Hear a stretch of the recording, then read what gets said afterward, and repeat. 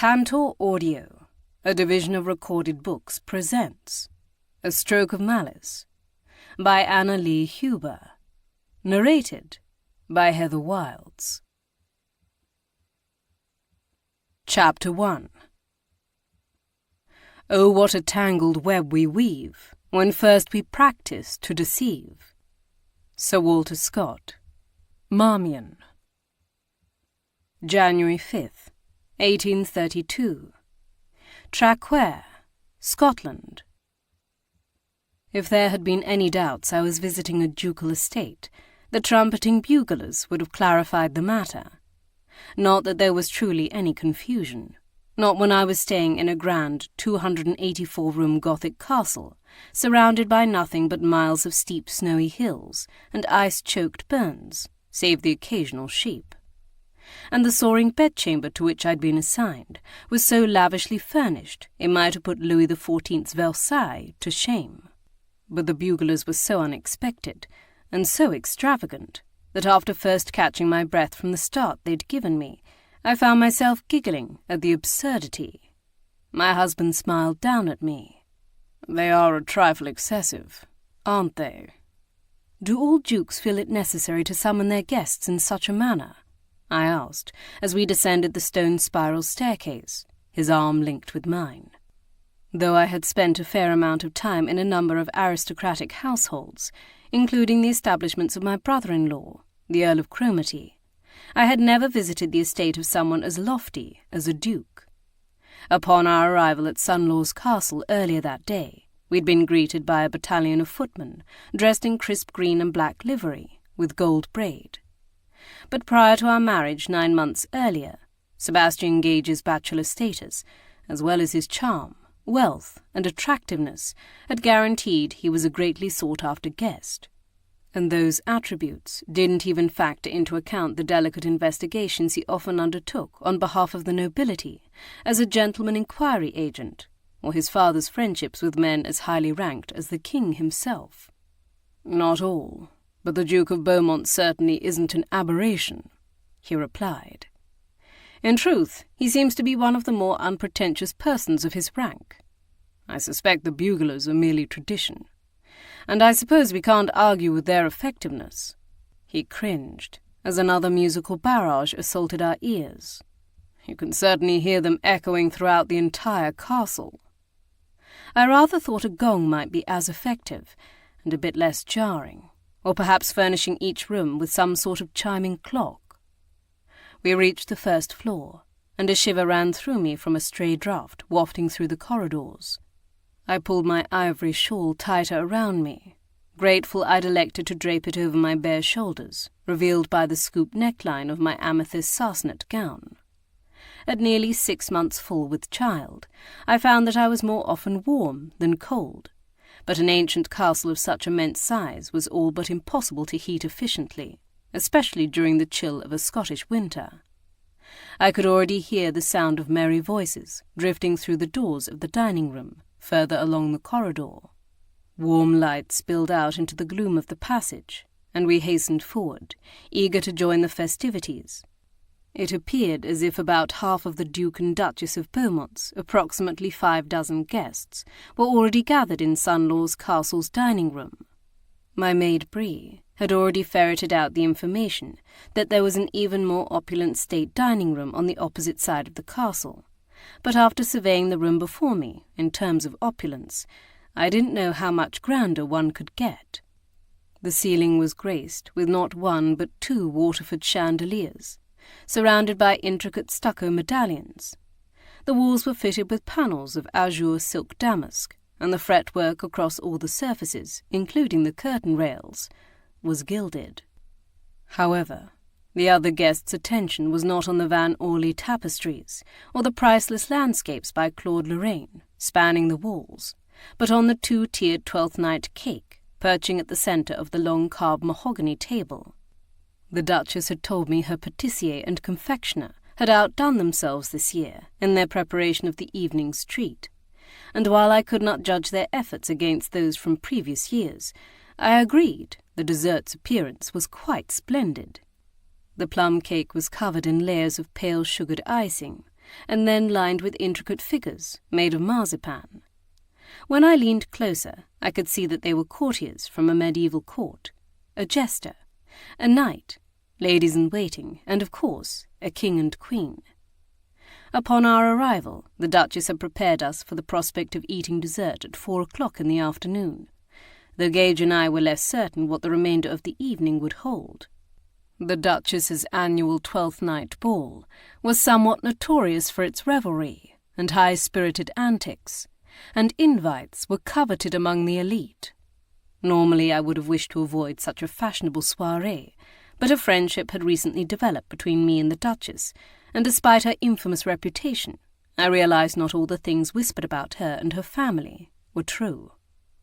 And thus, all the things said about their party were not likely to be either. In any case, I was not here only for the festivities, but also to finish painting the Duchess's portrait after she'd been called away from London suddenly a month prior. Though we hadn't yet had much time to discuss it, she had already mentioned she'd set a room aside just for the purpose, and I looked forward to beginning our first session together in the next few days. Capturing the Duchess's aging beauty accurately and unflinchingly on canvas was a rare challenge for my abilities, and I was anxious to succeed. "Oh, my!" My older sister Alana, Lady Cromarty, breathed in admiration as she moved forward to stand beside me at the table, linking her arm with mine. She leaned forward, squinting at the marzipan figures. "Kiera, is that a herald? And a hunting dog? And is that courtier?" She broke off, her eyes widening. "Yes," I replied. There was indeed a page or courtier exposing his bottom to the maid next to him. Apparently not all the rumours about the Bowmont's Twelfth Night parties were untrue. She straightened. "Well, given the speculation of all that went on in our royal court in centuries past, I suppose they could have chosen a much more shocking depiction to recreate. Even so, I elected not to circle the cake to examine the marzipan figures on the other side. We glided away from the cake, our husbands following in our wake. Footmen circulated the room, with glasses of wassail and whisky, and we each accepted one as we took up a position near the far end of the table, while the remainder of the guests continued to congregate in the room. There was a palpable air of excitement, as everyone anticipated the commencement of the festivities. Alana's and my brother Trevor paused at the threshold, looking rather dashing in his dark evening clothes, his gaze sweeping over the assemblage. A wide grin split his face as he caught sight of us, and he began edging his way through the crowd toward us. The jovial spirit had infected him as well. I didn't know whether the Duchess had already intended to invite Philip and Alana to her party. They were the Earl and Countess of Cromarty after all. But I was quite certain she had invited Trevor on my behalf. The same could be said for my friend Charlotte, the widowed Countess of Stratford, as well as my cousin, Rye Mallory, who had been ardently courting her. I dipped my head to her as our eyes met across the room, pleased to see that her eyes were shining and her cheeks flushed happily as she stood close to Rye's side. It was true. Charlotte's great-aunt, Lady Bearsden, was an old crony of the Dowager Duchess. In fact, the two ladies were seated in chairs near the windows, cackling over some outrageous bit of gossip, no doubt. However, I still suspected Charlotte had been added to the guest list because of me. That the Duchess had thought to do so made my heart warm even more toward her. She was aware of my scandalous past, and she could commiserate in some ways that other people could not. That she'd made such an effort to make me feel more comfortable showed I wasn't wrong in my assessment of her. Beneath her bold facade and irreverent defiance lay a heart of empathy and kindness. As if summoned by my thoughts, she appeared in the doorway with the Duke. At the sight of them, the assembly broke out into a smattering of applause. The Duke and Duchess nodded their heads, as if this was their due, gliding into the room. The diamond necklace glittering around the Duchess's throat seemed to compete with the dazzle of the crystals in the chandeliers overhead. The Duchess knew how to present herself to best advantage, and tonight was no different. Her elegant figure was swathed in a bold shade of scarlet. the fashionable puffed sleeves finished with organza and lace trim. The colours offset her white hair and creamy skin to perfection, and made the Duke, with his saggy jowls and paunches under his eyes, appear rather sallow.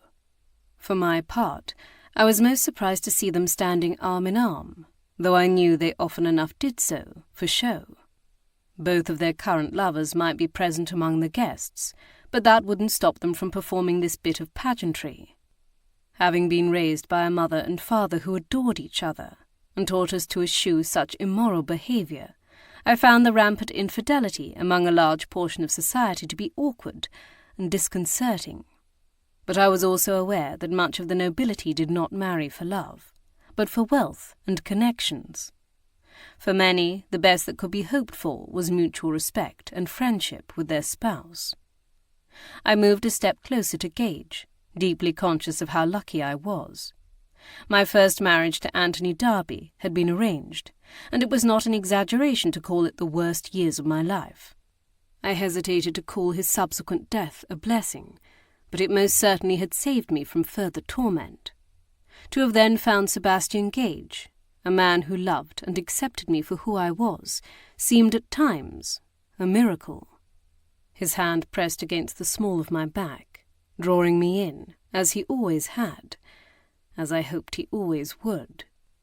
"We are pleased to welcome you all to this year's Twelfth Night ball," the Duchess declared, raising her voice to be heard over the murmur of the crowd. "As those of you who have attended in the past will recall, our first order of business is to select our Lord of Misrule and his glorious lady." At this, the Duke's butler, who was quite possibly the tallest man I had ever seen, his head seeming to nearly brush the doorframe, and 4 footmen stepped forward to slice the cake. "I hope you have all been enjoying my staff's confectionery work of art, for it's now time to taste it. But chew carefully," the Duchess warned, her eyes lively with good humour. "For the gentleman who finds the bean in his slice of cake, and the lady who finds a pea, shall be crowned Lord and Lady for the evening." I was aware of the tradition of crowning a Lord of Misrule, or, alternatively, the King of the Bean, or the Abbot of Unreason, but I had rarely taken part in any Twelfth Night festivities.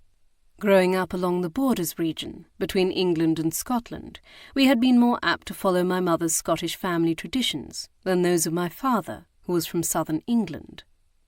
The Rutherfords, along with most of the Scots, made mischief at the turn of the new year on Hogmanay, rather than on Twelfth Night. In fact, Trevor, Alana, Philip, Gage and I, along with Alana and Philip's children, had celebrated Christmas at our childhood home, along the River Tweed. We had then welcomed in the new year of 1832 at our aunt and uncle's annual Hogmanay ball, before travelling further north to the Duke and Duchess of Bowmont's castle. But for all that son-laws might lie in the heart of the Ettrick Forest, an ancient hunting ground of the Scottish kings, firmly entrenched on Scots soil, their family, an offshoot of the noble Kerr clan, the dukes had been happy to adopt the traditional merriments from both sides of the border.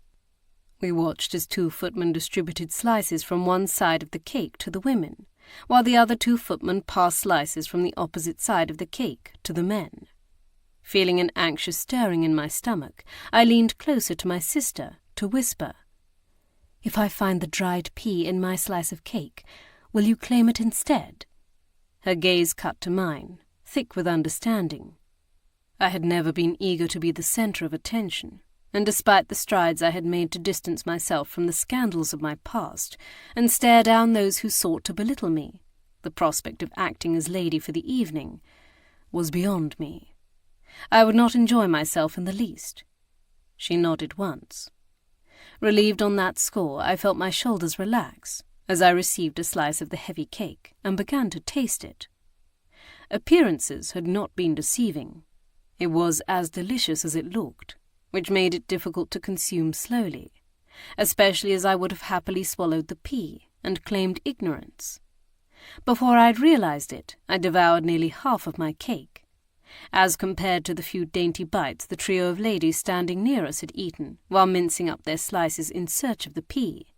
"A bean and a pea," One of them scoffed. "You would think the Duke and Duchess would join the rest of the polite world and use gold tokens instead. It's far more genteel. I wish they would follow the example of Lady Cooper and send us our rolls in the mock court before the party," a second lady remarked waspishly. "I've brought 6 gowns for this evening, and yet I still might have to send my maid to search through their musty trunks for an appropriate costume."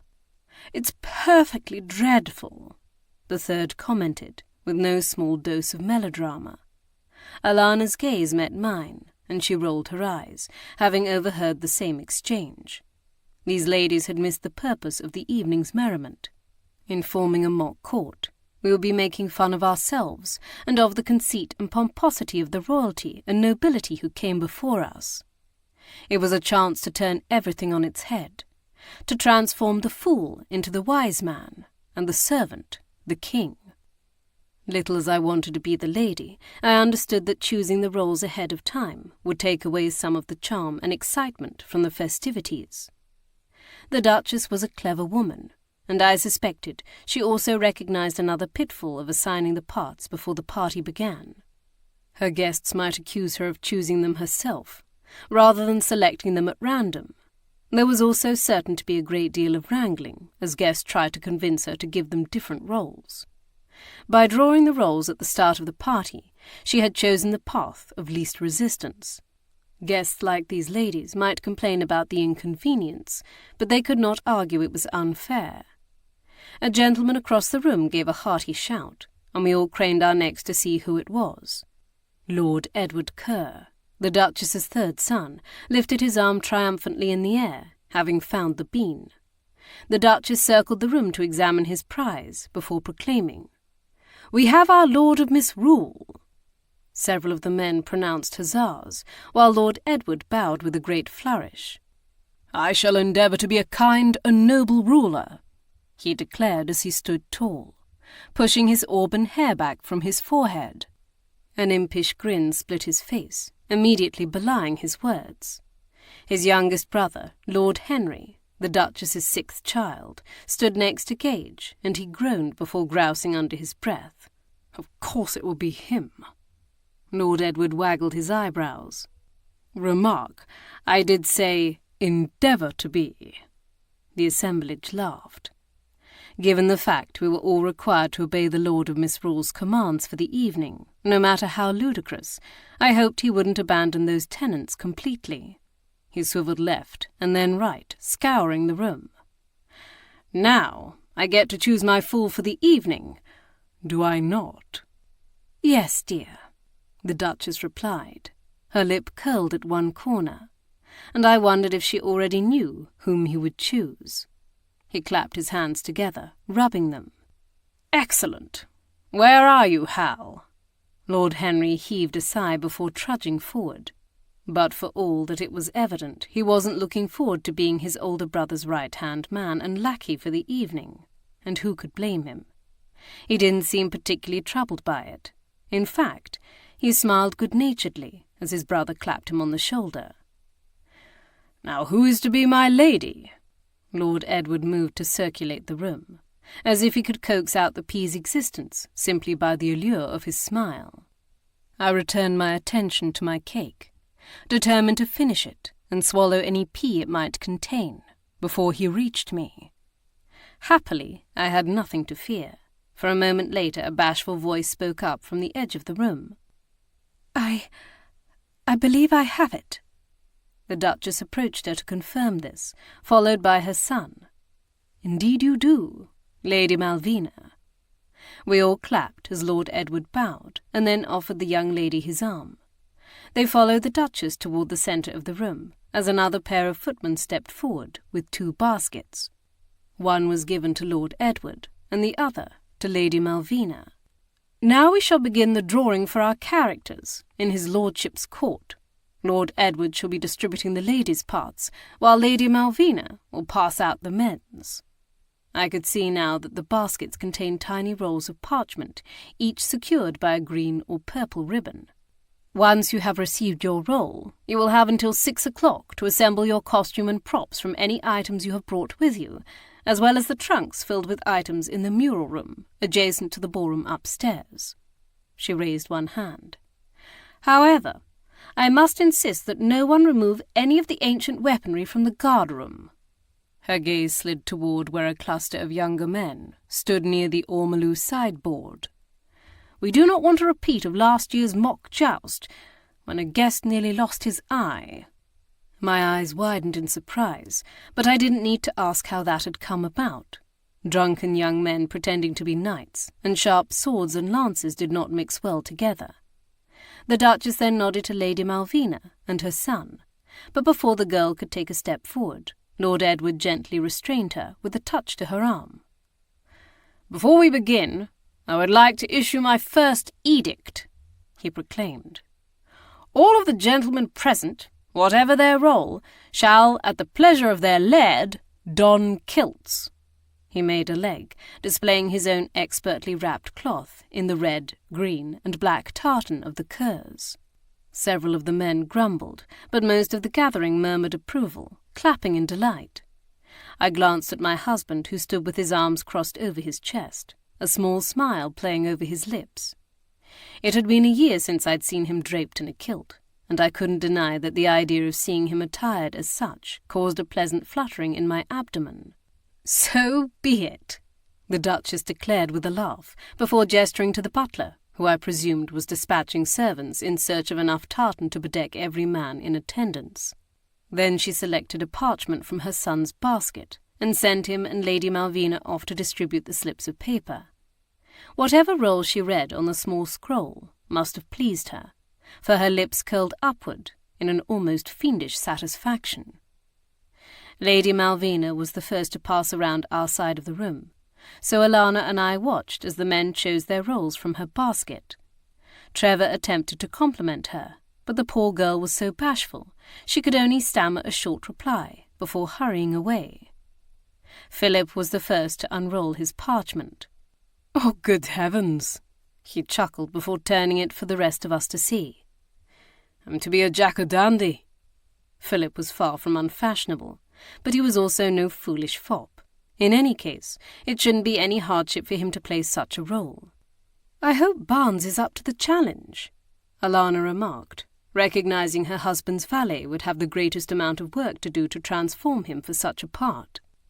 Trevor grinned broadly, before snatching another glass of whiskey from the tray on the table beside him.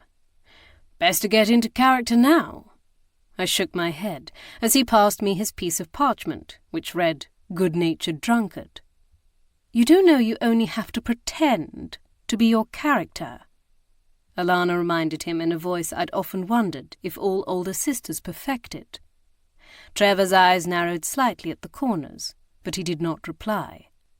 Perhaps because he was waiting to comment on what chosen role she was to play.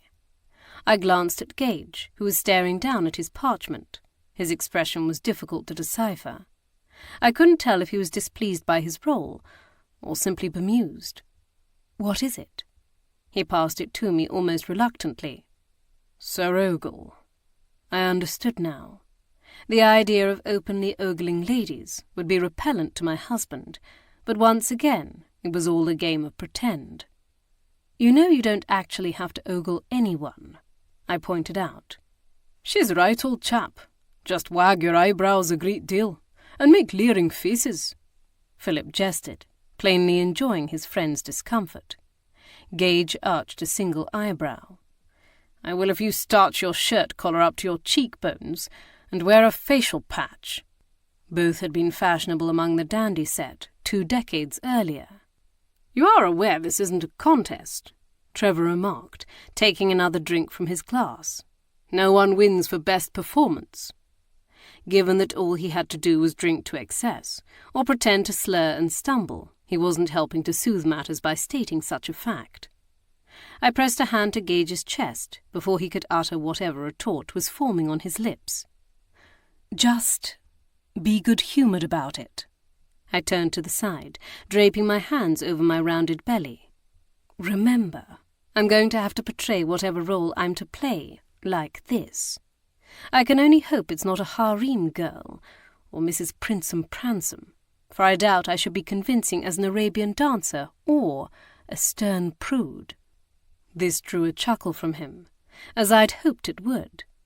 "I'm afraid harem girl isn't one of the options in the basket," Lord Edward remarked, alerting me too late to his presence. "But I shall have to remember that for next year. My siblings and I always consider it great fun to create the cast of characters for our mother's party together over the winter holidays, though I must admit, Nell is the best at it." He gazed fondly across the room toward where his sister stood chattering with another lady. Then he turned back to me and Alana, a spark of devilry in his eyes. "What say you, ladies? Ready to discover your fate?" Alana was the first to select, while I continued to study Lord Edward's gaze. There was something knowing about it, and I began to suspect he might be up to some particular mischief, though I didn't know what. The parchments remaining in the basket all looked perfectly innocuous. There was no distinguishing feature to separate one from the other. His smile softened. "Don't you trust me, Lady Darby?" he said, addressing me by my courtesy title from my first husband, as most of society still did, despite my wishes to the contrary, since Sir Anthony had been of a higher noble rank than Gage. Though his words would seem to have been spoken in teasing flirtation, I realized they were merely playful banter. "I don't know you well enough to trust you," I replied, reaching out to select a parchment from the bottom of the basket, for good measure. The corners of his eyes creased as his smile widened. "Fair enough." He sauntered off, though his gaze flicked toward my fingers as I slid the ribbon from around the rolled paper, evidently curious to see what character I had chosen. When I read the single word written there, I almost called him back to demand how he'd contrived such an outrageous bit of casting. Trevor was the first to read over my shoulder, and he gave a shout of laughter, making the others of our party crowd close. They, too, dissolved into laughter. Even Philip, whom I was amused to hear, give an almost girlish giggle. At that, I couldn't help but smile in resignation. At the very least, my appearance would provide the other guests no end of merriment. In any case, I just told Gage to be good-humoured. I could hardly refuse to do the same. As if reading my thoughts, he wrapped his arm around my waist to pull me near. I clasped my hands over my rounded belly. "I fear in my current state I shall not make a very good nun." His eyes twinkled. "On the contrary, an increasing abbess is perfect for Twelfth Night." I flushed at the double entendre, knowing the procuress of a brothel was also sometimes called an abbess. He winked. After all, what could be more upside down than that? It was a question that later we would wish he hadn't asked. Chapter 2. Bree finished affixing the veil to my head and stepped back to survey her handiwork. In terms of the normal effort required of her to prepare me for a ball or dinner party, dressing me as a nun had been easy. But my maid never did things by half measure, and in addition to the habit and scapular she'd located among the trunks in the mural room, she'd fashioned a wimple from folds of almost sheer organza, which was much more comfortable than the scratchy wool affair she'd found. A veil of black satin had been draped over my head, hiding what could still be seen of my braided chestnut tresses. We'd gathered the folds of the habit and scapula together with a leather belt, fastened in empire style, just below my bosom, to better accommodate my expectant state. I turned to the left, and then the right, examining my reflection before I began to rise. However, Bree had one more item to add to my ensemble, an intricately worked gold cross, with several large rubies adorning its length. I gasped at the sight of it as she draped it around my neck. "Where on earth did you manage to find this?" "The Duchess's maid. When I told her about you being cast as the nun, and you being with child to boot, she was more than happy to lend me the cross. 'Twas too juicy a morsel of gossip for the servants' hall to pass up." Yes, I suppose that would elicit amusement even among the staff.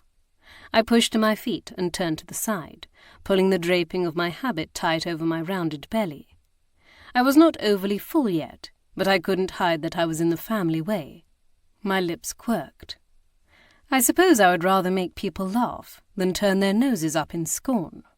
I glanced at the hem of the garment and tugged the fabric downward. I only wish this habit was a bit longer in the front. My ankles were visible, and if I wasn't careful, I would be displaying half my shins as well. Gage chose that moment to make his presence known, sauntering across the room with a practised leer.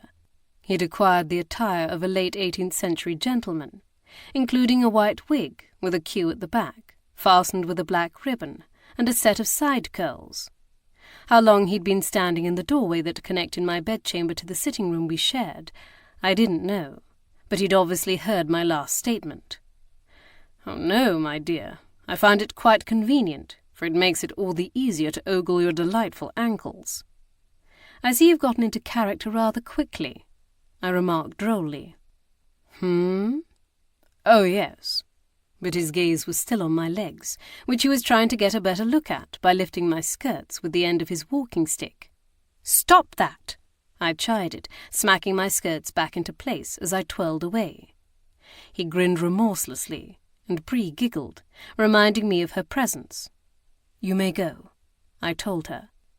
I might be more familiar with my maid than most gentlewomen.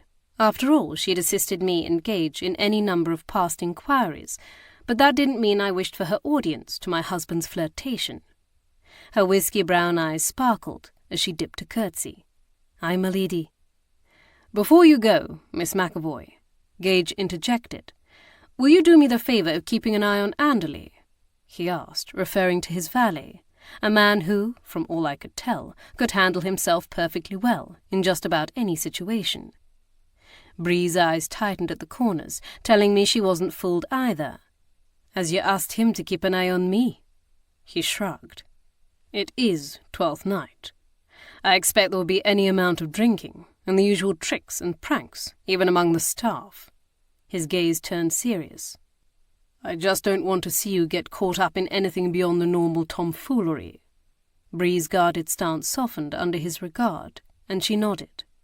"Aye, I'll stay close." "Good." "What are the servants doing, who won't be serving at the party this evening?" I asked in curiosity. "I've been told 'tis their tradition to handle the burning of the Christmas greens, and then there'll be a small party in the servants' hall, along with a fiddler or two." Bree and Anderley had enjoyed the servants' bonfire, which accompanied my aunt and uncle's Hogmanay ball just 5 nights earlier, so I knew they were not unfamiliar with the hazards of such a conflagration. I trusted they would take care. In fact, Bree seemed quite keen to attend. Her eyes were bright, and her cheeks slightly flushed beneath her artfully arranged strawberry blonde curls, which gleamed in the candlelight. She looked quite pretty in the new dress fashioned of jonquil silk that I'd gifted her for Hansel Monday, the first Monday of the new year, when by Scots tradition we gave our staff their presents, as well as a day of leisure. "Well, have a lovely time." I exchanged a glance with Gage. "I don't suspect either of us will need you or Anderley until the morning." I could feel Gage's warm gaze on my face, but he waited to pull me near until my maid had departed. "So you're trusting me to remove these chaste garments from your unsullied form?" "Not so chaste," I scoffed, glancing down at my hem before allowing myself to be distracted by the muscular calves revealed by Gage's royal blue and black kilt. "A Rutherford tartan. But where did you get this? Did my brother pack more than one kilt?" Though why he would have packed even one I couldn't fathom. "No, I brought it myself." "You did?" He lifted his head proudly. "I anticipated there would be some sort of edict like this. We are in Scotland after all, and I decided it wouldn't do to wear any colours other than those of your mother's family."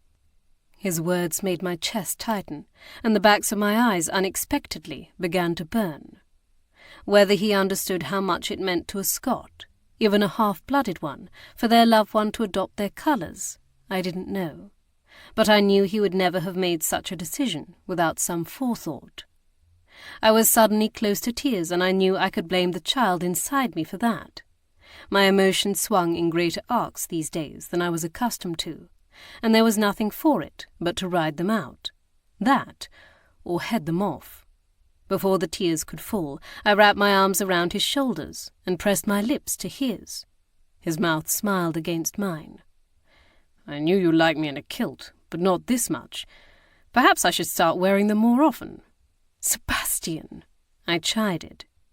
The look in my eyes, or the breathless tone of my voice must have communicated something of my desire, for he pulled me close and proceeded to kiss me senseless.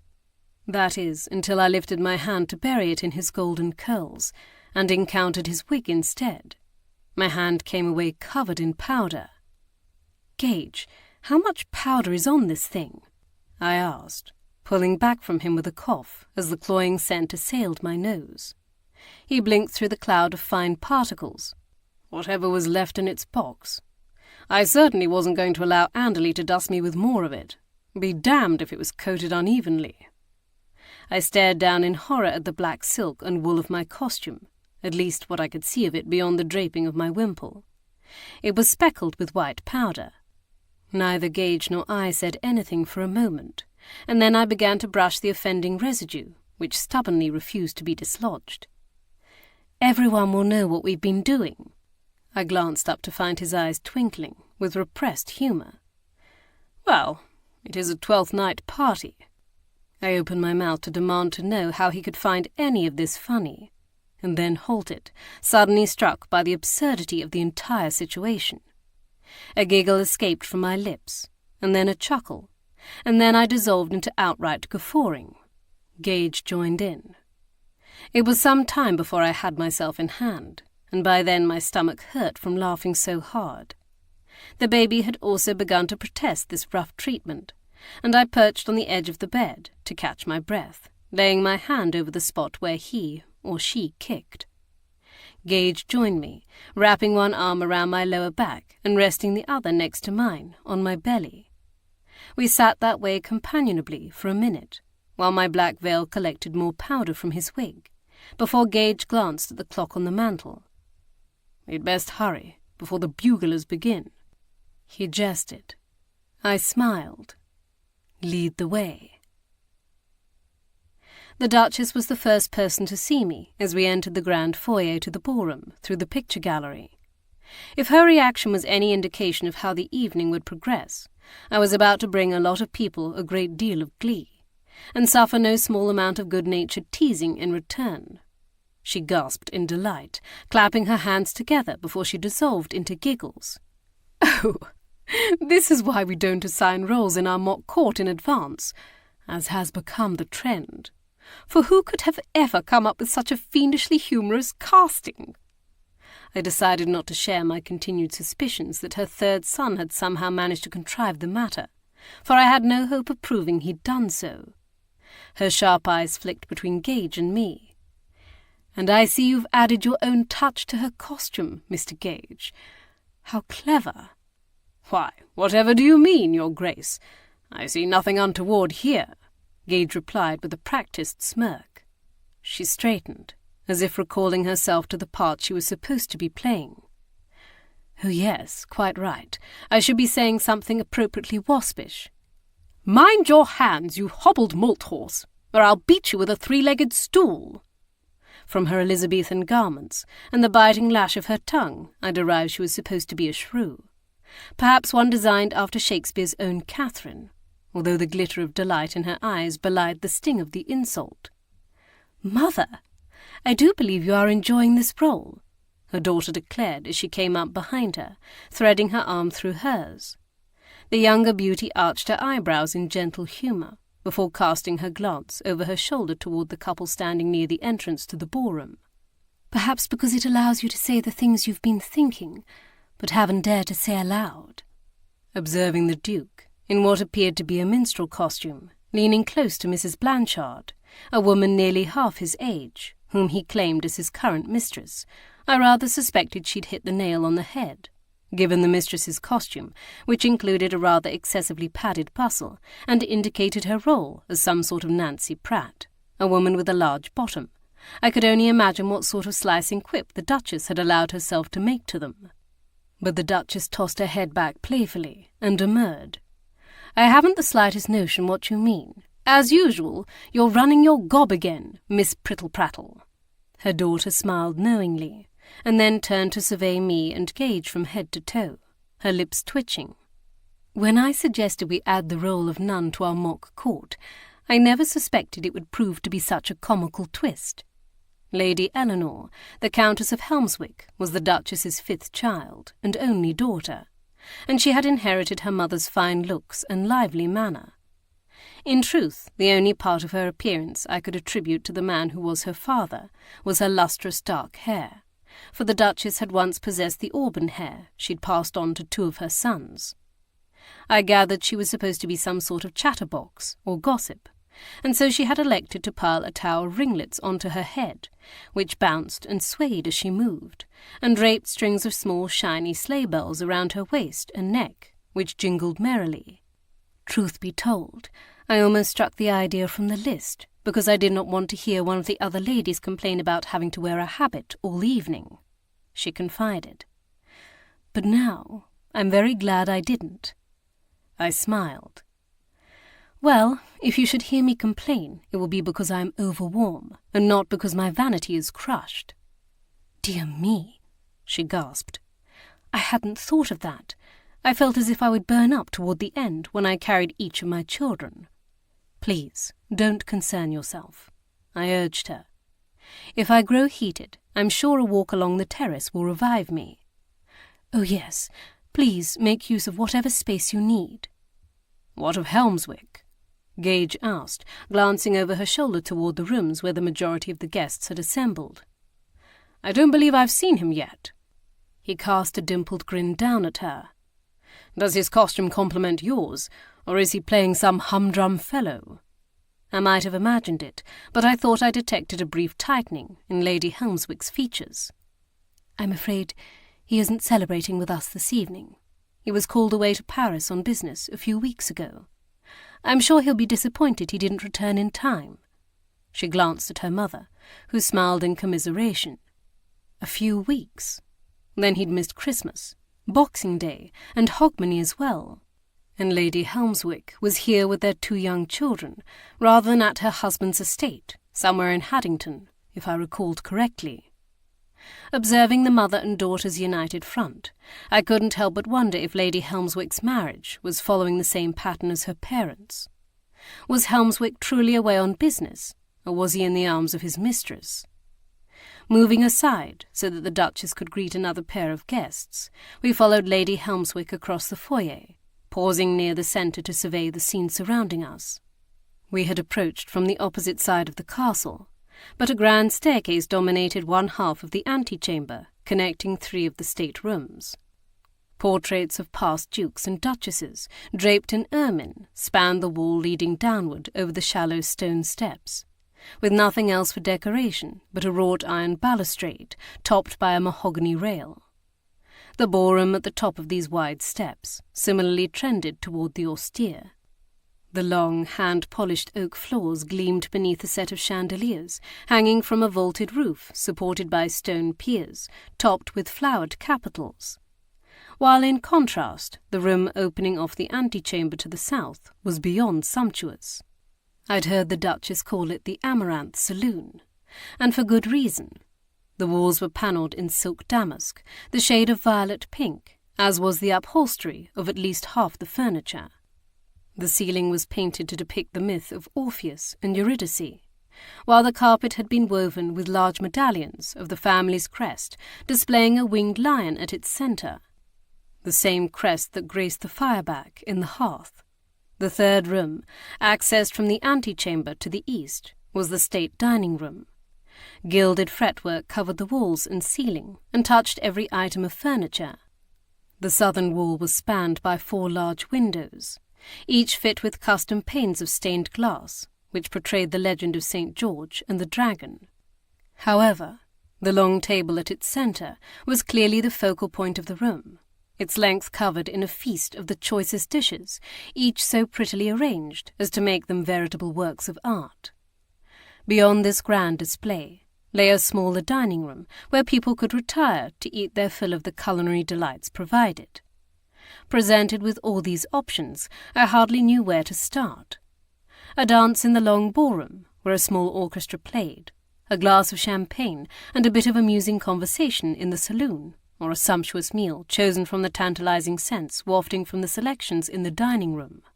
Gage appeared to be waiting for my cue, and he chuckled at the sight of my head swivelling left and right, trying to decide between the 3 doors. He began to tease me about my indecision, but my gaze had arrested on Lady Helmswick, where she stood speaking to a man in the entryway to the ballroom.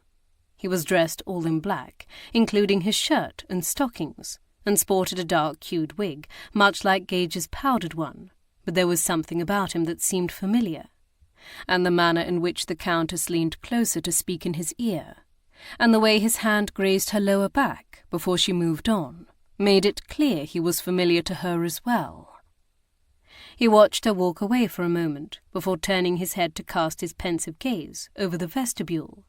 It was then that I recognized him, and the fact that the scoundrel so rarely wore such a serious expression intrigued me. Of course, it didn't remain that way for long when he caught sight of us. His face lit with irreverent glee as he strode across the chamber to intercept us. "Now this must be the most devilish casting I've seen all night." His gaze dipped to my feet, "especially with this saucy bit of ankle you're displaying." Leave it to the Marquis of Marsdale to be the first to remark on such a detail. His roguish grin widened. "I approve." "Quit ogling my wife, Marsdale," Gage replied, with only the faintest trace of bite. We were both rather accustomed to his impertinent manner, and the more my husband let it ruffle his feathers, the more outrageous Marsdale would become. "Yes, that's your job," I reminded him, hoping to divert the Marquis from voicing whatever thought had made his eyes flash. "True," Gage replied, taking the opportunity to do just that, by sweeping his eyes over my form. "Ah, I see. Lord Ogle or something, are you?" Marsdale guessed. "And who are you?" I asked, gesturing to his black clothing. He'd even managed to conjure up a black kilt. "Can't you tell?" He reached back, grasping the edge of the capelet I'd just realized was draped around his shoulder, pulling it in front of him so that he could leer over the top of it. "I'm the villain," he declared with theatrical relish. "Clearly a role you were born to play," Gage quipped. But far from being insulted, Marsdale seemed delighted. I shook my head. "And what exactly does the villain do?" "Why, villainous deeds, of course. I'm the only one allowed to disobey or circumvent the Lord of Misrule's orders. That is, until his noble knight catches me." He flicked his gaze over Gage's long blue velvet coat and waistcoat. "That should have been your role. After all, you're so often catching the black-hearted villains of our realm." He nodded to me. "Along with your faithful lady's assistants." The words were spoken casually, but there was something ambiguous about the tone of his voice. It wasn't bitter, but it wasn't precisely jovial either. Before I could puzzle it out, he spied something, or rather someone, beyond my shoulder, and began to back away. "There our errant knight is now, so that is my cue to say adieu. But save me a dance," he instructed me as he retreated, bowing slightly at the hips. "We shall make a dashing pair in black." Then he whirled away, disappearing into the cluster of people now gathering to enter the saloon. I turned to see who this knight could be, and smirked at the sight of Lord John Kerr, the Duchess's 4th son, sporting a breastplate and shoulder plates over his kilt. It seemed the Duchess's sons had snatched up many of the best roles, though Lord John was perhaps the most unlikely knight. From the little I knew of him, he seemed to display more of a bent toward books and philosophy. He was also the sparest of the 5 sons, though all of them were taller than average. "And what role is Lord Traquair playing?" I jested after we'd exchanged greetings. "Lord Chamberlain?" "No, he's but an old fogram." He flashed a toothy grin. "And behaving quite like a fusty old fellow, as you can imagine." I joined in his amusement, although I wasn't well acquainted with the Duke's oldest son and heir, Lord Traquair. I was cognizant of his great sense of self-consequence. Being next in line to inherit a dukedom, he must have found it impossible not to exhibit some imperiousness, and it didn't help matters that he looked just as one imagines a duke should. Tall, broad-shouldered, aquiline in profile, and handsome. There were many who might have called Traquair the most attractive of the brood, but I thought that merely the influence of the heir's said consequence. To my artist's eye, Lord Henry, the youngest, seemed the most pleasing to look at. However, Lord Edward and Lord John were nothing to squint at, and although I'd not met the second son, Lord Richard, I suspected he wasn't either. Lord John ruffled a hand through his pale blonde locks, nodding in the direction Marsdale had fled. Now that was a neat bit of casting, though he needn't have run. As if I would attempt to capture him so early in the evening. What would the fun of that be? Yes, he appears to be relishing the part, Gage smirked, but that is not surprising. Well, Marsdale has always enjoyed subverting people's expectations. Struck by this astute piece of observation, I studied his dark eyes. You seem to know him well. I did, at one time. We all did. I took this to mean his brothers and perhaps his sister. He sighed. But it's been some years since I've exchanged more than a brief conversation with him. His eyes narrowed as he spoke, almost as if he were seeing into the past, and then he gave a shrug. Well, if you'll excuse me, his lordship, he stated with an ironic glint in his eye, sent me on an errand, and I've not yet accomplished it. That seemed to be as good a cue as any for me engaged to make our own approach to the mock thrones, set up in the Amaranth Saloon. After all, the longer we waited to pay our homage to the Lord of Misrule and his lady, the less pleasant any task we were assigned might become. And after seeing me in my abbess garb, I did not trust Lord Edward's mischievousness to not breach the bounds of courtesy. Chapter 3. After making a quick stop at the ladies' retiring room and nearly colliding with Lord Traquair and his father's mistress, Mrs. Blanchard, bickering outside the door, their slurring words making it clear that at least some of the guests were already deep in their cups, I was even more reticent to appear before our Lord of Misrule. But whether Lord Edward took pity on me in my delicate condition and decided I'd been roasted enough by donning such a costume, or he'd simply run out of wicked ideas, the decrees he gave to us seemed to be rather mundane. From his Sheraton tulipwood mock throne, a paper crown tipped rakishly on his head, he'd directed me to dance with 3 gentlemen who were not my husband. This was no hardship, especially when others had been ordered to eat and drink the entire evening without the use of their hands, or to howl like wolves whenever someone said the word night.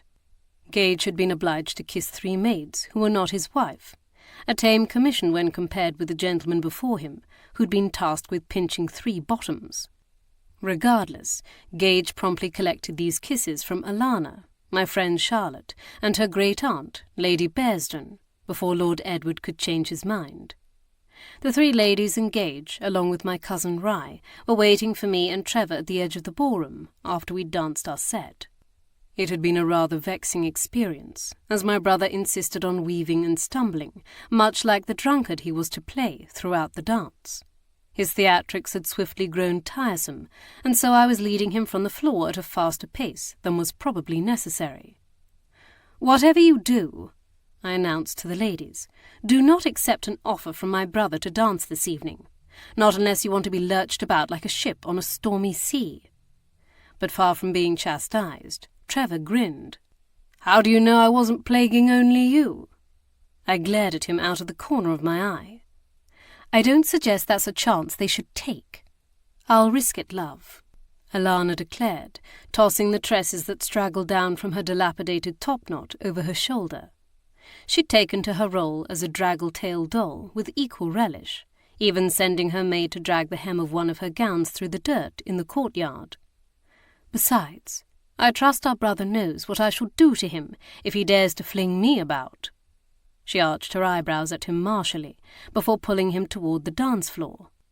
I shook my head at the bedraggled pair they made, though truth be told, the entire assemblage before me was a rather motley sight, where a lady in Royal Elizabethan garb danced next to a chap who looked like a Punchinello puppet, and a dashing fopling stood next to a rather humdrum fellow.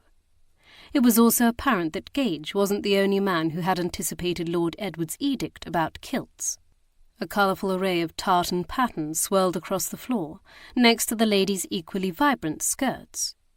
I turned back to find Charlotte staring at me with barely concealed excitement. From the daringly low cut of her stylish gown, and the light wash of rouge across her cheeks, I deduced she was supposed to be a coquette or a flirt of some kind. As such, the way she clung to Rye's arm might just have been part of her character, but I could tell there was more to it. When Lady Bearsden spoke up impatiently, that confirmed it. "Tell her! Tell her now, or I shall burst!" she exclaimed with her usual flair for the dramatic. I could guess, for I had been expecting to hear such news for weeks, but I smiled in anticipation, wanting to hear it from my friend's lips. "Tell me what?" Charlotte could read in my eyes that I already knew, and she laughed, nodding her head in eagerness. "Rye has asked for my hand in marriage, and I have accepted." I stepped forward to envelop her in my embrace, not caring what sort of scene we might be making. After all that Charlotte had endured in her first marriage to a cruel, murderous man, she deserved this happiness. I would never have dared to play matchmaker, but truly, there could have been no better mate for her than my cousin Rye. Quiet, kind, and darkly handsome, Rye had often hovered with me at the edge of the boisterous play of our brothers, sisters, and cousins. But at least we'd had each other. In the months since he'd begun courting Charlotte, I had watched both of them blossom. Charlotte was more confident, and Rye more natural and at ease. And there were also Rye's young children to be considered. Charlotte desperately wanted children, but had been proven barren by her late husband. Now she would have the chance to be a stepmother. "Oh, I am so happy!" Lady Bearsden exclaimed through her tears. "And everyone must know about it." Then she turned on her heel and rushed off to do just that. Charlotte laughed. I begged her to let me tell you first, though she nearly expired from the quarter of an hour's delay. "Then you propose this evening?" I asked Rye. He nodded and gazed down at Charlotte with such tenderness that I felt a catch in my throat. "Truth be told, I've wanted to ask her for weeks, but, well, I couldn't screw up the courage until tonight." He glanced down at his slashed velvet doublet. "Perhaps it was the costume, but I think it was the gleam in her eyes." I knew Rye would make an excellent husband, for I'd already witnessed it. I hadn't known his first wife Mary well, as I'd been wed to Sir Anthony Darby for much of their marriage, and he had kept me largely from my family. But when I had seen Rye and Mary together, I could tell how content they were because, in stark contrast, I was so miserable. When Mary died, Rye had been devastated. For a time I'd feared he might never recover, but his meeting Charlotte at my and Gage's wedding had changed that. "Congratulations, Rye," I told him, taking his gloved hand in mine, as Gage offered Charlotte similar felicitations. I couldn't be happier. I honestly couldn't. His eyes spoke the words I knew he couldn't say aloud. "Thank you, Kiera." "Are you engaged to be married, then?" Alana asked soon after she and Trevor had returned from the dance floor. "Yes," Rye replied with an amused smile. "I knew it," she declared with relish. "Yes, dear, but you needn't shout it to the entire ballroom," Philip chided almost distractedly as he joined us. His face beneath the powder and face patch was strained, and he kept glancing across the room, as if searching for someone. "I needn't, but perhaps I wished to," Alana countered, wrinkling her nose. I threaded my arm through Philip's, gliding my fingers over the coat of fine pale blue silk. Lace ruffles dangled from his shirt cuffs and spilled through his embroidered waistcoat down the centre of his chest. Dandified, and far from au courant this style of dress might be, but all the same my brother-in-law looked rather magnificent. "Surely you mean to wish them well?" I prompted, wondering if it was the drink which had allowed his Highland accent to slip and made him speak so brusquely.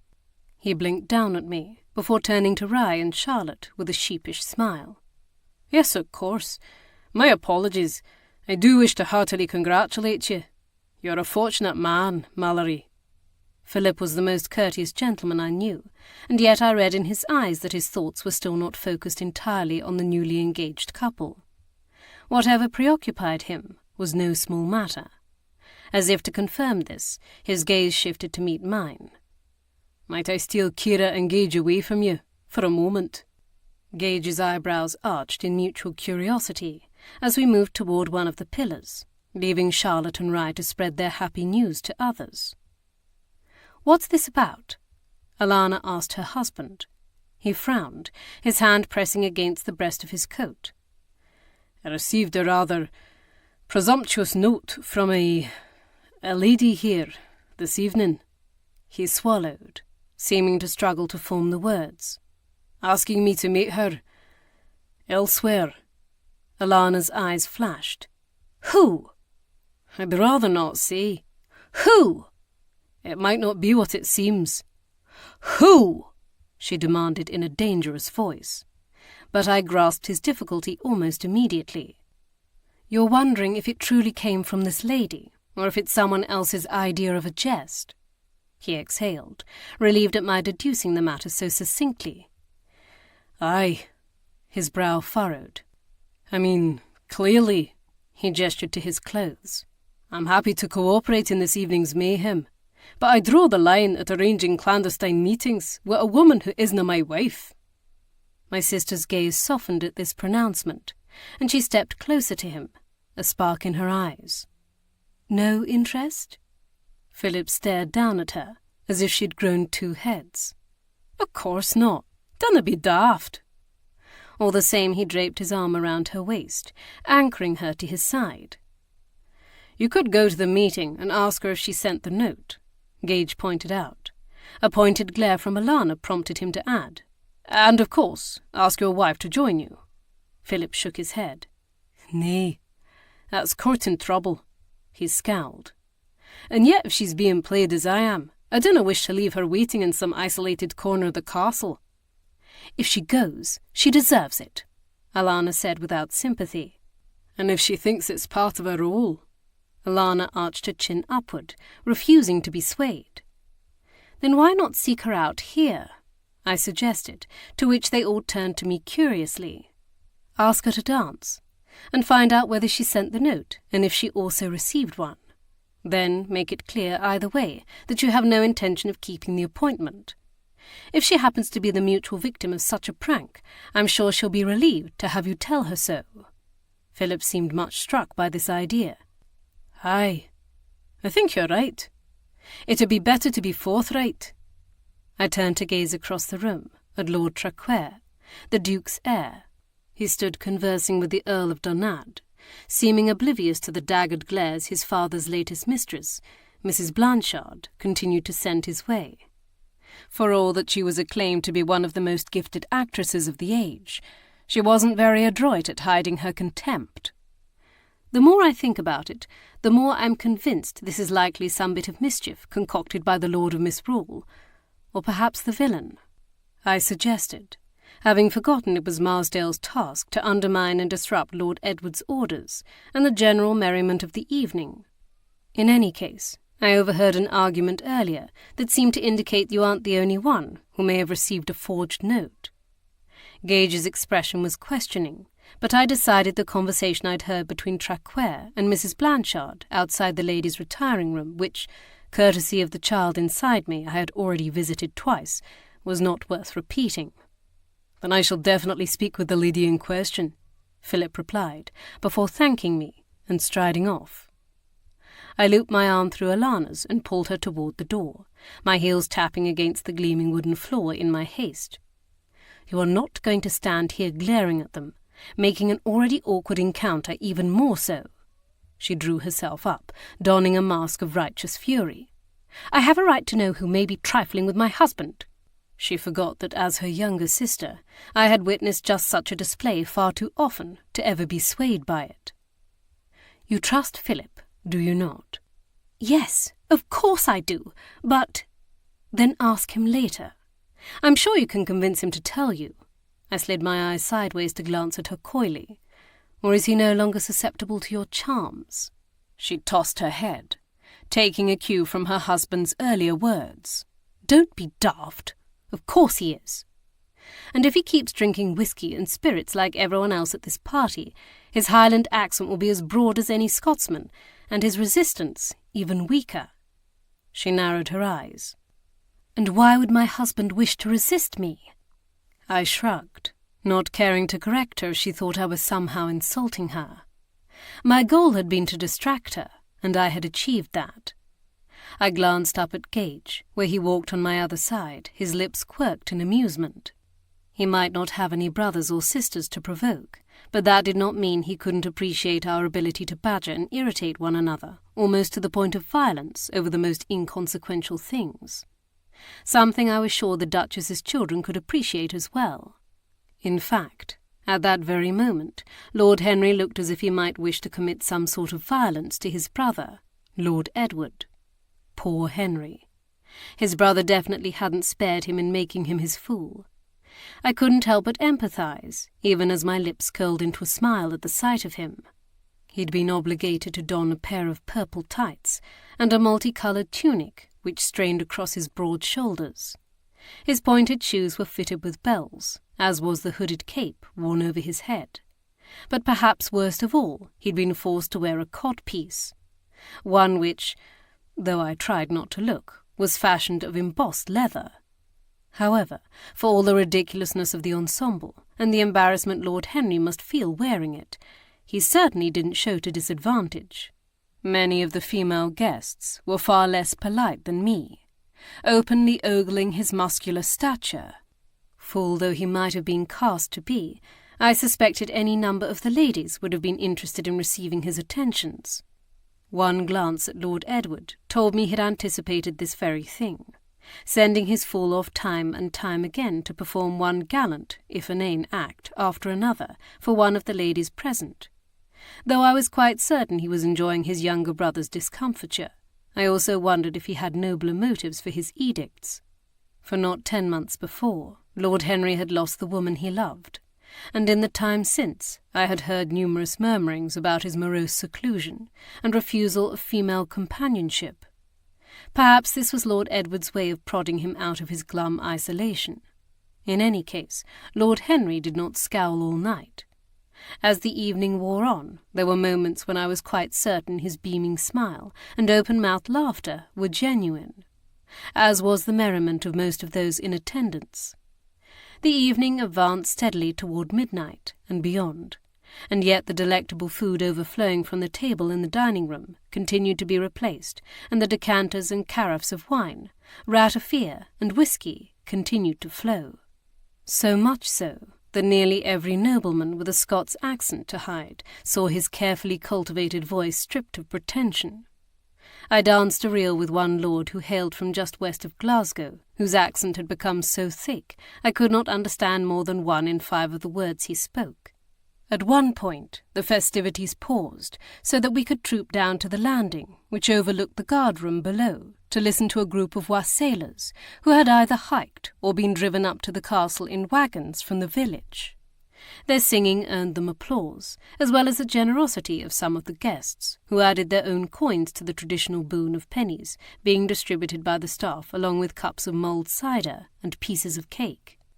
Afterward the dancing and drinking resumed, as did a number of parlour games and even an amateur theatrical. The play was far from inspiring. In fact, the entire production seemed to be centred on the premise of a lord accused of exposing himself, quite shockingly to females, along the route he travelled. In the end, the audience was finally let in on the reason for the excessive amount of jokes about cocks, when the lord opened his greatcoat to the spectators to reveal a peacock costume beneath. It was dreadful, but everyone laughed nonetheless, mostly because they were too foxed to do otherwise. Given my current state, and the fact that any falls at this stage could be dangerous to the child, I'd elected to limit my indulgence in spirits. This also meant I was one of the only people present who was in full possession of their faculties. Even Gage was a trifle disguised, though out of consideration to me, he was not as top-heavy as he might have been. As the night wore on, the merriment and bonhomie among the guests began to show signs of strain. This was not surprising. Parties fueled by copious amounts of whiskey, wine, and frivolity often had the tendency to unravel, especially when those who might be better served by withdrawing continued to remain. The Duchess's family was no exception. What tensions had been adroitly masked earlier in the evening began to show. The Duchess appeared to be biting back her most strident thoughts, even in her role as a shrew, and Lord John continued to cast glares at his sister, who spent much of the evening close to Marsdale's side.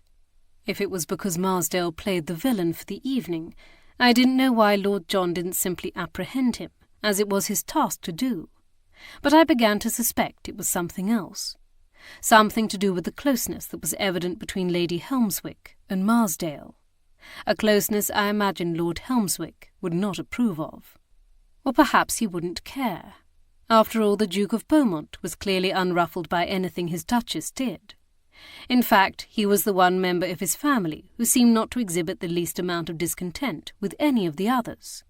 He had thrown himself into his role as a ballad singer with relish, his cheeks red with drink, and he seemed to have no care beyond the moment's pleasure.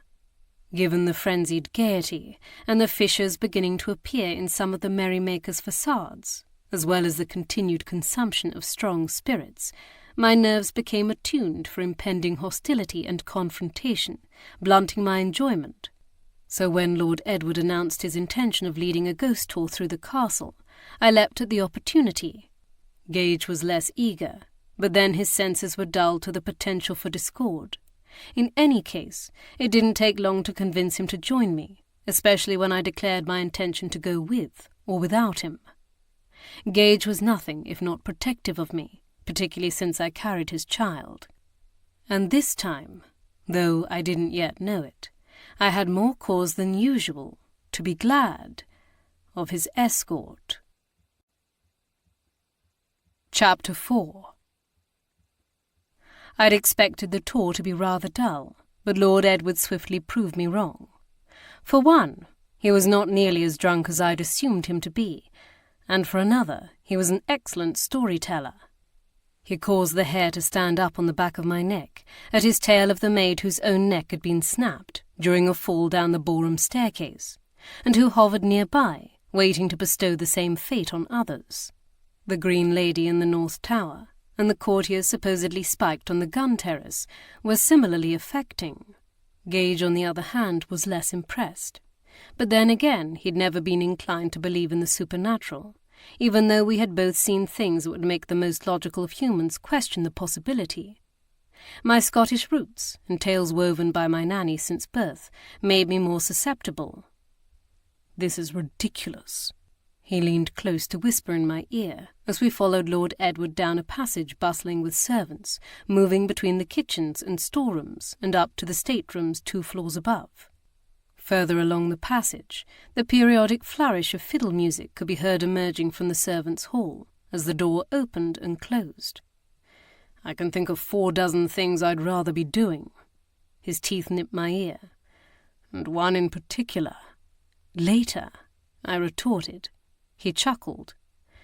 "And the honeymoon is over." I swatted his arm playfully. "I said later, not never." He sighed. "Yes, but you'd still rather go looking for some mouldy old ghost." "Perhaps fright will have an amorous effect on me," I countered, arching my chin upward. His lips quirked. "It's more likely you'll wish to spend the evening debating whether these clankers his lordship is telling us are true, and how they originated." I opened my mouth to argue, but then stopped when I saw the gleam of affection in his eyes. He was teasing me, something I should have realized sooner, for he'd always given every indication he enjoyed our unorthodox discussions as much as I did. I clung tightly to his arm as we made our way down the circular staircase, which led from the servants' quarters on the ground floor, down into the level below ground that Lord Edward persisted in calling the Doom. Whether this epithet had been ascribed to it purely for our benefit, or it had always been called this, I didn't know, but it sent a frisson of unease down my spine. "This part of the castle is most often used for coal storage now," Lord Edward explained as we reached the bottom of the stairs. The musty stench of dirt, dust, and damp stone assailed our nostrils. An echo of the bustling noises from the floor above wafted down to us, but otherwise the space surrounding us was dark and quiet. Lord Edward hefted his lamp, leading us along a stone passage. But in days past, this part of the castle also housed the dungeons, complete with its own impressive array of torture devices. As children we used to pass through here, but even as inquisitive boys, we never dared venture into the old cells and chambers that made up the larger part of the dungeon. His eyes widened as if in fear, dark hollows in the shadows cast by the lantern. Not when we could hear the chains clanking, as if they still remained fastened to prisoners, and feel the hot breath of the dead on the backs of our necks. As if to illustrate this, the skin on the back of my head began to crawl, and I felt the almost irresistible urge to squirm. Many of the others did not resist, wriggling their shoulders and giggling even as they did so. Our Lord of Misrul's gaze met mine, almost in challenge. "If you listen, you can still hear their moans and their screams of terror." I arched a single eyebrow back at him, even as we all held our breaths to listen, refusing to be baited by such a blatant ploy. Moans and screams, indeed. If we heard any, they were no doubt being made by some servants conned into doing so by Lord Edward. However, I did shriek when something crawled across my foot.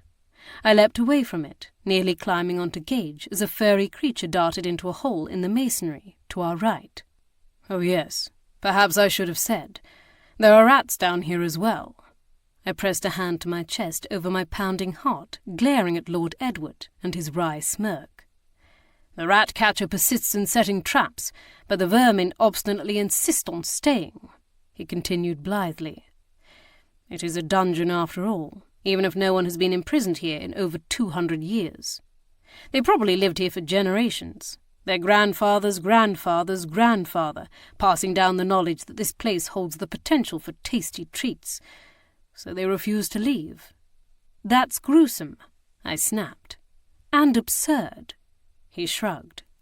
"If there are rats down here, I'm leaving," one lady behind me screeched. "'Tis a jest," the man with her insisted. "He's just trying to scare you, aren't you?" he swiveled to demand of Lord Edward. "Am I?" was his oblique answer. The man glowered while Lord Henry, standing at the back of the small cluster of us, holding a second lantern, rolled his eyes. The agitated lady stamped her foot. "I'm leaving." "Go on, then," her male companion declared, turning away and crossing his arms over his chest. This seemed to forestall her, for she glanced uncertainly about her. But Lord Edward was already leading us forward, deeper into the dark corridors of stone. The chill air grew even colder as we made our way further into the cellar. I tucked my arms close to my sides, grateful for once for the warmth of my nun's costume. I imagined the other ladies, and even the men in their kilts, were not so comfortable. Water dripped somewhere, striking a steady staccato to my nerves as we paused in what appeared to be the furthest corner. At first, I wondered whether our guide had taken a wrong turn, whether even he could get lost down here, but then I realized he stood at a blind corner. What appeared to be a dead end merely concealed a small opening in the stonework. "This tunnel is a secret known to but a few," Lord Edward declared with relish, nodding toward the opening. "It leads into the catacombs beneath the ruins of Kirkbride Abbey, and from there out into the Scots wilderness. Our ancestors used it upon occasion as a convenient means of escape from their enemies, or as a way to come and go as one pleased without the others in the castle being aware of it." He grinned. "On one notable occasion, the laird's men slipped out to exact revenge on a neighbouring clan, all while the March's warden slept in one of the beds upstairs." The men chuckled at this tale from the time of the border reivers. As I had my own fair share of such ancestors, I'd heard plenty of evocative legends of their plundering exploits, so much so that it was often hard to separate fact from fiction. but I had no trouble believing his next anecdote, especially when his good humour slipped a notch. Our ancestors also sheltered a number of priests and canons in our dungeon, disguising them as prisoners, when Henry VIII's men swept through to destroy the abbeys. He inhaled a deep breath, smiling brighter again. And most recently my brothers and I utilised it to escape our tutors, or cook's wrath for stealing her raspberry tarts, Lord Henry added. Lord Edward turned to lead us through the opening, into the tunnel of similar construction, which made me suspect it had been built at the same time as the initial castle. The floor was less compact, the dirt looser, crunching beneath our feet, but the walls were lined with stone. It was damper here as well, and smelled sharply of mould, lichen, and moist earth. It's along this tunnel, and in the hallowed chambers ahead, that our castle's most amiable ghost resides, Friar Thatch. The Lord of Misrule prattled on over his shoulder. He was once a canon at Kirkbride Abbey, one who supposedly met a rather ignoble end by falling out of the bell tower after imbibing too much ale. You'd think he might be cross to be consigned to the catacombs for all eternity, but he's a jolly fellow. Performs his own bit akin to Hamlet's poor Yorick. He pivoted to walk backward, calling out to his brother at the end of our tiny procession. "Perhaps you should take care, my fool, lest he mistake you for his decayed former companion." I didn't see Lord Henry's response, but from Lord Edward's sudden bark of laughter, I gathered it was a rather crude gesture. Now, fool, don't shock the ladies." However, it was not his brother who needed to take care at that moment, but Lord Edward himself. "Look out!" Gage cried, just as the back of Lord Edward's heel connected with a stone. He stumbled, but contrived to remain upright with the help of the wall. "Are you injured?" I gasped, hastening forward to help him. No, he assured me. "Just my pride." We turned to glance at the offending piece of rubble that had tripped him, only to discover it hadn't been a stone at all. A lucky thing, for had it been, he likely would have broken his ankle. Rather, the offending item was a gentleman's leather boot, a Wellington, by all appearances, and one of recent origin. Gage bent down to retrieve it, giving it a precursory examination before handing it to Lord Edward. His brow furrowed, and I could tell he was puzzled, and perhaps even a little troubled by the boot being found down here, of all places. But he did not comment upon it, except to make a quip. "It looks like our friar has developed a fondness for modern apparel, and who can blame him?" He tucked the boot under his arm and led on, facing resolutely forward this time, with the lantern lifted before him. Gage's gaze met mine. I could read in his eyes that he had observed something, though now was not the time and place to discuss it. I considered whether it could have been the boot, or something about Lord Edward's demeanour. Either way, it had worked a sobering effect on my husband. His arm wrapped around my waist, pulling me more securely to his side, as we followed Lord Edward. The deeper we walked, the more unnerving our surroundings became. I kept glancing upward to the shadowy dirt ceiling, wondering how sturdy this tunnel truly was. What if it caved in around us, or on top of us? What if we were trapped? The disturbing thought made my heart beat faster, and I had to consciously order myself to take slow, deep breaths, lest I become frantic. I'd never imagined myself to be claustrophobic, but then I'd never been in a dank, dark tunnel, far from any means of escape. Cocooned between the light cast by Lord Edward's lantern in front of us and that of his brother's lantern behind us, it seemed like nothing beyond them existed. The slight strain in my legs told me the tunnel had begun a gradual slope upward, and soon we passed a series of recessed shelves built into the stone.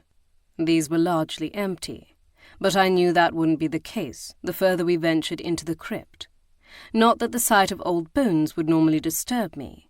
I'd seen much worse on my late husband's dissecting table, but coupled with my anxiety from being in such a tight, enclosed space, they weren't exactly reassuring. The tunnel opened into a small chamber. Its walls slanted to form a small hexagon with two entrances, One led back to the way we came, while the other presumably progressed further into the catacombs and out into the abbey ruins. It was in this chamber that Lord Edward turned with a theatrical flourish, waiting as we all gathered together to hear the tale he would weave for Friar Thatch. As Lord Henry brought up the rear, carrying the second lantern, the space was illuminated with more light than our eyes had grown accustomed to.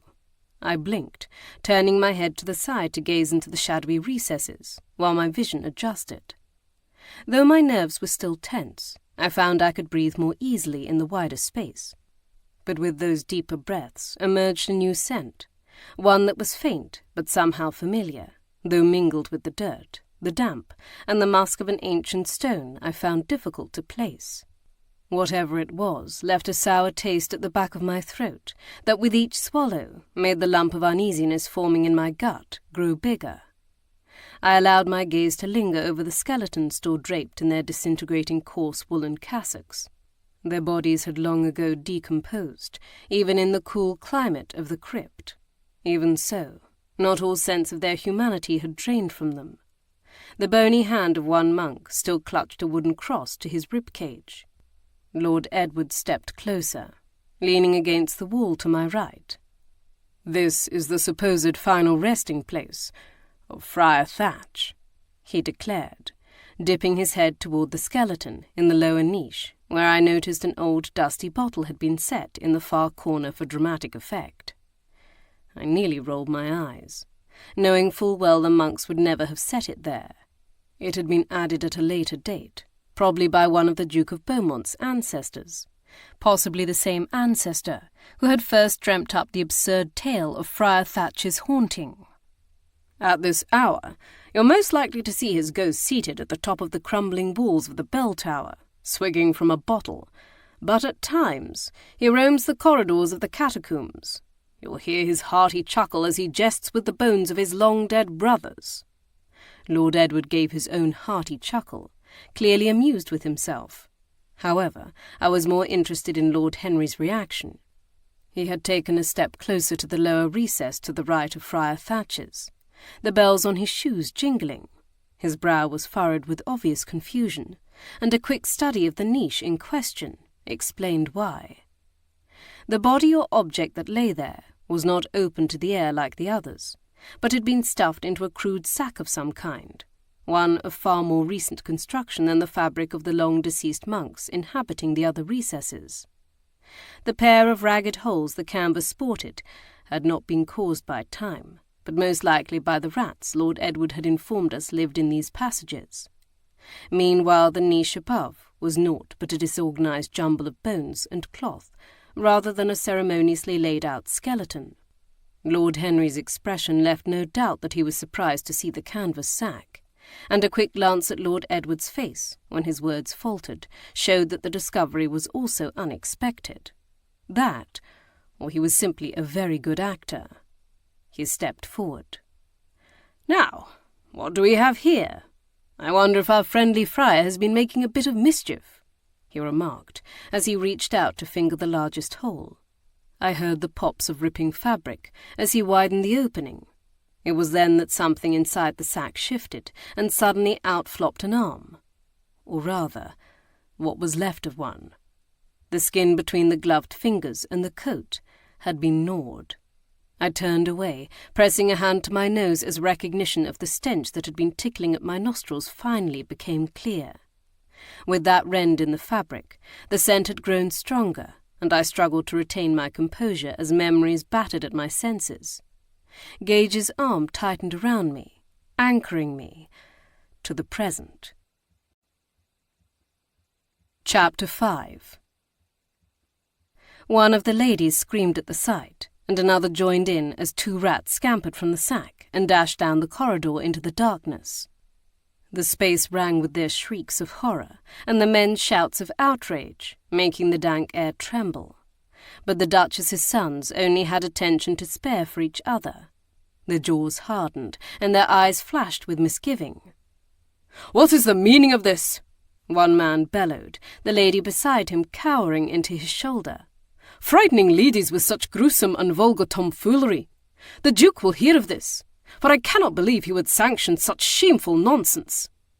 Lord Edward inhaled a deep breath, as if much struck by this comment, and then wrinkled his nose, clearly regretting it. Yes. My apologies. Perhaps in hindsight this was taking matters a bit too far." He and his brother continued to communicate with each other furiously through their eyes, and Lord Henry flicked his gaze our way.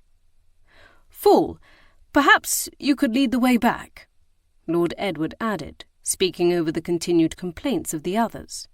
He dipped his head in agreement, and turned to lift his lantern higher, plunging back into the tunnel. The others swiftly followed, all the while grumbling and screeching with anger and residual fright. But Gage and I lingered, waiting until our companions passed out of hearing range before we spoke. "That's no prop," Gage accused, searching the Lord of Misrule's now solemn gaze. "And this is no jest." He swallowed, his Adam's apple bobbing in his throat. "No," he admitted, "but it seemed best for the moment to pretend it was." I couldn't argue with that, not when the truth might have sent the shrieking ladies and even some of the inebriated men into hysterics. "Do you know how that body got down here? Or who it is?" Gage pressed. He shook his head, but there had been a slight hesitation, one that told me he knew more than he was admitting. "Then perhaps we should find out." Gage's gaze met mine, silently asking what I wished to do. I knew that he would never ask me to look at a corpse, that if he had his way, I would never be exposed to such a ghastly business ever again. But he also respected my knowledge, and he recognized that with my training, no matter how unwillingly it had been forced upon me by my late anatomist husband, I could glean far more information from a dead body than he ever could. Starkly aware of that cold, hard fact, I nodded. Gage released me, extracting a knife from the scabbard he'd concealed at his waist beneath his long coat before he approached the recess. Lord Edward moved to the side, lifting his lantern as my husband sliced through the fabric of the sack, opening the canvas wide enough so that the cloth could be peeled back from the body. Clasping my hands tightly in front of me, I swallowed the acid already building at the back of my throat and composed myself for what I suspected I would find as I approached the niche. Despite the numerous murder investigations we had conducted in recent years, it had been some time since I'd been confronted with a body in such an advanced stage of decomposition. Such a sight was always a shock to the senses, particularly when there was evidence of animal activity. The cool temperature of the crypt and the chill of a Scottish winter had slowed the decay of the body, at least internally. But the scavengers had disfigured the corpse, attacking the softest and most vulnerable parts first, namely the face. I could not look on it with more than a cursory glance before moving on to search for evidence of how the victim had died. The body had belonged to a man, that I could tell, and a gentleman, if his clothes were any indication of his class. He had stood at an average height, with an average build, and possessed hair a shade of pale sandy brown. There was almost nothing distinguishable about him, at least nothing that the rats had not ruthlessly obscured, except for the small chip in one of his front teeth and the fact that he possessed only one boot. I glanced toward the corner across the room, where Lord Edward had dropped the boot he'd tripped over in the tunnel, confirming that it appeared to be a match for the black leather Wellington the man wore. Perhaps there would be something more significant to note beneath his clothing, but I was not about to conduct a more thorough examination under such circumstances, though the nun's habit I wore would undoubtedly prove to be an effective apron. I glanced at Lord Edward, who stood to my left, staring at what remained of the man's face. His complexion was pale, but he did not seem in danger of casting up his accounts. "You recognize him?" I stated it as a fact, not a question, and his troubled gaze shifted to meet mine. "Or, at the least, you have a strong suspicion?" He didn't reply at first, but then he slowly nodded, reaching up to remove the paper crown from his head. "Yes." He hiccuped a shallow breath through his mouth, struggling, like Gage and I were, not to inhale the stomach-churning smells through his nostrils. "My first thought was... well..." He hesitated. He reminds me of Helmswick, his brother-in-law and Lady Eleanor's husband. But it can't be him. Helmswick left for Paris over 4 weeks ago. With a crushed crown, he gestured to the corpse. So, this can't be him. I bit my lower lip, doing a quick mental calculation. Actually, it could. Both men turned to me in surprise. I know that seems incredible, but given the environmental factors, I glanced around me. The cold temperatures inside this crypt, and the fact that it's the dead of winter, as well as the heavy sack he was wrapped inside, protecting him at least temporarily from scavengers. It means it's just possible he might have been deceased for that long. I contemplated my previous experiences with corpses and the lengths of time Sir Anthony had been able to utilize them before putrefaction became too advanced. The conditions in his private anatomical theatre were far less auspicious than this for preservation, despite all the methods my late husband had employed to keep the bodies from decaying too quickly. But there had been a particularly cold January in 1829, one when ice had even formed on the Thames.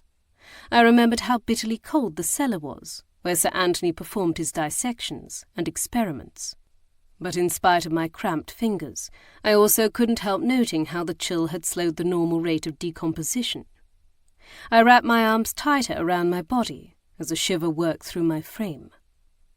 I would say it's most likely the man has been dead somewhere between 2 to 4 weeks, and a few days beyond that is not outside the realm of possibility. I shrugged one shoulder. Of course, if he was killed somewhere else and then left there for a period of time before being transferred down to these subterranean chambers, his death might have been more recent. But I doubt it. That's a broad range, Gage remarked, resting his hands on his hips. I grimaced. I might be able to narrow it down if I take a closer look at the body, but it's doubtful. Time of death is often difficult to judge, even in optimal conditions, and these certainly aren't those. Then this couldn't be a guest from the 12th Night ball? He asked more for clarification than out of genuine curiosity. No. This man died before Hogmanay, I asserted, wondering if Gage had harboured the same initial suspicion I had upon watching the arm slide out of the sack, that perhaps someone had used a forged note, like the ones some of the other guests had received, to draw the victim down here to their death. But the body was far too decomposed to continue entertaining such a possibility. Can you tell how he died? I began to shake my head as I allowed my gaze to slide over what features remained of his face again, but then stopped. There. On the skull. I leaned closer. I think that's a fracture. I lifted my hands to roll the man's head to the side, but Lord Edward stepped in. Here, allow me. I wasn't about to object, and waited until he'd turned the head to the left before dipping my head to examine the wound. It was indeed a fracture, radiating back toward a rather large indentation. Someone had coshed the man in the side of the head with such force that it had splintered the bone, causing jagged shards to piece inward toward the brain. What would cause such a violent injury? Gage ruminated in an aghast voice as he peered over my shoulder. Maybe a large stone or brick, I posited. But if so, the wielder would have needed to be incredibly strong, and his victim lying on the ground in order to generate enough force. But then another thought occurred to me. I looked up at Lord Edward. Or a mace. His mother had mentioned that the guardroom housed ancient weaponry, and I had seen it hanging on the walls myself when we arrived at the castle. His sombre expression turned even grimmer, but he did not argue with this assessment, perhaps having already thought of it himself. Gage reached into the pocket of the man's jacket, and I backed away so that he could have the space to search him for any belongings or some form of identification. When the sleeve of the man's coat shifted upward to reveal some of the skin underneath, I did note it seemed to retain a yellow cast, but given the poor lighting and Gage's hasty movements, I couldn't be certain of it. In any case, his clothing yielded nothing of use, nor did he wear jewelry of any kind. That's odd. Gage declared, wiping his hands on his handkerchief. Did the killer take them, or did he possess nothing portable to begin with?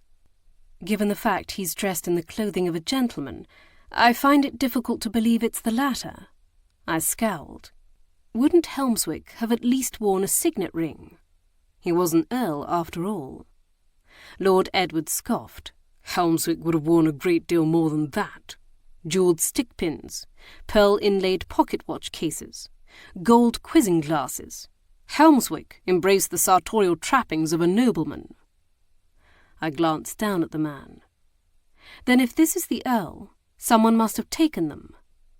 Either because their aim all along had been to steal from him, or to obscure his identity. But which was it?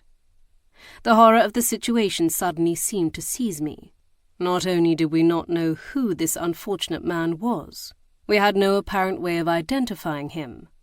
His clothing would have to be checked for markings, but unless those yielded some result, we would have to wait until contact could either be made with Lord Helmswick in Paris, or not. And while we had identified what appeared to be the cause of death, there was a wide window of possibilities for the time it may have occurred. Perhaps one of the surgeons from London or Edinburgh, who had recently begun to focus on the relatively new field of medical jurisprudence, might be able to more accurately tell when death had occurred, but I was at a loss. What was worse was the realization that this man's death, be it Helmswick or someone else, and the stashing of his body in this crypt, pointed to someone in the Duke's castle being the culprit. And if the body did, in fact, belong to Helmswick, then the field narrowed even further. I didn't want to believe that someone in the Duchess's family could be capable of such a thing.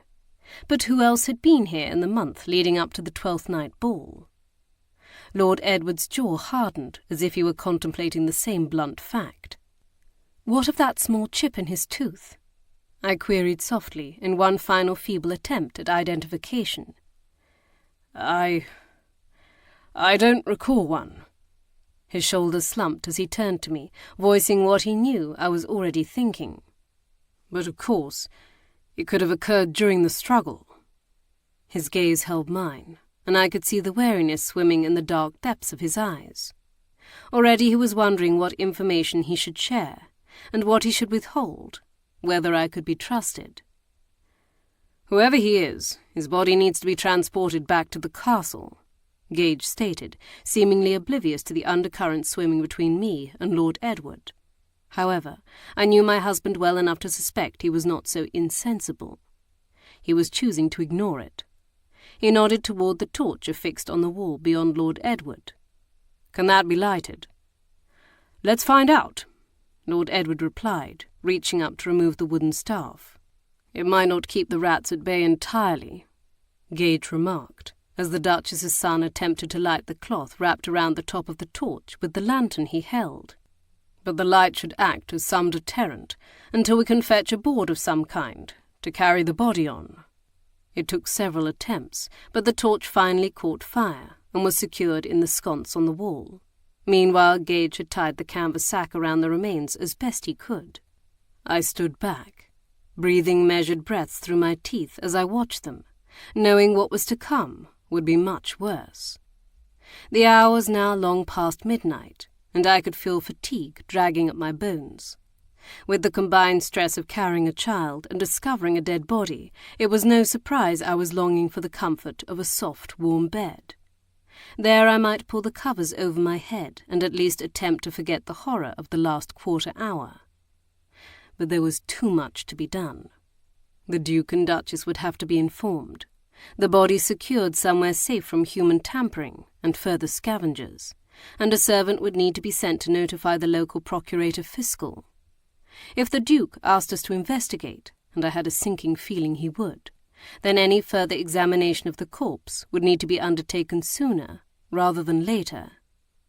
If I made it to bed before sunrise on this cold, dark winter night, I would be surprised.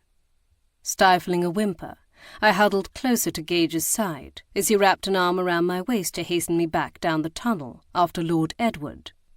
As if conscious of the ache in my back I was struggling to hide, he cupped my opposite elbow where it bent and lifted, alleviating some of the weight pressing downward on my spine. Though he could have reminded me I was the one who insisted on following our Lord of Misrule on this ridiculous ghost tour, and hence the reason we had stumbled across a body in these underground passages, he held his tongue. Perhaps because he knew as well as I did that one way or another, once that body had been discovered, we would have found ourselves drawn down here, either by invitation or by misgiving after hearing reports of the other's frightful encounter.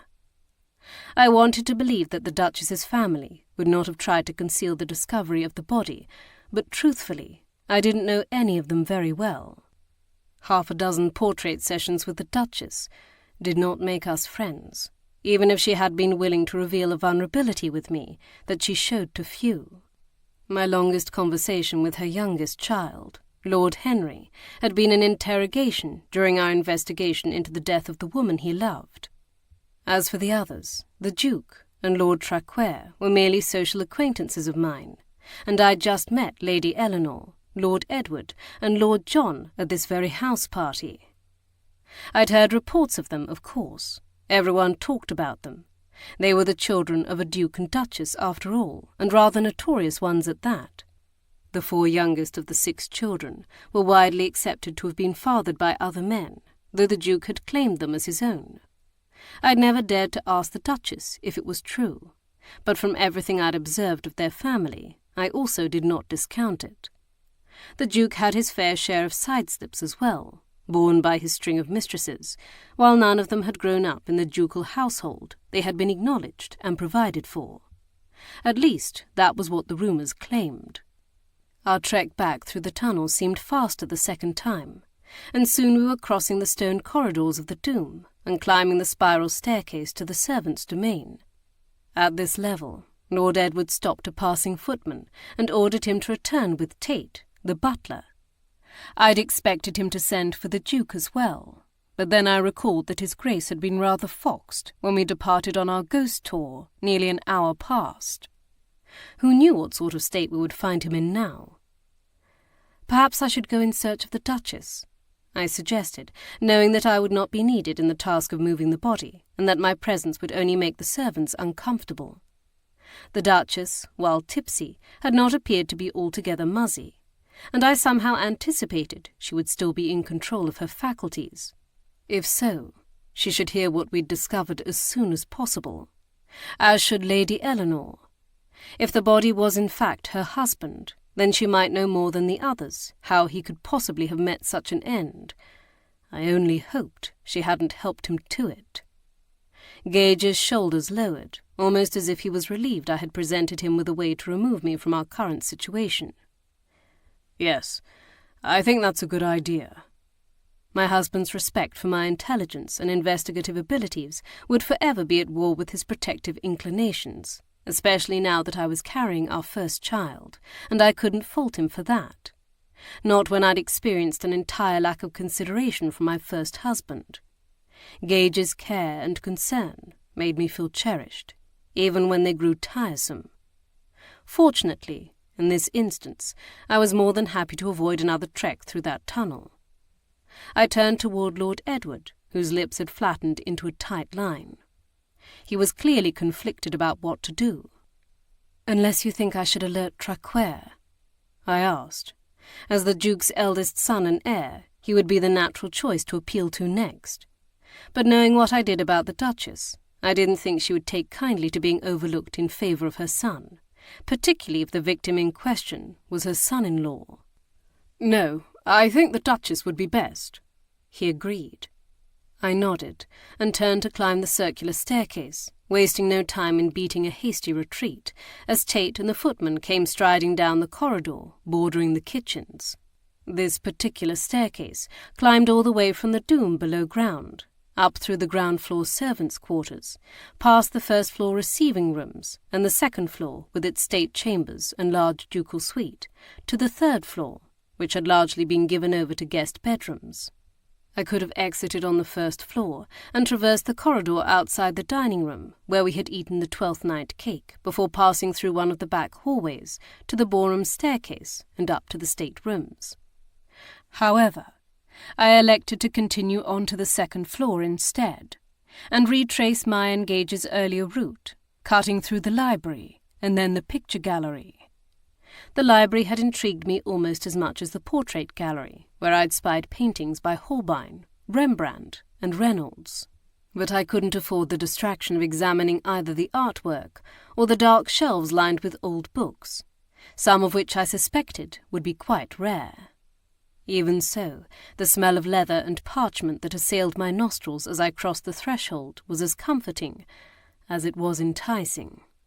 The library was divided into 2 rooms, the first of which was almost half the size of the ballroom, which was why I didn't hear the voices issuing through the open door into the next chamber until I was already 3/4 of the way across the room. I slowed my steps at the sharp tone of the first speaker's voice. The answering lazy drawl left me no doubt as to whom the second speaker was. "Well, someone in this family needs to make it their business," the first voice retorted. "Have a care, Marsdale. Do you think I don't know that?" He snapped in a harsher tone than I'd ever heard the roguish Marquis use. "Do you think I don't understand? If he was still here, why, I would wring his neck." Chapter 6. At this pronouncement, I hesitated in taking the last step that would bring the speakers into sight. However, from the silence that had fallen, it was evident they were already aware of my presence.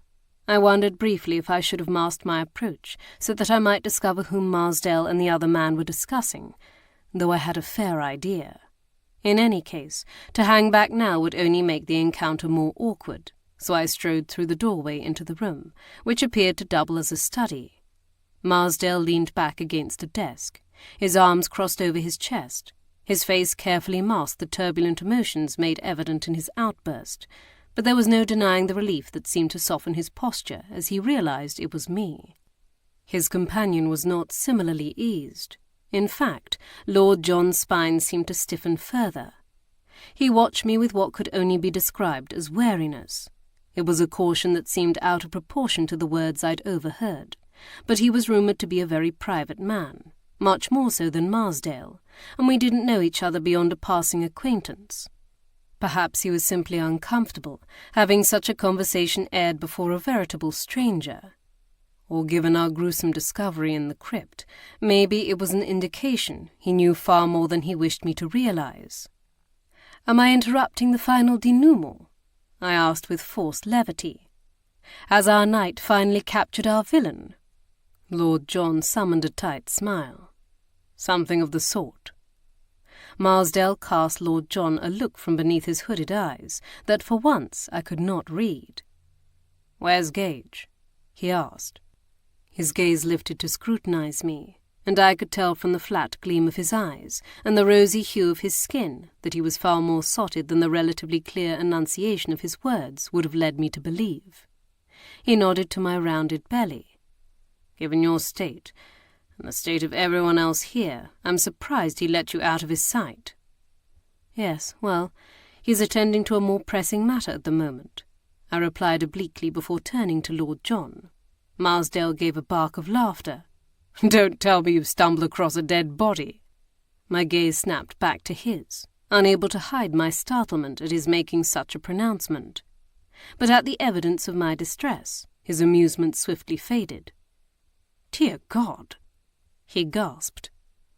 "You have?" I shook my head, raising a finger to silence him. "Not a word," I ordered, as dismay trickled through me at my failure to keep the matter concealed. "Not another word. Where is your mother?" I demanded of Lord John, who stared at me with round eyes. "My mother?" he stammered. "Am I correct in assuming the Duke is incapacitated?" "I should say so. Drunk as an emperor," Marsdale rejoined, trampling over both my demand for him to remain silent and my attempt to phrase the matter delicately. "Then I need to speak with the Duchess. Do either of you know where she is?" Lord John blinked at me, as if he was struggling to comprehend, and I wondered briefly whether it was shock or his family's whiskey that had muddled him. "The last I saw her Grace, she was waltzing with Wansford," Marsdale replied, referring to her latest lover. Yes, Lord John finally managed to reply. I nodded and hurried across the room with a rustle of wool, trusting both men would keep their counsel. Marsdale might be an irreverent rake, but he was no tattler, and Lord John was even more reticent, though I had to wonder how Marsdale had hit on the source of Gage's preoccupancy so quickly. It was true that our reputations as inquiry agents, and mine for stumbling across dead bodies, were well established, and Marsdale loved to tease me about it, but that did not necessarily mean he hadn't had prior knowledge of the fresh corpse in the crypt. I hastened past a couple amorously embracing on one of the benches in the picture gallery, and edged past another in the entry to the staterooms, who seemed to be struggling to put one foot in front of the other. My nose wrinkled as the stench of something unpleasant reached my nostrils, and I spared a moment of sympathy for the maid in the corner of the grand foyer, who was cleaning up after one of the guests. At this late hour, the 12th Night party was no longer so much festive as doleful. Though the musicians still played in the ballroom, only 2 couples occupied the dance floor, and one of them merely swayed against each other. Others were draped across the chairs and benches positioned at the edges of the room. The Duchess was seated on the chaise closest to the door, flanked by the Earl of Wansford and her daughter. Not wanting to draw undue attention to myself, I sidled closer to stand before her. At first she did not acknowledge me, her eyes staring blearily into the distance, but when I cleared my throat, drawing her gaze, it became clear that the haziness had been because she had been lost in thought, not due to a dulling of her senses. "Lady Darby," she declared with forced cheer. "My dear, you must be tired. I remember when I was in such a condition," she shooed her lover, who was already pushing to his feet. "Wansford, give Lady Darby your seat." "Of course." He offered me a gentle smile. Their reactions left no doubt that my features appeared drawn, but they didn't yet realize it wasn't entirely the fault of fatigue. Sitting beside the Duchess, I allowed myself to enjoy the respite of being off my feet for one moment, before leaning closer. "Your Grace, I need to speak with you in private. Something troubling has occurred." Though my words were uttered softly, apparently they were not spoken quietly enough, for Lady Helmswick turned her head to regard me. "One of the children?" she asked, though I could have sworn by the way her eyes searched mine that was not what she had initially been thinking.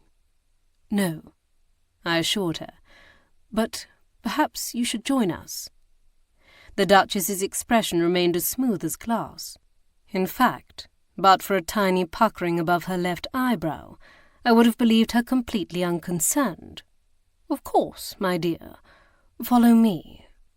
She pressed a hand against Wansford's sleeve and murmured a few words before leading me and her daughter into one of the antechambers, tucked off the ballroom. Though small, I would not have called it cosy. A series of tapestries hung from the walls by an artist I was unfamiliar with, each portraying a different religious sacrament, while Louis XIV's chairs were interspersed with chaises longues upholstered in a rich plum fabric. However, it was the cabinet with the glass inlaid top near the door to which I was drawn. Inside, a set of surgical instruments from the previous century were displayed. The picks, scalpels and hacksaw affixed in their slots within a battered leather case. These instruments were not so very different from the ones my late husband had used. Given that fact, I had to wonder whether the Duchess had chosen this antechamber, of all the others, for a particular reason. Catching my gaze as I lifted it, after lingering over the contents of the cabinet, she waved her hand toward it negligently. Beaumont's uncle, Lord Robert Kerr, was wounded at sea during the American War of Independence, and those were the instruments used by the surgeons to amputate his leg. Little good it did. She sank onto one of the chaises, draping her arm over the rounded head. His leg turned septic, and he died soon after. I don't know why the family insist on making such a gruesome display of the implements of his demise. Her nose wrinkled, but I absolutely refused to leave the ghastly painting they had created of his death scene hanging over it. "This chamber is dreary enough without it," her daughter concurred, as she perched on the edge of one of the chairs. "Now, What is this troubling thing that has occurred? The Duchess prompted, as I chose the chair across from them, the better to view their reactions. As you know, Lord Edward led a number of us on a ghost tour through the castle. He even took us down to the Doom, I uttered, stumbling over the appellation, and through the underground tunnel into the catacombs of Kirkbride Abbey. She shook her head, though her eyes twinkled with good humour. That boy has always had a touch for the dramatic, and let me guess, someone was injured. Who knows how long it's been since that channel was properly inspected and cleared out? No, we found a body. A new body, I clarified. Well, relatively new. I suspect he's been dead for 2 or more weeks. Good heavens! The Duchess gasped, pressing a hand to her chest. How dreadful! It must have been a villager. She leaned forward. Or one of those tramps who pass through from time to time to view the Abbey ruins. Just south of here, there's an oft-travelled coach road between Moffat and Selkirk, and many walkers detour toward the wilder braes and glens on the route north to Traquair, sometimes passing over our land. Lady Helmswick nodded in agreement, her wide-eyed shock fading at this explanation. I suppose that is a possibility, but based on the victim's clothing, it seems he was most certainly a gentleman, I replied, and although identification is a bit difficult, we and Lord Edward have a strong suspicion who that man may be. Who?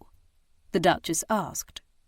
My gaze slid toward her daughter as I hesitantly formed my next words. Lord Helmswick. His wife stiffened as if I'd struck her. But that's impossible. Helmswick left for Paris on December 4th, and he certainly hasn't returned since then.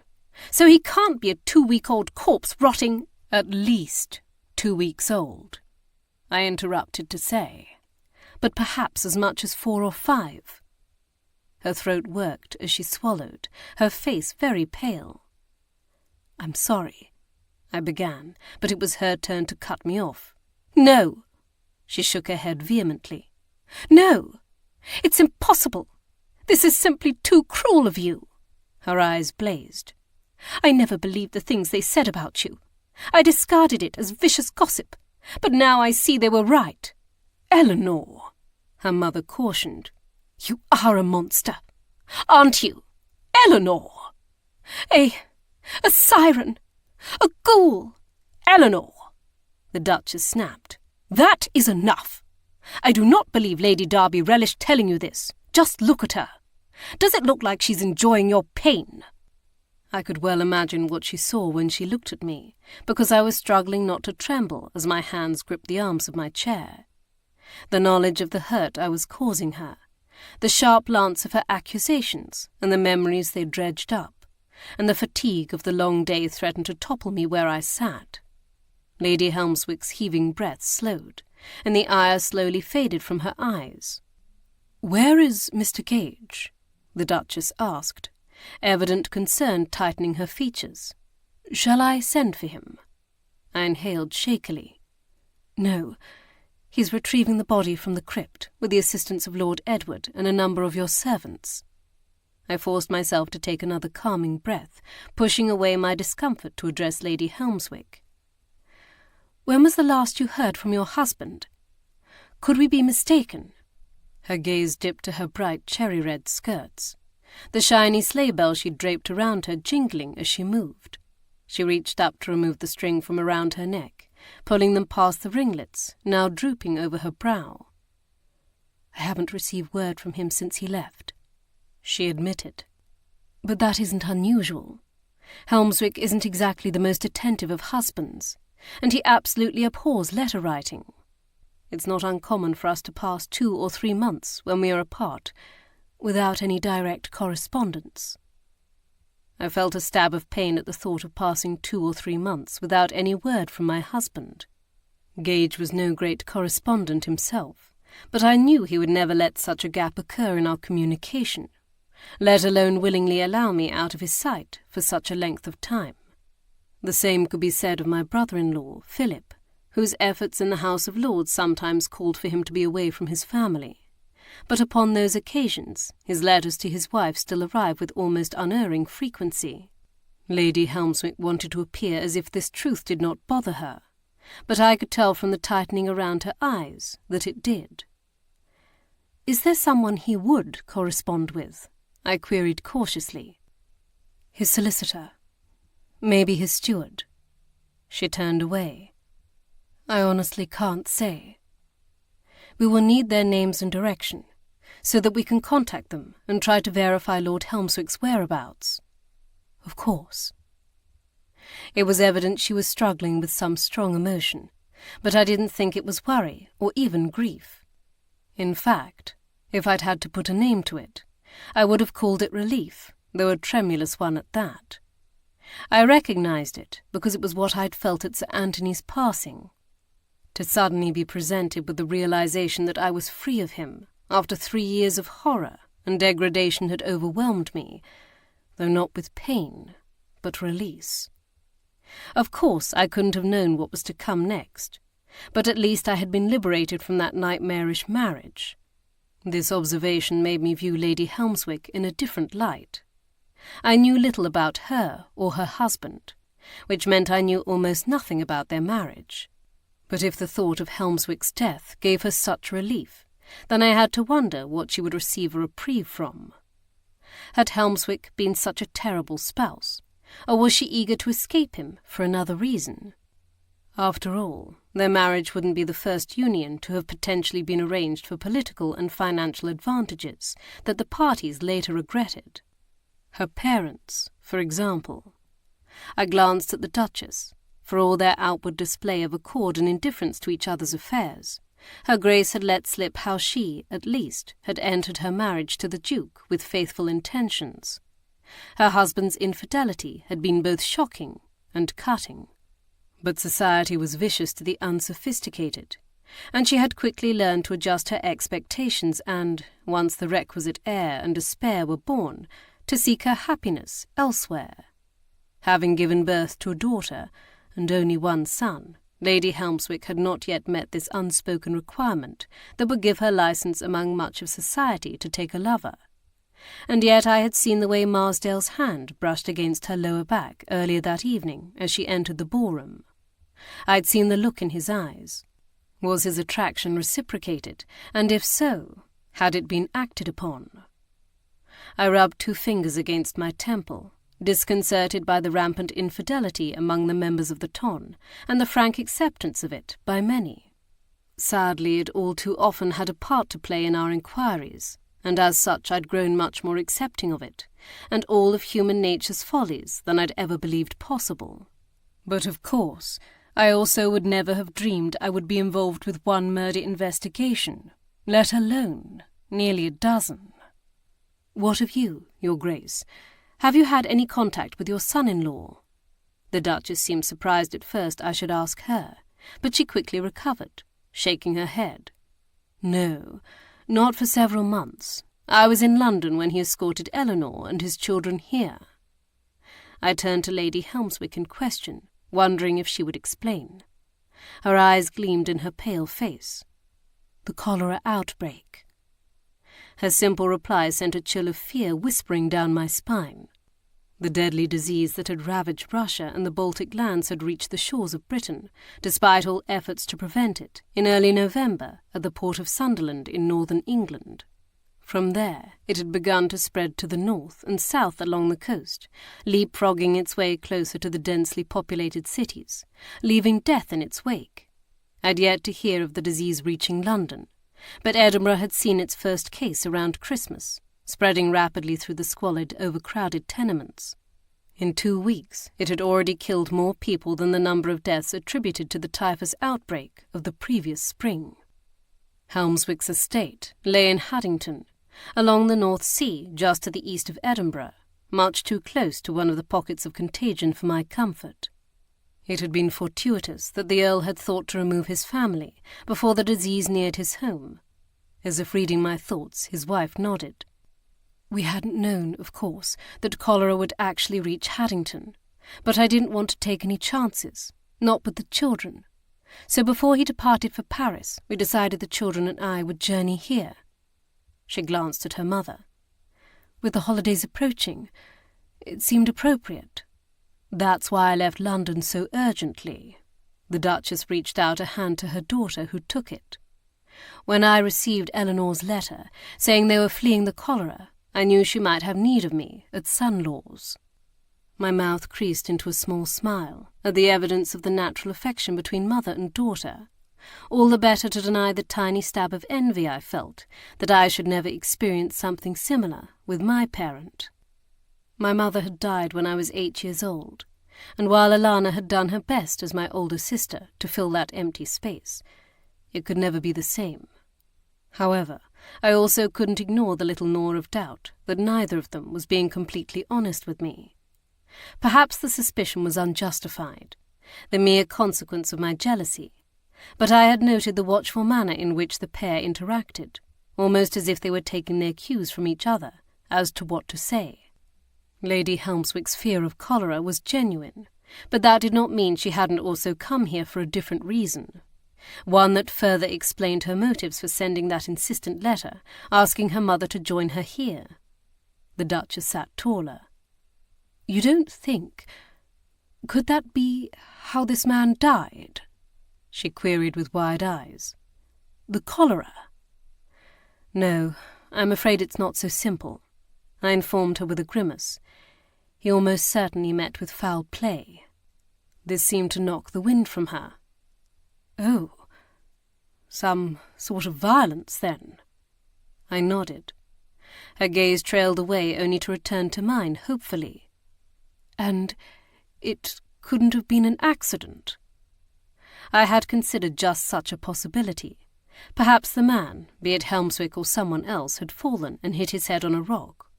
The trouble with such a scenario was that there would not have been enough force generated to create such a severe fracture in his skull, not unless he had fallen from a great height, and no such place existed in the tunnels and chambers below ground. Add to that the obvious attempt to conceal the body by placing it in the crypt, and there was but one probable conclusion: murder. "No," I stated simply, deciding there was no need to elaborate. The skin across Lady Helmswick's face tightened as she struggled to maintain her composure. She might have been relieved to be rid of her husband, but accidental death and violent murder were two very different things. While I hadn't wished Sir Anthony well, I also hadn't wanted him to meet with foul play. Well, if I were to be honest, perhaps once or twice I'd harboured ill wishes for him, when he'd been at his foulest and most threatening. But if I'd had to confront the fact that he'd been murdered, I would have been quite distraught, regardless of my loathing for him. I did not know how Lady Helmswick truly felt about her husband, but if she was aware of his demise, then she wasn't aware of the actual cause. Her shock and distress were too genuine. I would have staked my reputation as an investigator on that. The Duchess's brow furrowed, but she did not object, and her next words seemed to indicate she had accepted my assertion. "Then there will be an inquest?" "Yes, I imagine Tate is sending for your local procurator fiscal as we speak." She closed her eyes and heaved a weary breath before nearly groaning. "Peter Rogers. Why Sir Walter appointed that puffed-up buffoon." She huffed, cutting herself off before she could utter any further insults. Her gaze lifted to meet mine, her eyes glittering in determination. "You must investigate. You and your husband." I had expected her to say as much, but after undertaking this interview, I wondered if perhaps it was a bad idea. I feared I could not remain impartial, and that the Duchess was counting on just that. As much as I liked her, I was not blind to the fact that she was a duchess, and as such accustomed to getting her own way in all things, except those that contradicted the Duke.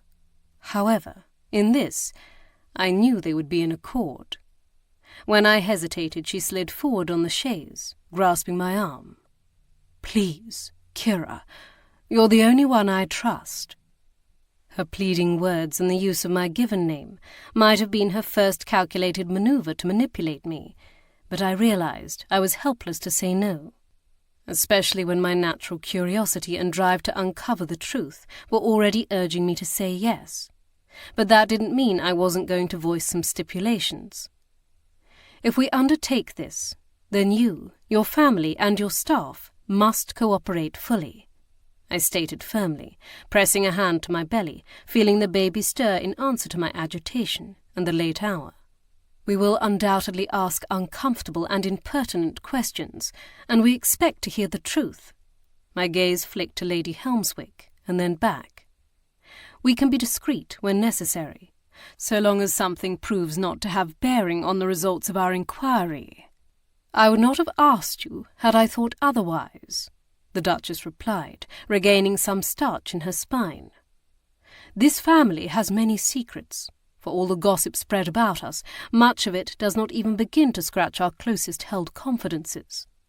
I am trusting you to be gentle with us and guard them in return. She nodded in concession. Unless revealing them becomes absolutely necessary. I was not going to argue the precise definition of necessary with her, for our opinions would likely differ. I would simply have to confront it, if and when the situation arose.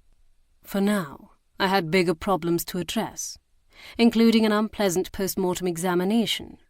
With any luck, I would uncover something that could definitively identify the victim, or for the Kerr family's sake, at the very least, rule Lord Helmswick out. Chapter 7. Though there were times when I despised my husband's high-handedness, there were other times when I was heartily glad of it. After my interview with the Duchess of Bowmont and her daughter, I dragged my feet back toward the servants' quarters, deciding it was better to have the post-mortem over and done, despite my aching back and exhausted mind. However, Gage would have none of it. Intercepting me at the base of the stairs, he took one look at me and whisked me back upstairs, practically carrying me up the last 2 flights. He informed me that the corpse had been placed in a small antechamber off the wine cellar, one which was nearly as cold as the crypt below ground. The door had been sealed and locked, with him possessing the sole key, so there was no reason the examination could not take place in the morning. After only a token resistance, I had to admit he was right. The amount of decomposition that would occur between now and then, after the body had been already decaying for 2 or more weeks, would be negligible. While part of me would have rather undertaken the unpleasant task as soon as possible, the other part of me recognized my limitations. Perhaps if I had not been round with child, I would have fought harder, but I already felt slightly queasy, and the state of the corpse would only make that worse. In any case, Lord Edward informs me Mr. Rogers, the Procurator Fiscal for this county, is undoubtedly 3 sheets in the wind at this hour on 12th night, if not already on his way to 4. Gage told me, as we reached the door to my assigned bedchamber. The likelihood of his arriving before midday is slim to none. That this Mr. Rogers would object to a woman examining the body was all but certain. Most men, particularly gentlemen, objected on principle alone, aghast that the prospect should even be presented to them, which was why it was best to complete the task before he could balk at it. The Duchess, it seems, is none too fond of this Mr. Rogers, or his abilities, and she's asked us to investigate, I replied, before stifling a yawn. Has she? He murmured thoughtfully, and then reached out to open the door. I would have elaborated, but the sight of Bree standing near the dressing table, her arms crossed over her chest, brought me up short. Her artfully coiffed hair looked as though it had been through a minor windstorm, and she fairly bristled with exasperation. Bree, what are you doing here? We told you that you had the night off. I followed her glare toward Anderley, who leaned against the door leading to the sitting room that connected my and Gage's assigned bedchambers, with his arms crossed over his chest. Told both of you that. My husband's valet's dark hair and clothing were likewise rumpled, belying his insouciant demeanour, a bearing I suspected he'd learned from his employer. Whether he realized it or not, Gage stood in just the same stance, sporting that exact expression when he was eager to conceal something. It was meant to deflect as well as distract, drawing one's attention to his physical stature, his broad shoulders, narrow waist and muscular legs, rather than his mental manoeuvring. I had always thought of Anderley as a dark foil to my husband's golden looks, and his physique was similarly impressive, though it didn't have the same effect on me, or on Bree, if the black scowl she directed his way was any indication. "We heard about the body," she replied, softening her anger as she turned toward me. "The entire servants' hall was abuzz with the news, and we thought you might have need of us." If the servants all knew, then the entire castle, as well as the adjoining village, if not half the county, would be aware of it by morning. Gage sighed, evidently realizing the same thing. "Not tonight. There's nothing more to be done until morning. What's left of the body will keep until then." Bree wrinkled her nose, her only outward display of disgust. "As will our questions, given that most of the guests are too inebriated to stand upright, let alone answer a simple query. But we will need your help then." He glanced between his valet and my maid, noting the same hostility toward each other I had. "Why don't you both bring us our breakfast trays at first light, and we can discuss the matter then? For now, we could all use some rest." And by all, I knew he really meant me. "Though I will use your assistance now," he told Anderley, pulling the wig from his hair as he crossed the room. A cloud of powder billowed over his head. "This infernal wig is making my scalp crawl." With his other hand he reached up to scratch at his matted hair, making it stick up in sweaty clumps. "It's no wonder men used to shave their heads. How else could they abide these things?" he grumbled as he led his valet through the door. Bree stepped forward to help me remove the veil and wimple, draping them over the bench at the foot of the bed, as I loosened the belt fastened above my rounded stomach. I heard the fiddlers when we passed by the servants' hall. I murmured idly, "Did you have a pleasant time? That is, before you heard about the body?" "Aye," she replied simply, too simply to explain the twin furrows between her eyes. "You must have fit in nicely," which I knew was not always the case, but as a fellow Lowlander Scot, she would have had much in common with the Duke's staff. Anderley was the outlander this time. "Aye, everyone was quite jolly." A smile briefly flickered over her lips. "They seemed glad to have another Scots lass to swing about the room." Her mouth tightened. "They were very kind." But someone had not been, and by her use of the word "they," I could only suspect it was Anderley. The pair had always gotten along rather well, trading jests and teasing Barbs like a brother and sister, but apparently this had gone beyond that, and did not bode well for the harmony of our investigative quartet. Bree whisked the scapular and the wool habit from my frame, and I sank gratefully onto the padded stool before the dressing-table, relieved to be free of the heavy garment. Goose flesh raised over my skin from the chill of the room, and the bare covering of my thin silk chemise, but I swiftly found myself swathed in the warmth of my woolen nightdress. "Wore you out, didn't they, my lady?" Bree cooed, as she tucked my indigo dressing-gown around me. "You're getting to the state where you canna do as much as you're accustomed to. You must watch yourself," she scolded gently. "Find a way for me to stop tripping over dead bodies, and I will," I grumbled, none too happy to find myself in the midst of another murder investigation. Her lips curled upward in empathy, and then she set to work on my hair, uncoiling it, brushing it, and then braiding it into one long chestnut rope. I hesitated to ask her about the animosity I'd witnessed between her and Anderley, wondering if it was my place to pry, but the deep groove creasing her forehead convinced me I couldn't remain silent. "Bree, is anything amiss?" "Of course no, my lady." But the clipped tone of her voice merely further convinced me she was lying. "Are you certain? You must know we noticed the tension between you and Anderley when we entered the room. Gage and I were inquiry agents after all." She reached for a ribbon, pulling tighter than necessary to secure it around the end of my braid. "'Twas nothing but a childish squabble. You needn't concern yourself. Bree." "Will that be all?" she demanded, cutting off my sympathetic plea. Her gaze met mine briefly in the reflection of the mirror, and I could see the hurt she struggled to mask beneath the fury snapping in her eyes. Then she whirled away, reaching for my discarded costume. "Yes," I replied belatedly, before reaching out a hand to stop her. "But leave the habit." She glanced back at me in confusion. I grimaced. "I believe I shall have need of it in the morning." She nodded in comprehension, and then wished me a good night. I stared at the door as she closed it behind her, wondering what the squabble had been about, and why it had rumpled both of their appearances. I pressed a hand to my forehead.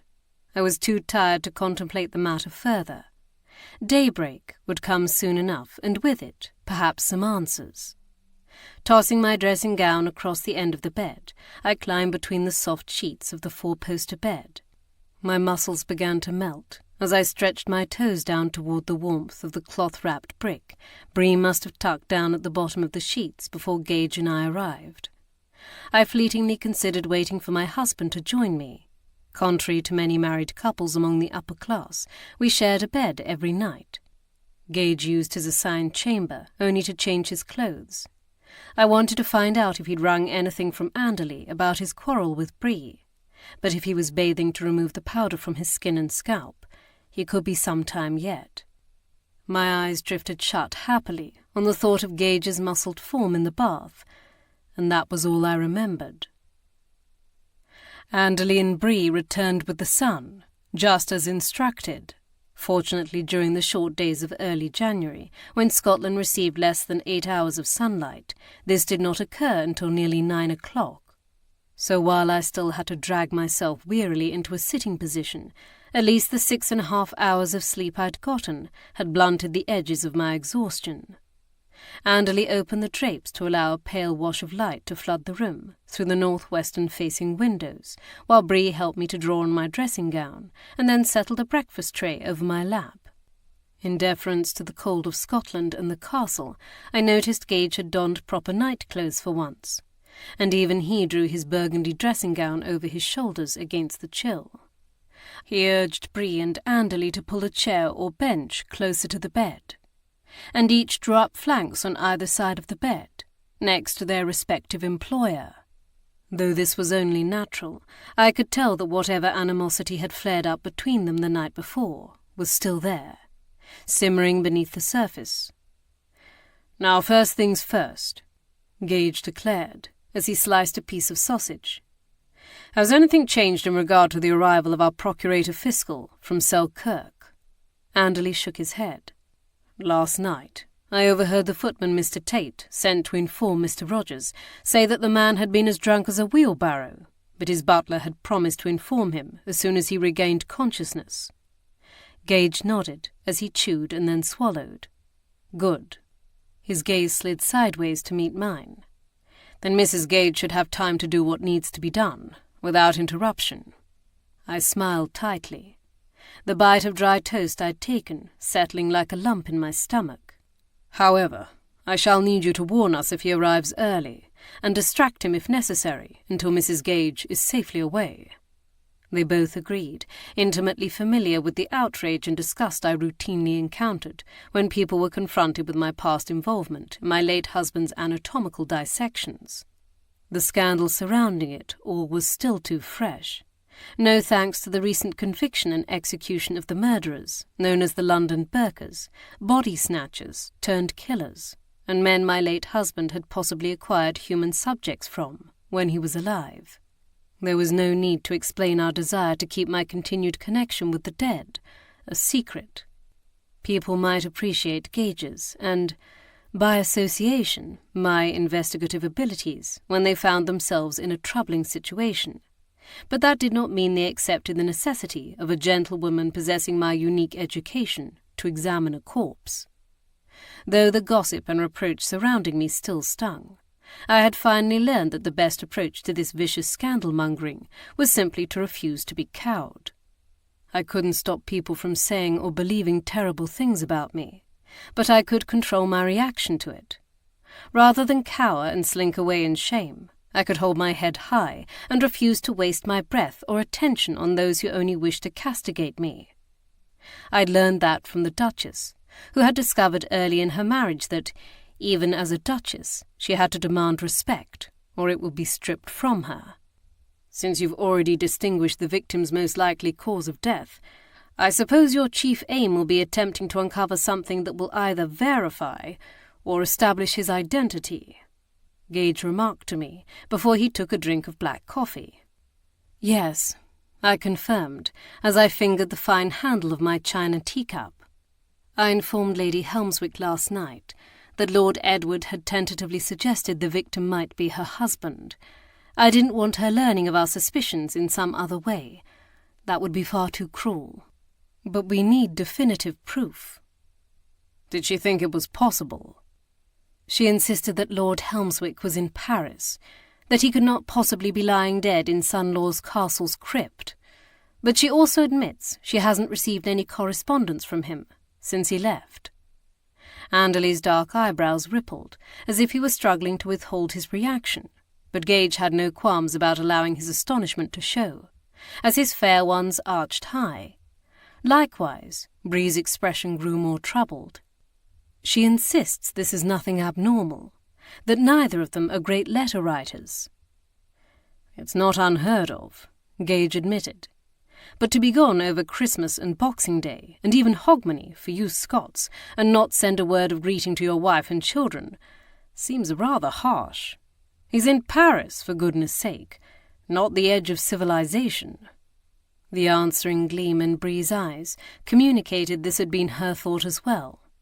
She had spent a few days in late December visiting her family near Gretna, a day's journey from my brother's home along the border between Scotland and England, her first visit since accepting the post as my lady's maid a year earlier. My gaze shifted to Anderley, curious what he'd made of this turn in the conversation. I'd learned only weeks earlier that he'd been an Italian boy, one of those sympathetic beggar lads working the streets of London, either performing, exhibiting animals, or selling wax images and busts.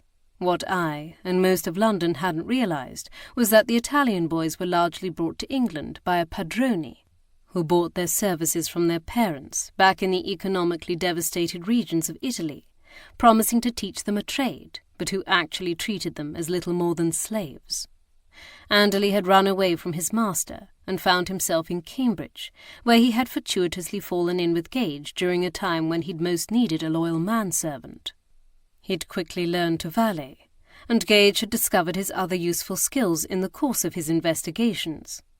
What Anderley's thoughts were on his family, who had essentially sold him into slavery, albeit unwittingly, I didn't know.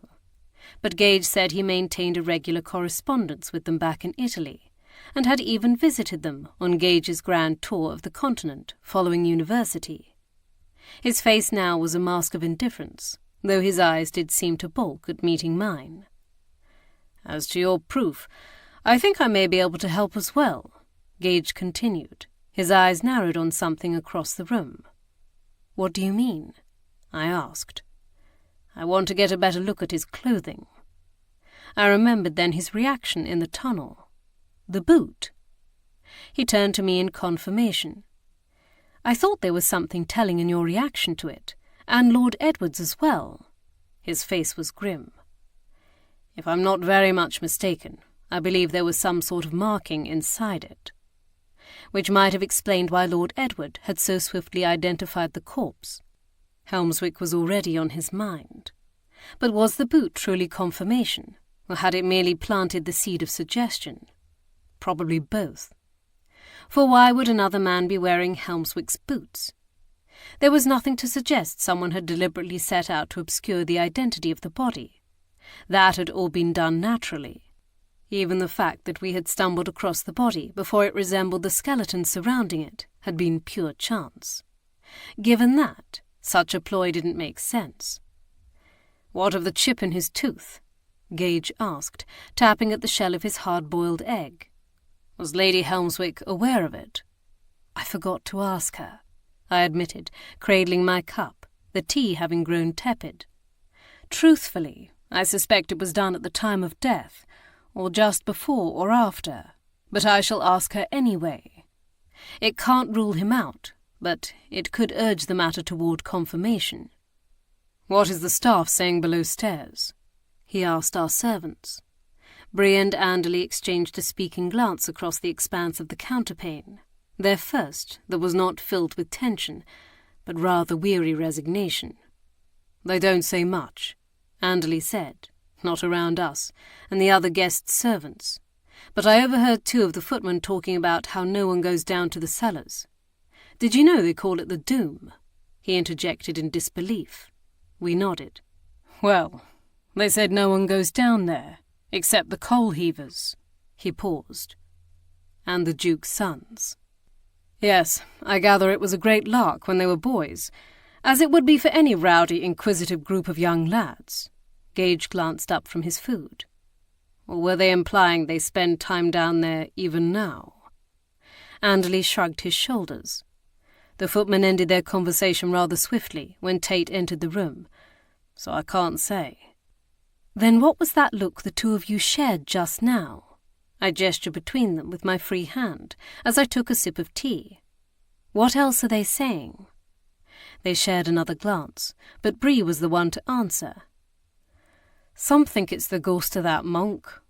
"Friar Thatch?" She nodded.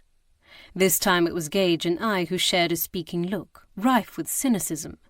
"They think he killed the man, and left his body in the crypt as some sort of sacrifice, or offering." "In that case, it would have made much more sense for the good friar to have left him on the remains of the altar in the ruins of the abbey," Gage muttered dryly. Bree frowned. "I'm only repeating what the maids were whispering. I didna say it made sense." "We know," I assured her. Bree might be more superstitious than some, but she would never seriously consider something so nonsensical. "Is there any reason for them to suspect such an outlandish thing? After all, even the wildest tales usually originate from something, a morbid piece of history, a strange feature in the landscape, an unexplained disappearance. If our time on the mysterious moors of Dartmoor this past summer had taught me anything, it was that myths and folklore had power, and they often took on a life of their own, either aided by the ill intentions of humans, or despite them." "I think I ken what you mean," Bree ruminated thoughtfully, as I knew she would. "In this instance, I dinna ken. At least I know, but I can find out." I nodded. "Do that." "I did have one thought," Anderley ventured as a lull settled over our conversation, and we all turned to him in interest. "If that body truly is Lord Helmswick, how is it that no one has reported him missing?" He glanced to each of us in question. "Even if he was supposed to go to Paris, surely someone would have noticed. His valet, for instance. If his employer has been lying dead in the crypt below this castle, then where is he?" "That's a good question." Gage tilted his head quizzically.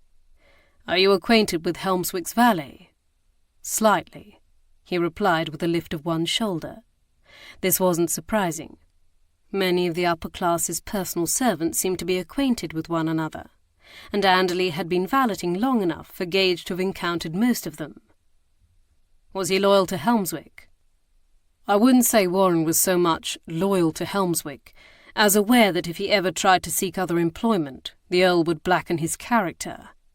His expression left no doubt what he thought of Helmswick as an employer.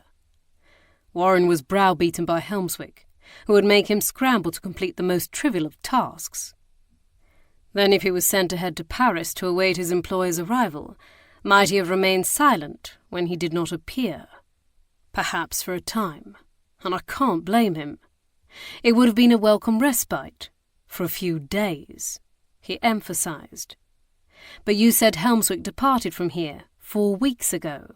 He shook his head. "Warren would never have remained silent for that long." Gage took one last drink from his cup of coffee before setting it down with finality.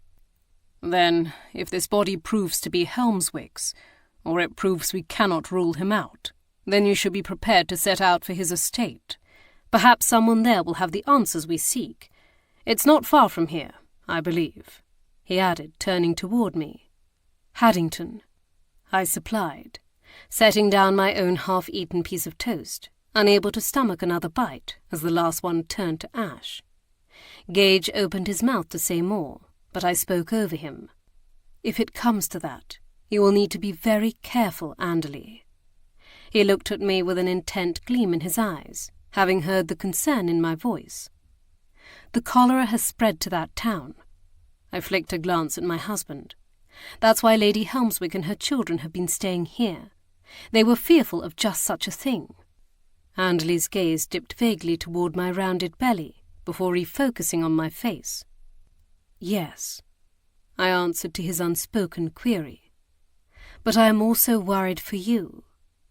A weighted silence fell over the room, one none of us was comfortable with, as evidenced by the manner in which we all fidgeted. It was Gage who finally broke it. "Well then, the day is already advancing, and I suggest we not try our luck further than we already have." He turned toward me, his expression grave. "Are you ready?" I inhaled a shallow breath. "As ready as I'll ever be." He nodded tightly. I knew that if he could take this task from me, he would. But I was the one with the medical knowledge and experience, and I had realized some time ago that it was better I put it to good use than waste it. Let the pain I had endured be turned to something worthy, unmasking murderers and providing peace and justice to their loved ones certainly fit that description. He slid from the bed and followed Anderley into the sitting room connecting our bedchambers to dress. Bree stepped forward as the door shut behind them, her face rigid with suppressed emotion. By the manner in which she surveyed the food left on my tray, registering how little I'd eaten, I knew part of her worry was for me. For once, she did not scold me. Perhaps she realized the same thing I did. In regard to the commission I was about to undertake, a full stomach would not be an asset. However, I also suspected I was not the only reason for her disquiet. My mention of the cholera had also unsettled her. I had seen how white her face had grown. But what I couldn't decide was whether it was the disease itself that upset her, or the fear that Anderley might be exposed to it. Chapter 8. An hour later, I stood with my arms submerged to the elbows in a basin of cold water. I watched the icy liquid turn pink as I scrubbed the evidence of my recent efforts from my hands. Despite the gloves I wore, blood and other fluids always seemed to seep through to my skin. During my time sketching my late husband's dissections, I had rarely touched the cadavers he lectured to me over, but during the course of our investigations, I did not have the dubious luxury of allowing someone else to prod and manipulate the limbs. At first, this had caused me great distress, but I had grown steadily more comfortable with the duties of our calling. Now the sight and touch of dead flesh did not revolt me as before, but the odour of decay still threatened to overpower me, particularly with the heightened sense of smell that my being heavy with child brought with it. I paused in my ministrations, swallowing against an intense swell of nausea. Having decided my hands were as clean as they were ever going to get, I reached for a fresh towel, clutching it close to my body with my stiff, reddened fingers. Then I stepped from the antechamber, where the body had been stored, into the larger wine cellar. The dim room was lined with wooden shelves and covered in bottles of various liquors, from whiskey to brandy and Madeira. In one corner stood kegs of ale and even beer, most made at the castle's own brewery. The must and dust of the castle walls and the sweet aroma of the wood filled my nostrils, replacing the stench from the other room, and I breathed deeply, taking it eagerly into my lungs. The apron I had worn over the woolen black nun's habit had caught the gore from such a close examination of the body, but I still wouldn't wager on its cleanliness. So when Gage joined me from the other room, shutting the antechamber up tight, I urged him to unfasten the garment at the back of my neck. He set the lantern he was holding down on a small table, which held a lamp and the boots that had belonged to the victim. I had found little of significance during my study of the corpse. Much of the evidence I'd hoped to find was already gone, either devoured by scavengers or sullied by decomposition. I could not tell if there had been a struggle. The tissue that might have revealed defensive wounds was missing. However, I did confirm that the cause of death was from blunt force trauma to the head, just as we'd initially suspected, so he might have been struck from behind without ever knowing the attack was coming. It was also evident from the wear on the heel of the boot which had remained on the corpse, as well as from the torn stocking and ragged heel of the other foot, that he had been dragged to his final resting place. As for the chipped tooth, it appeared to be recently damaged, for the edges were jagged and not worn. I told Gage as much, as he rolled the habit upward as I'd directed, trapping whatever splatter it might have accumulated inside its folds, and then lifted it over my head. "We'll still need to ask Lady Helmswick about the tooth," he remarked, as I pointed toward the burlap sack Bree had located. "Of course, but at least we'll be able to anticipate her answer." "Anything else of note?" he asked, diverting his gaze as he stuffed the habit in the sack. Knowing him as well as I did, I could tell he felt ashamed that he'd had to step away from the table and allow me to finish my examination alone. The putrid smells rising from the corpse had made him gag and nearly cast up his accounts, a fact which would have made me lose the limited contents of my stomach as well, since I was already struggling.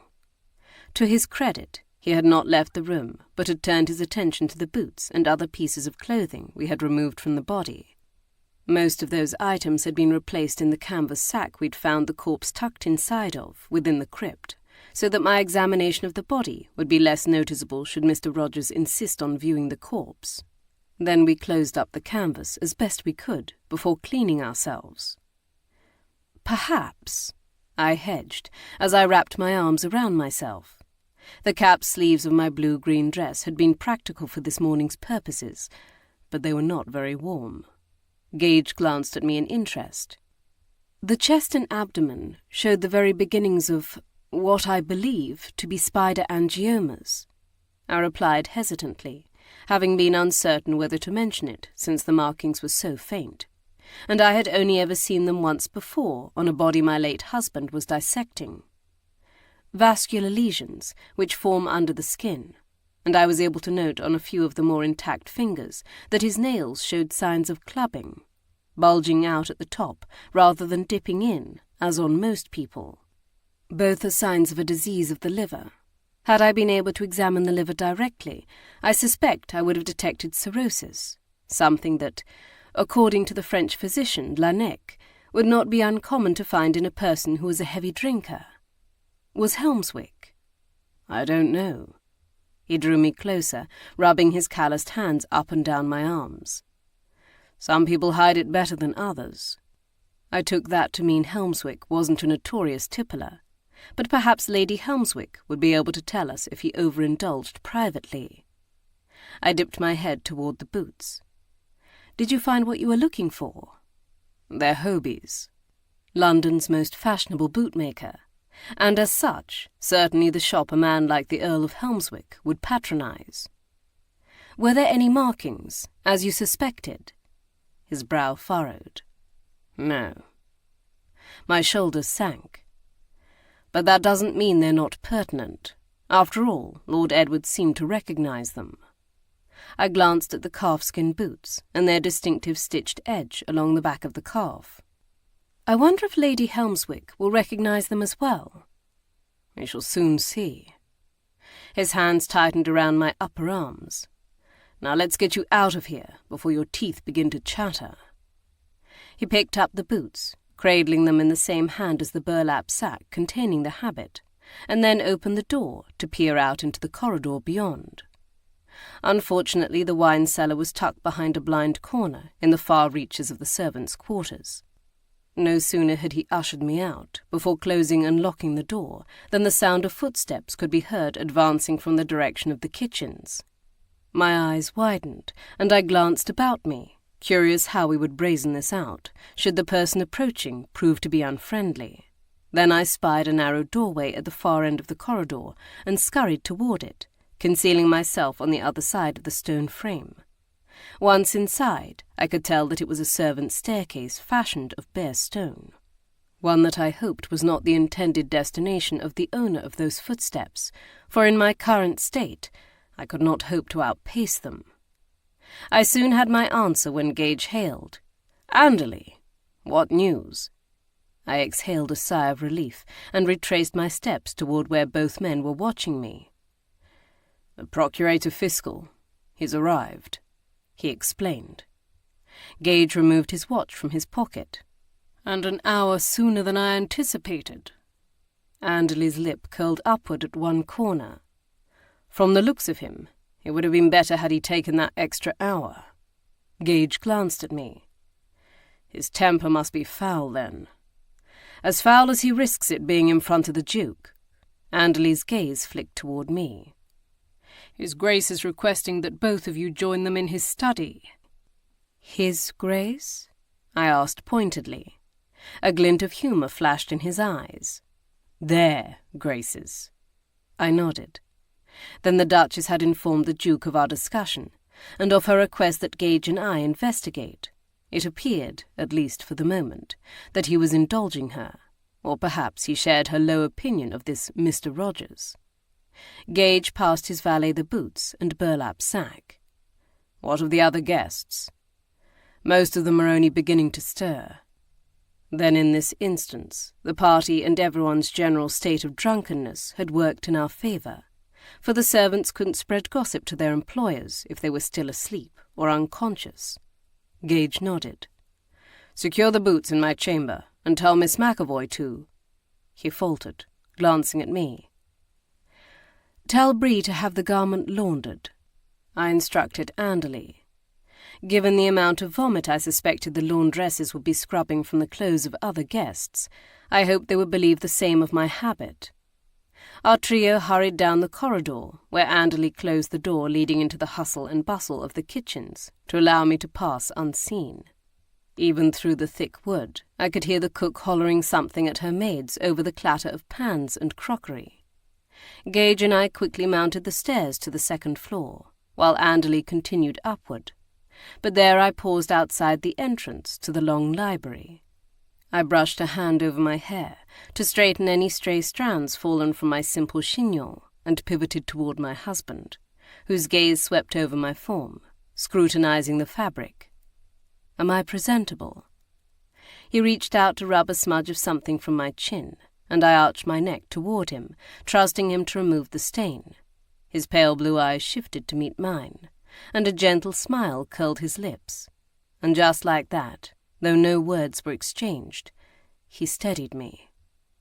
The frazzled sensation tightening my nerves began to loosen, and my lungs inhaled a deeper breath than the ones before.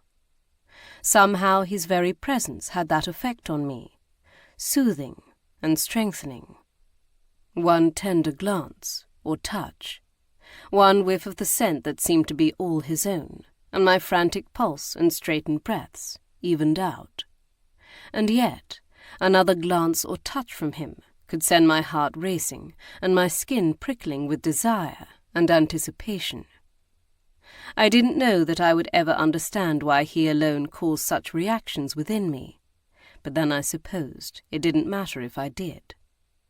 I pressed my fingertips to his freshly shaven jaw, answering his smile with a grateful one of my own.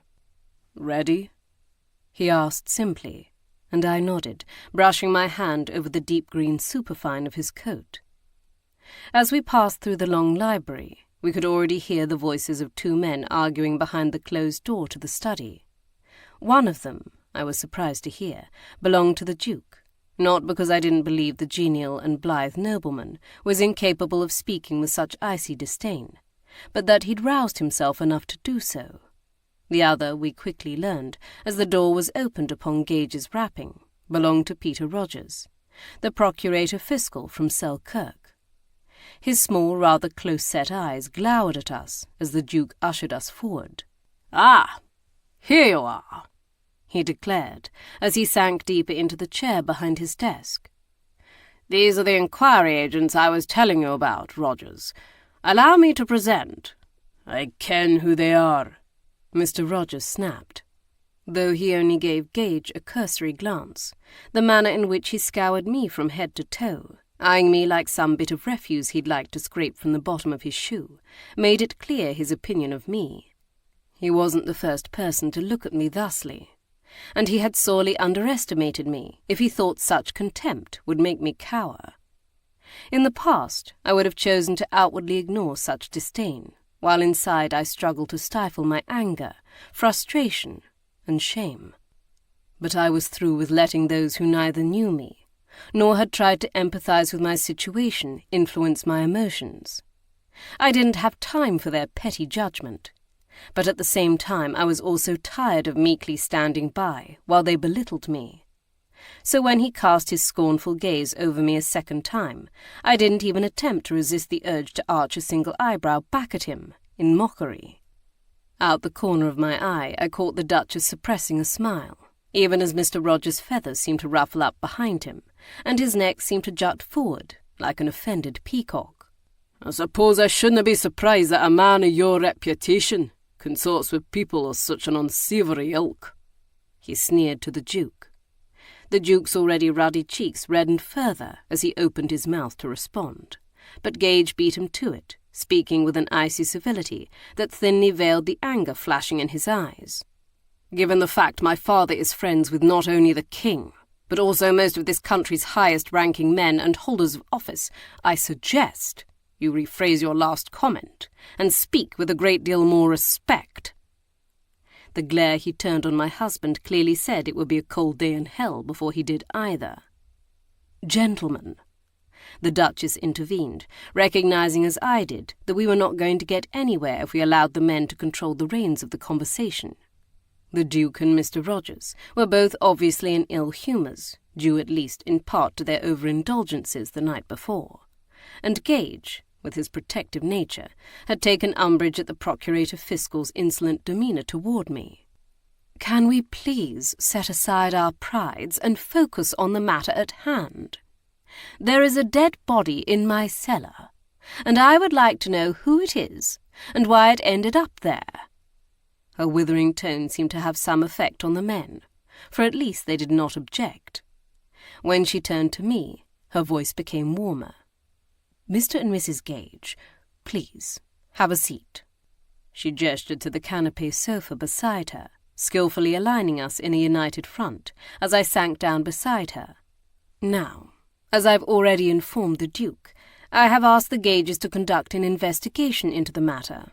I'm sure they're more than capable, so you needn't take more than a cursory involvement until the facts have been ascertained," she explained to Mr. Rogers.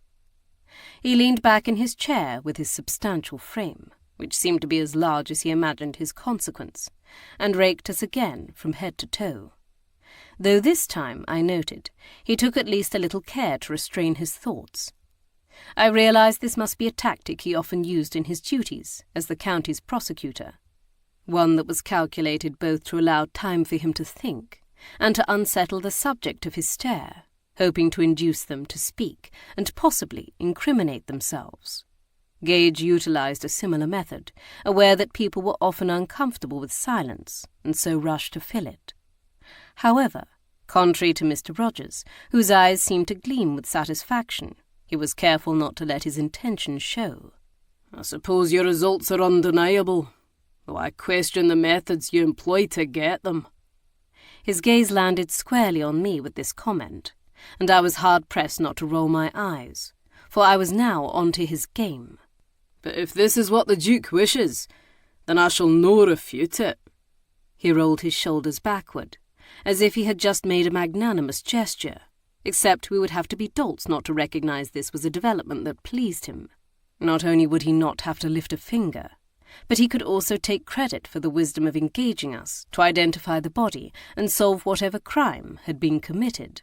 And if we failed to do so, he could blame us for the miscarriage of justice, while avoiding any scrutiny and suspicion of partiality. By granting the Duchess's wish for us to investigate, he was both pleasing the Duke and avoiding any appearance of being in the Duke's pocket. which he confirmed with his next statement. "However, I will not be held accountable should you fail to get results, and I expect to be kept apprised of the status of your inquiry. I can postpone the coroner's inquest for a few days, but I cannot do so indefinitely." "Understood," Gage replied tersely. Mr. Rogers nodded, using his arms to leverage his girth forward in his chair. "Then I'll leave you to it." He sketched a hasty bow to the Duke and Duchess, and then ambled through the opposite door from which Gage and I had entered. Tate stood on the other side waiting for him, apparently anticipating that the Procurator Fiscal's visit would not be a long one. "Pompous old windbag," the Duke muttered as the door closed behind him. "Now, Beaumont, you know Rogers is no older than you are," the Duchess retorted as she crossed the room to pull a tasselled cord that would summon one of the servants. The Duke scowled. "In any case, you can't be surprised that most of the gentry in this area disapprove of our morals, even if few would be so bold to say so to our faces." She passed behind his chair, laying a restraining hand on his shoulder when he would have argued. "I think you can afford to overlook Mr. Rogers' pomposity. After all, beneath his huff and puff, he granted us what we wished." There was a rap on the door, and she turned to ask the footman who had answered the summons to bring tea. She returned to the sofa as he departed, meeting my gaze. "You look like you could use some fortification." Spreading her goldenrod skirts with diamond ruching around the hem as she sank down onto the cushion, she sighed, and adjusted the cornet cap covering her white hair. "We all could." "What have you uncovered, then?" the Duke blustered, apparently not content to wait for tea to arrive before we launched into the matter. "Is the poor sod Helmswick, or is it not?" "That, I'm afraid, we cannot definitively say," Gage replied, his gaze flicking to the Duchess as he searched for the most delicate way to say what he must. "The damage to the distinguishing features of the corpse was too great." However, it was not the Duchess who cringed, but the Duke. He wrinkled his nose as if he'd smelled something revolting. "We can say he was dressed in the clothes of a gentleman, and finely tailored garments at that, and there was something about the body that reminded Lord Edward almost immediately of his brother-in-law. That's where the suspicions began." "That's all?" the Duke scoffed. "There must be dozens of gentlemen who appear similar to Helmswick. He was rather average in appearance, average height, average weight, average brown hair." "I would have called it more of a light sandy brown," the Duchess interjected serenely. The Duke waved this away, as if it was of no consequence. "Still quite average." His brow lowered thunderously. "I wouldn't be surprised if Ned thought of his brother-in-law just to stir up some sort of hornet's nest. He always was the most likely to ruffle everyone's feathers and create trouble." "That's hardly fair," the Duchess objected, only to have her defence cut off by the arrival of the tea-tray. I sensed this was a familiar argument between the Duke and Duchess, and I couldn't help but wonder if it had to do with the matter the Duchess had alluded to me about months before in London. She had hinted at the fact that her third son preferred the company of men to that of women, though of course she had not stated it so outright. Such a thing was simply not done, and in any case was far too dangerous to admit openly. After all, the act of sodomy was a capital crime, a fact I was troubled by, feeling such things were a private matter rather than a criminal one. Whatever the truth of the matter, I didn't believe Lord Edward's identifying Helmswick as possibly being the victim had been any sort of ploy or prank. He had clearly been distressed by the matter and reluctant to voice his observations, so I discarded the Duke's suggestion immediately. In any case, his words were not the lone reason our interest had been aroused in that direction. Gage waited until the Duchess had finished pouring the tea before offering up any further evidence.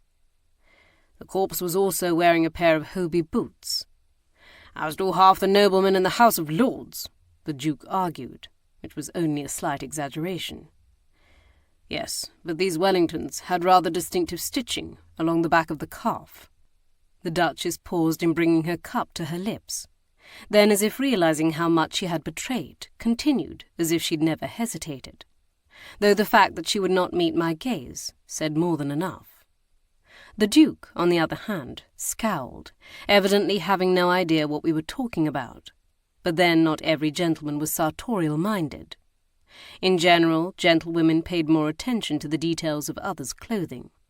After all, it was one of but a few acceptable hobbies and interests open to them. "If you say so," the Duke retorted. "But how distinctive could they really be?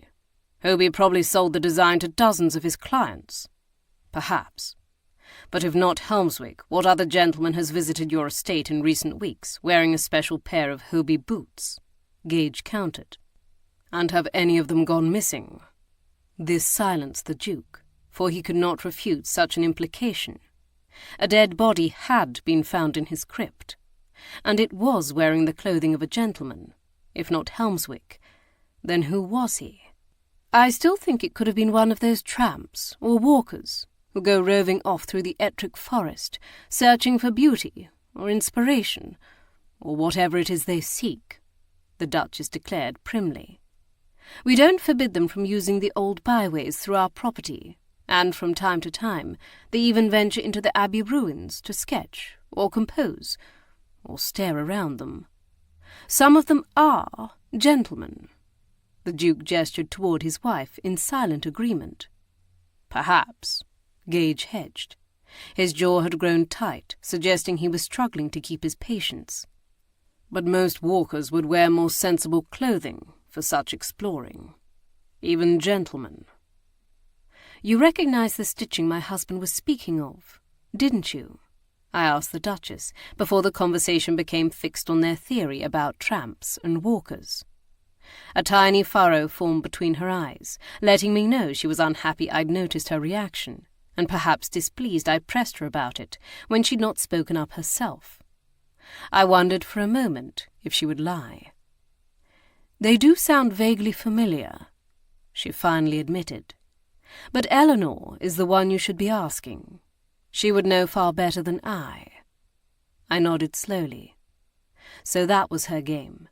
She intended to follow her daughter's lead, whatever it might be, even if it meant denying the truth I saw reflected in her eyes. Part of me was annoyed by this willful deceit, but I also couldn't help but respect her loyalty to her daughter. Nonetheless, respect it though I might, that would not solve this murder. And if the Duchess was willing to mislead or lie about something as slight as the stitching on a boot, then what else would she attempt to conceal? As such, I decided it was pointless to ask her about the chipped tooth, or Helmswick's drinking. She would only offer me the same answer. I passed my teacup to Gage for him to set on the low table before me, as the growing mound of my belly made it awkward for me to do so gracefully. Then I suppose I should speak with her next, before the Duchess could warn her. "Will she still be in her chamber?" "I suspect so," she replied, surprising me when she made no move to rise or insist on joining me. Perhaps I had misjudged her. Gage took my elbow, helping me to my feet. "Then if you'll direct me where to go, I shall pay her a visit."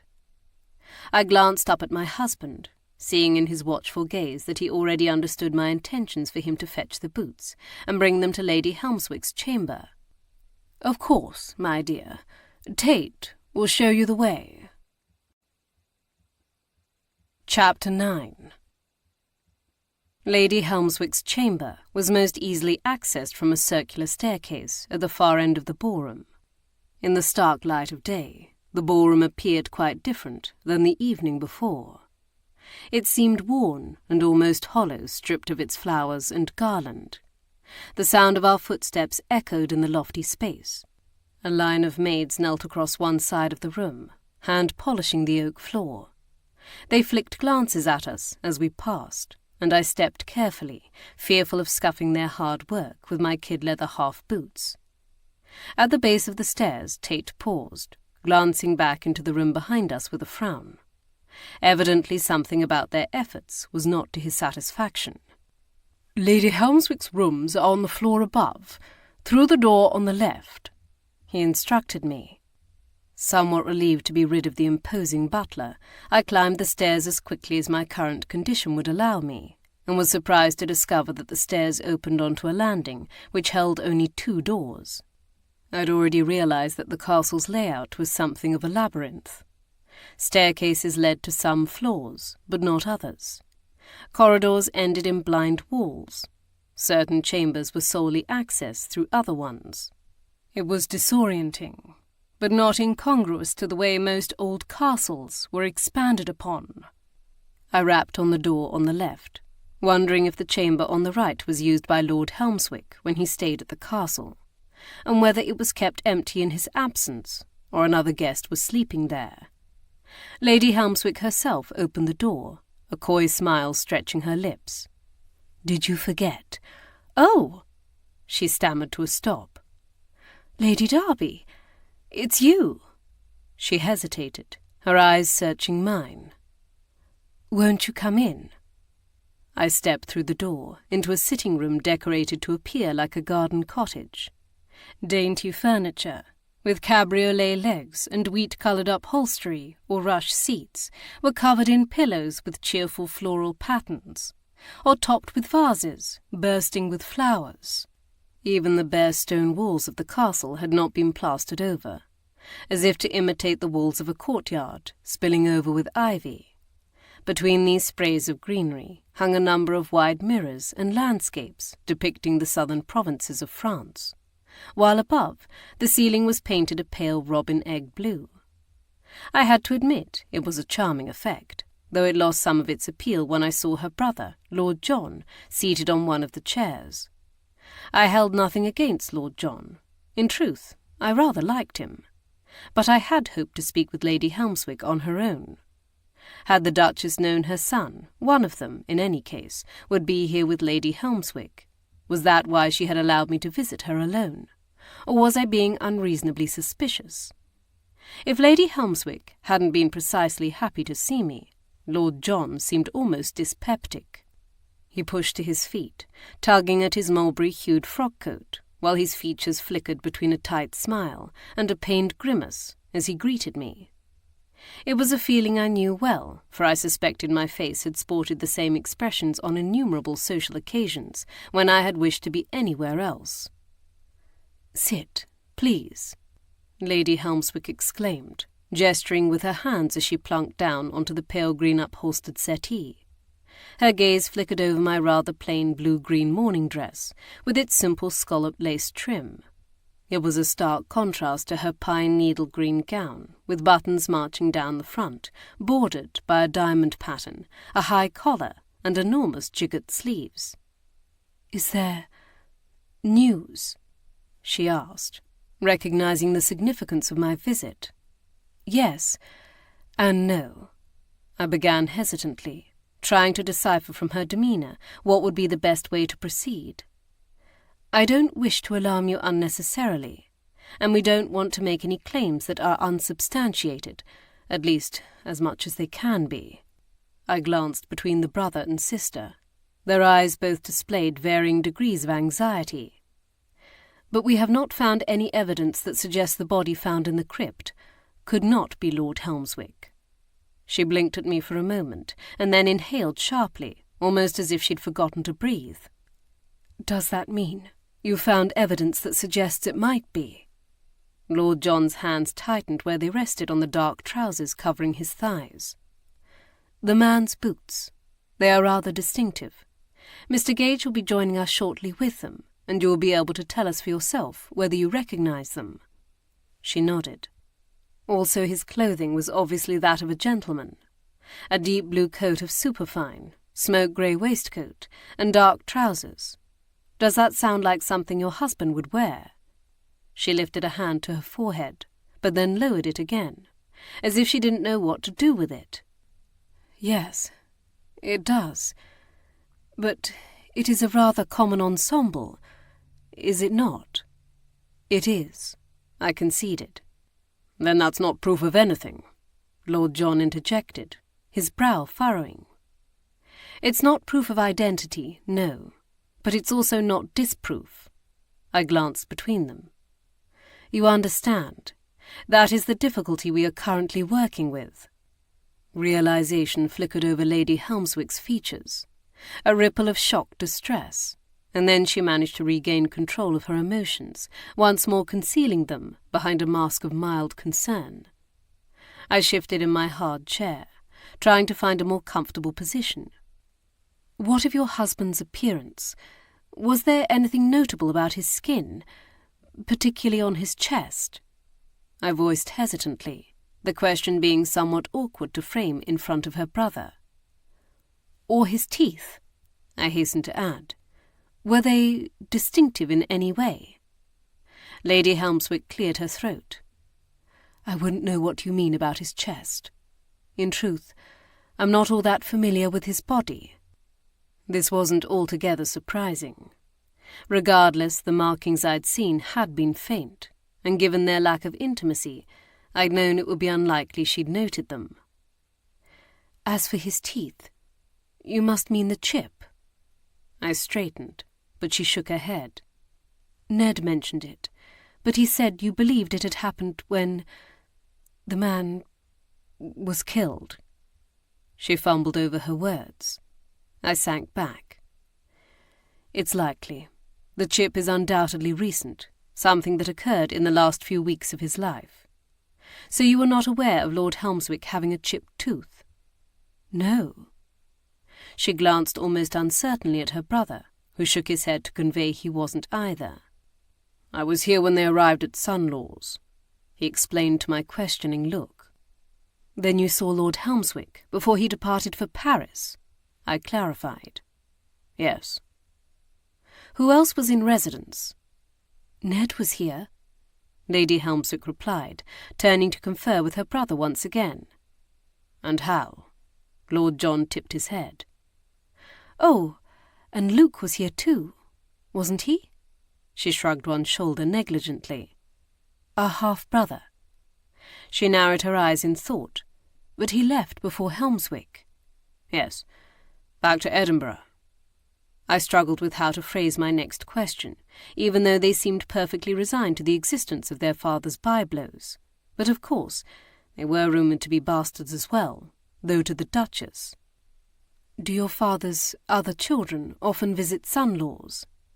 A few of them, Lady Helmswick said, fidgeting with the gold bracelet on her wrist as she pondered. Luke and Colin, and Lilias is married to a barrister just over in Peebles, but not all. Her gaze took in my tentative demeanour before she pensively added, You must think us a very odd family. I allowed a gentle smile to curl my lips. My opinion doesn't matter, but I was actually thinking how wonderful it is that you don't hold the circumstances of their births against them. Why should we, when we were all born on the same side of the blanket? She stated bluntly. Well, all of us except Traquair and Richard. But they've never held that against us either. Traquair? Oh, no, never. He only mentions it 2 or 3 times a year. Lord John sneered, turning to glare across the room at a ficus plant. I know he can be insufferable, but just because he rags you about it doesn't mean he bears a grudge, his sister argued. The look he cast her way dripped with scorn. Perhaps not against you, but your father is royalty, remember. Mine is a mere explorer. The rumours are true, then, I murmured, partly to satisfy my own curiosity and partly to recall them to my presence in the room. They both turned to look at me, and as before it was Lady Helmswick who answered. Yes, well, most of them, she amended, though she didn't specify which ones were not. I suppose she thought the family should retain some mystery. Do any of your father's other children begrudge you your places in his household? I asked, hearkening back to the earlier point I'd been attempting to make. Her brow furrowed in confusion. What do you mean? Father has never repudiated any of them. He supported them and their mothers when they were children, and once they come of age, he makes certain they contract a worthy career, or an advantageous marriage. Yes, but that's not the same as being raised with all the advantages of being acknowledged as a legitimate child of the Duke. At least in the eyes of the law," Lord John pointed out, catching on to my inference quicker than his sister. So long as the Duchess was married to the Duke when they were born, and he did not repudiate her, then they were legally the Duke's children. "Oh yes, I see what you're saying." She frowned, considering the matter. "But I don't think any of them fault us for that. Do you?"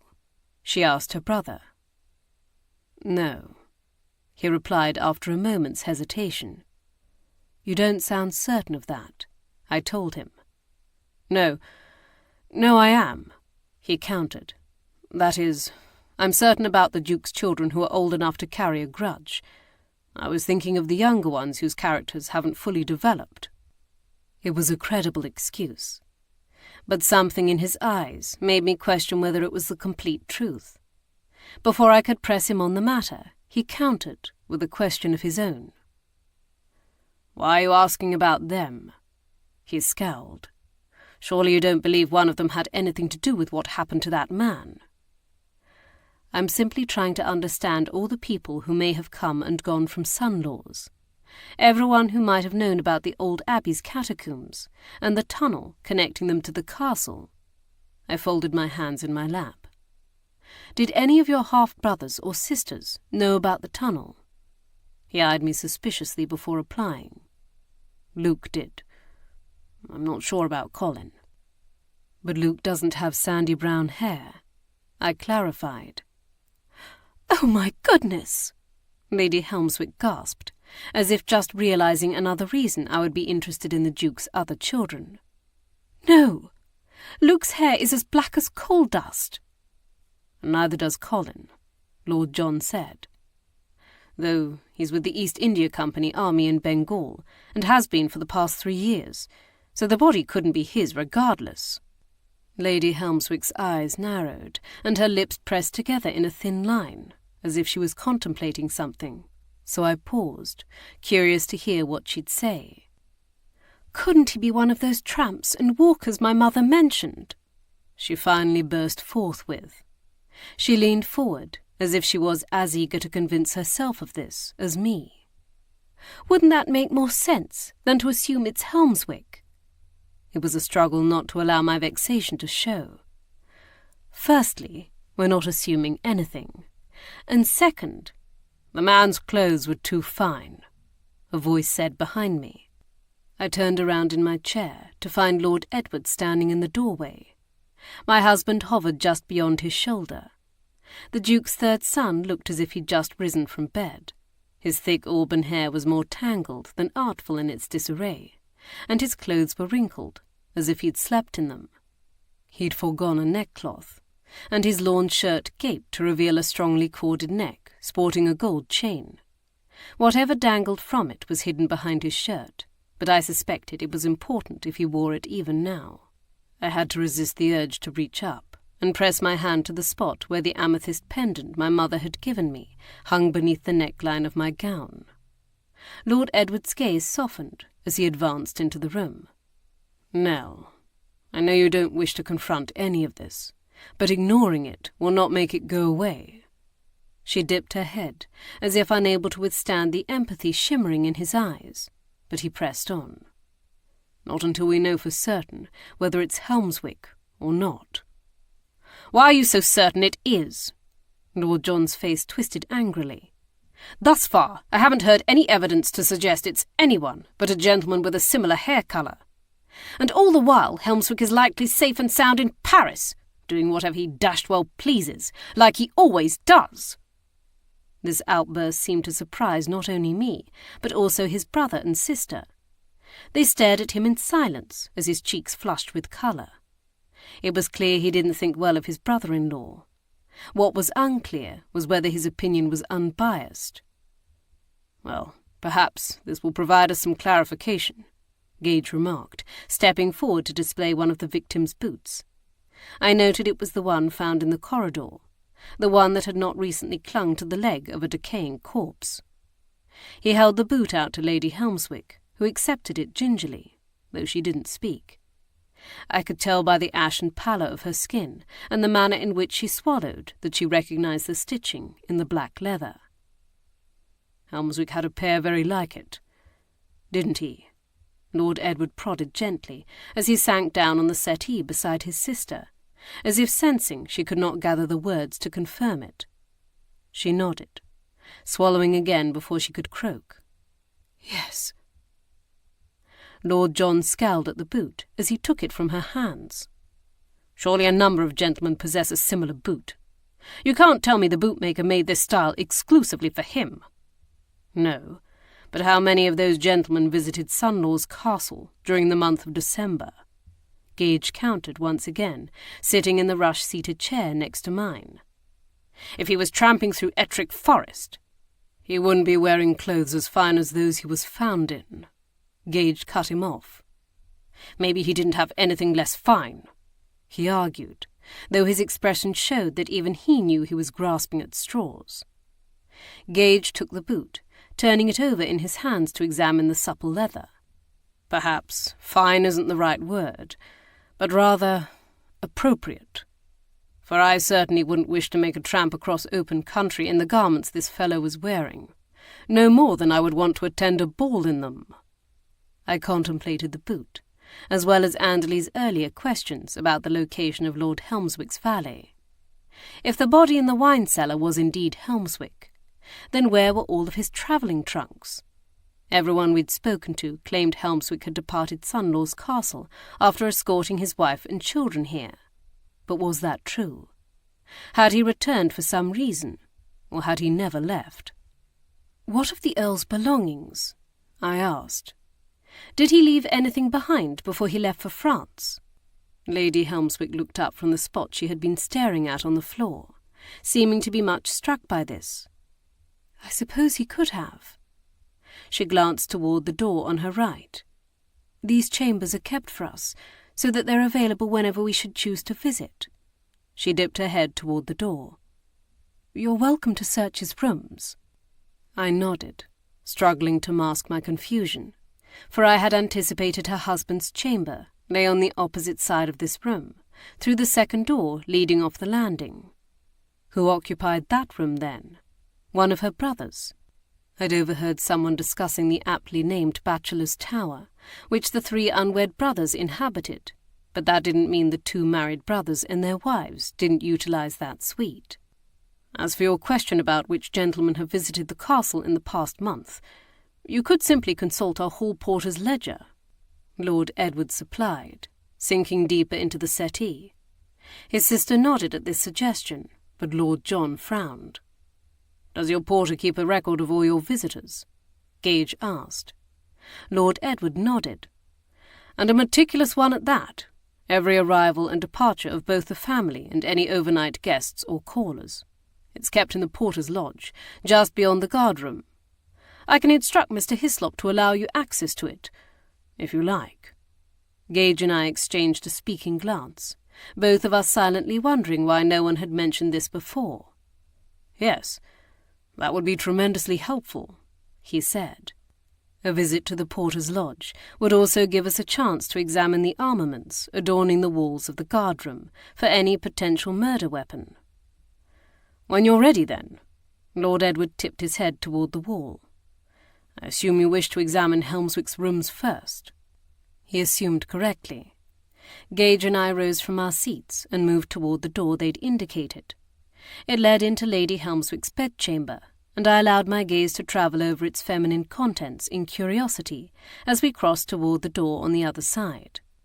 So feminine, in fact, were its contents, that the stark black stocking draped over the pale pink dressing-table stool immediately drew my eye.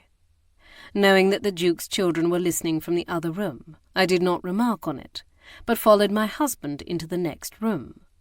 Helmswick's bedchamber was as decidedly masculine as his wife's was not.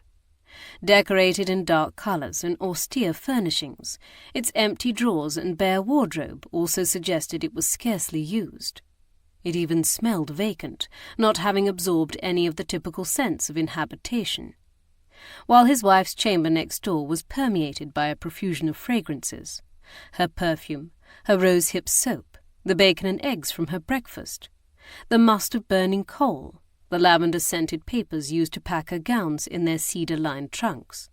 Helmswick's rooms smelt of naught but dust and stale air. Gage parted the drapes to allow in a bit of the hazy winter sunshine, while I proceeded through the next door into a sitting room proportional to Lady Helmswick's. It exhibited the same cold signs of vacancy as the bedchamber. The hearth was even swept spotlessly clean, and the silver dustbin gleamed. Curious where the door on the opposite side of this chamber led, I opened it to discover a narrow corridor lined with several other doors. I suspected many of these led to guest chambers, though if my orientation was correct, the door to the right led into a suite of rooms that occupied the turret above the stunning Amaranth saloon below. That suite was likely inhabited by the Duke's heir, Lord Traquair and his wife, which meant that Lord Richard and his wife must use the rooms on the opposite side of Lady Helmswick's sitting room, though once again, whether they were sitting empty in Lord and Lady Richard's absence, or occupied by guests, I didn't know.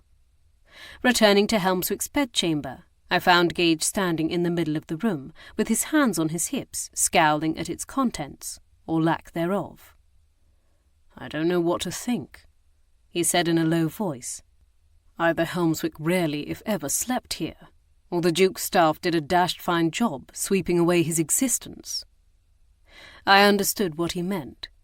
The Duke's servants were undoubtedly thorough, but it required a special kind of diligence to erase the sights and smells of an occupant that soaked into the wallpaper, paint, rugs, fabrics, and even the very woodwork of a space. I knew that Lady Helmswick and her children visited here often. Even if I hadn't, the condition of her chambers would have told me so. Because of that, I had also assumed Lord Helmswick often stayed at son-in-law's, but his rooms told a different story. I had already begun to suspect that their marriage was not the most amicable, but this suggested that their level of estrangement was far greater than I'd imagined. So I couldn't help but wonder at that gentleman's black stocking I'd seen on the stool in the Countess's bedchamber, or stop from feeling a vague stirring of uneasiness upon discovering it had disappeared as we retraced our steps to her sitting-room. Chapter 10. Lord Edward was largely silent as he led me and Gage to the porter's lodge. Perhaps that was because he had to concentrate in order to guide us through the warren of corridors and chambers populating the castle. I certainly would have gotten lost had I been forced to find it on my own. Except the Duke's third son never hesitated or broke his step once, and the furrows between his eyes had already been stamped there when we returned to Lady Helmswick's sitting-room. Whatever the trio had discussed in our absence had angered Lord Edward. However, I couldn't tell whether that anger was directed at his brother and sister, or at us. We turned a corner, and finally emerged onto the long landing that overlooked the grand staircase to the ground floor and the guard-room below. Muted sunlight falling into the courtyard filtered through the arched windows at our backs, and glinted off the polished oak and delicate iron scroll-work on the banisters before striking the checkered marble floor below. Rounding one of the pillars holding up the vaulted ceiling, with its exquisite wooden tracery, we descended toward the 2 suits of armour, standing guard at the turn of the staircase. Every visitor, except the servants and tradesmen who used the back entrances, had to pass through this single point of entry to the castle. As such, from a historical perspective, I could understand why the impressive display of weaponry adorning the walls might have been placed there, in an effort to discourage any who thought to make trouble or challenge the laird and lord's authority. As a consequence, it was far from the most welcoming of chambers. Tattered remnants of regimental colours hung from the ceiling, brushing the antlers of the mounted animal heads that vied for space, alongside rows of muskets and dozens of sabres arranged in the shape of a wheel. Claymores criss-crossed over recesses, where flintlock duelling pistols were anchored beside dirks and traditional Highland ski-on-doos. Suspended between were shields of various designs, and 2 vicious-looking maces.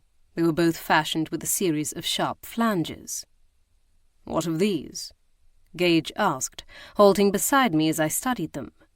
His question brought Lord Edward's steps up short, and a moment later I heard the tap of his footsteps crossing the marble back toward us. I shook my head. No, the victim's head would have exhibited puncture wounds had either of these been used, and their knobbled heads are too big. I paced along the wall. We're looking for something smaller, more compact. My eyes fell on the recess where the smaller pistols and knives were displayed. Something like this. I pointed toward a shorter staffed mace, about the length of my arm from elbow to fingertips. Its smooth egg-shaped knob was studded with a half-dozen short, rounded protrusions. Gage stepped forward to lift it down from the wall, the muscles in his shoulders and upper arms straining beneath the fitted fabric of his dark green frock coat. The manner in which he lowered it made it obvious that although the bludgeon was smaller than the other maces, it nonetheless still packed a great deal of heft. He turned so that Lord Edward and I could watch as he examined it, studying the metal for any signs of blood or other gore. If it is the murder weapon, it's been washed clean. You didn't expect otherwise, did you? I responded. Only an idiot would return the mace to the guardroom with evidence still clinging to it. If this was, in fact, the murder weapon. I glanced around me, looking for any other bludgeons or empty spaces along the walls where a weapon should hang. No, he admitted. But there's always a chance. People do panic in such situations. Lord Edward, who had remained quiet through this exchange, stepped forward then, never removing his gaze from the mace. Can I see it? Gage studied his grim expression before carefully passing it to him. Here they are! Thank heavens! A voice exclaimed behind me, and I turned to see my sister and her husband disappear behind the wall from the landing above that spanned the northern length of the guardroom to descend the grand staircase. A few moments later, they emerged past the suits of armour, hastening toward us. Jenny and Barnes said the two of you found a dead body, Alana said, rattling off the names of their maid and valet. As always, the servants were the first to know. Is it true? I'm afraid so, I murmured, as her gaze slid past me to the mace Lord Edward was cradling. Her eyes widened. Is that? She began, but she couldn't seem to bring herself to finish the question. Possibly, Gage answered for me. My brother-in-law Philip moved a step closer to Lord Edward to stare down at the bludgeon in rapt fascination. That would not be a pretty way to go. And then, as if recalling the reason we were examining such an implement, his gaze flicked up toward me as he grimaced in apology. I smiled tightly, but decided there was no reason to respond when the answer was obvious. Alana pulled the woolen black shawl draped over her shoulders tighter around her, against either the chill of the room or the subject of our discussion. Who was the victim? Her words were hushed, almost as if she was afraid to speak them louder. We don't know, but... I glanced at Gage, and then Lord Edward. There's a possibility he's Lord Helmswick. This shocked both Alana and Philip into stunned silence. Then... Alana murmured, finding her voice first. A dozen thoughts flitted behind her lapis lazuli eyes, as she seemed to grasp all the implications. She pressed her fingertips to her mouth. Oh my. Philip's brow furrowed. I thought Helmswick was in Paris. That's where he's supposed to be, Gage admitted. And there's every possibility he might still be there, beyond immediate contact. But as of yet, we haven't been able to rule him out as the victim, or identify an alternative individual. Then you're dispatching missives to his presumed whereabouts, and the British Embassy in Paris? Gage exhaled a taut breath and nodded. As well as his solicitor, though if you could frank them for me, that might hasten their delivery. His gaze darted to Lord Edward and back. I would ask the Duke to do it, but I have a suspicion his seal might actually make Helmswick more hesitant to open it. It was telling that the Duke's son did not dispute this. Andley is also readying himself as we speak to travel to Helmswick's estate at Haddington to discover if anyone there has been in contact with him. Philip's head lifted as his back straightened even taller. Haddington, you say? Evidently he'd heard the same reports we had about the spread of cholera there. Gage nodded. I've informed him to take every precaution. I could send one of Beaumont's grooms with him, Lord Edward offered. One who knows all the routes in and out of Haddington. I could see Gage weighing his options. Accepting his offer might mean that Andley would reach Lord Helmswick's estate more quickly and safely, avoiding the areas where the cholera had been reported to be the most prevalent. But it also meant saddling his valet with a potential spy, working for the Duchess's family. The groom could very well be ordered to report back on Andley's movements. Much as I wanted to trust the Duchess, I couldn't. She and her family were too close to this. At the best, they were withholding information. At the worst, they were harbouring a murderer in their midst. Regardless, Gage made the decision I knew he would, putting his valet's well-being above all else. Thank you. That would be helpful. Lord Edward passed the mace back to him. Give me a moment to have a message sent down to the stables, and then I'll show you the porter's lodge. He hurried through a small door to the left of the great hearth inset in the north wall. A fire burned there, though what heat it produced soon vanished into the vaulted roof above. The moment the door closed behind him with a click, Alana stepped forward to take my hands. What can we do, dearest? Is there someone we should talk to? Someone we should send for? Yes. Have the proper authorities been alerted? Philip added, though dashed if I know who they are in this county. His brow lowered. What county we're even in? Is this Peebleshire, or are we in that spur of Selkirkshire that juts to the north? His use of even a minor curse in my and Alana's presence spoke to just how unsettled he was. I gather we're in Selkirkshire, for that's the county the Mr. Rogers we met with serves as procurator fiscal, Gage said. Philip tilted his head in consideration. Rogers? I can't say I know the man. Then count yourself lucky, he remarked wryly, as he lifted the mace up and down with his arm, seeming to test its bulk. The men exchanged a knowing glance before Gage returned his attention to the weapon. How heavy would you say this is, Cromarty? Philip took the bludgeon and transferred it to one hand as he considered it. It would certainly pack a wallop, but I'd say no more than half a stone. He nodded and turned to my sister. Alana, do you think you could lift such a weight? And why aren't you asking me that? I demanded, planting my hands on my hips. I'm not exactly sure why, but I felt mildly affronted. His gaze dipped to the rounded swell of my stomach, his eyebrows arching, as if that was explanation enough. Meanwhile, Alana had accepted the mace gingerly from her husband, and brandished it for us to see. Do you think you could swing it? Gage asked. Let's see. She swung it in front of her. At someone's head. Alana's startled gaze met his, but she gamely lifted the weapon so the head was positioned above her shoulder.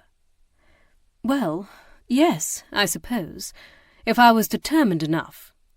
I'm sure I could swing it at someone's head, I declared. Undoubtedly, Gage replied, never removing his eyes from the mace. But you couldn't do so without a great deal of effort, he asked her. It certainly wouldn't be smooth or well concealed. No.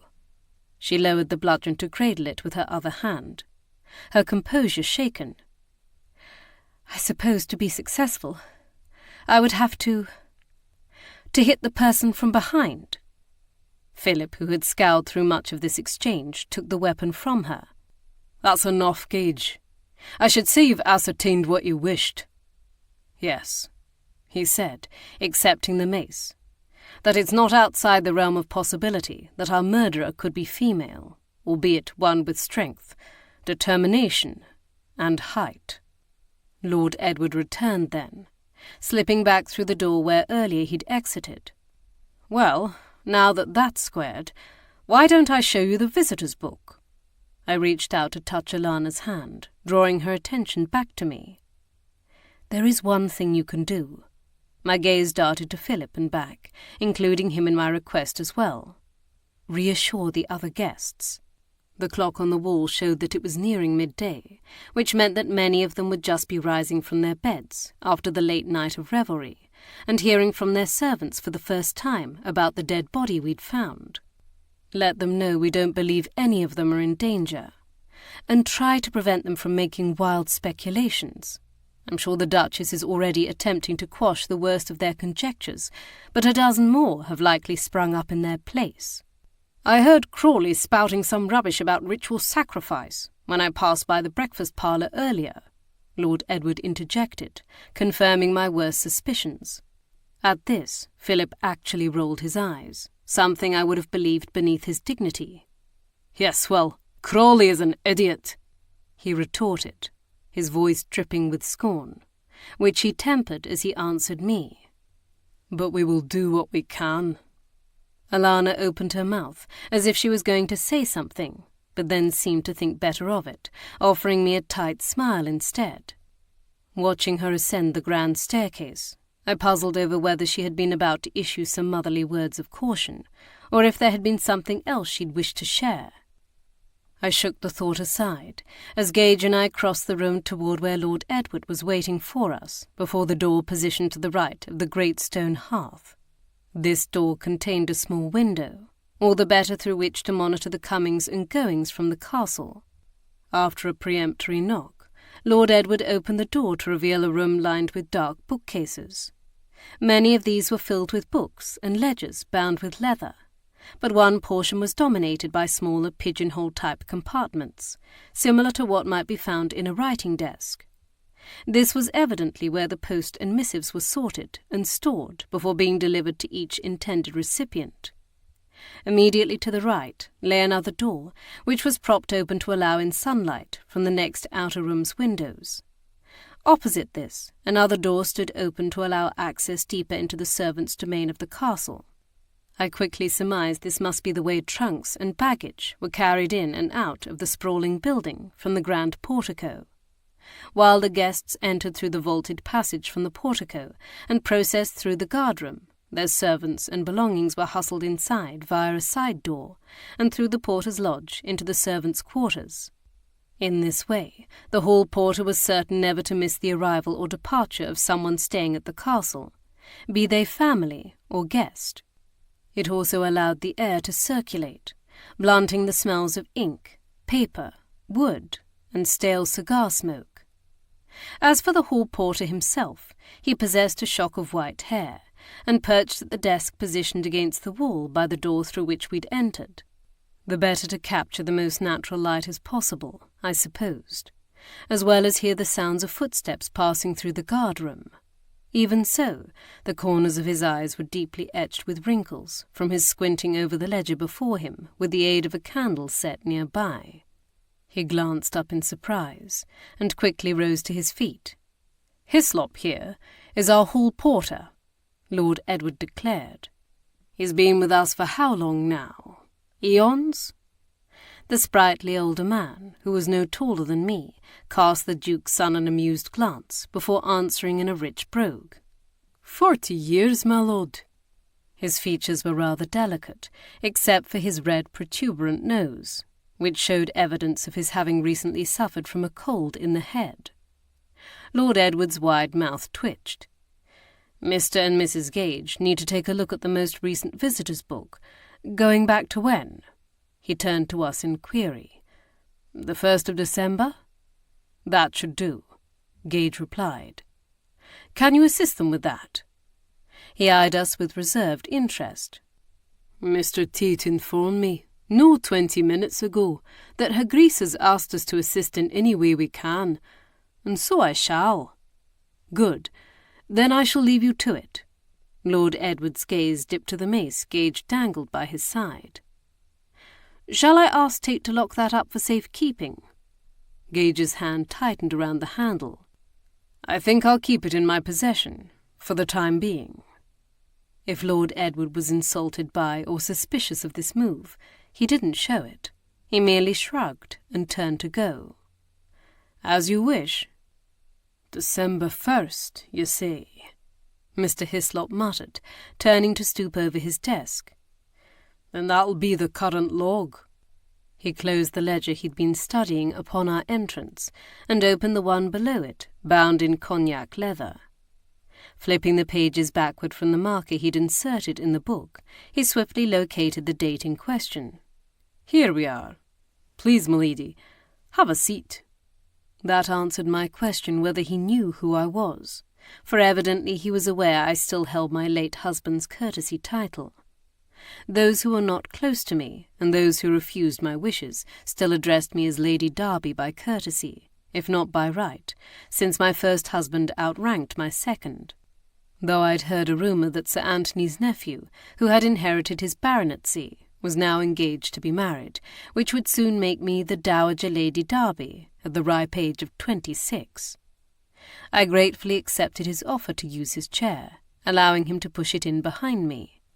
"Now, is there something more specific you're looking for, or merely the date?" One glance at his face told us he was already well informed, likely through the other servants, of what our intentions might be.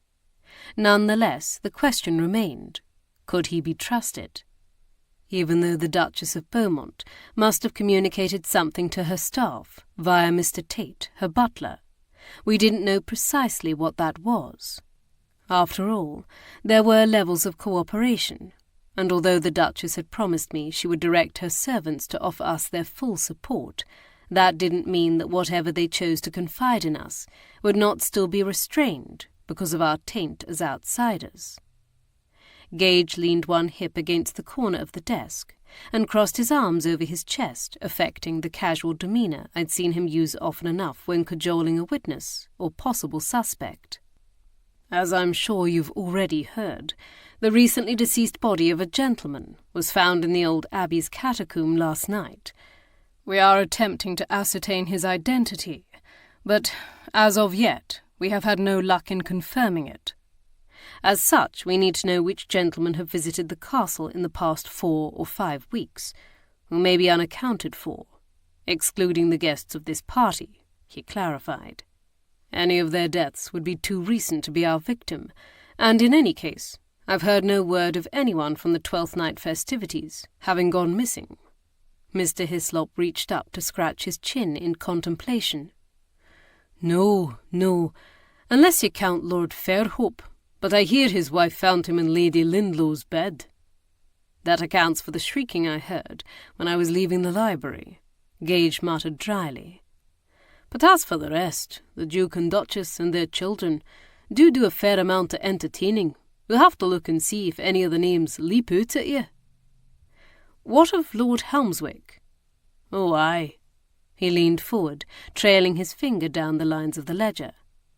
"He arrived with Lady Eleanor round about the 6th of December and left the next day.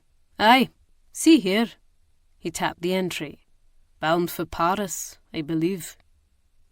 "And his valet and trunks went with him," Gage clarified. Mr. Hislop nodded. "Never even unloaded but the one valise. His trunks stayed strapped to his coach." "And he hasn't returned since?"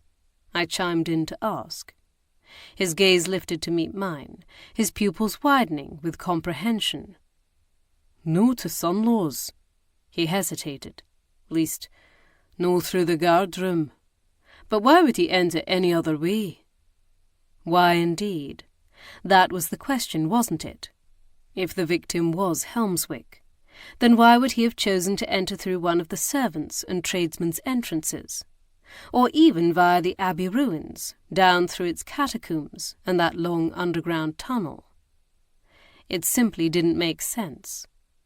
Unless he didn't want to be seen.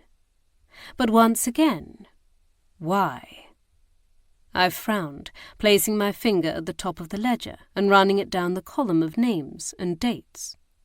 Mr. Hislop straightened, hooking his thumbs in the straps of his braces, which had been concealed by his coat. "I dinna ken what you expect to find, for I can assure you that every visitor in that book both arrived and departed through this guard-room, but you're welcome to look for yourselves." "What of day visitors?" Gage asked, his brow furrowed in thought. "Would they be notated in the log as well?" "The castle does not receive many callers," he replied, scratching his chin again in consideration. "I imagine not, being too far away from all but a handful of other noblemen's residences. But aye, from time to time, and they'd be noted there as well." When neither of us immediately responded, he backed away. "Well then, I've some messages to see delivered, so I'll leave you to it." Gage thanked him, while my attention was already absorbed in the ledger. Lady Helmswick and Lord John had spoken the truth. When she arrived with her children on December 6th, only 4 other people were in residence: Lord Edward, Lord Henry, Luke Fitzkerr, and Lord John himself. Lord Helmswick had remained one night before departing in the early morning hours, on the 7th, or so the book claimed. Could it be a lie, either intentional or not? After all, Mr. Hislop couldn't sit at his post at all hours of the day and night. There must be times when he would take the word of others regarding the comings and goings of the castle's guests. If Helmswick's valise and his manservant had departed the premises, along with his carriage, then might Mr. Hislop simply have assumed the Earl had left with them. It was something to consider. I was about to voice this speculation to Gage, when a name entered on December 9th made me stiffen in surprise. He leaned closer, reading the word next to my finger. "Marsdale," he scowled. "What the devil was he doing here then?" His exclamation echoed my thoughts exactly, except I very much feared I knew what he was doing here. After all, I'd witnessed his brief interaction with Lady Helmswick outside the ballroom, the curl of her lips, the manner in which his hand brushed the small of her back. A sinking feeling settled in my gut, for if my suspicions were correct, it might also explain why Helmswick would sneak into the castle through another entrance. I glanced up at Gage. "I think we need to speak with him." The look in his eyes was grim with concern. "Let us hope, for once, he doesn't prove to be the inveterate rogue he's always purported himself to be." Chapter 11. My misgivings continued to grow as we searched the remainder of the entries in the visitor's book. True to Mr. Hislop's assurances, every guest entered in the book was notated to have both arrived and departed, save for those currently in attendance for the 12th Night ball. For the sake of thoroughness, Gage and I even read through each of those names, and between the two of us could account for every party-goer's whereabouts, at least in regard to their location the previous evening. There were 3 gentlemen, other than Helmswick, who had visited Sunlaws Castle at some point following December 1st, but who had not taken part in the 12th Night festivities.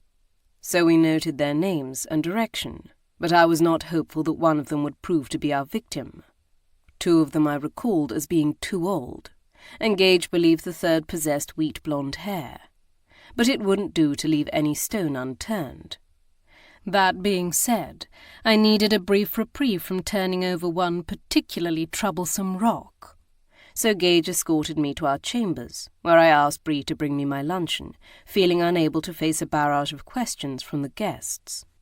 Despite the reservations I harboured about Marsdale and our pending interview with him, I discovered they did not affect my appetite.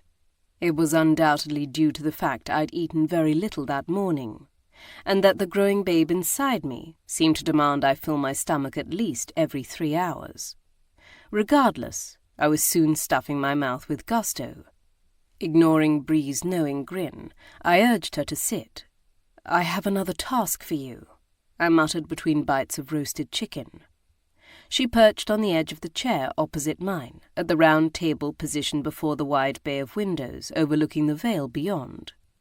The castle had been strategically positioned on a low hill, within a peninsula formed by 3 streams.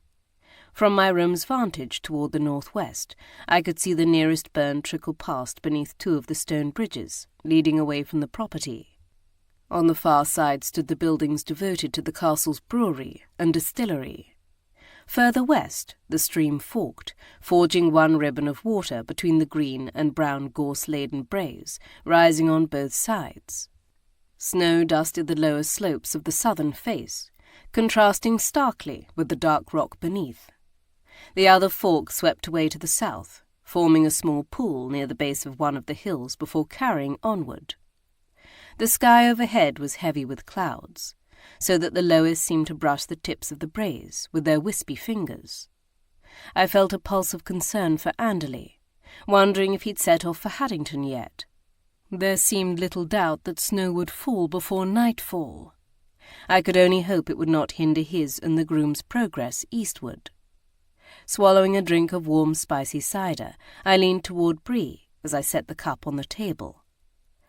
I need you to find out which servants witnessed Lord Helmswick and his valet, Mr. Warren, leaving the castle. Who actually physically saw them depart? She seemed to grasp the implications immediately. I can do that. She nibbled her lower lip for a moment, contemplating the matter. Do you ken when he was supposed to have left? Was it in the middle of the night? Early morning, about 4:30 on December 7th. I tilted my head, chewing the bite of turnips with rosemary sauce in the corner of my mouth. At least, if the visitor's book is to be believed. She nodded, her gaze straying toward the window. What of the origin of the maid's superstitions? Were you able to uncover anything about that? It took her a moment to answer, but I didn't think it was because she hadn't formed one, but rather that she was distracted by other concerns. No yet. One of the maids claimed she'd seen the monk's ghost once herself, outside the gun room, which stood near the staircase leading down into the doom. Her gaze shifted to meet mine. Or at least a man in a monk's robe. She never saw his face. I sank back in my chair. Interesting. If the maid was to be believed, why would someone be lurking about the castle wearing a monk's robe? But before I could give the question more than a precursory thought, Gage entered the room, followed by Anderley. At the sight of them, Bree pushed to her feet. "I thought you would have left by now," I remarked, taking note of his riding clothes. "I did too." He cast a dour glance at Gage. "But there's been a development." Gage's expression was no less forbidding. "Someone has taken the boots." I dropped my fork on my plate with a clatter, splattering sauce. "You mean they crept into your chamber and took them?" "It appears so." Bree joined the others in scowling, but I could only blink in incomprehension. I pressed a hand to my forehead. "Maybe it's a mistake. Maybe a servant mistook them for a pair of your boots that needed polishing." Even as I said it, I knew that made little sense. The only person who would do such a thing would be Anderley himself, Gage's valet, not some random member of the Duke's staff. "I already considered that," Anderley replied. I supposed proving it wasn't such a ridiculous notion. "But no one has admitted to taking them." "What of the footman Gage entrusted to carry the boot we showed Lady Helmswick back to his chamber? He must know something about it." Gage reached down to steal a slice of stewed apple from my plate. "Anderley had him waiting for me just now, when I returned to my chamber, and he swears not. Claims he set the boot next to its match by the writing desk, just as I'd instructed him, and then departed. That he has no idea what might have happened after that." "Do you believe him?" I pressed, as he took a bite, licking the sweet sauce from his fingers. A deep furrow formed in his brow as he chewed. "I do." His gaze slid toward Anderley, who stood with his arms crossed. He glowered for 1 second longer, and then sighed, his shoulders sinking. "I do too." "So we have no idea who took them," I extrapolated, except for the obvious suspicion that it must be someone who wants to remove all evidence that the body in the cellar could be Helmswick. Another thought occurred to me. What of the mace? Gage swallowed the food in his mouth. "I've locked it in my travelling trunk." I nodded. Not surprised he'd refused to let the Duke's staff cart it away to storage, as most guests would do. He often had items he wished to keep concealed from prying eyes, be they sensitive papers, or the pistols and knives he sometimes carried on his person. "I should have done the same with the boots," Anderley grumbled, pushing a strand of dark hair back from his forehead. Gage shook his head. "It's no more your fault than it is mine. After all, if I'd kept possession of the boot I entrusted to the footman, then at least we would have one of them." "Well, what's done is done," I declared, rising from my chair. "We'll just have to figure out who took them, and why." I turned to Anderley. "In any case, you need to be on your way." I glanced over my shoulder toward the view outside my window. "It's going to begin snowing at any moment, and you do not want to be caught out on the roads in the dark and the blowing snow." I was glad now that Gage had accepted Lord Edward's offer to send a groom with him. If only I could be certain he could be trusted. "Mrs. Gage is right." Gage stepped forward to grasp his valet's shoulder briefly, staring intently into his eyes. "Watch your back. We don't yet know who can be trusted." He nodded. "And keep your scarf pulled up around your face if you're not certain of the health of the company you're in," I hastened to add. Sir Anthony ruminated often enough about the effects of bad air. I don't know if it's true, but, given the circumstances, it's best to be cautious. I trusted the fact enough that I'd deigned to even mention my late husband's name, to convince Anderley of how earnest I was. "I will." His dark eyes warmed with assurance. They flickered toward Bree, who stood quietly to the side, her hands clasped before her tightly. "I asked the kitchen maids to put together a sack of food for you," she stated flatly. "I set it in the sitting room. I'll show you." Anderley's eyes widened for a second, as if stunned by this simple kindness, but he bowed to me and Gage, and then followed her stiff-backed figure from the room. Gage's gaze met mine, and I arched my eyebrows in query, wondering if he had gotten any better explanation from his valet for their strange behaviour the night before than I did from Bree. But he merely shook his head, and reached down to use my fork to take another bite of stewed apple from my plate. I waited until the door had closed behind our personal servants, before pressing him. "Is that a no, Anderley didn't tell me anything, or a no, you don't want to know?" The corner of his lip quirked at the challenge in my voice. "That's an I don't want to know." He ate another bite, chewing slowly as his eyes slid sideways toward the door. "I've learned it's best not to pry into our servants' personal lives, unless it becomes problematic." I ruminated over his words, tempted to argue, but then I recognized the wisdom in them. After all, for all the affection I might feel toward them, and the camaraderie sometimes fostered by our time spent investigating crimes, Bree and Anderley were still our servants. They were employed to do as we bade. While I didn't see myself and Gage as harsh, unfeeling employers, only intent on satisfying our own desires and whims, they were still beholden to our demands and wishes. As a consequence, our relationship could never truly be as equals, and without that, whatever friendliness might lie between us was also inherently uneven. As such, was it really fair to expect Bree to confide every joy or pain? It should be enough for her to know I was sympathetic, and that if she ever wished to divulge some matter, large or small, I would listen. I exhaled a long breath. I suppose we should speak with Marsdale, then. The conversation would not get any easier by postponing it further. Gage dabbed his lips with the serviette I'd discarded on the table. "I sent that footman to find him with a note, asking him to join us in our sitting-room. I thought that might be more prudent, given the fact that the last time we'd interrogated him for murder, he'd not only admitted us to his chamber half-dressed, but then proceeded to propose I paint him in the nude. I had to agree. At least by inviting him to our rooms instead, he was likely to be fully clothed. However, when a knock sounded on the external door to our private sitting-room, Gage opened it to reveal not the irreverent Marquis, but my brother. Good heavens, Trevor gasped, staggering inside. I must have completed 4 laps of this infernal castle, simply trying to locate your room. He sank down on the sofa and rested his head back against the watery blue silk cushions, covering his eyes with his hand. The same watery blue shade covered the walls and tinted the birds which soared with open wings over gold drapes.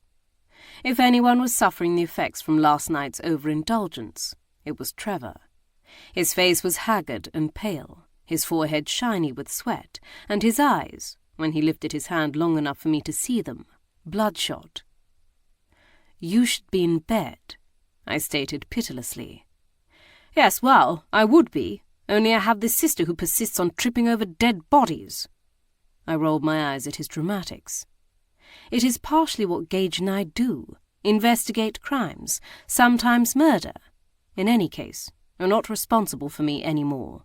He is." I flicked a hand at my husband, who stood gazing down at us in forbearance. "And we aren't in any sort of danger." Trevor parted his fingers to peer at me through them, his voice dripping with scorn. "When have you investigated a murder that hasn't resulted in one of you finding yourself in danger?" I scowled. "That is not the point." "How is it not the point?" "I believe we're straying from the matter at hand." Gage raised his voice to intercede, sinking into the foliot armchair opposite the one I'd chosen. "St. Maur, you've now ascertained your sister is unharmed." He paused a moment, allowing those calming words to sink in, before raising his eyebrows in expectation. "Is that the sole reason you sought us out, or do you have something more to tell us?" Trevor turned his glare on my husband, perhaps hearing the same bite underlying his tone that I did. Being an only child, Gage might be tolerant of, and even sometimes amused by my squabbles with my brother and sister. But one thing he would not tolerate was anyone questioning his care and protection of me. "Quit being a muttonhead," I told Trevor. "It's not our fault you dipped too deep last night. Go sleep it off if you can't be civil." His jaw flexed, as if biting back his words, and then it relaxed.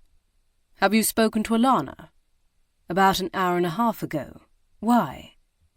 His hand dropped to his side. "I was accosted by several guests on my way to find you through this labyrinth of a house, and a number of them seem intent on departing."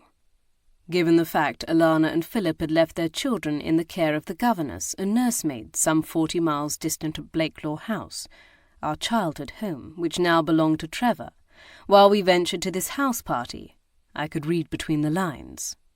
They didn't mention wanting to leave. My gaze flicked toward Gage. But we were rather preoccupied. Gage clearly sensed the guilt suffusing my thoughts, for he strove to reassure me. Had they wished to leave, they would have said something. "Oh, undoubtedly," Trevor chimed in. "Have you ever known Alana to let anything stand in her way when she wishes to be with her children?" True. As much as my sister loved me, I knew her children would always come first, as they should. I glanced downward, resting a hand over my abdomen, as I supposed mine would. I looked up to discover Trevor's gaze had tracked my movements. When they lifted to meet mine, I was struck by the fact that he seemed to have come to some decision, some resolve, though what it was I couldn't have told you. "I'll go find Cromarty and Alana then," he declared, pushing to his feet. "Send word if you have need of me." "We need to search the tunnel where the body was found," Gage offered. "If you feel up to it, you could join us. Say, in an hour?" Trevor nodded slowly. "Just tell me where to meet you." Gage issued him instructions and showed him out of the room. I waited until the door had shut behind Trevor before asking my husband about the olive branch he'd seemed to hold out to him. He stared down at the creamy white cushions before him, where he rested his hands along the dark wood of the chair's high back. "Yes, well, I suppose I can't fault him for his brotherly concern." "And?" I prompted, when I could tell there was more he was choosing not to say. His gaze lifted to meet mine, sharp with aggravation, before reluctantly explaining. I've already asked Lord Edward and his brother Lord Henry to assist me in my search of the tunnel, and I wouldn't be surprised if one or two more of the Duchess's children also joined us. And, as I suspect, you have no intention of being left behind." His eyebrows lifted toward his hairline in admonishment. "I decided it might be prudent if we were not outnumbered." I frowned. "Do you expect trouble?" He turned to the side, the line of his jaw hardening. "I don't know what to expect." There was no doubt he was being evasive, for he must have some particular reason for not wishing to be outnumbered by the Kerr brothers, unless it was purely a general suspicion. After all, the three youngest Kerr brothers had been some of the only people in residence for nearly the entirety of the month of December, which meant that any one of them could have been involved in the murder and concealment of that body in the crypt. Perhaps they all were. It was a troubling thought, for while none of them had seemed particularly culpable, in all likelihood at least one of them was involved in some way or another.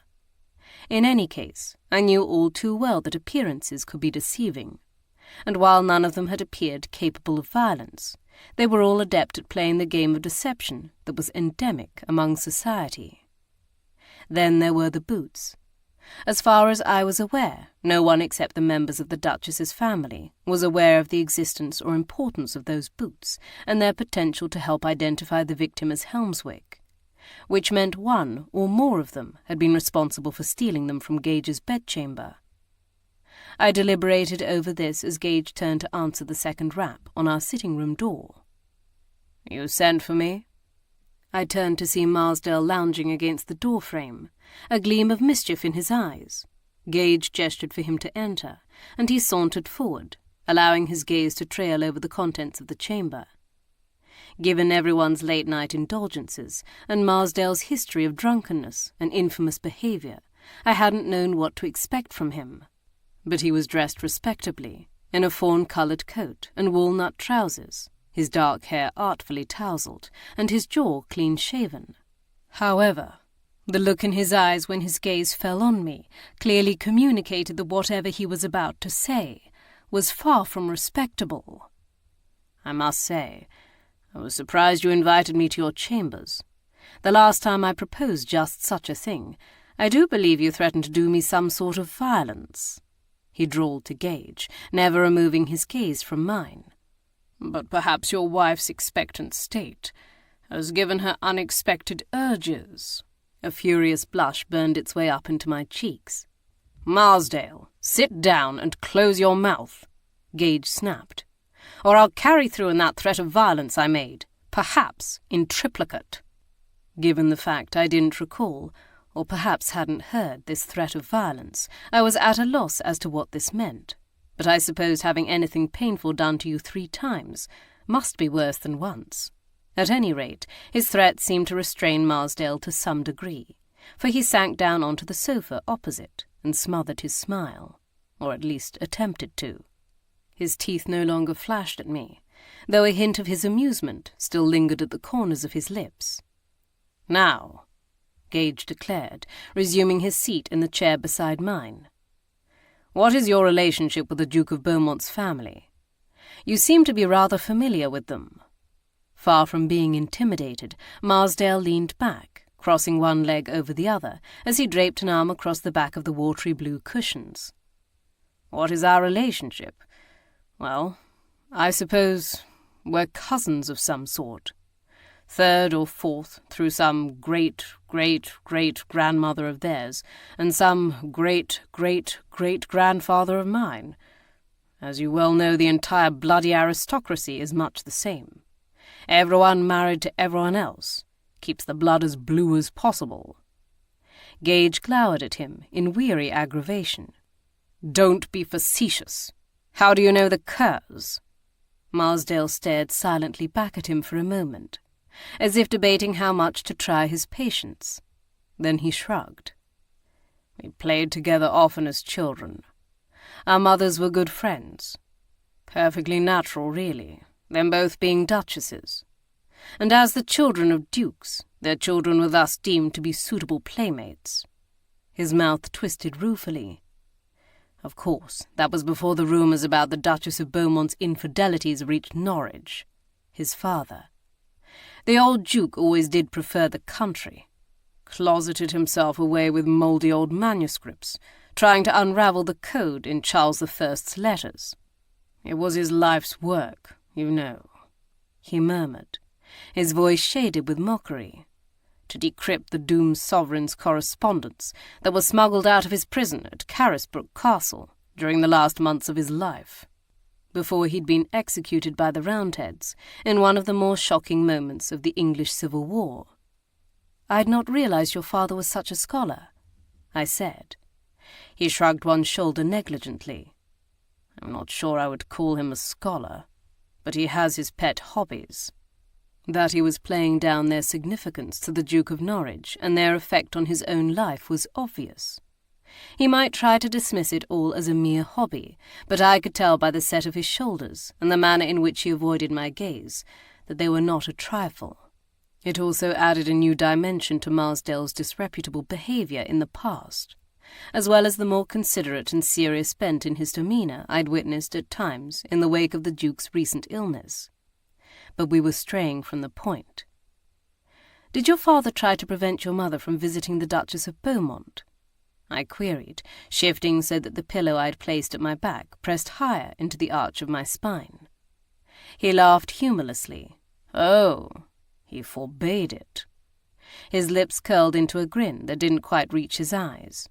But the Duke couldn't be bothered to stir from his study to enforce such an edict, so my mother ignored him, the same way he ignored her, 23 3/4 hours a day. And him, though he didn't say the words. I could tell from the bitterness that had crept into his voice that his father had ignored him too. How much more inviting had the Duchess of Bowmont's large brood seemed in comparison.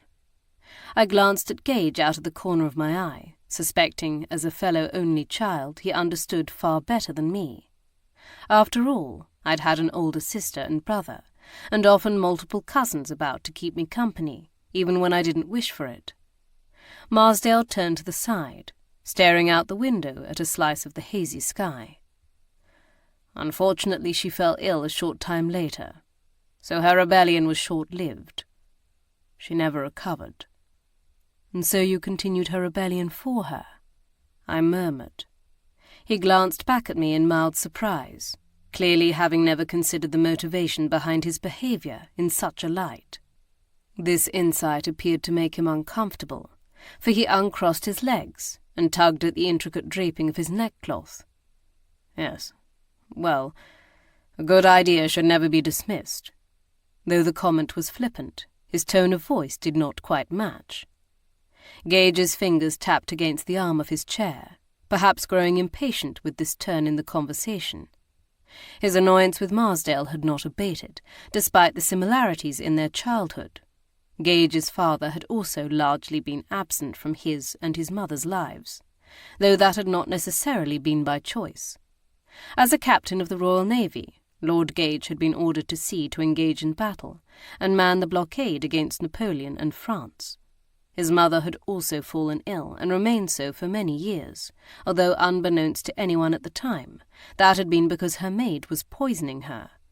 Though Gage's reaction to all of this upon his mother's death had been quite different, and perhaps therein lay the cause of his irritation. But Gage often forgot not everyone was as strong as him or as honourable to their core. "You obviously remained friends with the Kerrs then," he said, steering us back to steadier ground. "Yes, well, they're easy to like, save Traquair, I suppose. He can be a bit of a drag. Richard would make a better duke. He's a sober sides, but he never rags the others." Marsdale crossed his legs in the other direction and tipped his head back against the cushions. "Ah, but I suppose that ship has already sailed."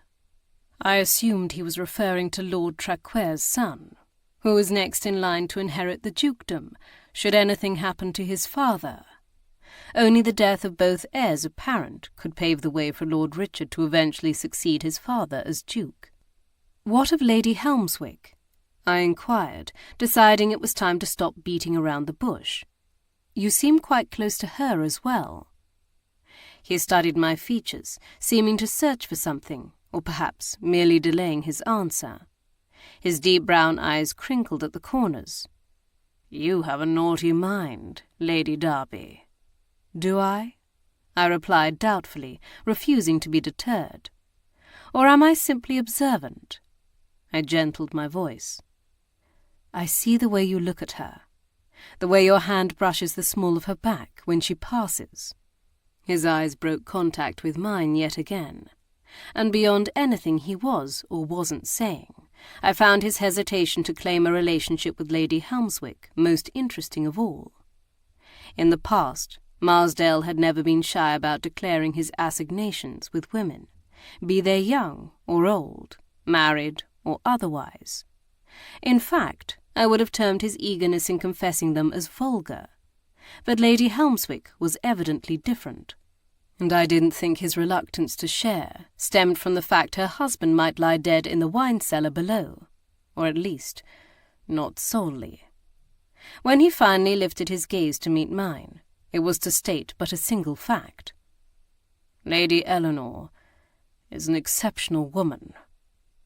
I didn't fail to note how he'd not referred to her by her husband's title. "How long have you been lovers?" Gage moderated his voice out of deference to the weight Marsdale seemed to give this subject. A furrow formed between his brows, and he reached down to pick a piece of lint or hair clinging to his trousers. "That is a difficult question to answer."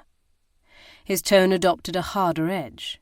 "And frankly, none of your business." "I would agree," Gage responded rationally.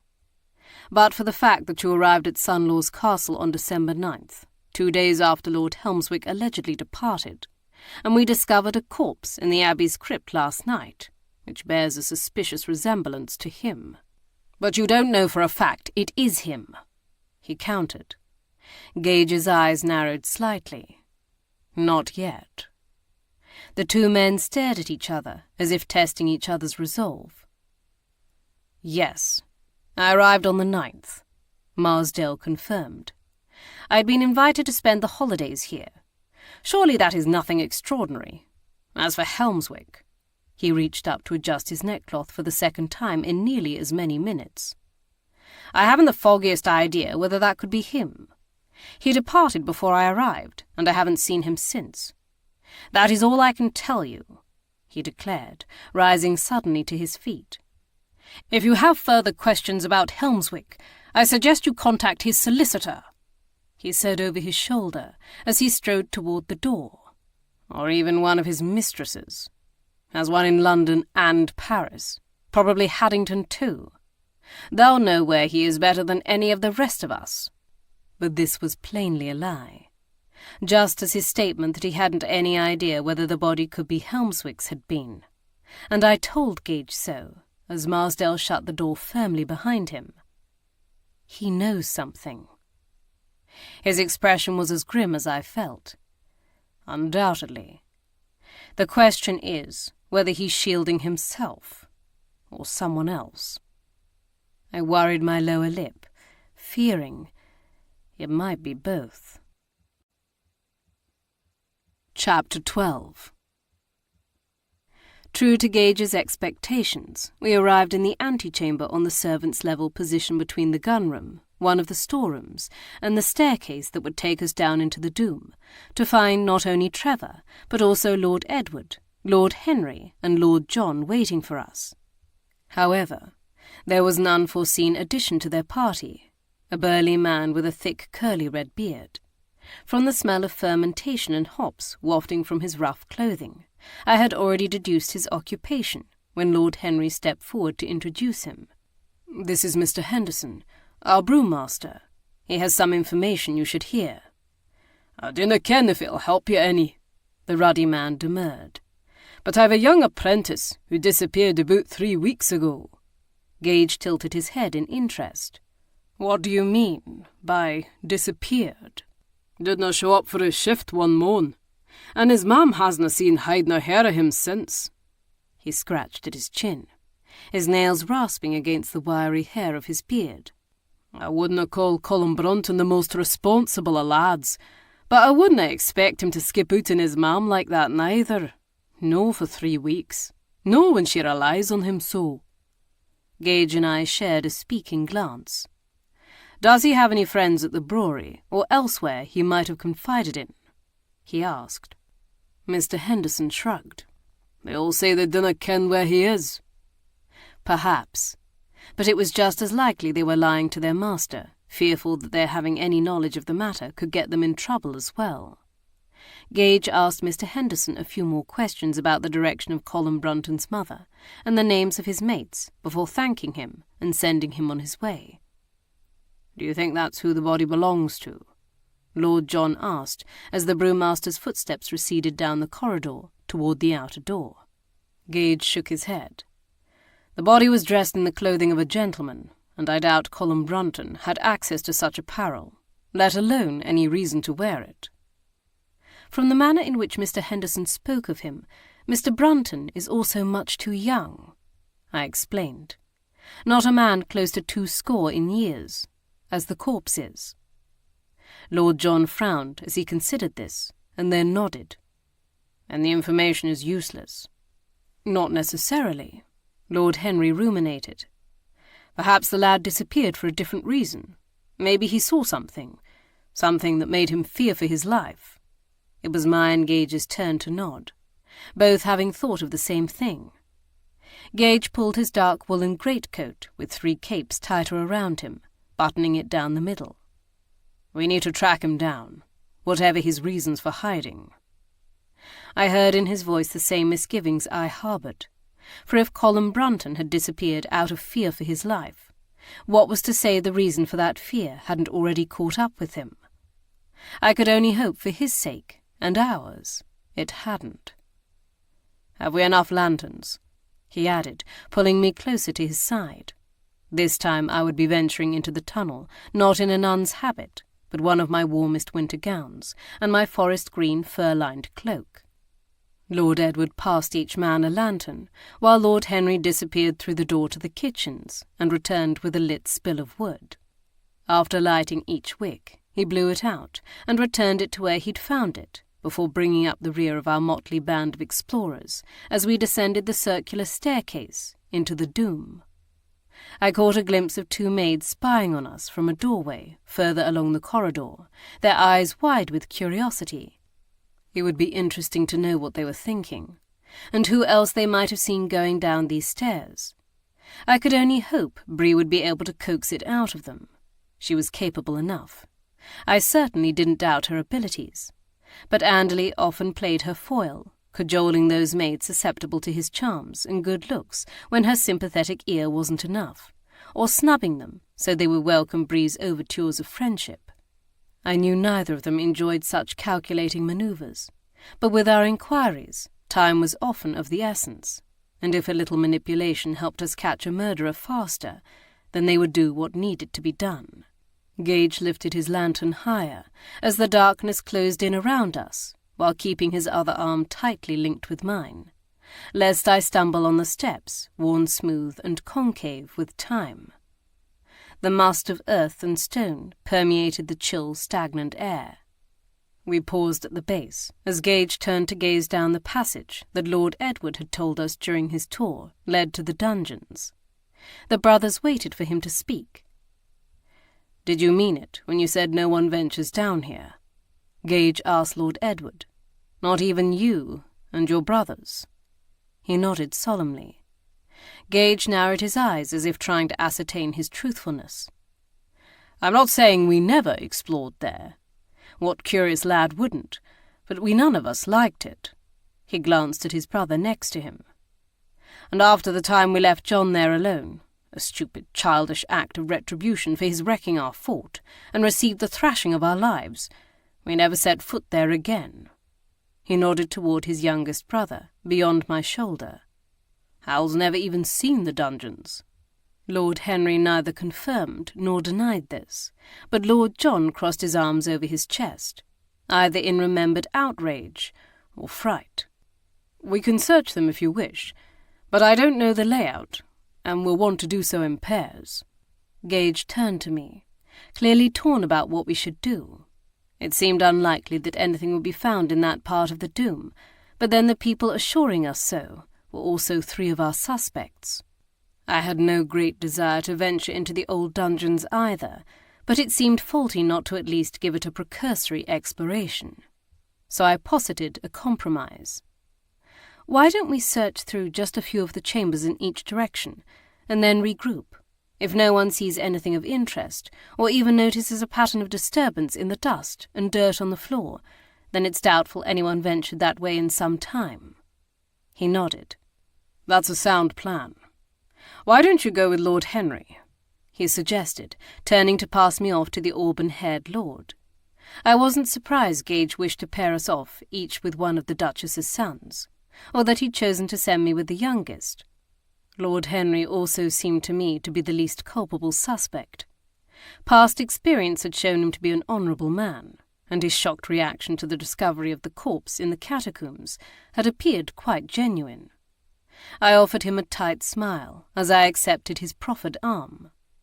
Gage stepped forward to flank Lord Edward and gestured for Trevor to accompany Lord John.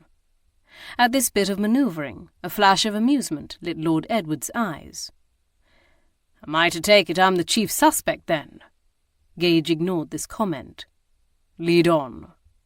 Lord Edward did just that, as Gage lowered his head to sweep the passage with his gaze. At the junction where the corridor branched off in 3 directions, Lord Edward turned to address us all. Mr. Gage and I shall take the first 2 or 3 chambers to the right. John, why don't you go straight, and Hal, to the left? You would send me that way, wouldn't you? Lord John groused.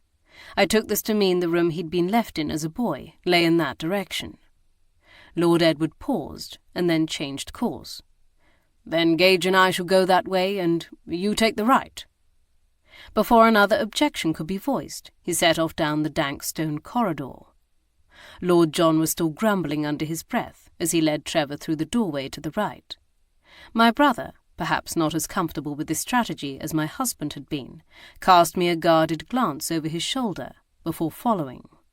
Striding slowly forward, Lord Henry and I both hesitated at the turning to the left.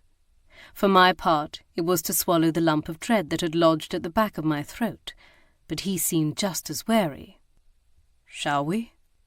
I nodded, and he reached out to push open the warped wooden door. It swung open with a grating creak. My gaze first dipped to the floor. If someone had passed this way recently, I couldn't tell it. Lord Henry raised his lantern higher as we crossed over the threshold, casting a dim wash of light over the sparse contents. It appeared this room had once been a depository for broken furniture.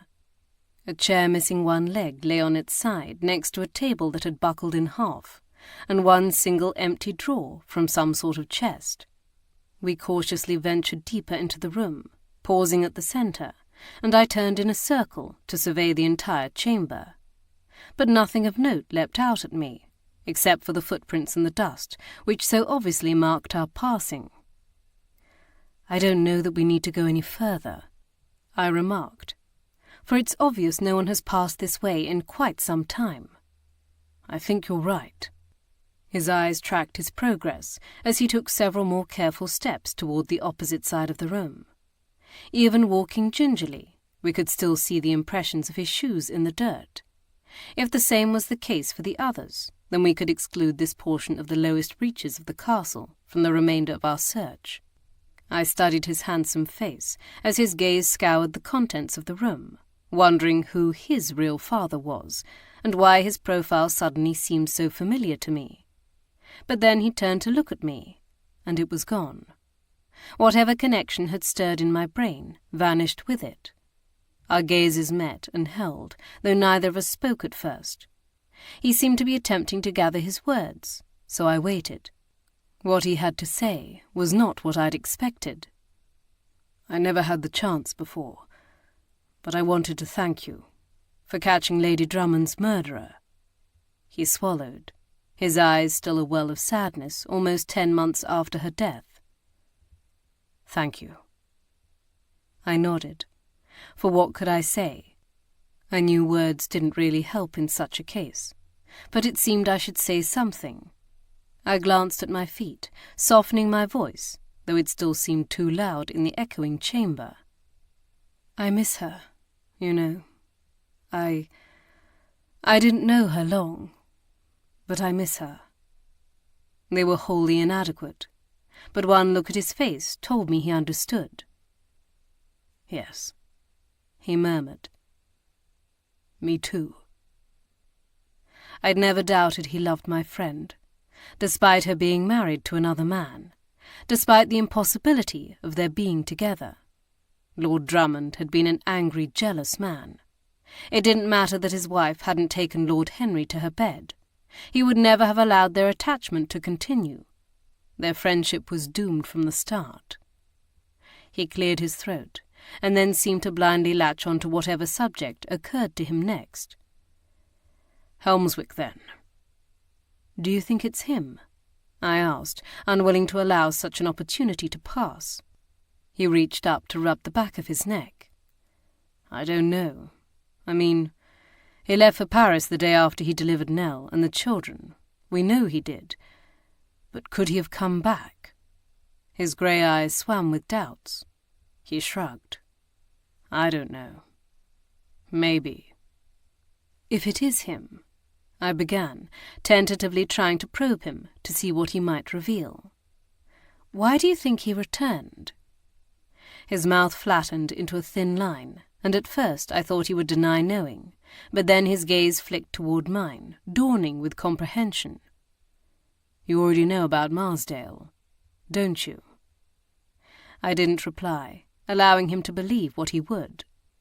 He exhaled a breath of weary aggravation. Far be it for me to judge.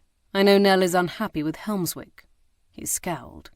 He can be a right rotten blackguard, especially when he doesn't get his way. But she and Marsdale could have been a bit more discreet. This all but confirmed my suspicions, making the knot of dismay that had twisted in my stomach pull even tighter. What do you think of Marsdale? I asked evenly. He's a decent enough fellow. His eyes hardened with cynicism. When he's not out to prove to the world and his father what a care-for-nothing cad he is. I had to agree that was an accurate assessment. He's never fluttered a lash at the parentage of the younger four of us. So that's a point in his favour. Knows more of our secrets than some, and yet he's never betrayed them. That I know. He added, studying me speculatively. Then he sighed and turned away. But I do wish they'd just wed when they had the chance years ago. I'd wondered if they had a history together. Given their mother's friendship, they seemed like a natural match. After all, Marsdale was the heir to a dukedom, and for all intents and purposes, Lady Eleanor was a duke's daughter. Dynastically speaking, a noble family could hardly ask for a better pairing. Why didn't they? Lord Henry's brow furrowed. I was young at the time, and therefore horribly self-absorbed, but I seem to remember it was because Marsdale did something stupid. He tilted his head, though it's just as likely Nell did something stupid too. He shook his head. And does it really matter now? Nell wed Helmswick some time later, and Marsdale continued his hell-raking until about 6 months ago. I gather they reconnected, and whatever had been between them was not completely dead. He cringed. Sorry. That was a poor choice of words. I moved closer to him, lowering my voice as I laid a hand on his forearm.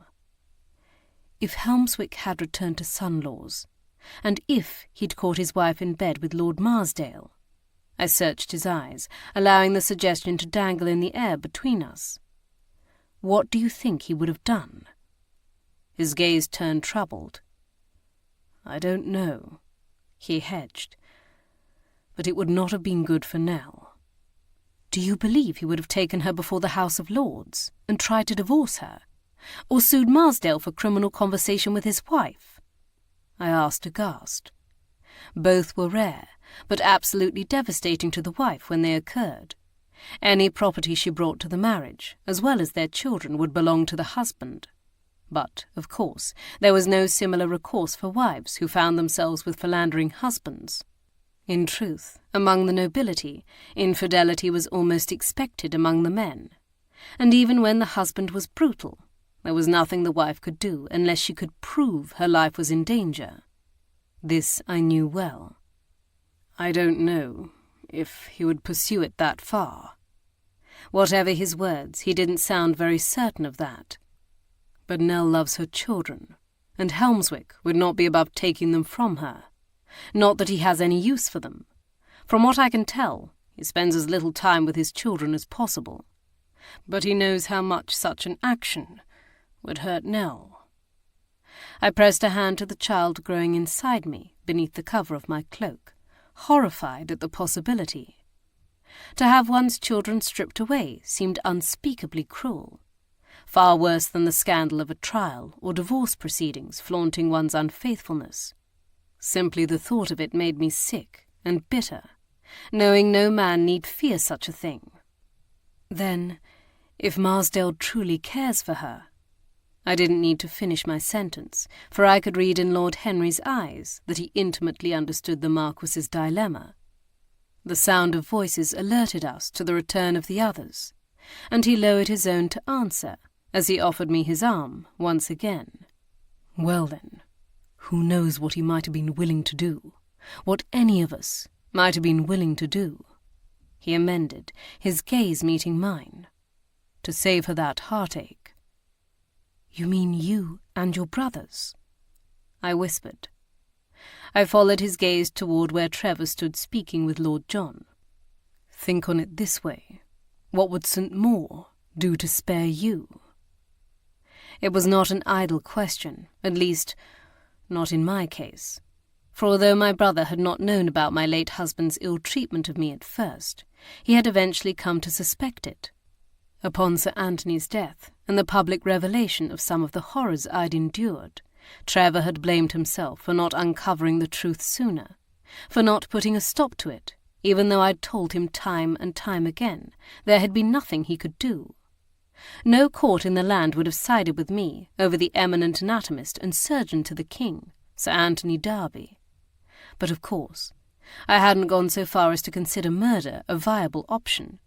And then his poor diet and circulation had done the trick, without outside aid. Trevor looked up then, his gaze meeting mine in the lantern light as we approached. I suddenly realized that just because I hadn't contemplated homicide as a possibility then, it did not mean my brother hadn't entertained such notions. "Did you find something?" he asked. His eyes searched mine for some explanation for the anxiety I must have exhibited. "Nothing," Lord Henry replied. "It's obvious no one passed that way. The same for us." "And us," Gage declared, as he and Lord Edward joined us. The sudden brightness from so many lanterns made me turn aside, blinking, as I tried to clear my vision. "We thought we found a trail in the dust, but it only led to a pile of lumber one of the carpenters and odd job men must have hauled down here in recent months." "To the tunnel, then," Lord Edward suggested. "Yes, lead us to the place where you tripped over that boot." If Gage had hoped this comment would elicit a reaction from any of the Kerr brothers, he was to be disappointed. None of them seemed to be the least disconcerted by his mention of the boots, not even Lord John, who must have heard about Lord Edward's near tumble from one of his brothers. Our erstwhile Lord of Misrule led us through the cellar to the blind corner and into the tunnel. Our steps were slow and measured as everyone searched the ground and walls for any signs of struggle. Though I still felt as if the walls and dirt ceiling were pressing in on me, it helped to have something else to direct my attention to. Nevertheless, I stayed close to Gage's side, both for comfort and because I was reliant upon his and the others' lanterns for light.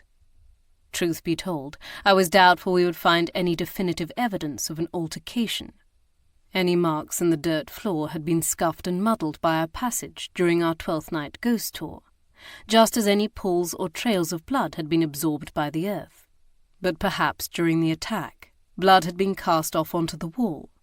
It certainly wasn't outside the realm of possibility, though I didn't expect to see large streaks, but rather small splatters, which would be more difficult to spot against the grime-streaked stone. However, Lord Henry proved to have excellent eyesight. "Here!" he cried, drawing our attention. "What of this? Is it blood?" He had been searching the opposite wall at my back, and shifted to the side so that I could move closer, holding the lantern high. I studied the spatter, the manner in which it had streaked downward, the dark rusty brown colour. It very probably could be, I admitted as my gaze strayed outward. I pointed at a spot slightly above it to the right. And here's more. Gage crowded close to examine the stains, allowing his gaze to trail up the wall and onto the low ceiling. "Is that a gouge?" He was right. There was a blunt furrow in the roof of the tunnel, one that could certainly have been made if someone were tall enough and the weapon being swung was long enough. I glanced down the line of men, each of whom were tall enough to make such a thing possible. Even I might be able to manage it if I could generate enough momentum with my swing, but not with the heavy mace from the guardroom, not with anything of such hefty weight. I hadn't the upper body strength. "And this is the site of the attack," Lord Edward stated, with one hand on his hip, while the other hefted his lantern to look upward. He tipped his head toward one shoulder. "Whoever the victim was." We all stood contemplating this fact, with nothing but the creak of one of the lanterns and the sound of dripping water in the distance to disturb the silence that had fallen. I scowled at the tunnel floor, trying to understand what had happened, trying to piece together some reasoning. "Why?" I muttered in frustration. The others turned to me, and I realized I'd spoken aloud. "Why here, in this dank, dark tunnel?" I specified, glancing at each of the Kerr brothers' faces. I realized the obvious answer is that it's secluded and nearly abandoned. But why would someone willingly pass through here? Did he not want to be seen? Or was he lured here? Lord John shifted his feet, his brow furrowing. "You'd have to be pretty stupid to allow yourself to be lured down here, alone."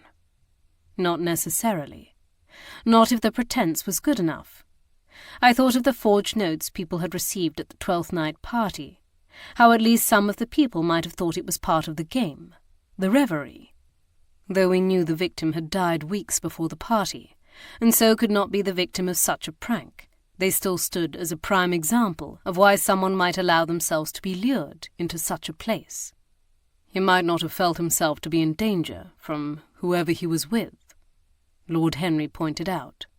"Or perhaps he didn't come down here with anyone. Perhaps he was followed."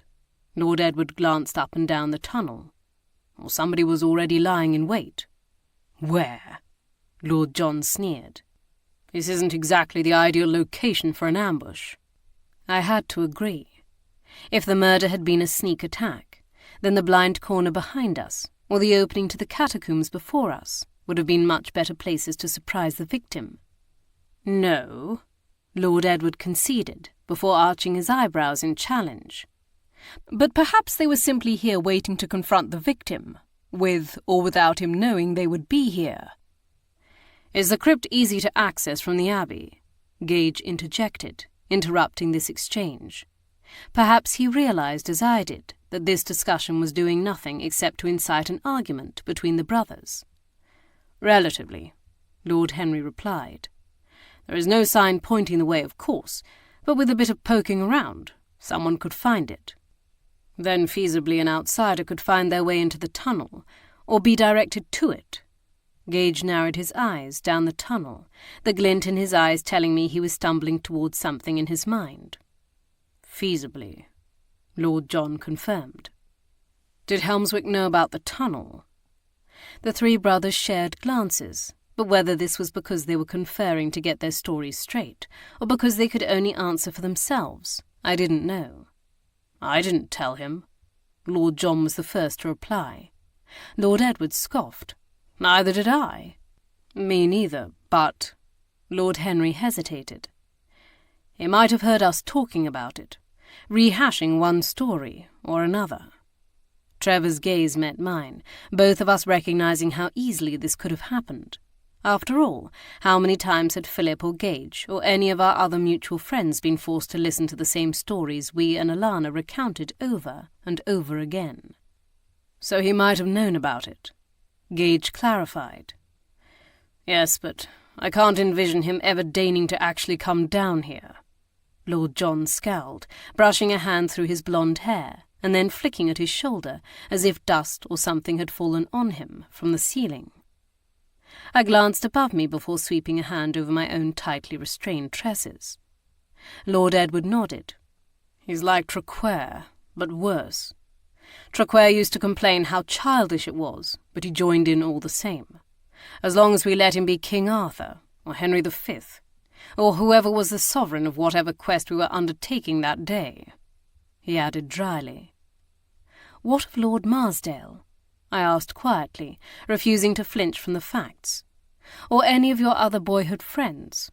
Did they know about the tunnel? Lord Edward and Lord John shared a speaking glance, but Lord Henry met my gaze squarely, already realizing why I'd asked. Marsdale knew, as did a handful of our other friends, and who knows who they told. Obviously he wanted to make it clear that there were any number of people who knew about the tunnel. The trouble with this was, not many of that untold number were present, which meant Marsdale and the Kerr brothers had to remain at the top of our list. Chapter 13. Take us the rest of the way, Gage told Lord Edward. Show us the entrance from the Abbey. He dipped his head in acknowledgement, and then turned to guide us deeper into the tunnel. As eager as I was to see exactly where this shaft led, I had to force myself to inhale a deep breath of the chill, musty air in order to make my feet move. Sensing my agitation, I felt the baby kick once in protest before settling as the motion of my body lulled him or her. It was a heady reminder of why I was so anxious to escape the confines of this space. As the tunnel began to slope upward, I fell into step with Gage, threading my arm through his. I could tell from his expression that he was lost in thought, but his arm still clamped mine in support, pulling me close to his side. The valet, I murmured to him. We should check the other recesses. His gaze dipped toward mine, and I watched as comprehension dawned. You mean Mr. Warren? Helmswick's valet? Lord Edward asked over his shoulder, evidently having heard me. Yes, Gage replied, for there was no point in denying it. If Lord Helmswick is our victim, if he is not in Paris, then where is his valet? Surely after 4 weeks he would have notified someone that his lordship was missing, which means he might very well be dead himself. That, or he's the murderer, my brother helpfully provided, raising his voice to be heard. Probably long since fled to America. He sounded almost cheerful at this possibility, maybe because he thought that meant we were now safe. I suppose that could explain where his jewelry and possessions have gone, I speculated, and given what Anderley told us about Helmswick as an employer, that might give Warren a motive. But why would he have killed him in the tunnel? And how did he know about this place? Perhaps one of the maids told him, Lord Edward shrugged. I know they're ardent believers in Friar Thatch. Recalling the monk Lord Edward had described last night, and the hooded figure one of the maids had described to Bree, I felt my lips twist sardonically. And did you help them to that belief? Why, whatever do you mean? His voice, as well as the gleam in his eyes when he glanced back at me, was mocking. Whoever those robed figures were, Lord Edward knew something about it. I would have wagered my specially balanced paintbrushes on it. But as to Warren's reasons for killing him here, he continued, I would suggest concealment. After all, he would need time to escape, and the longer it took for anyone to find the body, the better. I gnawed my lip in consideration. I supposed it was possible, though such a scenario would mean the valet had to have killed Helmswick before they were to depart for France, which meant he had not departed here on December 7th. It had only appeared like he had.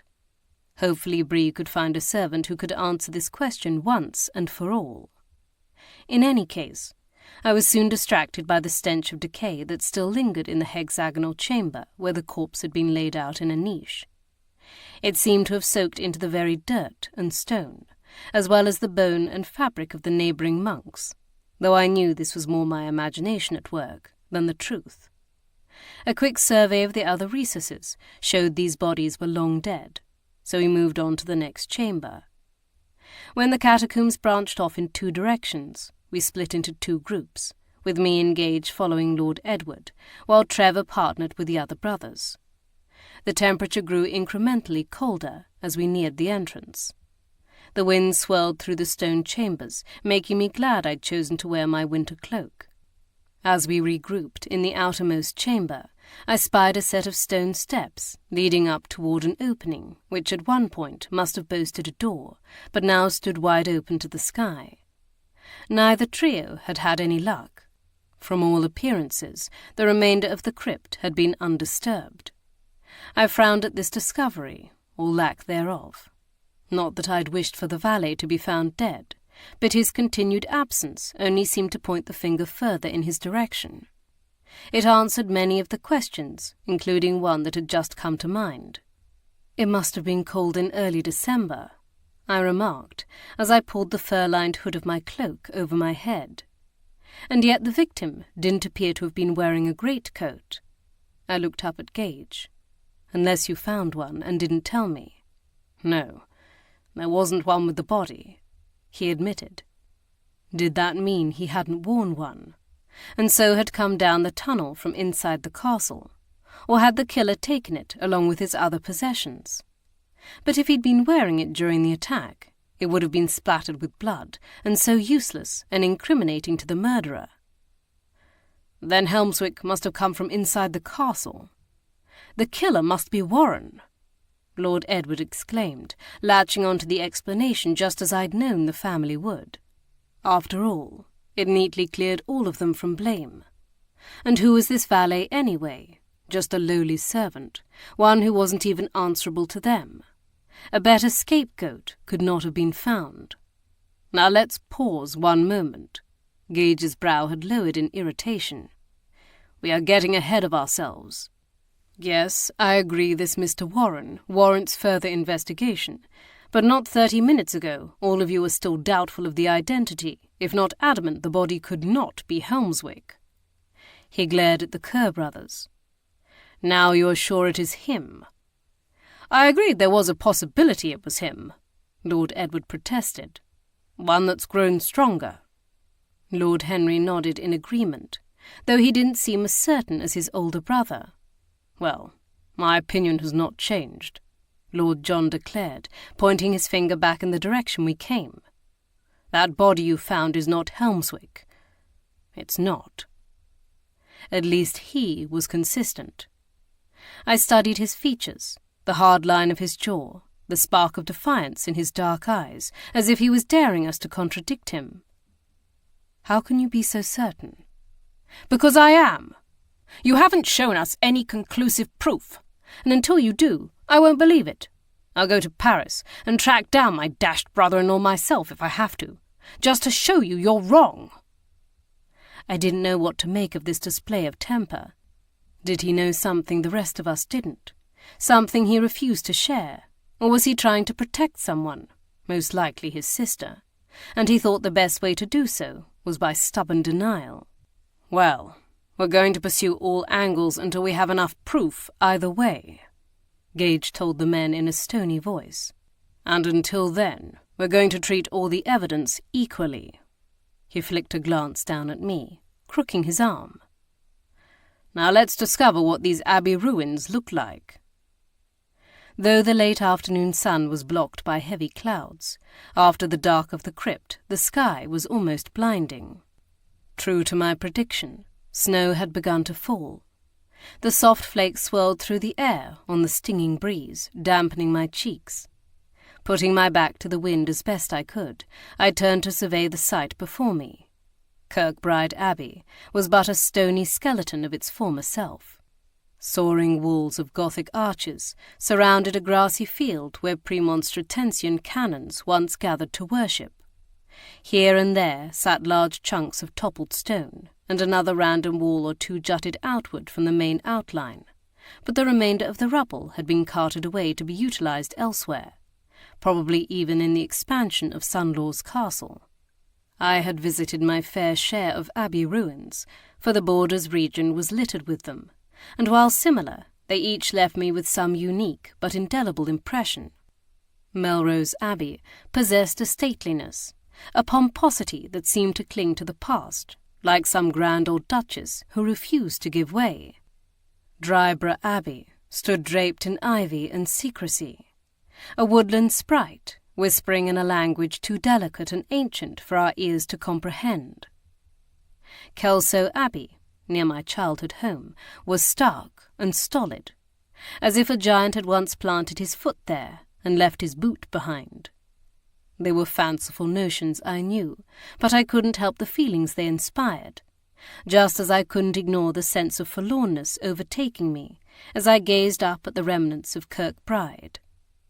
There was a sadness, a loneliness clinging to these stones, as if the gusts whipping through the arches were not merely wind, but the very size of the foundations themselves. Stepping closer to the outer wall, I reached up to press my hand to the chiselled limestone, offering it my comfort, my consolation.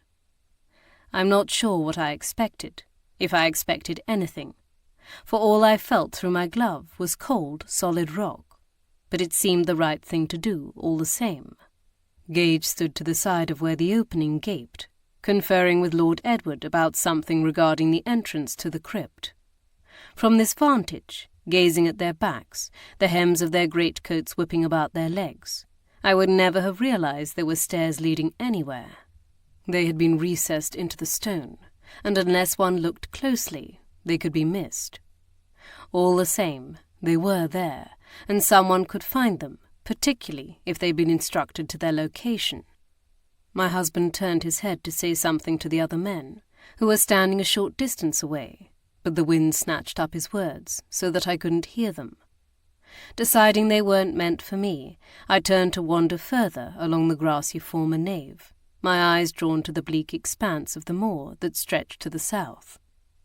I imagined in the spring and summer it was a sight to behold, with its blanket of purple heather and yellow gorse, but now it was faded to dull greens and browns, dusted with snow. To the west rose the braes that I had seen from my bedchamber window, and at the base of the southern hill gathered that icy pool of water.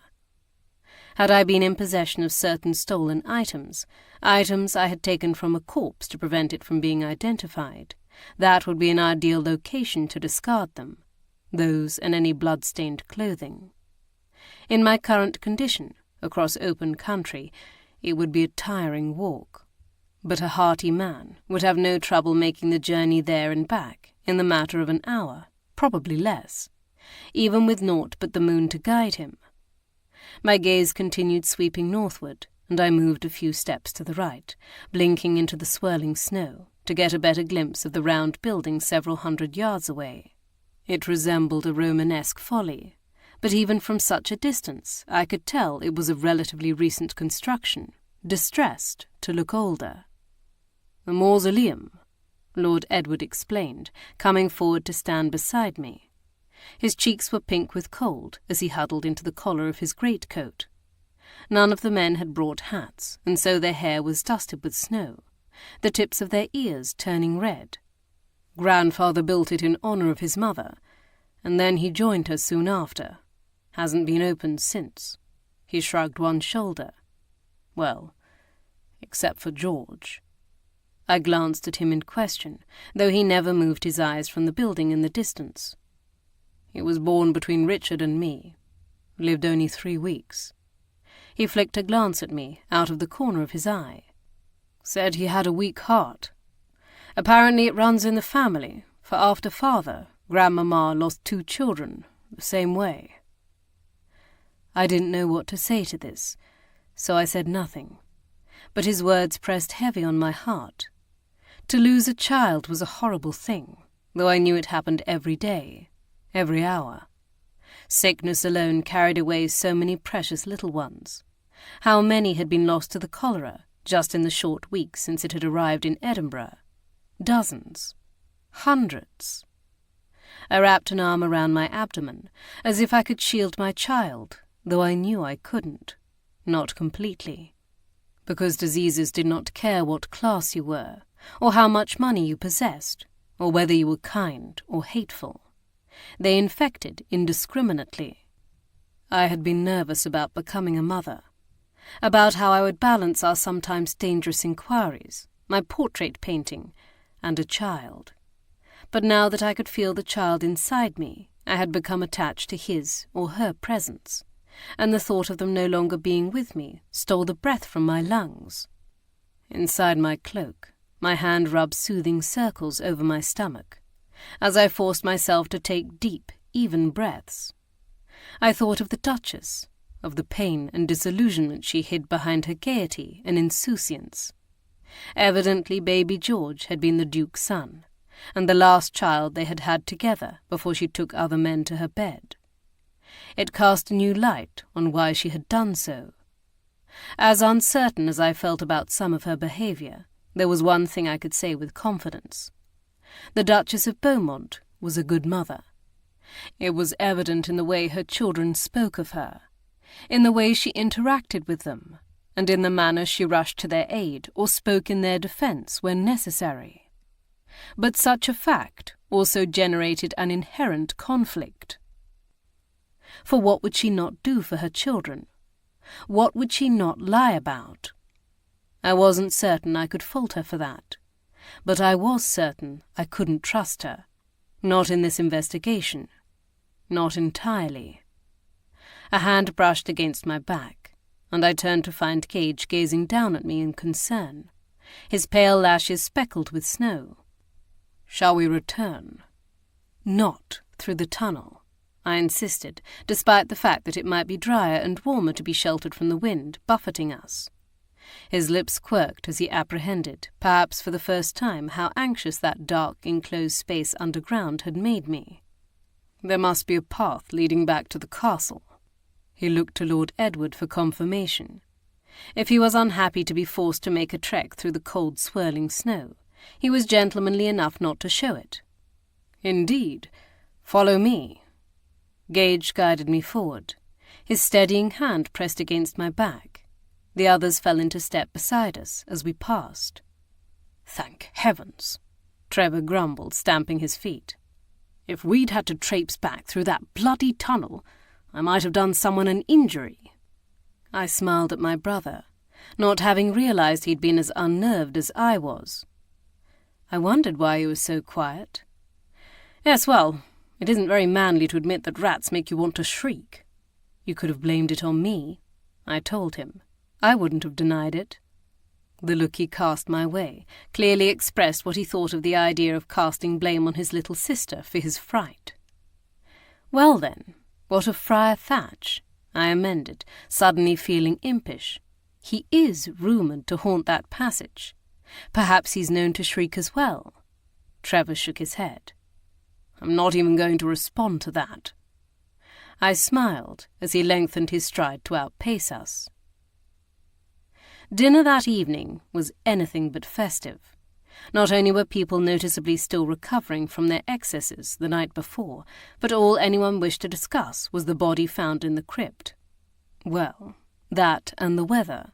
But for once, that topic was less a polite conversational gambit and more an expression of anxiety. Those older servants, who were inclined to know, predicted that the snow flurries of the afternoon were but a herald of what was to come. It appeared the idea of being confined by the weather, even to a palatial ducal estate, was not in the least appealing, especially with a dead body now in residence. The Duchess, Philip and Alana had done their best to ease the guests' worries and assure them they were safe, but even when Gage and I joined our voices to the chorus, their concerns could not be swayed. What am I to say? I can hardly keep them here against their wishes. The Duchess implored us as we stole a few moments to confer in a corner of the Regency Gallery, which was utilised as an immense drawing-room. The walls were painted a pale pistachio green, while the numerous windows were swathed in yards of sumptuous velvet in a slightly darker tone. Sofas and chairs in shades of crimson and beige pinks with gilded frames shimmered and reflected the numerous mirrors and the light from the 3 crystal chandeliers hanging overhead. The Duchess's face was pale with strain, and her eyes wreathed in dark circles, made all the more pronounced by the dark midnight blue hue of her dinner dress with blonde lace overlay. Given the fact she was never anything but perfectly coiffed, and highly aware of the effect one's clothing had upon others, I suspected this was a conscious choice. Though whose sympathy she was hoping to evoke, I didn't know. I was cynical it was ours. We'd overheard her giving a baron and his wife permission to depart early the next morning, and wondered how many others she'd granted such consent to. However, I had to admit she was right, and I told Gage so with a sigh. "This is different than the murder at Gerloch," I murmured, referencing our first inquiry together of my brother-in-law's Highland estate. "For one, the guest list is much larger, and for another, we already know that the majority of these people were far from here several weeks ago, when the actual murder took place. In truth, they might hinder us." Gage's mouth flattened in annoyance. "Tate did mention a pair of inquisitive gentlemen had to be discouraged from entering the cellars. Apparently, they thought viewing the site where a murder had taken place might be a great lark. How many other curious fools will attempt the same thing?" Given the number of Londoners, both high and low born, who had flocked to see the home of the infamous London burkers not 2 months past, eager to see where the notorious murders had taken place, I would not care to wager such attempts to enter the Doom were over. Society accused me of being ghoulish, but many of them were no better. Gage narrowed his eyes at the guests milling about the room, as if he might be able to distinguish which of them had such an exploit in mind. "If possible, I would like to avoid wasting my time searching for imprudent meddlers lost in the warren of chambers down there." "Then may I tell the guests they can leave before this snowstorm they're saying will arrive tomorrow can block the road through the pass?" the Duchess asked. I thought of Anderley on the road to Haddington, and sent up a prayer he would complete his journey before it swept eastward. "Anyone who was not present at the castle at any point during the month of December may depart," Gage specified, "and if any of those other people attempt to leave, will be forced to view their actions as highly suspicious, if not pointed evidence of their guilt." Her gaze flicked across the room toward where Lord Marsdale sipped broodingly from a glass of brandy, not even pretending to listen to the man prattling on beside him. "I understand," she said. I thought she might move off then, to disseminate this information, but she hesitated. Something in her dark eyes made me wonder if she was about to defend the Marquis, but instead she flicked open the fan dangling at her wrist, waving it lazily in front of her face as she spoke. "I heard you've turned your attention to Lord Helmswick's valet." Her gaze drifted over the assemblage. "I think that's a wise course." I nearly rolled my eyes. Of course she did. Gage's frowning visage told me he was harbouring similar cynicism. "It is the natural next step in our efforts to uncover the identity of the victim. Either this valet is safely in Paris with his lordship, or he is also missing. And if it is the latter, we need to know why. Until then, we cannot make any assumptions." "Naturally." A small furrow formed between her eyes. "But I can't help feeling that once we've found this valet, we'll have our answers. So let us hope it is sooner rather than later." She arched her eyebrows in haughty expectation, and closed her fan with a snap as she moved to intercept a lord striding across the room toward the door. Gage and I shared a look of mutual aggravation, for this was precisely what we'd known would happen. A convenient scapegoat he might be, but the valet was also a viable suspect. So no matter our irritation, we could not dismiss their insinuations entirely. Biting back the snide retort hovering on my tongue, I wandered away in the direction of Marsdale. For all his outlandish behaviour, the Marquis was in many ways a private man, and I'd wondered if he might speak more freely without Gage present. But before I'd taken more than half a dozen steps, I found myself intercepted by another guest. "Hello, Mrs. Gage." Lady Bearsden waved her hand, eagerly beckoning me toward where she sat, ensconced with the Dowager Duchess of Bowmont, in one of the alcoves created by the 5 windows spaced evenly across the projection of the rounded tower on one side of the room. Both distinguished ladies had claimed a Louis XIV chair with padded wings, perching with their backs rigidly straight, except when they leaned toward each other to confer. I had observed their antics all evening, like 2 mischievous spiders, drawing in the guests one by one to their web to tease and torment before releasing them. They rightly knew their age and status would cow people into obeying them, and prevent them from responding rudely to whatever the dowagers had to say.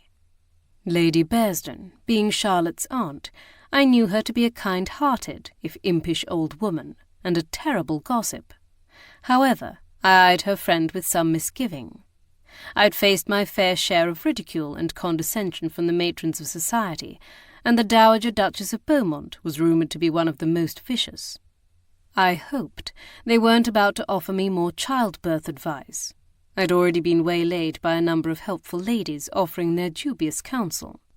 It seemed I was safer to approach now that I was embracing the prescribed duties of a gentlewoman, namely marriage and motherhood, even if I persisted in assisting with these pesky inquiries, but at least it was as a helpmeet to my husband. I was swiftly set at ease. "Kiera, dear." She gestured for me to move closer, resting a bejewelled hand on the cream silk sleeve of my evening gown, trimmed with yellow ribbons and lace, and embroidered purple birds across the panels of the skirt. "May I ask you to do something for me?" "Of course." "It's Charlotte." She spoke in a low voice, her eyes glinting with concern. "I'm afraid she's taken the discovery of that body quite hard. Says she fears it's some sort of omen." She leaned forward to whisper the word. "Will you speak with her?" "Yes, of course." I glanced over my shoulder, searching for her pale blonde tresses. I should have realized sooner she might be upset. After all, at the last house party I'd attended with her, she'd been made to look guilty of committing the gruesome murder of a woman who professed to be her friend, and then nearly drowned by her late husband, the real killer. "Oh, no," Lady Bearsden protested. "She wouldn't wish you to blame yourself, dear. After all, you and your dashing husband are already doing everything you can to resolve the matter. But I do fear she's taking all of this much too much to heart." She shook her head. "Poor Rye has tried to talk some sense into her, but she's quite shaken." "I'll speak to her now," I assured her. "Thank you, dear. I believe she's retired to her chamber." I turned to go, but she stopped me with a tug on my sleeve, waiting until my gaze had returned to hers before speaking. "And when you've finished, come to my chamber."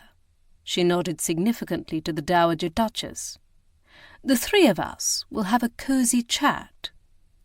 The Dowager stared back at me steadily when I glanced at her in interest, but it was evident she had something to say. Something she did not want overheard. I dipped my head. "I'll join you as soon as I may." Chapter 14. Charlotte and Rye had been assigned rooms almost directly above the Regency Gallery, so I passed through the Earl's Gallery, lined with portraits of the Duke's long-dead ancestors, and up the stairs to the floor above. I found my cousin Rye, leaning against the banister along the top, staring forlornly across the empty space. He straightened from his slouch at the sound of my footsteps and attempted to smooth his expression into one of indifference. But at the sight of my sympathetic smile, he abandoned the effort. "I hear Charlotte is struggling with the discovery of this latest corpse," I murmured, as he joined me near the head of the stairs. He nodded. "It's because of what happened with her late husband, isn't it?" I didn't respond, but then I didn't need to. He could read the confirmation in my eyes. He exhaled a heavy breath, turning to press his hands against the banister again. I asked her as much, but she said she didn't want to talk about it. It was clear he was concerned and completely at a loss as to how to help her. The rumble of voices and the tinkle of nervous laughter drifted upward from the rooms below, along with the soft click of a door closing. Here in the unheated corridor, the exposed skin of my arms between my puffed sleeves and long evening gloves pebbled from the cold. Ignoring the chill air brushing over my collarbone, I reached out to lay a hand gently on my cousin's dark sleeve. "Let me try. I was there. I broke off, realizing it was unnecessary to recount how Lord Stratford had nearly killed both Charlotte and me. Perhaps you'll tell me what has her so upset. Yes, by all means. Rye lowered his head, his arms straining against the wood. I wish she would trust me. The sight of his anguish squeezed something inside my chest. It was an empathy, not just for him, but also for the realization that a year ago Gage must have struggled with the same emotions. She does, I assured him, or she would never have agreed to wed you. I leaned against the balustrade, searching for the right words. You must understand, after all she's been through, after the terror of being married to a man like Lord Stratford, the fact that she is willing to cede such control to you by marrying you is an enormous display of trust. Believe me, I added quietly, I know from experience. His dark eyes softened with compassion, even though I knew he couldn't truly grasp what I had endured in my marriage to Sir Anthony. But I brushed this aside, returning to my point. Give her time. Her heart may realize she has nothing to fear from you, but her memories can trick her into believing otherwise, at least for a short time. But she'll come about. She will. He inhaled a deep breath and nodded. I offered him a smile of encouragement and began to turn away. Thanks, Kiera. I glanced back, seeing the affection shining in his eyes. Of course. We wallflowers have to look after one another. His smile widened. I turned back to study the doors lining the corridor before me, pointing to the one on the left in question. He dipped his head toward the open one, further along the passage, 2 doors to the right. She went into the solar. What once would have been used as the bedchamber of the laird and lady, and a private sitting room for the family within the castle several 100 years ago, had been transformed into a cosy withdrawing room. The wide windows set into the thick stone walls were left unswathed, allowing moonlight to spill into the room through the thick panes of mullioned glass. When I peered around the doorframe, I was surprised to see a fire kindled in the hearth, and wondered if Charlotte had set it alight. She sat on a sofa covered in Aubusson tapestry upholstery, staring into the flames. I'd rounded the sofa before she finally glanced up, revealing red-rimmed eyes and a pink nose. Clearly, she'd been crying. "May I join you?" I asked. She peered beyond me into the corridor, as if expecting someone to be standing behind me, but Rye had done as I'd asked, and not followed me.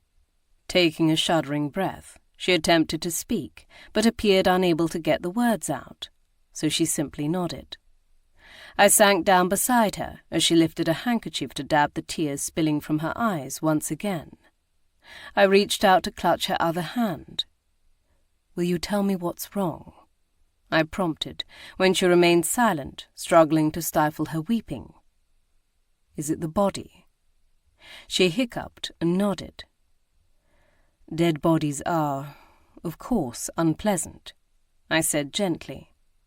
"But I can't see how this one could have anything to do with you. It's nothing like what happened at Gairloch. Is that what you fear?" "No," she gasped.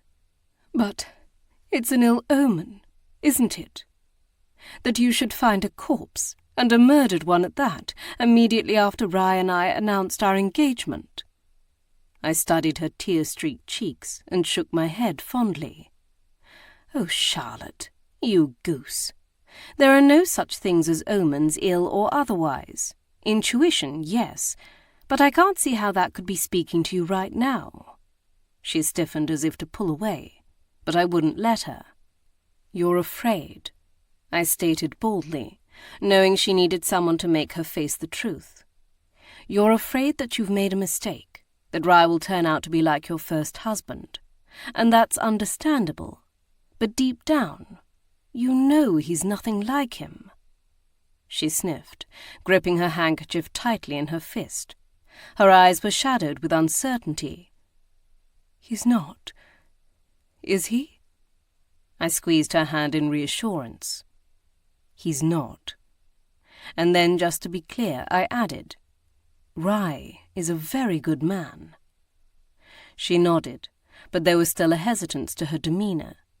I turned to stare broodingly at the fireplace. The wood popped and crackled, and the flames cast a flickering glow over the rug. "Did I ever tell you that when Gage initially proposed to me, I rejected him?" Her eyes widened in surprise as I glanced up at her. "You did?" My mouth curled into a sad smile. "I was terrified. I wanted to be with him, desperately, but I was afraid he could never really love me, that he merely found me useful, and that he might turn out to be like Sir Anthony." I shook my head ruefully. I knew the latter wasn't true, but it's easy to convince yourself otherwise when fear has you in its grip. Her head bowed, contemplating this. Fortunately for me, a very wise person took me aside and told me that I was being foolish, that I shouldn't be afraid of what my life would be like with Gage, but rather what it would be like without him. "Your sister," she guessed. "No, my brother." This seemed to make a great impression on her.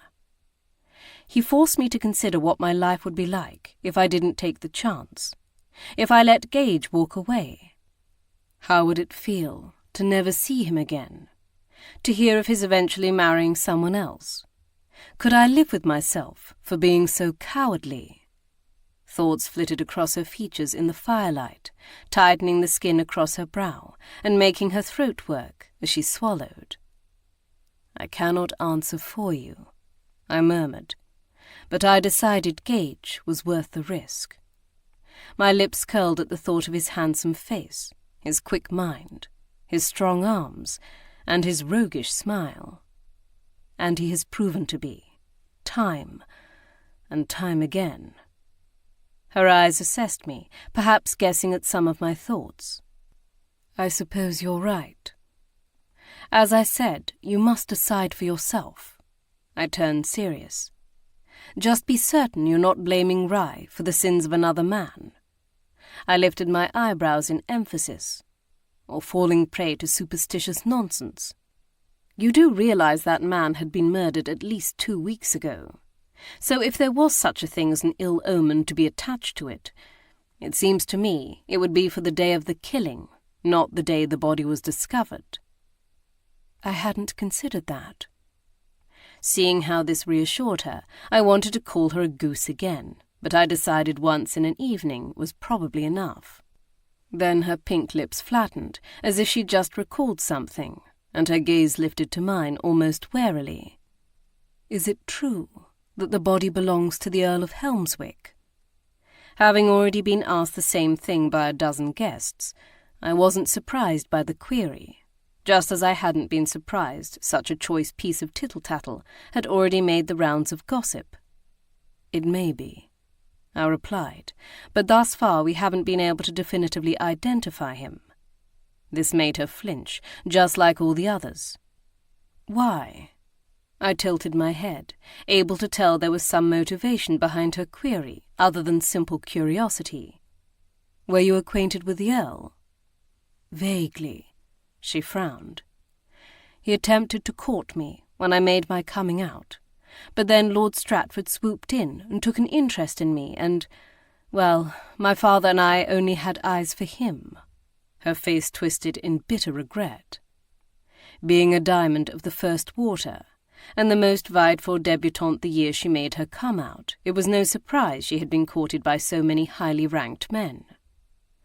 Well, if it's any consolation, I'm not certain Lord Helmswick would have been much of a catch either, though one could hope he would not have attempted to rid himself of her once he realized she could not give him a son and heir like Stratford had.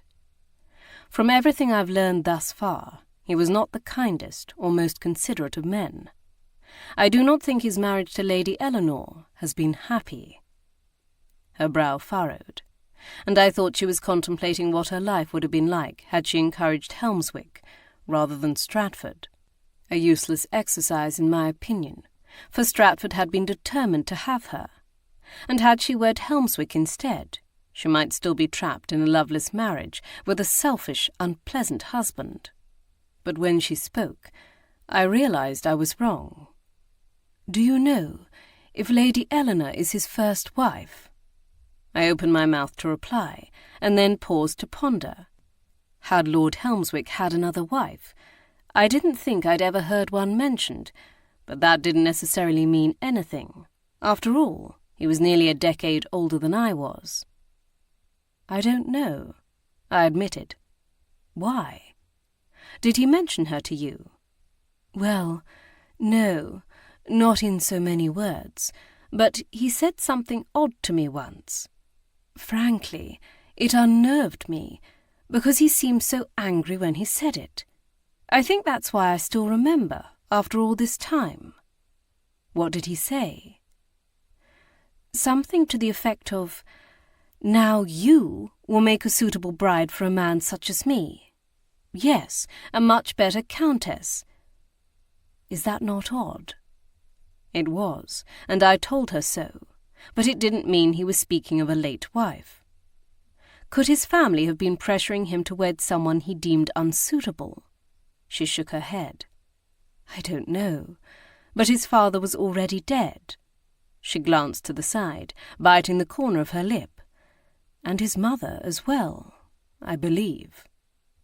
But there could have been other family members badgering him, an aunt or uncle wanting him to wed his cousin or some such thing. I would have to look into his family tree. Of course, the unsuitable bride could also have been Lady Eleanor, though I struggle to imagine what would make the Earl reckon a duke's acknowledged daughter as being unworthy of him, unless he was so punctilious about bloodlines that the rumours of her parentage were too unsavoury for him. But then, why had he wed her anyway? I pushed the puzzling problem aside for the moment, to focus on Charlotte. Do you feel better now? It was a somewhat redundant question, for she was visibly calmer, and had set her sodden handkerchief aside at some point in the middle of our conversation. Yes, thank you. She smiled gratefully. I shall think about what you said.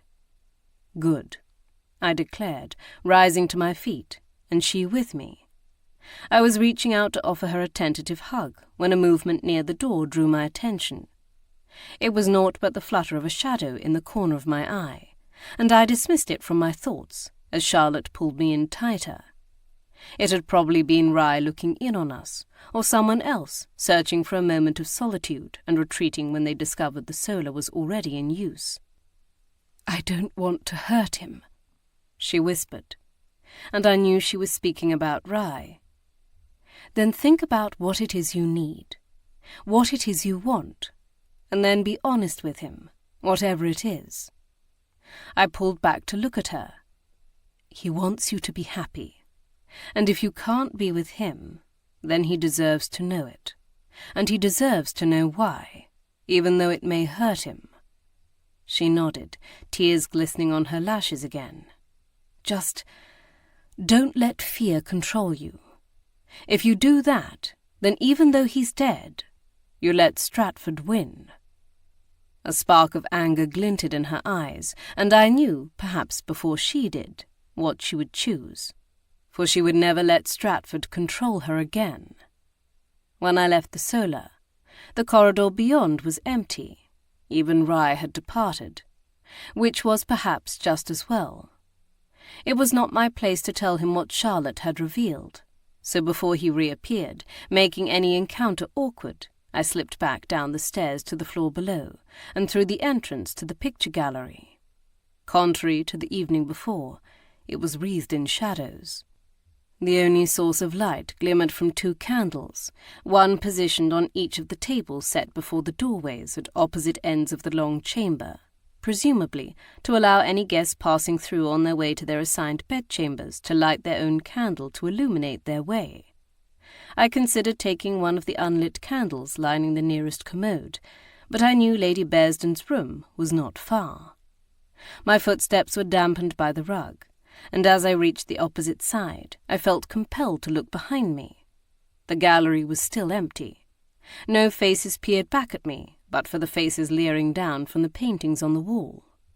Even so, I hesitated to go any further.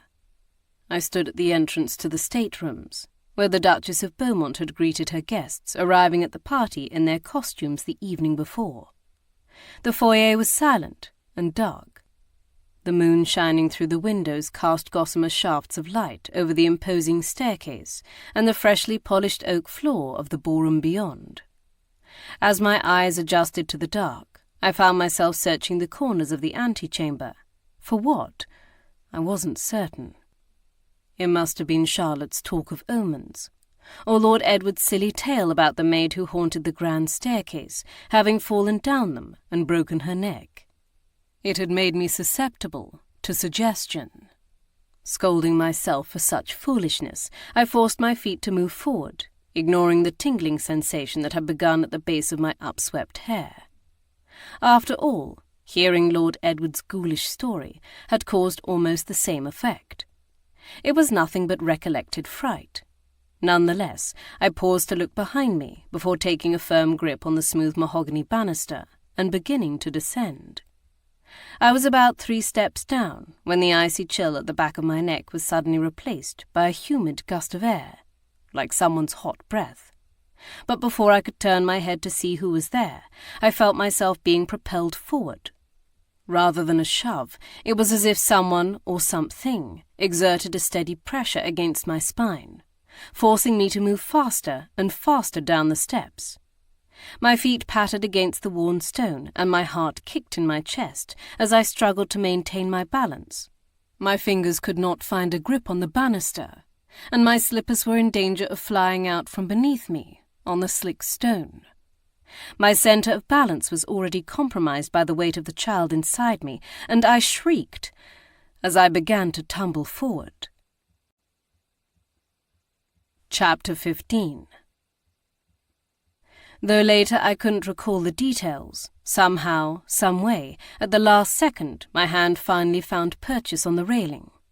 Gripping it with all my might, I wrenched my shoulder as my body twisted and slammed into the side of the balustrade, bringing me to an abrupt stop. Pain exploded in my arm and along the side of my ribcage. My breath soared in and out of me in sharp gasps.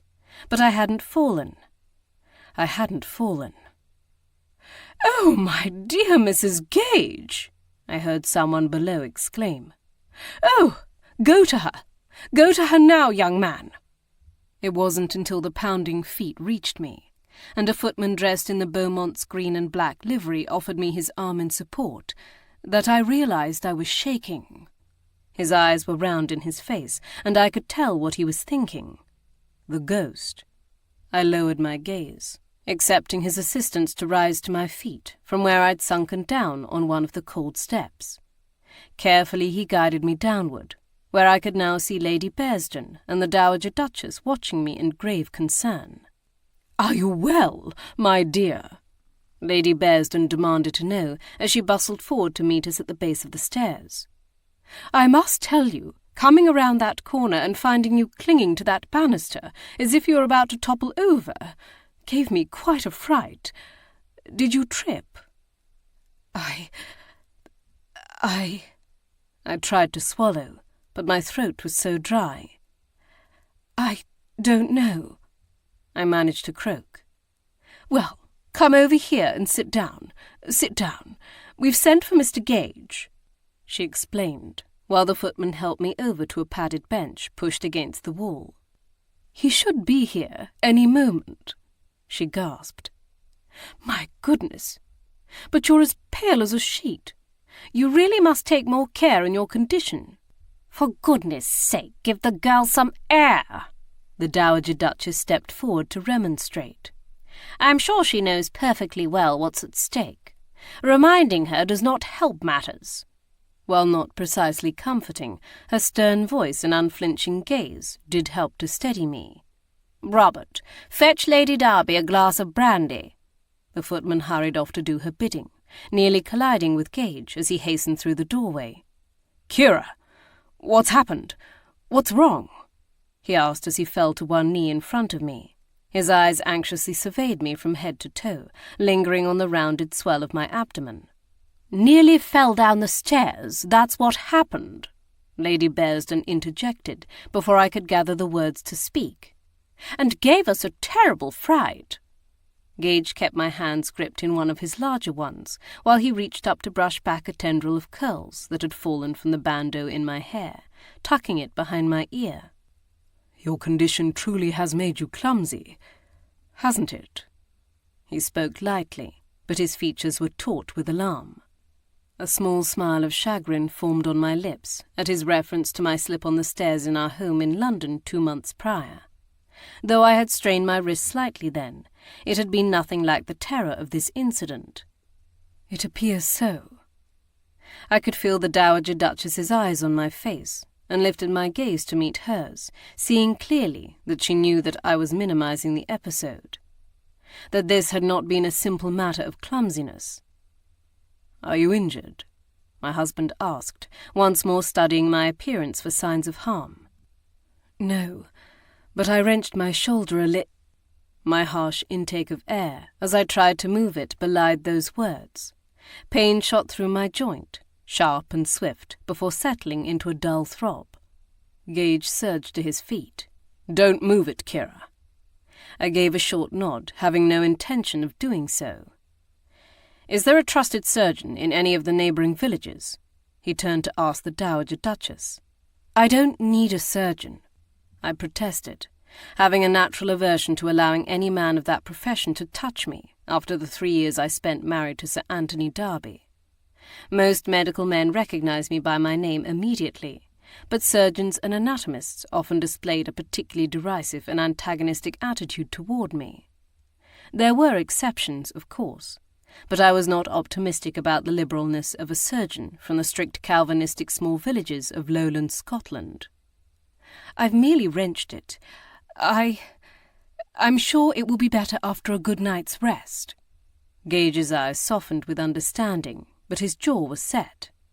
"Kiera, it's your right shoulder." The bands of residual fear still wrapped around my chest tightened to almost a stranglehold as I grasped what he was saying. It was my painting arm. My stomach seemed to drop out of me, and my breaths came tight and quick, making my thoughts slightly muzzy. If I couldn't lift a brush, if I couldn't paint. I closed my eyes, refusing to contemplate the possibility. My shoulder was simply wrenched. It would heal.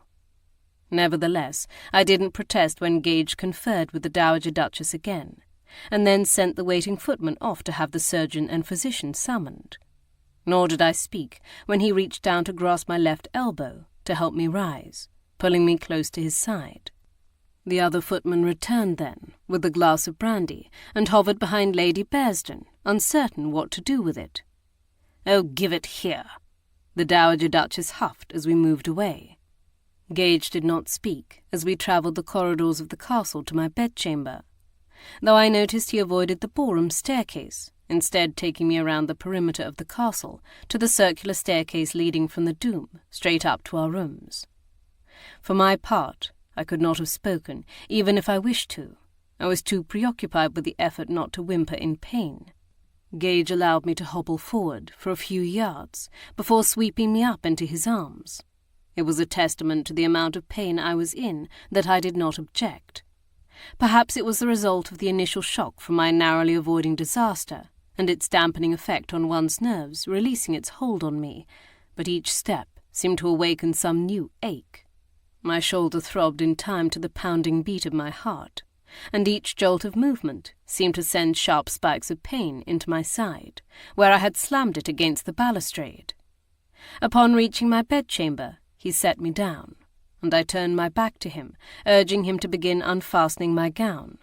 However, he only made it through 3 of the tiny buttons before Bree came bustling through the door, alerted by the footman, sending for the surgeon and physician, no doubt. "Milady!" she gasped, her face a mask of apprehension. Gage stepped to the side, allowing her to take over. Her fingers deftly flew through the buttons, and then peeled the dress from my frame. I focused on breathing evenly in and out through the pain, and winced only once as I had to move my shoulder to slide the puffed sleeve down my arm. Bree draped the gown over the end of the bed, her gaze on my throbbing shoulder. "Do you have something we can fashion a makeshift sling from?" my husband queried, and she turned to move toward the dresser, but I halted her with my wheezed request. "My stays, please." She whirled back, picking at the ties holding my special corset in place. "The top drawer," Bree directed Gage as he strode toward the piece of furniture. "Grab one of the scarves. The cornflower blue one, 'tis softest." I nearly collapsed in relief as the stays loosened. My knees actually felt a bit weak. I suppose I wobbled enough to alarm them, for Bree grabbed me about the waist, and Gage hastened over to support me from the front. He clutched my left forearm as Bree pulled the corset from my torso. Breathing shallowly, for I discovered if I inhaled too deeply my ribs screamed in protest, I allowed him to help me into bed. Sinking into the pillows, I looked up into his distressed face. "Can you roll onto your left side?" he asked. I nodded and turned onto my hip so that he could slowly lift my chemise to see my side. Their silence spoke volumes, as did the slight tremor in his hand as he reached out to touch me gingerly. When neither of them offered an explanation, I swallowed the stickiness coating my throat and ventured a question. "How bad is it?" Gage inhaled a swift breath, as if he'd been holding it. "There's extensive bruising." I'd assumed as much, so I didn't reply. His hand drifted down toward the swell of my abdomen. "The child.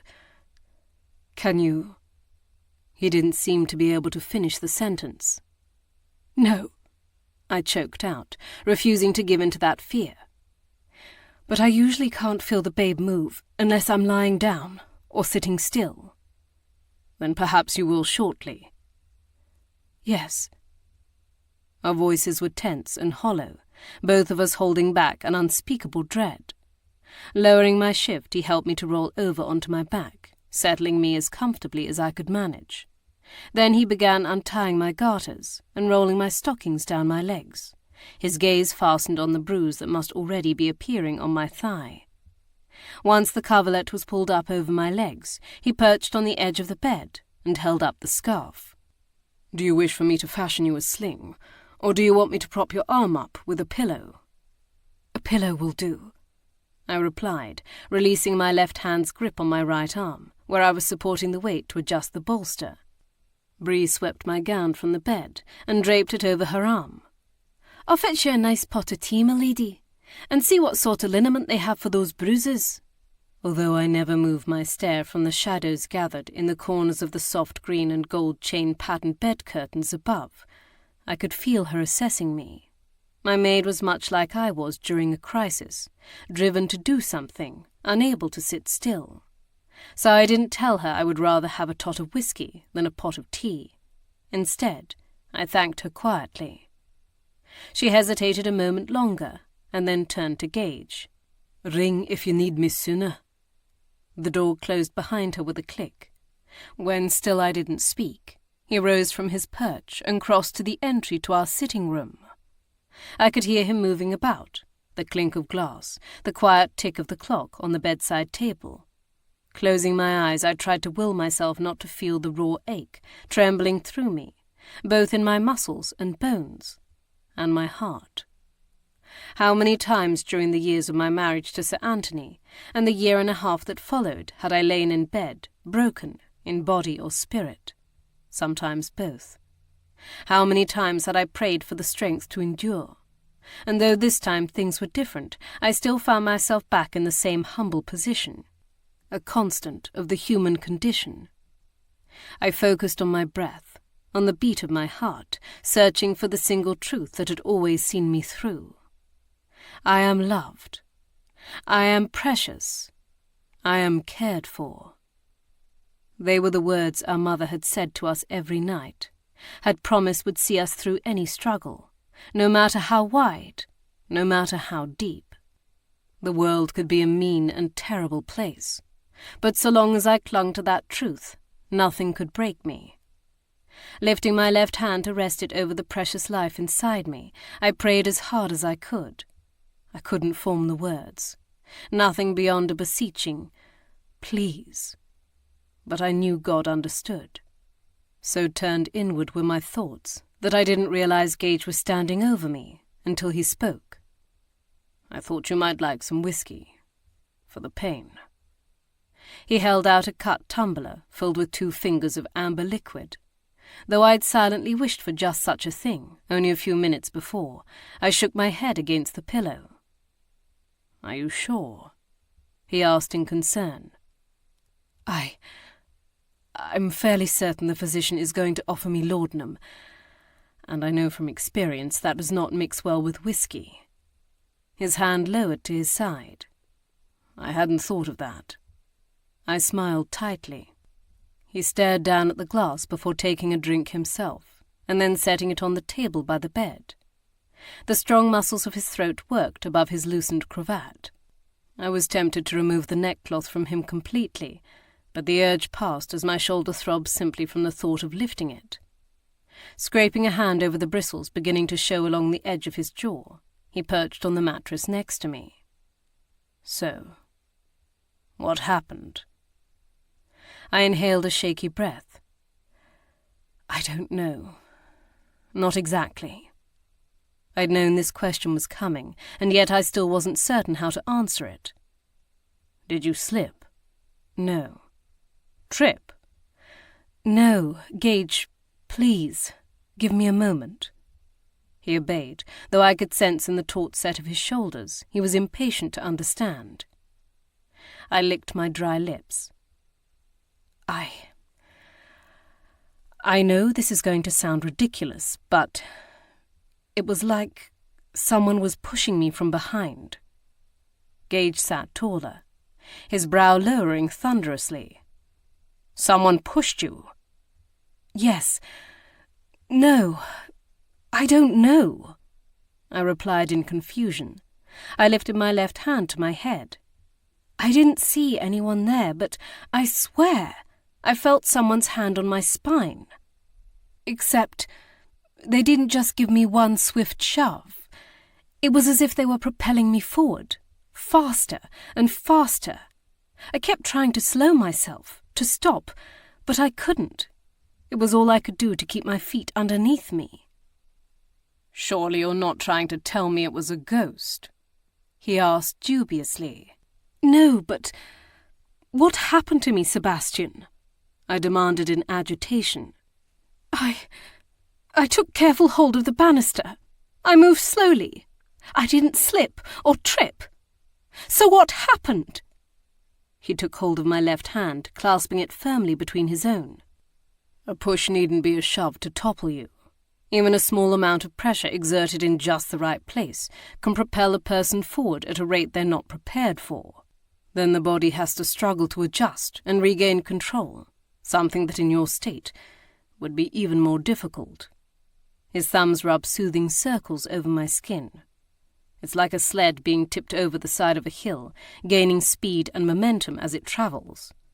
He tilted his head. Not an inapt comparison, given how slick the stone on those stairs has worn down to. I stared at our joined hands, contemplating this new information. Did you see anyone? No, but even I could hear the uncertainty that hovered at the end of my answer. Gage dipped his head toward me. You don't sound sure. Well, I didn't see anyone, but it was rather dark, and I got a strange feeling once or twice, Like perhaps someone was watching me. Or following you. Maybe. I frowned. There had been that shadow that had flitted at the corner of my eye in the doorway to the solar. Maybe it hadn't been Rye. Maybe it had been someone else.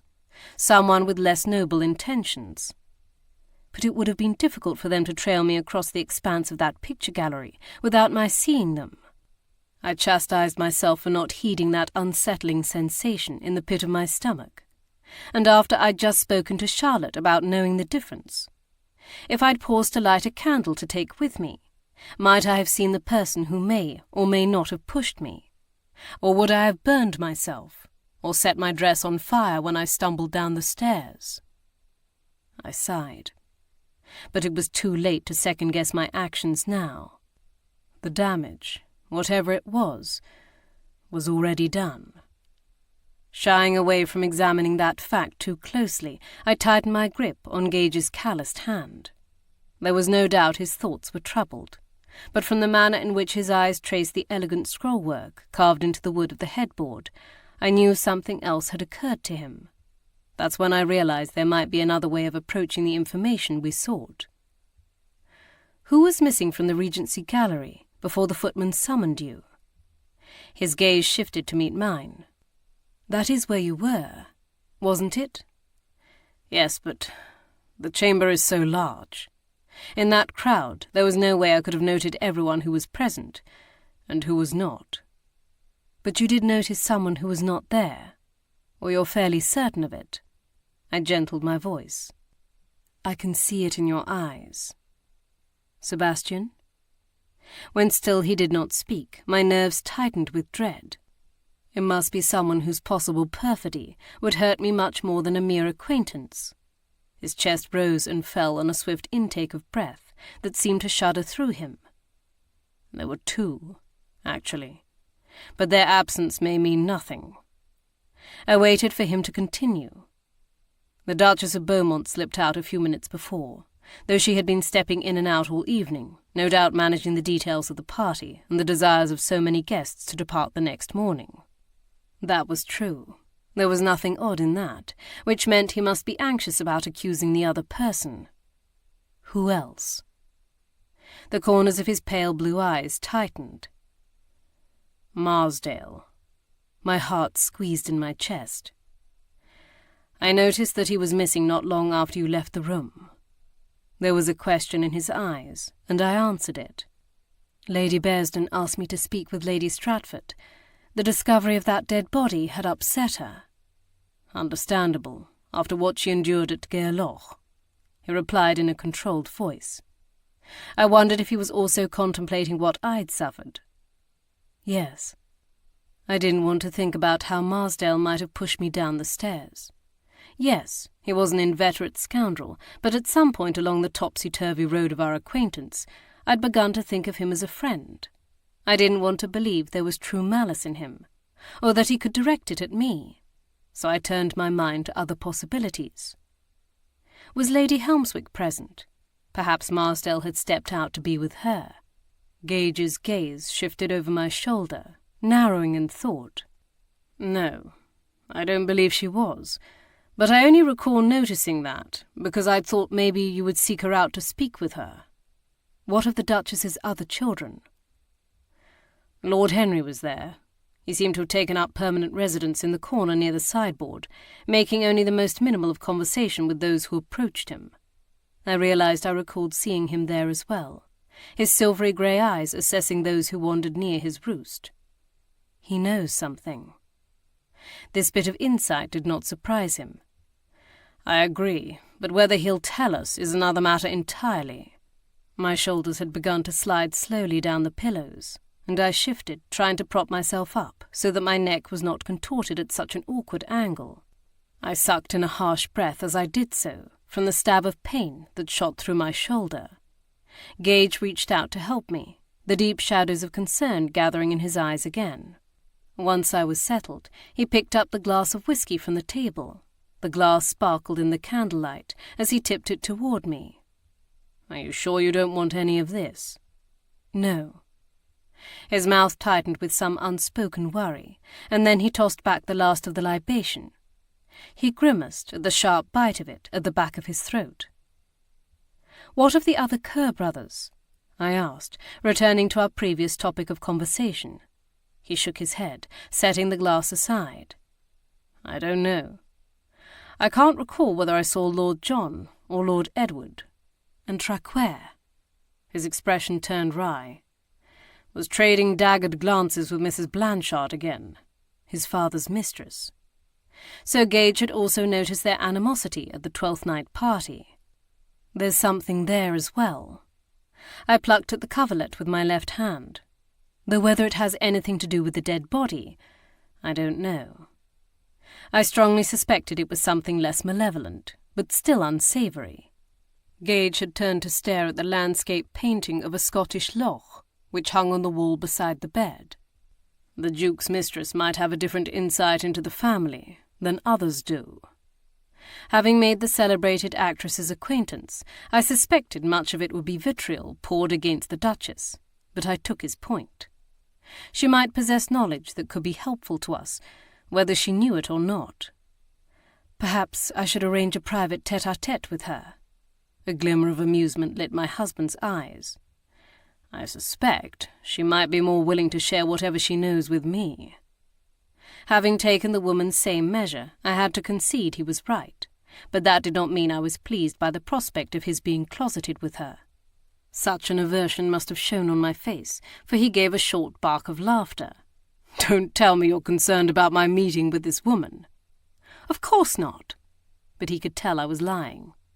He leaned over me, arching a single eyebrow, the spicy scent of his cologne teasing my nostrils. "Good.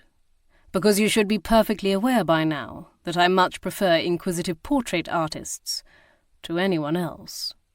I smiled softly up at him, tracing his rugged features with my eyes, the small cleft in his chin and finely sculpted cheekbones, the strong jawline and supple lips, the faint lines at the corners of his eyes that marked the passage of time. I wished I could pull him down to me, could feel his mouth pressed to mine, but I knew any enjoyment would be shattered by the pain in my shoulder and my side. So instead I merely basked in his gaze, in the almost piercing quality of the crystalline blue hue of his eyes, picking out the silver flecks near his irises, in the ripple of mirth and affection and tenderness that transformed them as he stared down at me. I lifted my left hand to trace his jaw, only to still as a knock sounded on the door. Gage surged to his feet. "Thank heavens! Hopefully that's the surgeon." From my position in the bed, I couldn't see the door, but I heard the Duchess's voice as he opened it.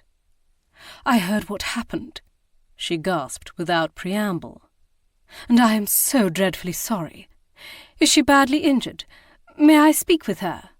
"She's in a great deal of pain at the moment," he replied, and I exhaled in relief, not yet ready to face anyone. "It isn't a good time for guests." "Yes, of course. Oh, but this is terrible. I've been telling the Duke for years we should have the staircases refurbished and runners added to them. There have been far too many accidents over the decades, but he insists they give the castle character, allowing us to tread in the footsteps of his ancestors," she added scornfully. "But this is much too much." "The surgeon and physician, have they been sent for?"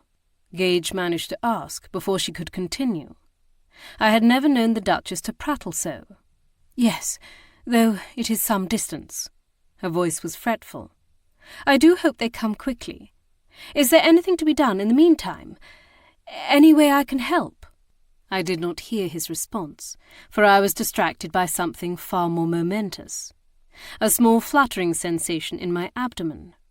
Though I could hardly grow stiller, already lying unmoving as I was, I held my breath, silently willing the child inside to move again. When they did, delivering a swift kick, which stretched my skin, the tears I had refused to let fall earlier overflowed my bleary eyes and spilled down my cheeks.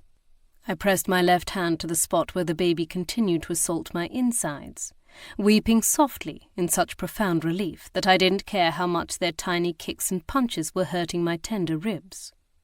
That was how Gage found me moments later. His eyes widened with panic, as he hurried over to the bed. "Kiera, what is it? What's happened?" "The baby moved," I blubbered between sobbing breaths. Comprehension dawned, and he sank down on the mattress beside me, a trifle less gently than before, for I felt the twinge in my shoulder, and reached his hand out to slip it beneath mine, where it rested over my abdomen. When he felt the movement, as my skin swelled with the babe's swiping motion, his gaze lifted and locked with mine. Struggling as I was to stop weeping, the sight of his eyes shimmering with unshed tears threatened to completely undo me. However, he mastered himself. His Adam's apple bobbed up and down in his throat as he swallowed hard. Then he lifted my hand to his lips and pressed a fervent kiss into the palm, followed by another and another. When finally he lowered it, I curled my fingers around the moistness his breath had left behind and carried it up to my heart. Chapter 16. Early the next morning, I reclined in my bed, propped up by a mound of pillows, as Alana, Philip, Trevor, and Gage gathered around me. The sun had barely crested the horizon, but from my vantage I could see the brilliant winter blue sky out the large bay window. It was a weather breeder, a morning so fine and serene that it seemed impossible that a storm should follow. But I had witnessed my fair share of deceptive weather in the Highlands and the borders. By midday the sun would be choked behind clouds, and the wind howling down from the heights. Alana perched on the bed by my side, fussing over the bandage wrapped around my right shoulder, and the sling fashioned from my cornflower blue scarf cradling my arm. When the surgeon had arrived the night before, he'd explained it was partially dislocated. Gage had helped to hold me upright, as I endured the excruciating pain of his resetting it into place. But once the deed was done, the immediate relief was so palpable I nearly collapsed. He explained that the joint would be tender for some days following, and that I would have to keep it immobile, but it should heal without any complications. The pain in my ribs would last longer, but fortunately none appeared to be broken. After feeling the baby kick, the news that I should be able to resume painting in a week, a fortnight at most, made me dissolve into tears yet again. The surgeon had chuckled good-naturedly as I attempted to apologize for my display of emotion, and assured me his wife had been the same way when she was carrying their bairns. The physician who arrived soon after was less sympathetic. Between lectures on the proper way to care for myself when with child, much of which contradicted the advice given to Alana by Dr. Fenwick, the physician accoucheur in Edinburgh, I also intended to use for my confinement, he managed to perform a very rudimentary examination. In truth, the baby's movements were far more reassuring and indicative than anything he had done. He also left a bottle of laudanum for any continued pain, with strict instructions on the dosage I should take. Upon his departure, Bree, who had been present for these final directives, promptly derided the man a fool. "I wouldna give even a horse such an amount. No unless I wanted to knock him flat. A quarter of that dose should do the trick." She nodded her head decisively. "And will increase it, if need be." She had been right. Perhaps a slightly larger dose would have dampened the pain completely, but I much preferred to suffer the occasional twinge and keep my wits about me than to fall into a poppy-induced slumber. This turned out to be fortuitous, for while I'd been ordered to remain in bed for the duration of the day, a directive I was content to obey for the moment, I proceeded to receive a parade of visitors, beginning with my brother and sister. "There's no cause to fret, Alana," I assured her. "I'm not in any further danger." "That you know of," Trevor muttered under his breath. I glared at him, where he stood at the end of the bed, his eyebrows raised in challenge. "Perhaps you should bow out of the rest of this investigation." My gaze swung to my sister, where she sat nervously pleating the coverlet. "After all, you are over 6 months along. Before you know it, you'll be entering your confinement." She swiveled to look over her shoulder at her husband. "And didn't the Duchess say suspicion has fallen on Lord Helmswick's valet, so the matter is nearly resolved anyway?" "Nearly resolved?" I replied with a forced laugh, struggling to restrain my mounting frustration. "Well, yes, only if you like a convenient scapegoat, and only if the body proves to be Helmswick." That the Duchess was sharing these mere speculations as fact infuriated me, especially when we'd asked her not to. Most of the family had been opposed to the idea that Helmswick could be the victim, but as soon as suspicions had been pointed in the direction of the valet, they were perfectly content to accept it. Well, they couldn't have it both ways, and I wasn't about to let a valet take the blame if someone else was the guilty party, no matter how lofty their title or connections. Regardless, she pressed a hand gently to my sling. Maybe you should give up these inquests for a time. I shook my head in perplexity, searching her anxious gaze, the bright lapis lazuli of her eyes so like the shade of my own. Where is this coming from? I merely slipped on the stairs. It could have happened anywhere. I darted a glance at Gage, who shook his head minutely, telling me he had said nothing about the possibility I might have been pushed. We had decided it would be best not to share such a detail, even with my family, for they would only worry. Perhaps. Alana plucked at a loose string of green thread on her skirts. But you must recognize that such pursuits are highly fraught and patently reckless for a woman in your condition. I scowled at my sister, anger bubbling in my veins. Surely you mean to give it up once the child arrives? She gestured over her shoulder toward where Gage stood, leaning against the bedpost. Perhaps Gage means to abandon it as well. So what is the difference of a few months? For a brief moment, I wondered if perhaps my husband had asked my sister to persuade me to step aside from our inquiry work. But one look at the deep furrow between his brows, when she suggested he might also quit the field, told me otherwise. While I appreciate your concern, I bit out as politely as I was able to under the circumstances, I don't believe any of this is your business. Now, Kiera, Philip protested, we're only thinking of you, of the child. What's best for you both? What you think is best for me. You don't see me sweeping in to tell you what to do with your time, or how to behave. That's because the manner in which we choose to occupy ourselves is perfectly natural and quite respectable, while yours is. Alana broke off, biting her lip.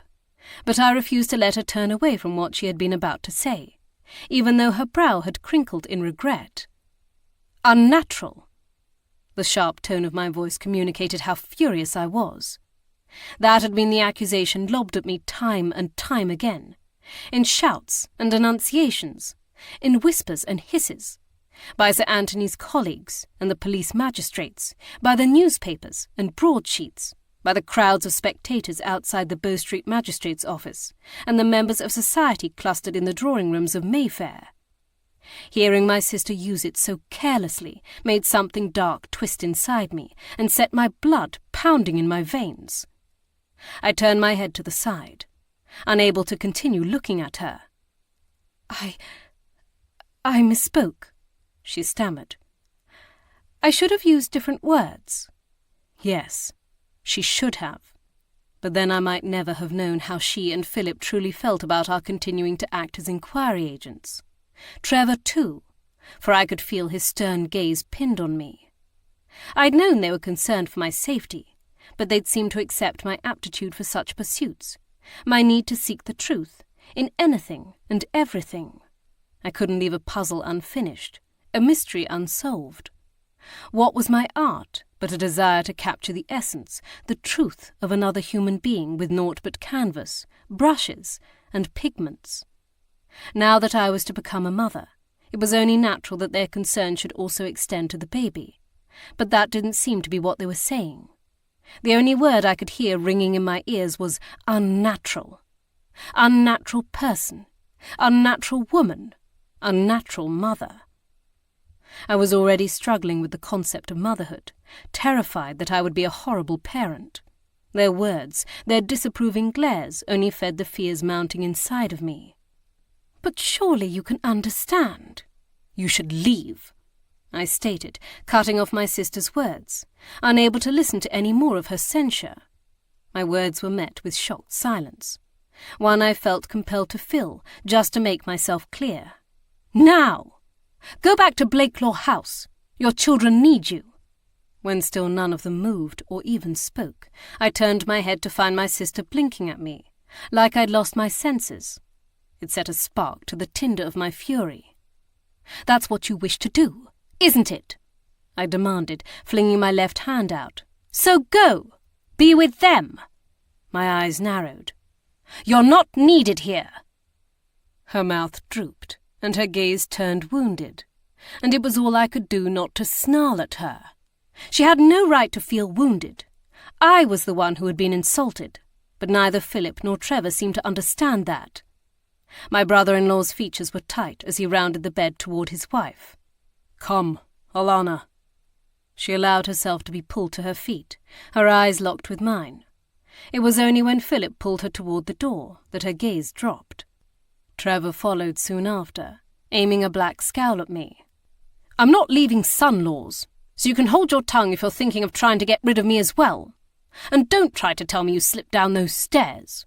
He leaned closer to jeer as he passed the bed. "I know better. You're as fleet of foot as a deer, Kiera, and always have been." The door slammed behind him. I stewed, glaring at my feet for several seconds before lifting my gaze to Gage's. His expression was maddeningly veiled, which could mean only one thing. He did not approve of what I'd done. I pulled the sling over my neck and off my arm, tossing it aside as I sank lower in the bed. "Are you in pain?" Gage murmured. "Or was all of that the laudanum talking?" I narrowed my eyes to slits, gesturing to my abdomen. "Or perhaps it's a result of my condition. Aren't women in my state prone to overexcitement and irrational behavior?" I sneered, repeating one of the infractions the physician had charged me with the night before as he examined me. He crossed to the left side of the bed and lay down beside me, crossing his booted feet at the heels and clasping his hands over his flat stomach. I would have liked to draw that man's cork, but seeing as how he was ensuring my wife and child had not suffered greater injury, I decided I should refrain. I turned to look at him, some of my anger dissipating at his acknowledgement that the physician had been rude and condescending. However, that did not mean I was going to let his earlier comment pass without question. "Don't tell me you weren't offended by Alana's criticisms. I saw that you were." He frowned up at the bed curtains. "I didn't like it, no, but I recognized she meant well. She simply didn't phrase her concerns in the best manner." "Do you agree with her?" I demanded to know. He turned his head on the pillow to look at me. "We've discussed this. You know I do not." "But perhaps you've changed your mind." I could hear the anxiety fraying the edges of my voice, but I couldn't do anything to control it. "I haven't." Rolling his long body onto his side next to me, he propped his head on his arm so he could gaze down at me. "Kiera," he began hesitantly, lifting his other hand to trail his fingers over my cheek. "I know you're nervous. I know you're uncertain, but that doesn't mean I am." His eyes gleamed with affection. "I know you will be a wonderful mother. You'll paint. We'll investigate. Or we won't. There don't have to be any absolutes." His fingers slid around my neck to cup my head. "But I promise you, I will not dictate what matters you can pursue. I know most men believe that is their right, but I'm perfectly aware you have a mind of your own." His mouth curled into a smile. "And I wouldn't change that for the world, even when it exasperates and terrifies me." My heart tumbled over in my chest, and my skin flushed with warmth. My fingers tingled with the need to touch him, and I lifted my left hand to brush them over his smoothly shaven jaw. Urging him closer, the only word I could manage was to breathe his name. "Sebastian." His lips met mine, tentatively probing, until I drew his full lower lip into my mouth before playfully nipping it. Then his mouth captured mine with more insistence. I gave myself over to the slide of his tongue against mine, the heat of his mouth. He tasted of tea and tooth powder and Gage. My breathing quickened as the urgency to be even closer built within me. I buried my fingers in his soft hair and began to lift my other arm to do the same, when pain shot through me. I inhaled a swift hissing breath and he leveraged himself off me, gazing down at me in concern. "Did I hurt you?" he panted, his chest rising and falling rapidly. I grimaced, shaking my head. "I tried to lift my right arm too far." He rolled to the side, flopping onto his back as he pressed a hand to his forehead. "I suppose I should restrain myself, at least until your shoulder and those bruises heal." "It's as much my fault as yours," I replied, trying to resettle my shoulder comfortably. I glanced sideways at him. "You are rather difficult to resist." "Yes, well, I've noticed how anger seems to increase your ardor, which, therefore, increases mine." He grinned playfully. "It's the way your eyes flash." "Yes, just like that." He rolled to the side to face me again, lifting a finger to press it to the downturned corner of my mouth. "Now don't scowl. I'm paying you a compliment." "Is that what that was?" I murmured dryly. But with Gage gazing at me with such adorable insistence, my mouth was helpless not to twitch upward. I sighed in mock aggravation. "Oh, very well. You're far too charming for your own good, you know." He caught hold of my left hand, where I poked him in the chest. "So I've been told. But seriously, Kiera." His expression sobered. "Don't let your own misgivings rile you to lash out in anger. You don't have to heed to your family's wishes any more than you have to regard all that ridiculous advice about childbirth those busybodies were offering you last night in the drawing room." "It was no worse than the folderol they used to inundate Alana with," I demurred. "Perhaps. But you can't tell me their unsolicited counsel did not annoy you. I could read quite clearly in your eyes that it did, and yet you didn't lash out at them." I frowned, uncomfortably aware that he was right. He squeezed my hand where he still clutched it, pulling my gaze back to his. "I don't know why it's so much harder to mind the sharp edges of our tongues with those we love than with strangers, but heaven knows it's true. My father is the prime example." I shouldn't have been surprised to hear Gage admit that he knew his father loved him, despite all evidence to the contrary, but I was. Maybe because he'd never done so out loud before. I blamed that on my delay in making the unhappy realization that he'd just compared my recent actions to those of his disdainful and disapproving father. But before I could disagree, he lowered his face so that he was speaking to me only inches from mine. "You may wish to pretend your sister's presence isn't necessary, but I know you're going to want and need her in the months coming. I will be here to do all I can, but I would be a fool not to comprehend that in matters of childbirth there are some things a woman would be better able to understand and advise upon, especially one who's already given birth 4 times. He was right again, of course.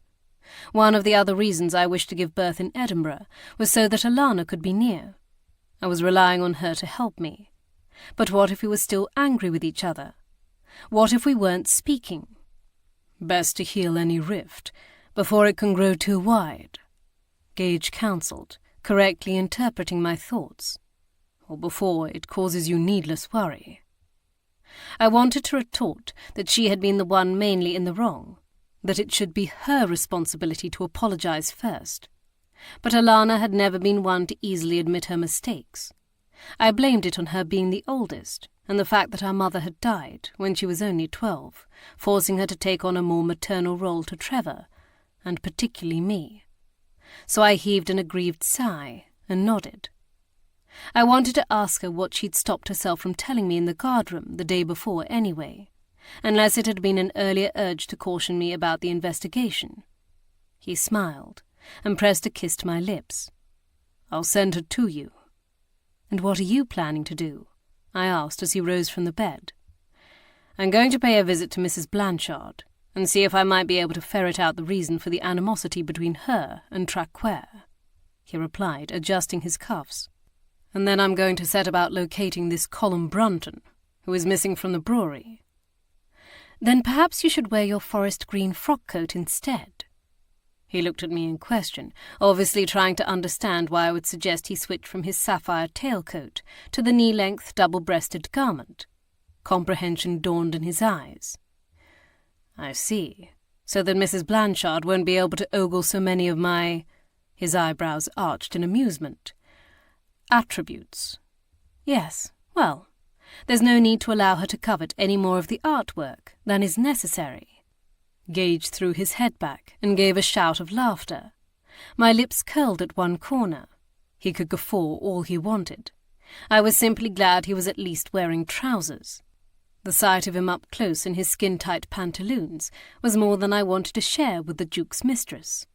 His gaze met mine, evidently deducing the direction of my thoughts, for a soft flush of colour crested his cheekbones.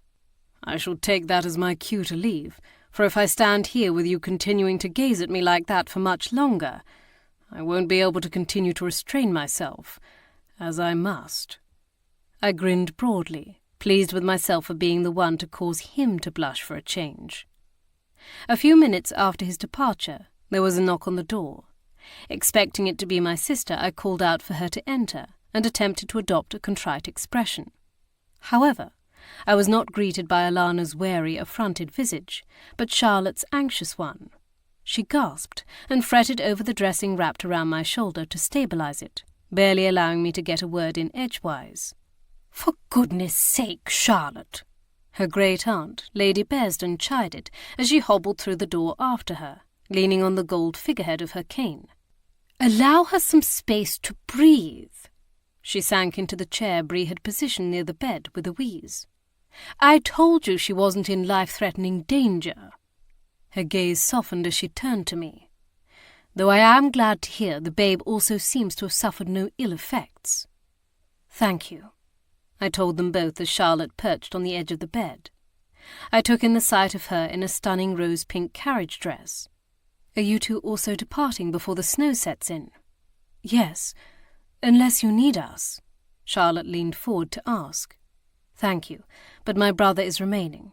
So with his and Gage's assistance, as well as that of my maid, I believe I shall be well cared for." "Oh, undoubtedly. Mr. Gage appears to dote on you, my dear." Lady Bearsden nodded her head decisively. "As he should." "Where will you go?" I asked, trying to sit higher on the bed. Charlotte reached out to help me adjust the pillows. "Just as far as Auntie's estate, outside of Glasgow." Her gaze shifted to meet mine meaningfully. "Rye is accompanying us." "Then—" She nodded, a private smile curling her lips. "I'm going to marry him." I was pleased to hear the determination ringing in her voice. "I'm so glad." She pinkened at my approval, and beyond her shoulder I could see Lady Bearsden watching us with fondness. Charlotte continued to fuss with my pillows. "Nothing too elaborate, something small and private, like your Engage's nuptials. In Edinburgh?" "Maybe." She nibbled one corner of her lip. "Rye mentioned us possibly being wed from his great-uncle's estate. I gathered it might be important to him." I would not have guessed such a thing would matter a great deal to my cousin. "Maybe he's thinking of his children," I suggested, realizing how much of an adjustment it would be for them. They are familiar with Barbrek Manor. Rye's father, my Uncle Dunstan, was the nephew and heir of the bachelor Marquis of Barbrek, so the family spent a great deal of time at his properties. And the Isles are lovely in the summer. Have you visited? Her gaze jerked back to mine, from where it had trailed away in thought. "No, but he suggested doing so. Maybe we'll travel on to there from Glasgow. Then I suggest waiting until you've seen it before you decide." The pleats in her brow smoothed away. "I will, but wherever it is, will you do me the honour of standing up with me?" I was so touched that she should ask that it took me a moment to find my words. "Of course, I would be happy to." She beamed, grabbing for my hand where it lay braced on the little shelf created by my ever-growing abdomen. Bree slipped through the door at that moment, carrying a tray. "I beg your pardon," she said, dipping into a brief curtsy, "but 'tis time for her ladyship's medicine."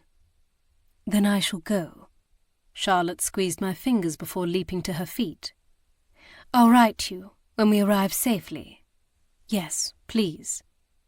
She turned toward her great-aunt, who remained in her chair, with no sign she intended to move any time soon.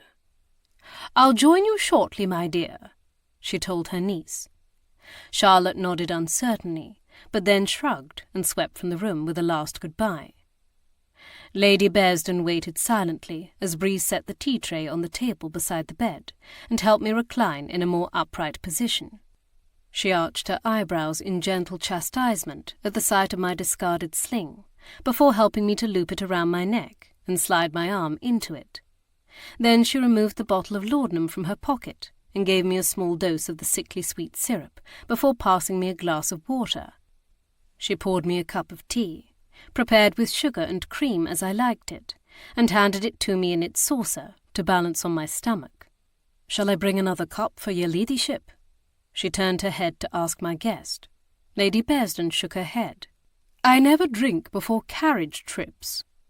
I thanked Bree, and then dismissed her, eager to hear what Lady Bearsden had to say.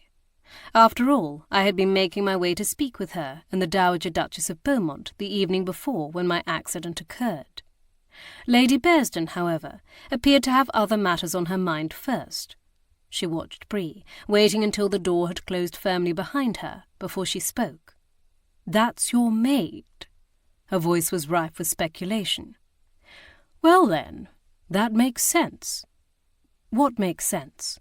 I asked in confusion. "Oh, I heard about the altercation between her and your husband's manservant." Her eyes twinkled with incorrigible delight. "My maid said it was quite the row." Chapter 17. It was? I felt rather stupid sitting there blinking at her, like a bird-witted fool. But while I'd gathered there had been some sort of disagreement between Bree and Anderley, I had not anticipated it being such public knowledge. She nodded sagely. "Apparently, the valet took exception to your maid dancing with a certain member of the Duke's staff, and when he warned the fellow away, she took exception to his interference." I frowned down at my tea, for neither display seemed to be in character, especially not in such a public manner. "But why did you say it all made sense after seeing my maid?" "Why? Because she's a rather fetching young thing." I suppose that was true. I'd often noted myself how appealing she was, particularly when she was in high spirits. "And there isn't a gentlewoman in all of Britain who doesn't know about Mr. Gage's delightful valet." She threaded her hands together in her lap as she mused. "I suspect he's received his fair share of invitations from the ladies of the ton. Maids and shopkeepers, too, I'd wager." I flushed at her bald statements. I was well aware that Anderley was considered to be attractive. However, Bree had always appeared to be immune to his allure, and Anderley paid little more heed to her prettiness than he did most women in his vicinity. But of course, I had never observed them outside of our presence. How much went on below stairs, and about the cities and estates where our inquiries took place that I didn't know about. I felt a protective surge on Bree's behalf. If Anderley had trifled with her, or contrarily, if he'd refused to accept her rebuff of his affections, then he and I were going to have a serious problem. I liked Anderley. We had come to an understanding of each other, being more alike than we realized, but my loyalty would always, first and foremost, belong to Bree. I knew Gage had counselled me to stay out of the matter, but I found I couldn't. Not now. Not when other guests were commenting on it. And not without knowing how Bree felt about all this. Lady Bearsden, however, seemed to consider it all a harmless romantic entanglement. "Ah, young love." She pressed a hand to the tightly restrained white hair of her coiffeur, almost as if she feared her imaginings had rumpled it. "Now then, I must thank you for whatever you said to my dear Charlotte. It seems to have made all the difference." I took a sip of tea. I simply reminded her of what she already knew. She nodded. "Mr. Mallory is a good man, and those young children of his could not wish for a more doting stepmother." "Or great-great-aunt," I replied with a hidden smile. It was evident how much Lady Bearsden was looking forward to spoiling them. She chuckled. Yes. Then the pleasure faded from her gently wrinkled face. But that's not why I asked you to my chamber last night. I lowered my cup, waiting for her to speak. She wasn't normally one to falter when something needed to be faced, so I wondered if it was the absence of the Dowager Duchess which made her hesitate. Perhaps she was wary of speaking out of turn. "This body you found," she began briskly. "Do you still believe it's Helmswick?" "Well, thus far we haven't uncovered any viable alternatives, and we're still waiting to hear from his stewards and solicitors.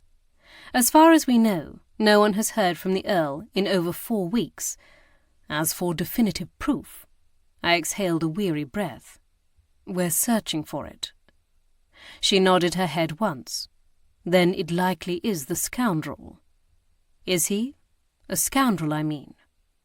She tilted her head in consideration. "Perhaps scoundrel is too strong a term, but he definitely isn't a nice man." Her face softened. "Not like my Lumpy."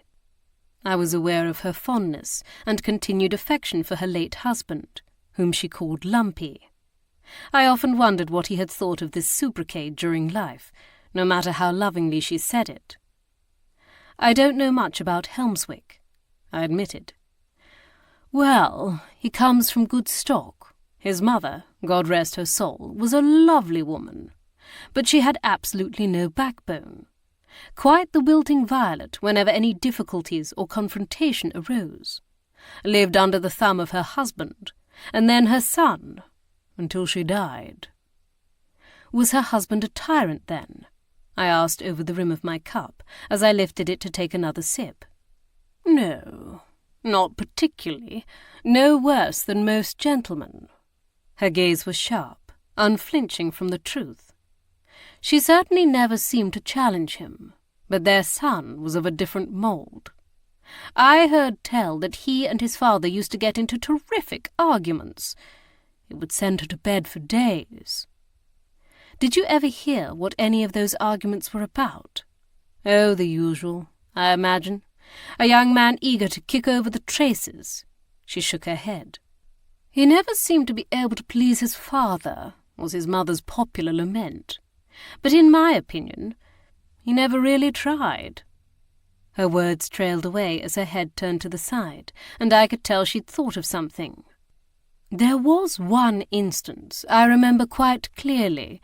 It occurred perhaps a year before his father died.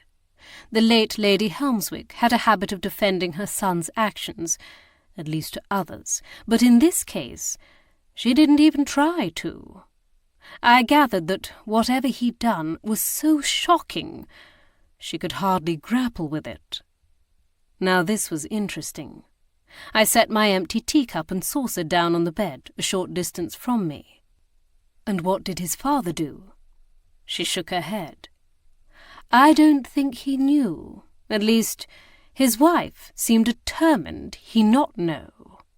I sank back in my pillows, curious what the young Helmswick could have done that had so upset his compliant, indulgent mother that she had resolved to keep it from his father.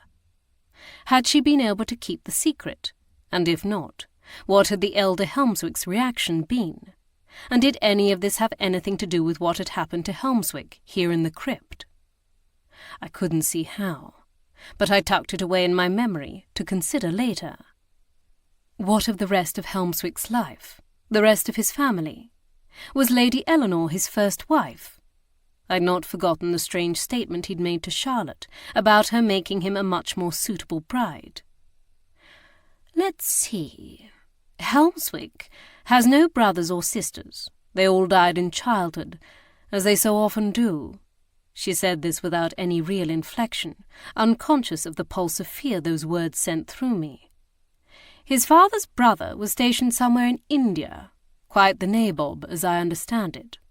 I believe he's still there. And his mother was an only child, so I'm afraid there's not much family to speak of, and no previous wives.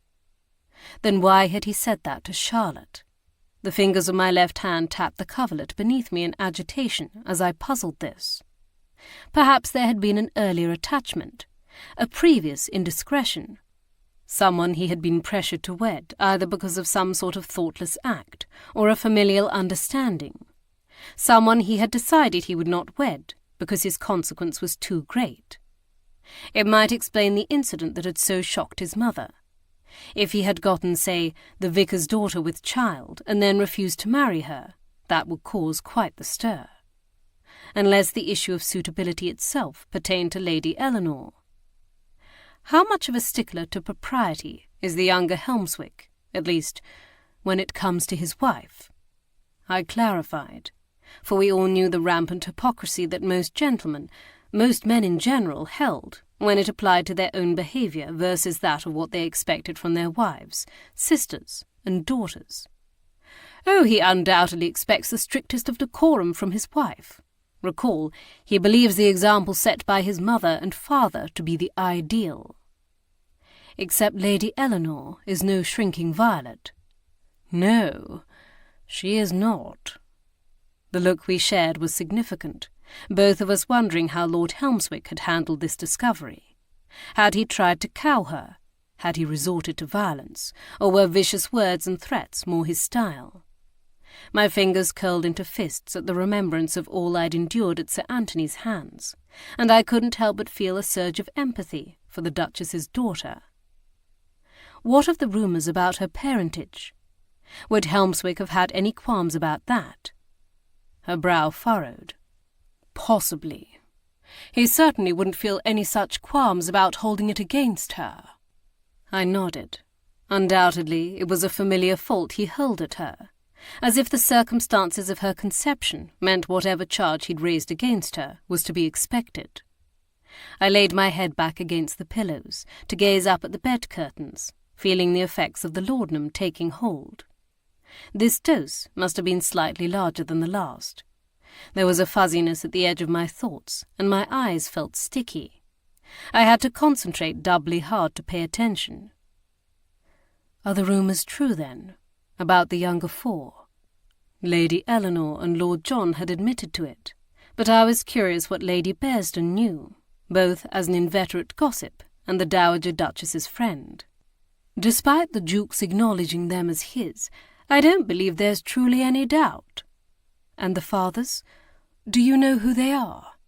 I narrowed my eyes, wondering whether blackmail of some kind could play into all this, whether the real fathers might wish to remain unknown. Lady Eleanor all but acknowledged hers is royalty of some kind, and Lord John's is some sort of explorer. But what of the other two? Lady Bearsden seemed surprised by this. She did. Well, yes, that's what I've been led to believe as well. And as the children have grown into adults, it's been easier to tell which of those rumours holds the most veracity. Lord Edward is the exact likeness of his alleged father. He is? Out of the corner of my eye, I could see her nodding. But perhaps you haven't met him. He is rather a recluse these days. She fell silent, but I could tell she knew more. I waited, curious about her sudden reticence to speak. And Lord Henry? I ventured. He looks much like his alleged father as well, she said quietly, her voice pregnant with unspoken things. But I'm surprised you haven't guessed it. My gaze flicked to meet hers. She stared back at me steadily. But perhaps you have. I wanted to protest that I didn't know what she was talking about, but then I realized I had noted something familiar about Lord Henry's features. Something that tickled in my brain, but I hadn't been able to place it. She thumped her cane on the floor, as if preparing to rise. If you wish to know more, you should simply ask the Duchess. She would know better than all the rest of us. I blinked, pushing Lord Henry's image from my mind. Yes, but will she tell me? She shrugged, pushing to her feet. You won't know until you ask. She paused. And when you do so, you should also ask her the real reason she hurried back to son-laws. I lifted my head, only to let it fall back again, as it spun slightly. What do you... Lady Bearsden raised her hand, halting my words. "It is not my secret to share. But tell her that if she does not inform you herself, the Dowager Duchess has promised to do so." So that was why the two older ladies had wished to speak with me the evening before. I'd held my own doubts that the Duchess had been completely truthful about her reasons for rushing off to Scotland at her daughter's summons, but here appeared to be confirmation I'd been right to be mistrustful. She crossed to the bed to gaze down at me with gentle affection. "Rest for now, my dear. You look exhausted, and I suspect you'll need all your wits about you when you speak with the Duchess. Selina will still be here when you wake." I nodded, recognizing she was right. My eyelids were already at half-mast. "Take care of yourself and that baby. I expect to be able to dote on him at Charlotte's wedding." I laughed. "We don't know that it's a boy. My Aunt Kate is convinced it's a girl. Well, my niece's future mother-in-law can say what she wants, but only a boy would cause you this much trouble." I smiled at her departing figure, except she didn't know just how little trouble Gage had been to his own mother, or how much trouble I had been to mine. Hours later, when I woke, the snow was falling fast and furious. I stood at the window, watching the flakes swirl past, smothering everything with a layer of white. The braes in the distance were but a hazy blur, a denser smudge amid the whirling white eddy of the sky. I shivered in a stray draught, pulling the shawl I'd draped over my shoulders tighter around me. I hoped everyone who had set off from the castle this morning had been able to escape the worst. So lost in my own thoughts was I that I didn't hear the door open behind me until Bree spoke. "Milady, are you no supposed to be in bed?" she chastised. "Come away from there afore you catch a chill." I sighed, turning to face her. "The surgeon did not tell me I had to remain chained to the bed." "Nay, but he warned you not to strain yourself." I arched a single eyebrow. I hardly think standing to gaze out the window will cause me any undue strain. Even so, I returned to the edge of the bed. My stomach growled at the smell of the creamy soup, sprinkled with chopped parsley, and the slices of fresh bread lightly steaming on the tray. The clock said the day was edging toward late afternoon, and I hadn't eaten since daybreak. "Climb under the covers, and I'll set the tray on your lap," Bree directed. I narrowed my eyes at her, knowing this was a ploy to get me properly back into bed. But the added sight of a thick hunk of yellow cheese and a dish of toffee pudding convinced me it would be worth it. Once Bree had me settled, and I had stuffed my mouth full of buttered bread, she crossed the room to potter about, straightening items that didn't need to be straightened. She was limping a bit, the old injury to her leg troubling her as it did when the weather grew damp. After I'd sated my hunger with a few bites of food, I slowed down to survey my tray more closely. Not finding what I'd hoped for, I decided to ask for it. "Are there any messages for me?" "Nay, milady." Bree turned to clasp her hands before her. "Though Mr. Gage asked me to tell you, he'll be back before dinner." "He's gone out?" I asked in surprise, my gaze straying toward the blustering snow outside the window. She nodded. "To the brewery." I frowned. He must be making inquiries about Colin Brunton. Yet his note was not the one I'd been expecting, but one from Alana. Surely she and Philip had already set off for Blakelaw House. If she'd come to see me, as Gage said he would ask her to do, and I'd been asleep, then I would have thought she would leave me a message of some kind, even if it was brief. But perhaps she hadn't come. Alana could hold a grudge as long as anyone I knew. She and Philip were sadly alike in that. During the year and a half I'd spent living with them, I'd learned to tiptoe about the house when either of them were in a stony sulk. Truth be told, had they not been so unfashionable as to share a bedchamber, I wondered if they would still be so happily married. Being forced to lie in such close proximity to each other each night made them address the unspoken things between them, either in words or deeds. I felt a tightening in my stomach at the possibility my sister had elected to depart without responding to my request that she come see me. It threatened to squash my appetite. Picking up the wedge of cheese, I ripped off a large hunk and popped it in my mouth defiantly, welcoming its sharp bite. If she chose to reject the olive branch I'd extended, that was her fault, not mine. I had more pressing things to occupy my mind than her self-righteousness. "I'm sure he'll take care, my lady," Bree assured me. I glanced at her in startlement, and then realized that my face must have betrayed my internal struggle. "Yes, I'm sure you're right," I replied as I swallowed, choosing not to correct her. I swirled my spoon through the thick soup, deciding it would be best to change the subject.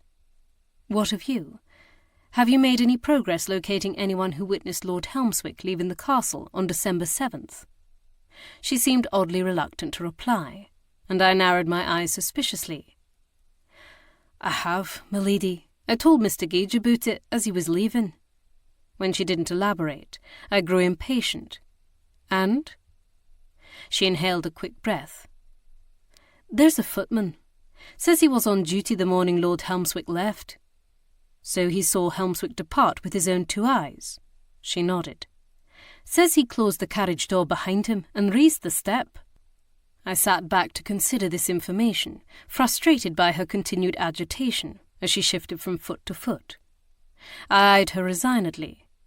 "Is there more? Or are you honestly afraid I'll leap from this bed and stride downstairs demanding to speak with this footman?" She had the grace to flush as I laid out the absurdity of the worry she clearly harboured. I shook my head, returning to my meal. "You should know better than to think me so contrary and foolish." "I beg your pardon, my lady." She rocked back on her heels. "But you do seem to find yourself in rather a lot of scrapes." One near tumble down the stairs, and suddenly I was a danger at every turn. I fought the urge to lash out as I had done with Alana. They were merely concerned. I should focus on that, and the fact that they cared enough to express that concern. At least, that's what Gage would counsel.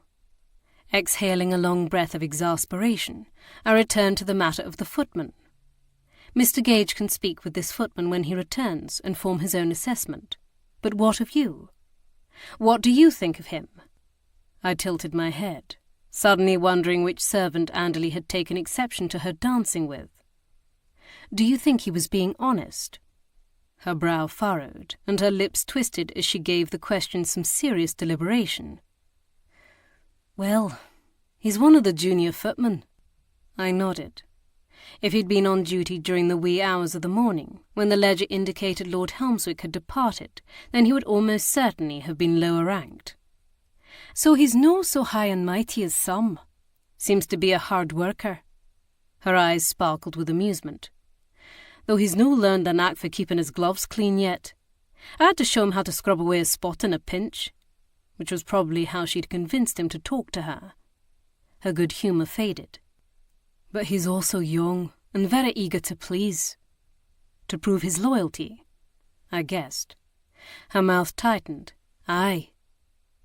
"So if Tate, or even the Duke or Duchess asked him to lie about such a thing, he might." "Maybe." I dabbed at my mouth with my napkin, wiping away a dribble of soup. Perhaps Gage would be able to form a more definite impression, or even inveigle a truth from him. Otherwise we were brought to point non-plus. We couldn't prove Helmswick himself had left, but we also couldn't disprove it.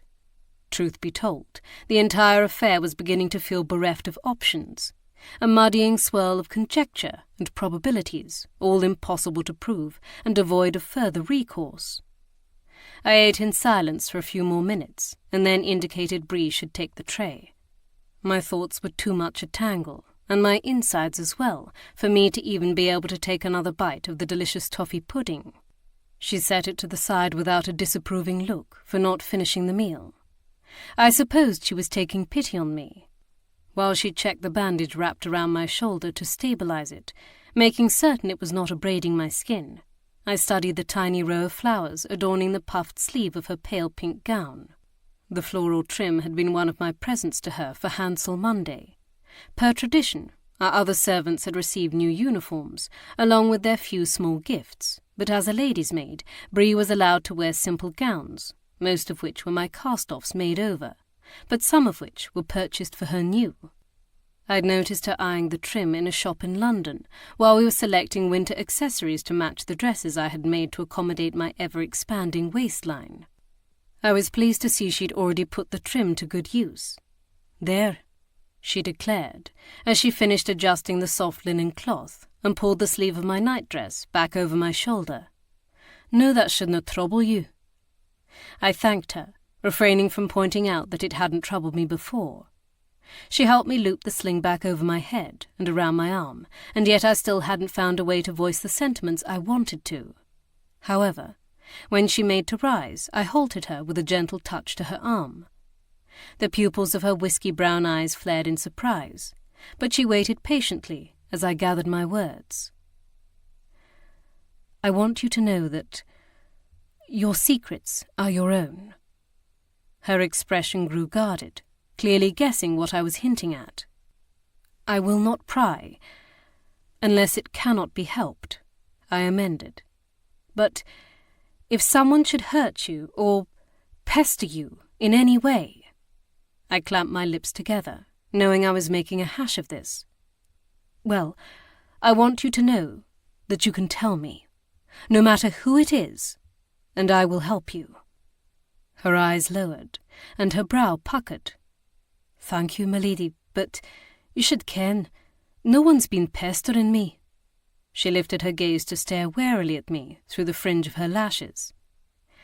"I dinna ken what you were told, but you dinna need to be concerned." I nodded slowly, searching her eyes. She appeared to be telling the truth, and I felt the tightness in my chest ease a fraction. "Well, regardless, the sentiment still stands."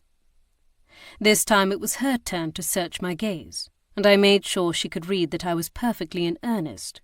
Her mouth creased into a small smile. "Aye, my lady."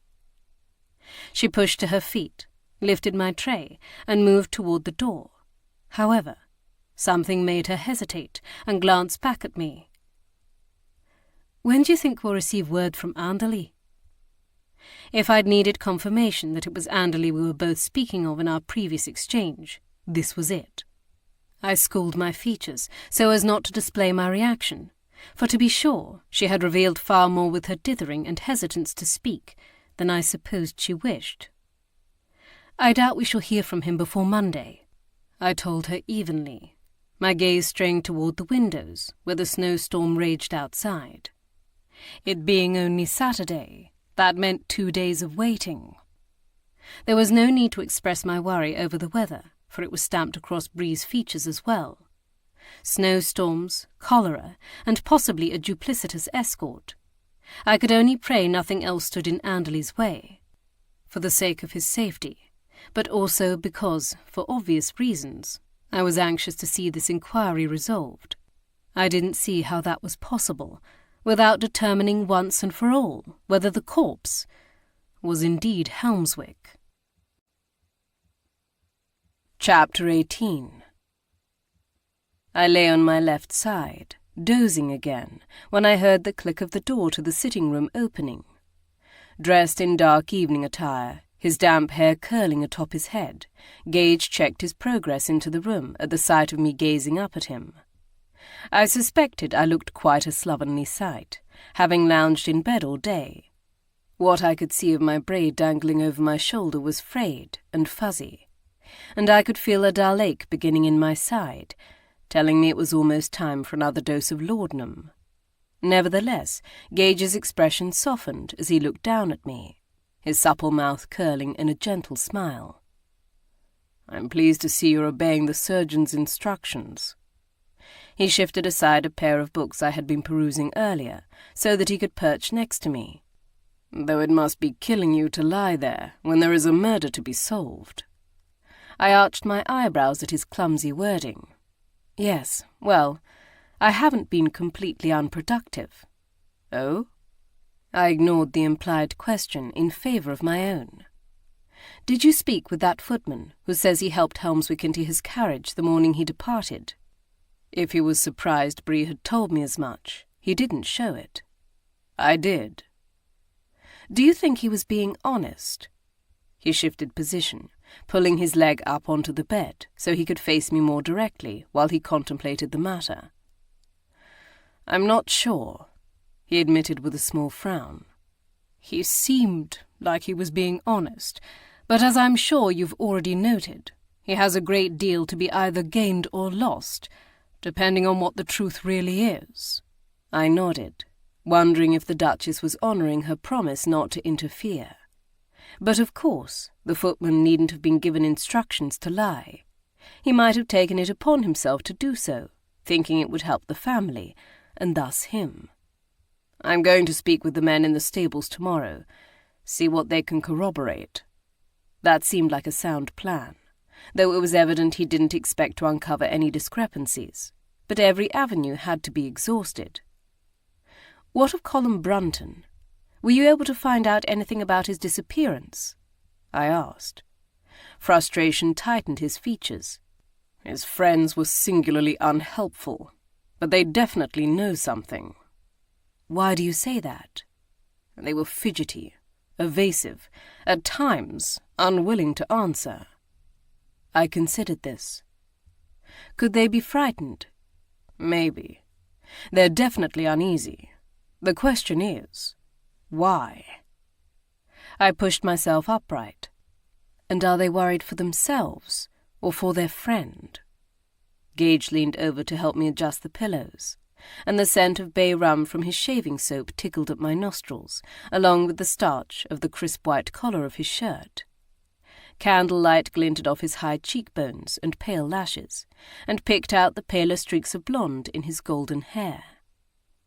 "I see you're joining the others for dinner," I said, settling myself against the carved headboard.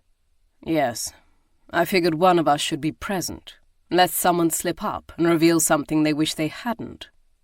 I couldn't argue with that, and normally I would be more than happy to spend the evening in solitude, rather than being forced to socialize. But I couldn't paint or sketch, which would be my normal choice of distraction, and reading seemed incapable of holding my attention. All I could do was wallow in my own thoughts, struggling to push aside my worries and tamp down my irritation at being unable to pursue answers to the dozens of questions which had occurred to me as I lay there all day. Add to that the annoyance I suddenly felt at having to share my incredibly attractive husband rather than keep him to myself, and it was no wonder my patience was wearing thin. What of Mrs. Blanchard?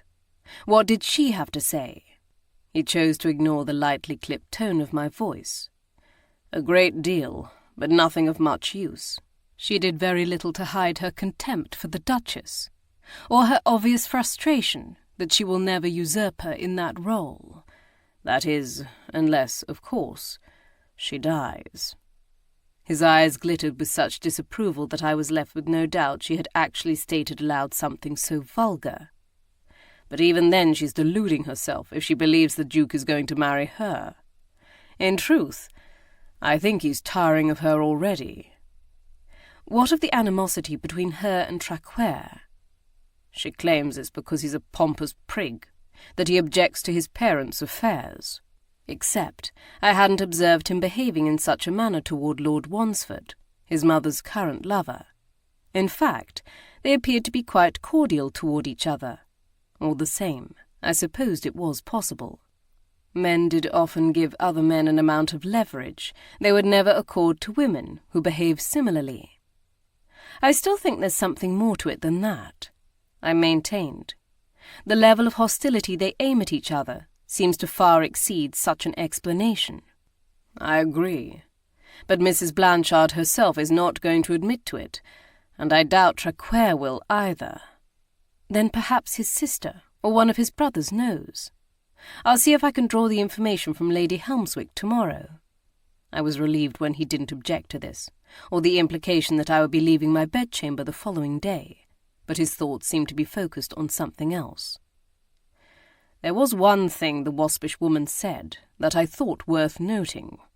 He looked up from the spot on the wall he had been contemplating, the hollows of his eyes cast in shadow. I know she meant it to be derogatory, but she said that nothing was more important to the Duchess than her children, not the Duke, and certainly not her lovers. That she would do anything for her brood. The implication was clear. Even murder. Or helping to hide one. I wondered if that was what Lady Bearsden had been hinting at when she told me to ask the Duchess the real reason she had hastened to her daughter's side at Sunlaws. Had Lady Helmswick needed her to help conceal her crime? I pressed a hand to my forehead. If the body is Helmswick, then I am finding it increasingly impossible to believe that at least one, if not multiple members of the Duchess's family are not involved. Even if the killer was Marsdale, I choked out.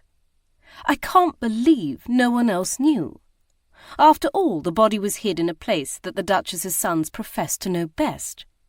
A place it was unlikely the corpse would ever be found, until it was too late. His expression was also troubled.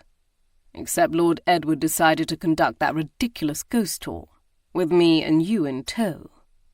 Yes, I frowned. Although I don't think that clears him.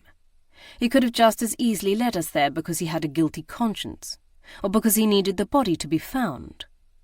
To be identified as Helmswick, Gage added, following my thoughts. Unless his body was found, he would be classified as missing, a state which could drag on for years before the authorities agreed to declare him deceased. My disquiet grew the longer I contemplated this, and the Duke's third son. Traquair didn't arrive at Sunlaws until nearly a fortnight after Helmswick is supposed to have departed, which seemed to rule him out, though not completely. And Lord Henry appeared to be genuinely shocked by the discovery of the body. He does impress me as being the brother whose behaviour seems to display the least amount of artifice. He tilted his head, though that may just mean he's better at concealing it. I sighed, conceding his point. Lord John is the most difficult for me to apprehend, he admitted, his fingers tapping the crisp black linen of his trousers. One moment he's attempting to be as helpful as can be, and the next he's refusing to even consider the possibility that the body belongs to Helmswick.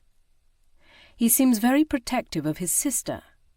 Gage's gaze slid sideways to meet mine, which leads me to wonder if perhaps he knows something, or at least suspects it.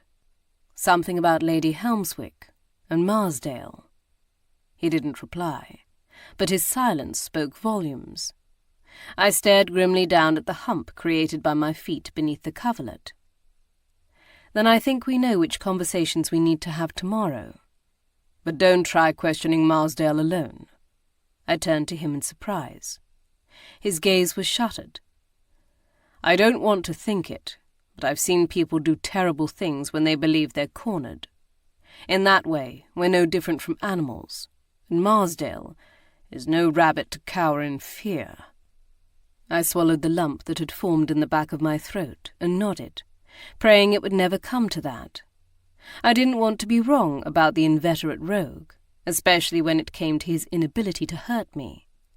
But the fact of the matter was that someone had pushed me down the stairs. The more I thought about the incident, the more convinced I became that was true. Someone had evidently felt threatened by something I knew, threatened enough to attempt to do me and my unborn child physical harm. If that was an indication of the type of person we were up against, then it would behoove me to take extreme caution with everyone, except Gage and Trevor. Gage and I both knew from experience that it was better not to disturb Lord Marsdale before the sun had risen high in the sky, so we each began the following day devoted to different tasks. He set off for the stables to inquire about Helmswick's carriage, while I went in search of the Duchess and Lady Helmswick. One glance out of the window at the end of the corridor showed me a world smothered in white. Overcast skies blotted the sun, but the storm had abated, leaving almost a jarring stillness in its wake. Gage would be glad he had donned his riding boots and caped greatcoat, for shoveling a path from the castle to the stables would not have been a swift job, and might still be ongoing. I smiled at the sight of the Duchess's grandchildren, frolicking in the thick powder. The older children ran and shrieked, tossing snowballs, or flopping onto their backs to create snow angels, while the youngest clung to their nursemaids, wary of this strange new landscape. I couldn't help but wonder if this snow had also fallen at Blakelaw House, and whether my nieces and nephews would be enjoying the same antics. Wee Jamie would be too little yet for such capers, but his older brother and sisters would be pink-cheeked with delight. The thought of them and their mother brought a pang to my heart. I wished Alana had come to me. As if sensing my turmoil, my brother chose that moment to join me at the window. His hands clasped behind his back, he stood tall and straight, looking decidedly handsome in a frock-coat of mink grey. It was not a shade I would have chosen for him, but it suited his complexion and contrasted nicely with his thick chestnut-brown hair. I often wondered how it was that my brother, sister, and I had all managed to inherit slight variances of the same shade of hair and lapis-lazuli eyes when other families' looks differed so greatly from one another. "How is your shoulder?" he asked evenly. "Much better, thank you." I expected him to protest my leaving my bedchamber, even with the sling looped under my arm, but he merely nodded. "Have you broken your fast?" "Yes. Bree brought a tray to my chamber." He nodded again, but now I was suspicious. I turned to study his profile, wondering at the moderated tone of his voice and his restraint from bringing up the topics he had been so determined to pursue the past 2 days. "Why are you being nice to me?" I demanded. His gaze finally flicked toward mine, his eyes jewel-bright in the refracted light from the snow shining through the window. "Aren't I usually nice to you?" "Not lately," I stated flatly, refusing to be bammed. His brow lowered in a fierce scowl, and I began to turn away, unwilling to listen to his criticisms yet again. However, he reached out a hand to stop me. "You're right," he staggered me by admitting. "I've been canting at you like a vicar. I wouldn't like it either." His eyes pleaded with me. "But I can't help it. I worry for you, Kiera." His gaze flicked downward. "Especially in this state." "You don't need to." "Maybe not," he retorted, cutting off my protest. "But I do so anyway, because you're my sister." He shrugged one shoulder in chagrin. "And maybe because I didn't do such a good job before of worrying about you when I should have." "Trevor, I've told you that's not your fault." "I know you have, but that doesn't absolve me of the guilt, nor does it remove the sense of responsibility I feel toward you." His voice softened. "You're my sister, and my younger one at that. I've been struggling to keep you out of trouble for 26 years, and I'll continue to do so. Marriage and motherhood don't change that." I gave a huff of laughter. "You've been keeping me out of trouble. I would say it's been more the case that you've gotten me into it." His lips quirked. "Well, yes, that too." I arched my eyebrows in teasing. "So only trouble started and sanctioned by you is allowed?" "Something like that." I shook my head fondly. "You are a noodle." I sighed. "But I love you anyway." His teeth flashed in a wide grin. "Of course you do." I swatted his arm at that, and then turned to stride down the hall. "Come on, then. I've a duchess to find." I peered over my shoulder at him. "That's why you're here, isn't it? Either Gage or you appointed yourself to be my escort." Matching his stride with mine, he threaded my uninjured arm through his. "Can you blame us?" "No, but there's no need to be sly about it. Contrary to what you men seem to think, I do have common sense." In truth, I was rather relieved to have Trevor at my side. Whatever the truth surrounding my near tumble down the stairs, I was justifiably nervous about taking staircases on my own again. It was a fear I would eventually have to overcome, but with one arm in a sling, further compromising my balance, it would not be today. The Duchess's bedchamber was situated directly below mine, though the configuration was slightly different, and her sitting room exceeded mine in sumptuousness. More hand-painted wallpaper graced the walls, this time decorated with little birds perched among peonies. Luxuriant velvet curtains on gilded curtain rods flanked the windows, and a small crystal chandelier hung from the ceiling. Pale turquoise damask upholstery graced the creamy furniture, edged with gilding, while veins of blush pink ran through the marble of the fireplace. Her maid had answered the door, ushering us inside before setting off to locate the Duchess. The fact that we were granted such easy access to her sanctum told me she had been expecting just such a visit from me. My gaze trailed around the room, noting the writing desk in the corner, swept free of all correspondence. Whether the Duchess wrote her letters on a different piece of furniture, or she had tidied away all evidence of her communications for another reason, I could not say. The portrait over the fireplace immediately drew my eye next, for it was undoubtedly painted by that most popular of Regency portraitists, Sir Thomas Lawrence. It had his polished and gratifying style, though he had chosen to boldly highlight the subjects while painting the rural background in deepest shadow. It portrayed all 6 of the Duchess's children, from the infant Henry up to an 11- or 12-year-old Traquair. They were all posed in almost a fanciful manner, one lounging on the ground, another with their arms spread wide, and their faces the sweetest and most serene. Trevor's face twisted as he stood beside me, gazing up at the scene captured on canvas.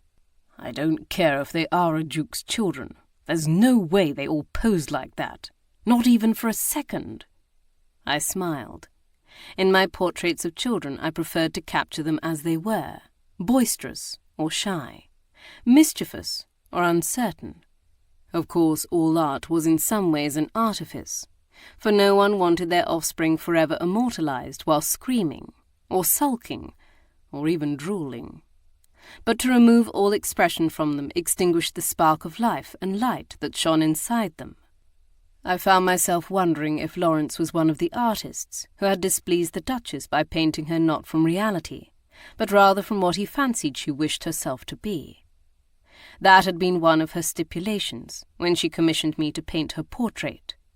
She insisted she wanted absolute truth, not flattery. In all honesty, I didn't know why Lawrence, or any of the other artists who had previously painted the Duchess, would have even felt the need to resort to such sycophancy.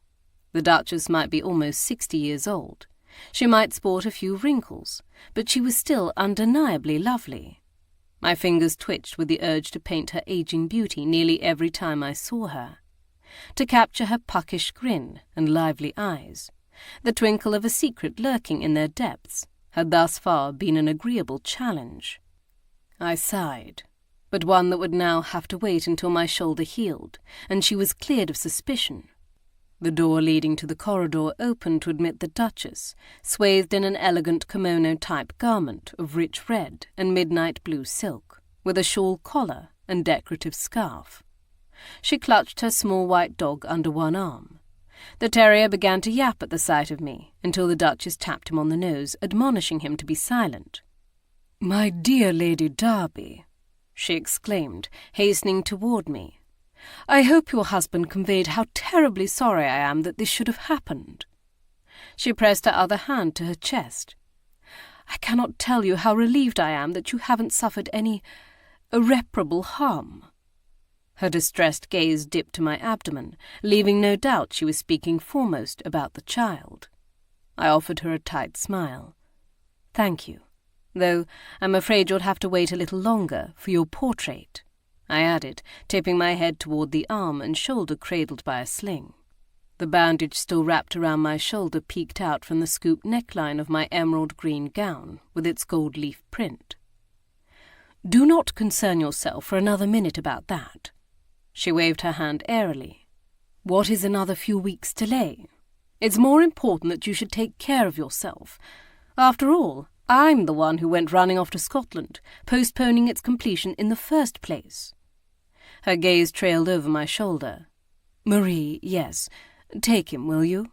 she told her maid, who I hadn't realized was standing in the entrance to what was likely her Grace's boudoir.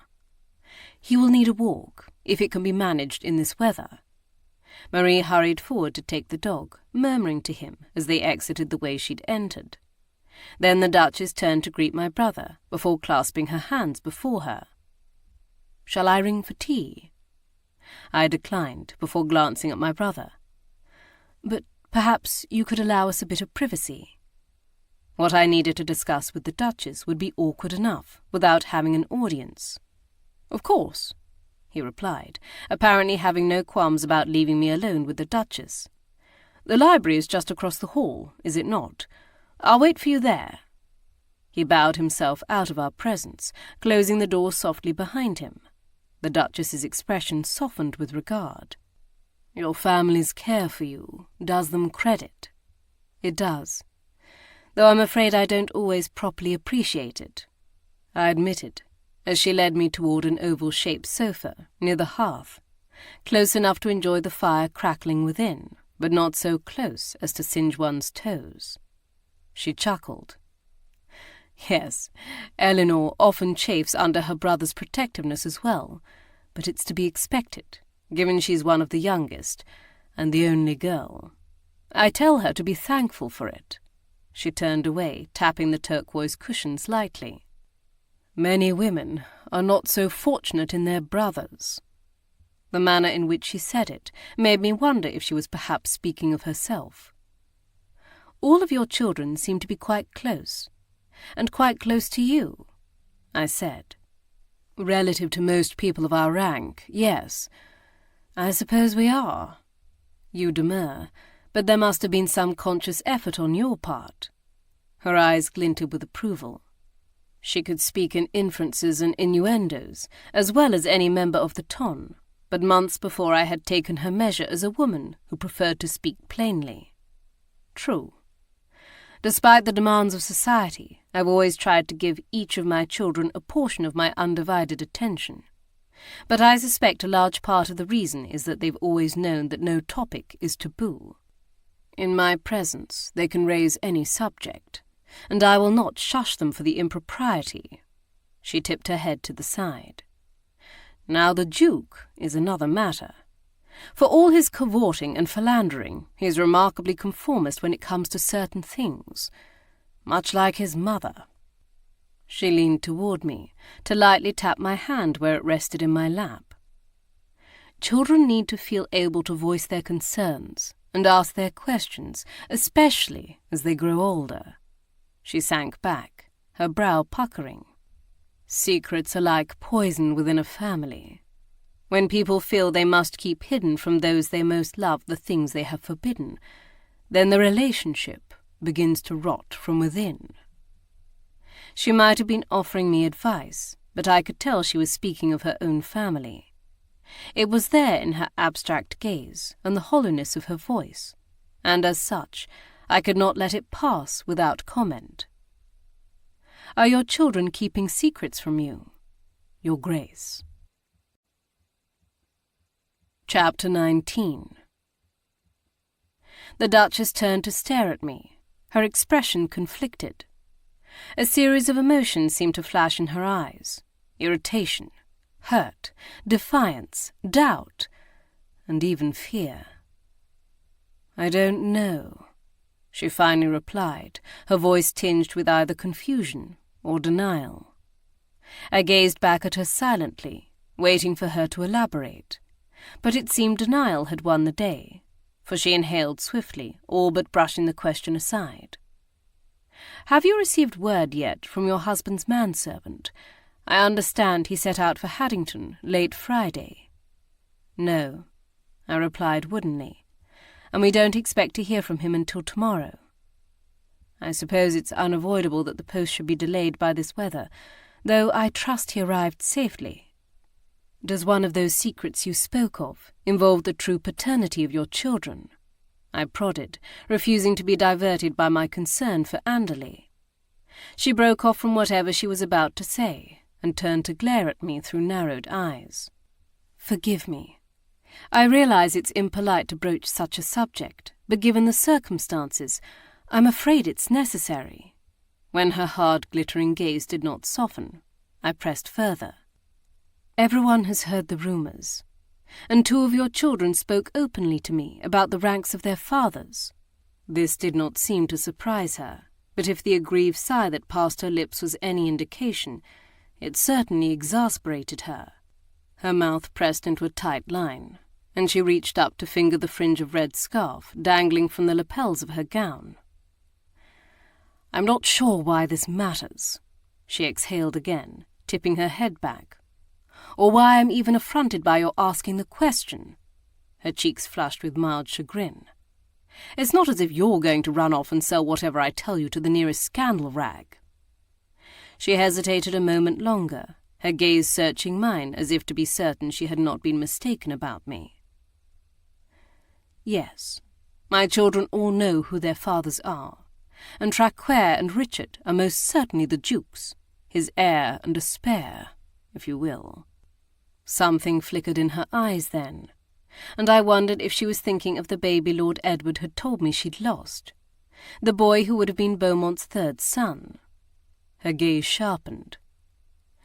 "I trust you don't need to know the identities of the other four." Lady Bearsden's implications about Lord Henry's father flitted briefly through my mind, but they were not of tantamount importance at the moment. In any case, I doubted the Duchess would tell me, and if I pressed the point, I might risk learning anything. Could someone who uncovered the truth attempt to blackmail the family? I asked, deliberately avoiding an explanation of why such a scheme would be pertinent. The Duchess's gaze turned cynical, having needed no enlightenment. Someone like Helmswick. Heat rushed up into my cheeks, for the only people at Sunlaw's with motive to silence him for such an action would be her and her family, meaning I'd all but accused her to her face. Nevertheless, I refused to withdraw the question. The answer is no. I was wed to Beaumont when the children were born, and he has legally claimed them as his own. In the eyes of the law, that makes them Beaumont's children, and no one can prove otherwise, regardless of any alleged confessions. She shook her head, her voice turning bitter. "There is nothing to be feared from such accusations except embarrassment. And believe me, we have all endured more than enough. What's one more?"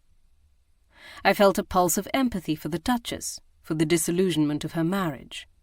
I found I couldn't fault her for trying to find happiness elsewhere, once she realized the Duke's true nature, but that had been her choice, as had the fact that her children had 5 different fathers. I was not going to pity her the results of her dancing from one lover to another. "Did Helmswick know who your daughter's father was when he married her?" "Of course. She didn't keep the matter secret from him, not once their relationship became serious." She frowned. "I sometimes wonder if that might have been part of her appeal." She couldn't mean her daughter's unorthodox conception, so it must have been the identity of Lady Eleanor's father, a royal, she had said. "I understand that Lord Marsdale is quite close to your children." I eyed the Duchess, curious how she would respond. "That at one time there was even some expectation that he and your daughter might wed." She sank deeper into the rounded corner of the sofa, her shoulders almost slumping. "Ah, yes, that was my and his mother's hope." Her lips curled at the corners. "She was one of my dearest friends. There was a time when we were nigh inseparable." Her voice trailed away, along with her thoughts, until a grim cast suddenly tightened her features. "But Norwich never approved of me, and when Lavinia fell ill, bedridden at his mouldy pile of stones, he barred me from her presence." She sighed, the anger that had tinged her voice draining from her. "But that was a long time ago.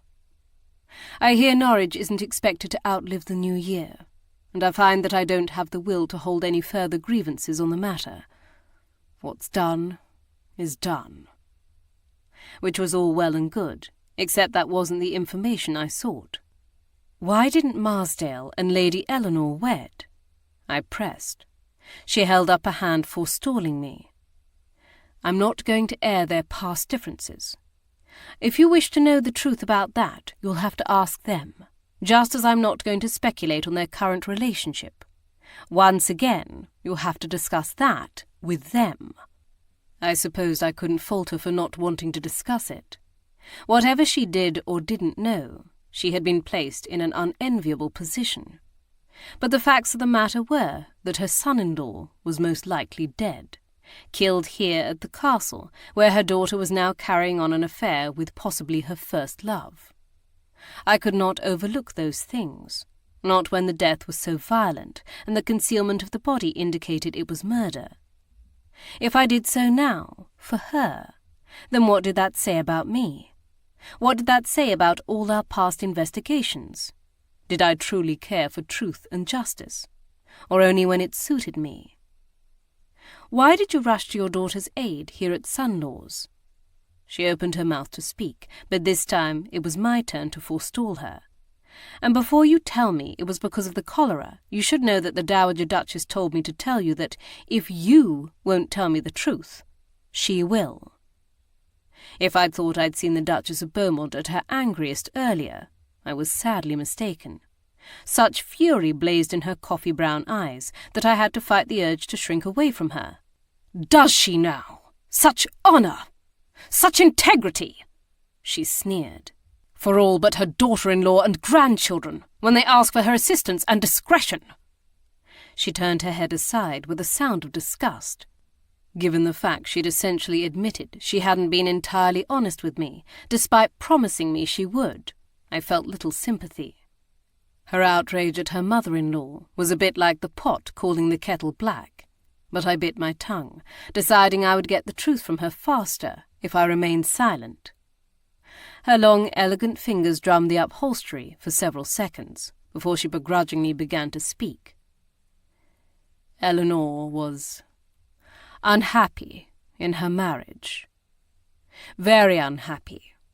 I'll spare you the details, but she and Helmswick did not suit. At all. She exhaled, shaking her head. I worried about just such a thing before they wed, but she insisted he was the one she wanted, so I didn't stand in her way. But not 2 months after their vows were spoken, I could already tell she regretted it. She stared down at the rug before her, her brow furrowed. Helmswick had very particular ideas about how his wife should and shouldn't behave, and Eleanor could not be that woman. She didn't want to be that woman, though she was willing to make concessions. However, Helmswick is anything but flexible. He insists on everything being exactly to his liking, and when it's not, he has a terrific temper. Did he hit her? I asked, my stomach cramping with dread. No, nothing like that, she assured me.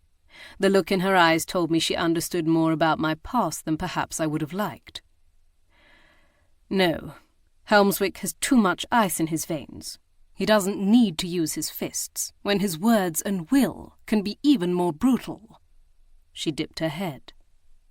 Fortunately, he also likes to travel, often as far as Paris or Rome, so Eleanor is spared his presence for at least part of the year. Her voice turned droll. Unfortunately, she has not yet produced society's requisite spare to the heir she's already given birth to, and yet she's chosen to take lovers. Does Helmswick know? She paused for one telling second before admitting in a low tone. Yes, he knows, or he strongly suspects.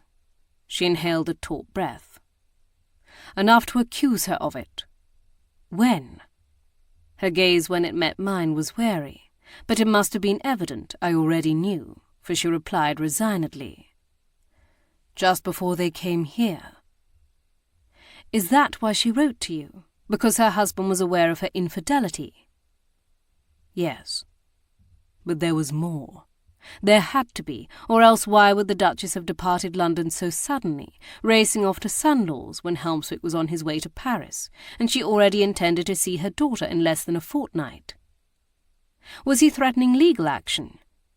She turned aside to gaze into the hearth. Was he threatening to take the children? I leaned forward anxiously, recalling my conversation with the Duchess's youngest son, Henry. Her shoulders stiffened, but still she didn't speak. It was then that I realized. She confessed that she wanted to leave him, didn't she? I quietly guessed. The Duchess's face turned pale. I told her not to be a fool. That all she needed to do is give Helmswick a spare, and surely he must allow her some freedom, so long as she was discreet. But she insisted he never would. That he would never grant her such a concession, no matter how many mistresses he took himself, no matter the normal expectations of society. Was Helmswick religious? She scoffed. Hardly, unless you're referring to the worship of himself. But I suppose in that he's not so very different from many noblemen. Yes, hypocrites that they are, most of them at least understand they can't expect their wives to remain faithful to them beyond the birth of their successors, when they themselves are so rampantly unfaithful. Though I understood why the upper class arranged marriages like they did, to consolidate wealth and secure bloodlines, I was even further from approving of it than I ever had been. It was true. I'd asked my father to arrange my first marriage for me, but only because I did not care to waste my time being put on display in the London marriage market, with little hope of capturing the attention of anyone I found even remotely palatable, given my awkward nature, when I could be spending my time painting. However, time had shown how disastrous a request that had been, given what a horrid husband Sir Anthony Darby had turned out to be. I'd learned from that mistake, but much of society had not for hundreds of years. Why continue to contract marriages in such a cold manner? One where the two parties might not even enjoy each other's company, when the results were so unhappy and led to the need to prescribe an unspoken set of rules for acceptable infidelities.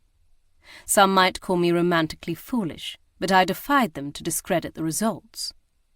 So she felt leaving him was her only recourse, I surmised. Was she content to be forced to leave her children behind? Of course not. Then how?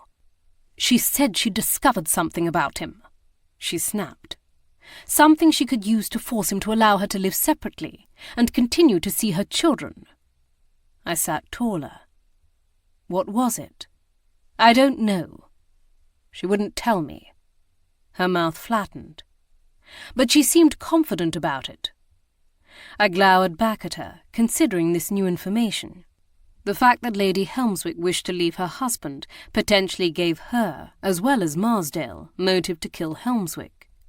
But if this claim about her possessing knowledge she could use to blackmail him was also true, then he also held some secret that might have gotten him killed. I wish you had told me this sooner, I said, such as when you promised to fully cooperate with us. I didn't think it pertinent, she retorted, but we both knew that was a lie. The sheen of defiance and fear that glittered in her eyes as she glared back at me made that evident. But what precisely did she fear? That her daughter had actually done it, or that I might prove it? I found Lady Helmswick perched on a bench with rolled arms, in her cottage-inspired sitting room, gazing out the window. She was turned away from me, so that I could only see her profile as her maid admitted me to her chamber. Dressed in a simple gown of burnt rose, with a more moderate sleeve and an unfashionably high waistline, she had never looked lovelier to my eyes. It certainly complemented her skin, for it practically glowed. Or perhaps that was the reflection of the sun on the snow. As I moved closer, she glanced back at me, her blue eyes reflecting that same brightness, and drowning in worry. "Lady Darby," she gasped. "I wasn't expecting you." I waved her down as she began to rise to her feet, instead sitting on the bench beside her, all the better to spy what had absorbed her attention outside the window. Below us, the three youngest of her brothers were picking their way across the lawn that stretched away from the castle in the direction of the abbey. In the distance I could see the tallest of the snow-topped ruins piercing the sky, the only speck on the landscape in that direction, but for a hazy hilltop far in the distance beyond the moor. Two dogs frolicked alongside the men, bounding off through the snow from time to time, when one of the brothers, I thought it was Henry, bent to pick up whatever they dropped at his feet, and then hurled it away again. At least I could be certain none of them would interrupt us in an attempt to shield their sister this time. Her hand anxiously clutched my left arm. I heard what happened, and I'm so relieved your injuries weren't more serious. Thank you. I've had my own share of precarious moments on those stairs. In truth, I avoid them whenever I can. I smiled tightly, wondering if she seemed over-eager to share her own near accidents, or if I was being excessively suspicious. I'd certainly felt a moment's disquiet when Trevor and I passed by the ballroom staircase on our way to this chamber.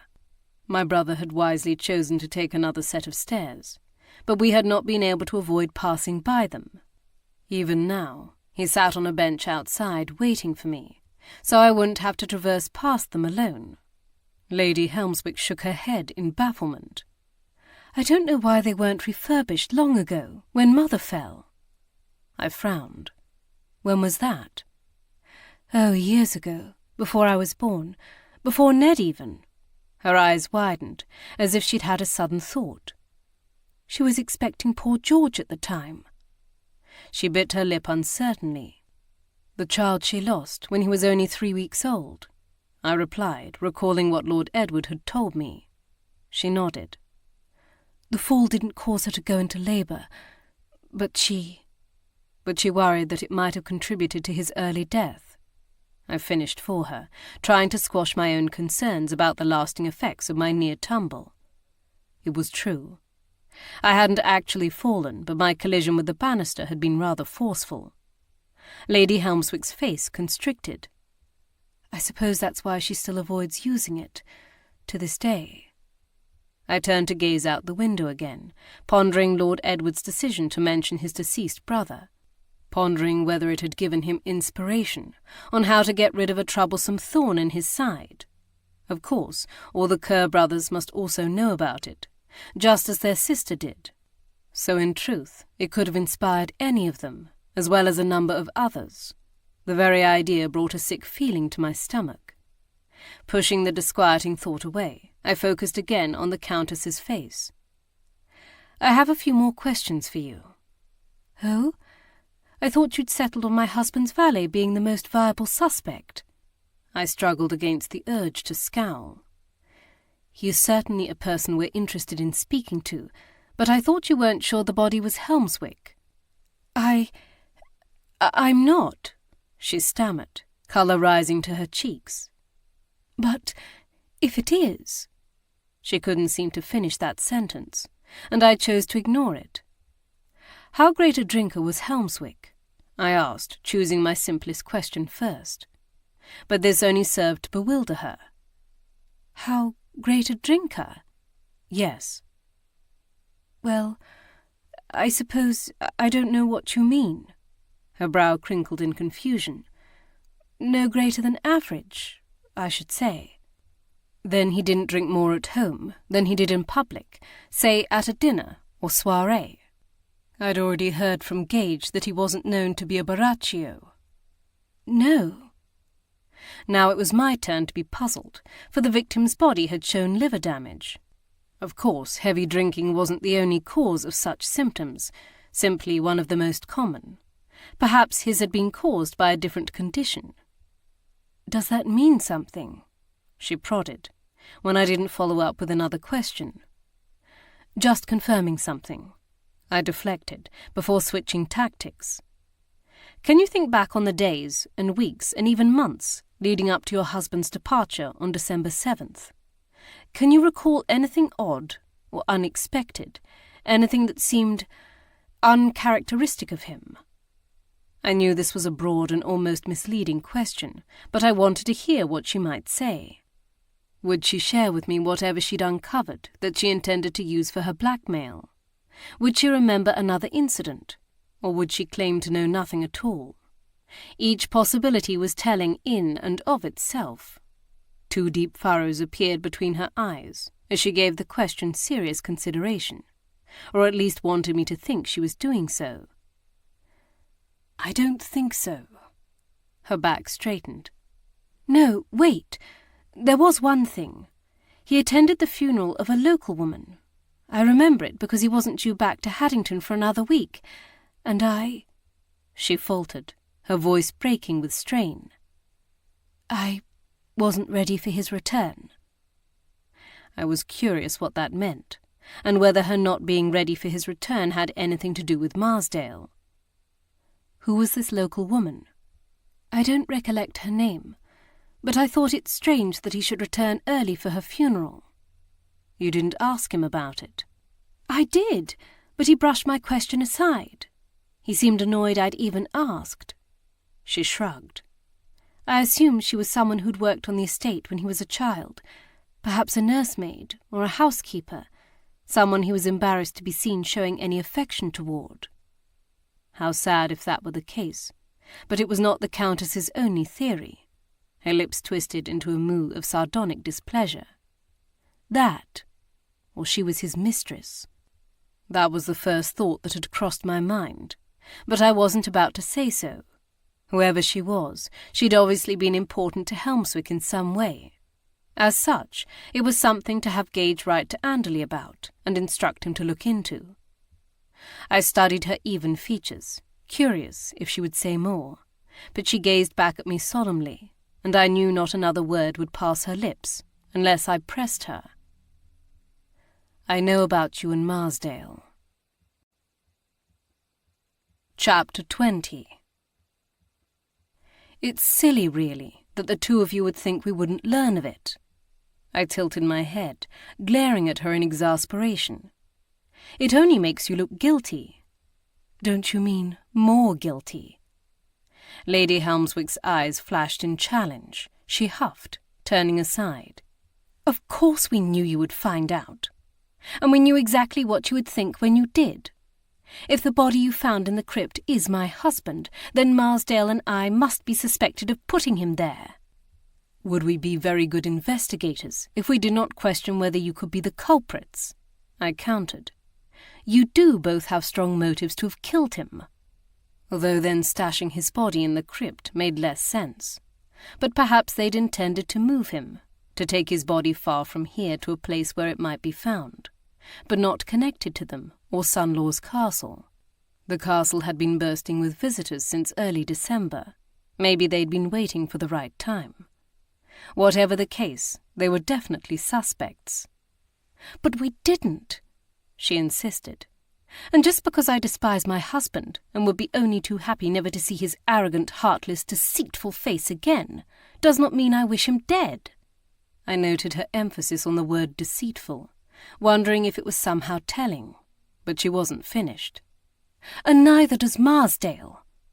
This was too much, for if Gage had met and fallen in love with me while I was still wed to Sir Anthony, I knew he would have wished my husband dead. That didn't mean he would have helped him to such a state, but he certainly would have wished it. Marsdale didn't wish him dead, I repeated doubtfully. Well, she flushed. Maybe, but he didn't kill him. I tilted my head, studying her heaving breast, her frantic gaze. She was desperate to convince me of this. But was she desperate to convince herself as well? I understand you and Marsdale were close when you were younger. So close that it was expected you would marry. She swallowed, her eyes dipping. What happened? Her brow creased in remembered pain. Does that really matter? It might. She began to pluck at a loose string on her gown, and then, as if realizing what she was doing, forced herself to stop. There was an expectation we would marry, though we never discussed it. Whenever I tried, he changed the subject, so I decided to tell him I was with child. Her gaze lifted to mine briefly, as if to gauge my reaction. We had been intimate numerous times. Her mouth twisted. Expectations.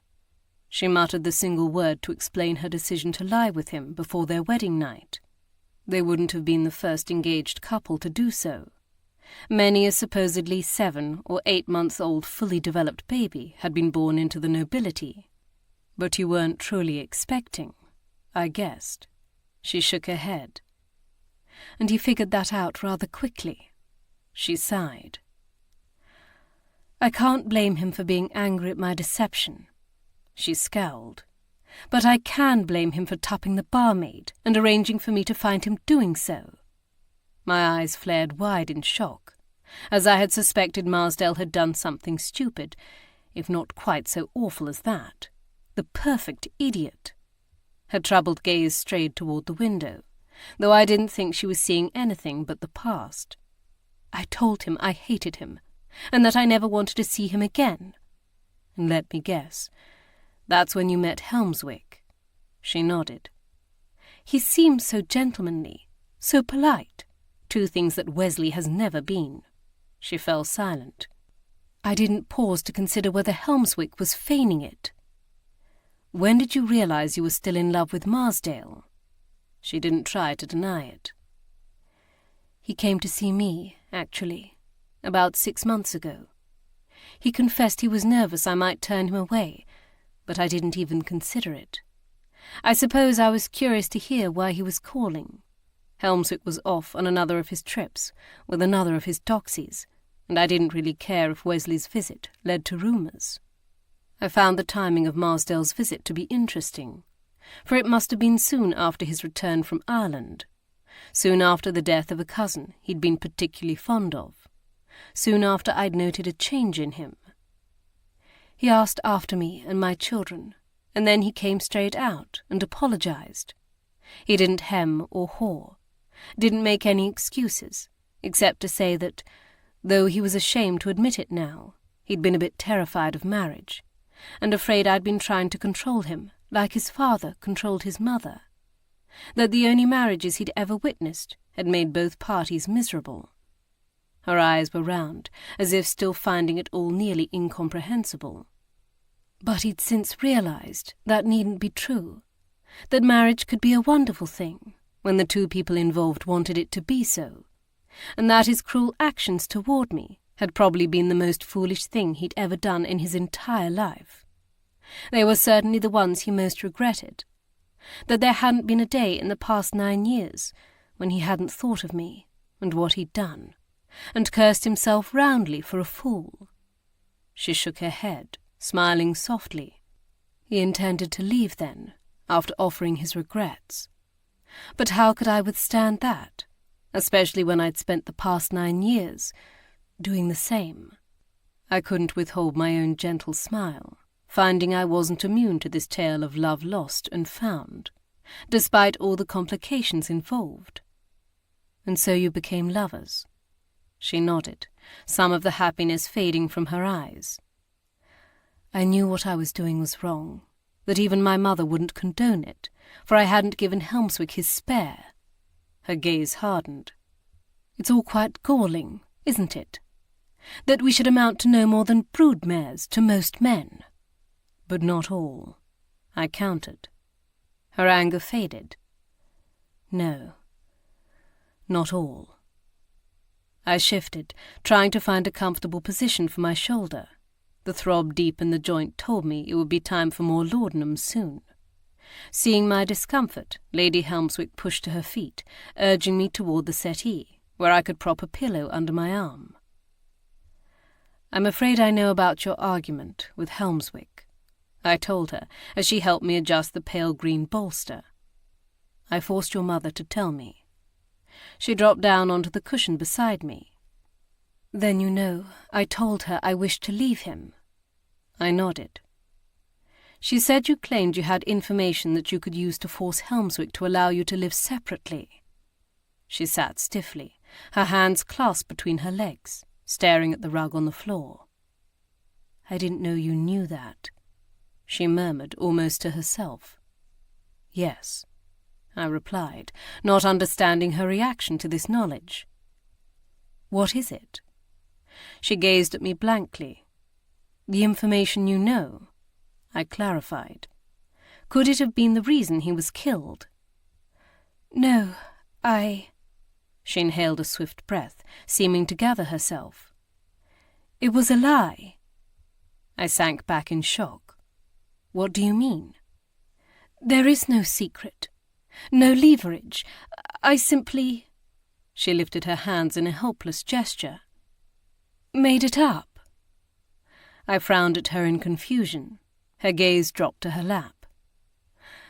I wanted Mother to stop berating me, so I lied. Except if that were true, then why did I feel so certain she was lying now? It didn't make any sense. If she'd wanted the Duchess to stop berating her, she could have simply left the room. There was no need for such a lie. But then why not admit to it, if there was such a secret? It could potentially be the motive for Helmswick's murder. By denying its existence, she only made herself and Marsdale look guiltier. Unless the secret would somehow make things worse for them. But how? I was still scratching my head over the matter when I left her chamber a short time later, only to find Marsdale speaking to my brother in the vestibule outside. I glanced at the other door leading off the landing at the top of this set of spiral stairs, the one I'd puzzled over 2 days before. I suppose this answered my question about who had been assigned to that room. The two men appeared rather displeased with each other. In truth, I wondered if they were about to come to blows.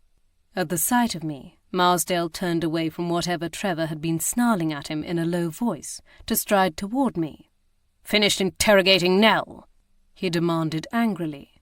I held up a staying hand when Trevor hastened forward, as if to block the Marquis, before answering calmly. I did not interrogate Lady Helmswick. His eyes, as dark as molasses, dipped to my arm in a sling, his brow furrowing slightly before smoothing. "I heard about the accident. The Duchess said you would recover, but are you... Yes, the baby and I will both be fine," I replied, taking pity on him. That he was flustered trying to find the appropriate words was oddly touching, given how flippant and irreverent he was about most matters. He nodded. "Good. Now if you'll excuse me." "Actually, Gage and I were hoping to have a word with you, so if you could—" "I have nothing more to say to either of you." He made to move past me, but I pressed a hand to his arm to stop him. "Marsdale, don't be a fool. You'll only make yourself look guilty." "Then so be it." "And what good will that do Nell?" I snapped, growing angry. "Your silence only makes her look guilty too." "Leave her out of it," he growled. "She had nothing to do with Helmswick's death, if that's even who the fellow is." But I had seen the panic leap in his eyes, the muscles flex in his jaw. "Then talk to us. Tell us what you know." He shook his head defiantly. He was determined in this. "Then what of the forged notes that were passed on 12th Night?" I blurted, desperate to keep him talking. Those notes had been in the back of my mind for days, along with a suspicion as to who had sent them. But between the murder inquiry and my near fall, they had been crowded out by more pressing matters. He glanced up at me in veiled interest. "You know of what I speak. You sent them, didn't you?" He crossed his arms over his chest. "Well, I was the villain, wasn't I?" "But why?" I asked, allowing my bewilderment to show. He turned his head to the side, glaring at the painting of golden-yellow cottages hanging on the wall. "Well, I had to do something dastardly, didn't I?" He shrugged one shoulder. "So I decided to test the gentleman's loyalty." His gaze flicked toward me, which chromate he passed with flying colours. "Yes, but Traquair and Mrs. Blanchard," he smirked. "Didn't you know? They had a liaison some years ago, before she became friendly with the Duke." He shrugged one shoulder. "I suppose I wanted to taunt Traquair. He's always been a trifle too high in the instep, and he can't be happy with his father's latest paramour. As for Mrs. Blanchard, well, she proved to be as faithless as they come." That explained the animosity between the two. But once again Marsdale was only making himself look guiltier by removing other potential suspects. What of the information Lady Helmswick was going to use to blackmail her husband into letting her live separately from him? I asked quickly. Could that secret have gotten him killed? However, Marsdale didn't fall for my ploy. Shaking his head, he pushed past me. "Do what you must, but leave me and Nell out of it. We're through answering questions." And with that, he shut the door to her sitting room with a decisive slam. I scowled at the offending wood in frustration and dread, wishing he would talk to me. This behaviour was unlike the droll, lovable Raquel I had come to know and call friend, and I couldn't easily brush aside my fear of what that meant. "What a scapegrace!" my brother muttered behind me. I swivelled so that I could face him. "Trevor, what did you say to him?" He frowned. "I saw the way you two were nearly at each other's throats." I stepped closer to look up into his eyes. I had always been able to tell when he was lying, and I wanted to know if he was doing so now. "I merely asked if he had anything to do with your near tumble down the stairs." "Trevor!" I bemoaned. "You all but accused him of it, didn't you?" "No." I glared at him. "I didn't," he persisted. "I only asked him what he knew about it." I rolled my eyes. No wonder Marsdale had refused to speak with us. "He had nothing to do with it." "You can't know that." "Yes, I can. Marsdale would never harm me." But even as I said the words, I felt doubt creep through me like an ugly slithering thing. "Kiera, your investigation is a threat to the woman he loves," Trevor protested. "You can't know that he wouldn't hurt you to save her." I glowered at the wall beyond his head, struggling to control my own roiling emotions, for he was right. I couldn't know. And yet I didn't want to believe it of him. That he would harm me, that he would harm my child. It was something I didn't want to face. I tried to smother my reaction as pain lanced my side, where my ribs still healed, but Trevor saw it. He reached out to take my arm, guiding me toward the stairs. "Perhaps you should rest for a time." I opened my mouth to protest, but a throbbing in my back made itself known, my muscles there having been overused as my body tried to compensate for the pain in my obliques and abdominals. Simply carrying around the extra weight of this child was more exhausting than I'd expected. Add to that my injuries, and I supposed I should be glad I could summon the energy to rise from bed at all. So I meekly allowed myself to be led, weary in body and spirit, and grateful I wouldn't have to navigate the castle and its staircases on my own. The following morning the sun rose bright and warm, and the frigid weather of the day before dissipated. The temperatures hovered above freezing, and the snow began to melt, making the road to Traquair passable by midday. Gage and I, as well as Bree, set out in our carriage, as anxious to escape the oppressive atmosphere of the castle for a spell as we were to uncover what the villagers might know. Gage had reported that the groomsman had nothing to add to what the footman who saw Helmswick depart had already told us. His travelling coach was rigged up for his journey, and then never seen again. "Maybe one of the villagers saw his carriage pass through the town as he departed," he confessed. "If they caught a glimpse of him through the window, so much better." But knowing that the Earl had departed at 4:30 on a cold winter's morning, I didn't hold out much hope of that. Traquair was a tiny village with naught but a single pub and one stone church, of relatively recent construction. The Duke had told us over dinner the evening before that the town had once been more prosperous, but over the last century it had dwindled in size to barely half of its previous number of residents. It also boasted of the town's once famous thicket of beech trees, known as the Bush Aboon Traquair, which even Robert Burns had apparently come to view. The village's chief employers were the castle and its brewery, and the herds of sheep dotting the countryside, many of which were also owned by the Duke. Despite the early hour, we decided the best place to go for information was still the village pub, the Sheep's Head, where I waited inside the carriage while Gage ventured into its shadowy interior. If I had not been 6 months heavy with child, I would have picked my way down the muddy, snow-strewn lanes toward the church, hoping to capture the interest of the village women. These country women were usually overlooked, and yet more often than not, being tied to their homes and roused at all hours by their children, they saw far more than the men. However, even with Bree's aid, I couldn't risk slipping and falling on the slushy ground, especially not with my current injuries. So we peered through the windows, hoping an inquisitive woman or two would happen by. Though we had to wait some 10 minutes, we found we were in luck. 2 women in drab but serviceable garments shuffled by on the opposite side of the road, baskets tucked under their arms, and their eyes devouring the sight of our shiny black lacquer coach. Bree climbed out to approach the women and ask if they might speak with us for a moment. Their eyes narrowed and their shoulders hunched with suspicion, but ultimately Bree's gregarious nature and their own curiosity won out. I opened the door as they approached, leaning out as far as I dared to greet them.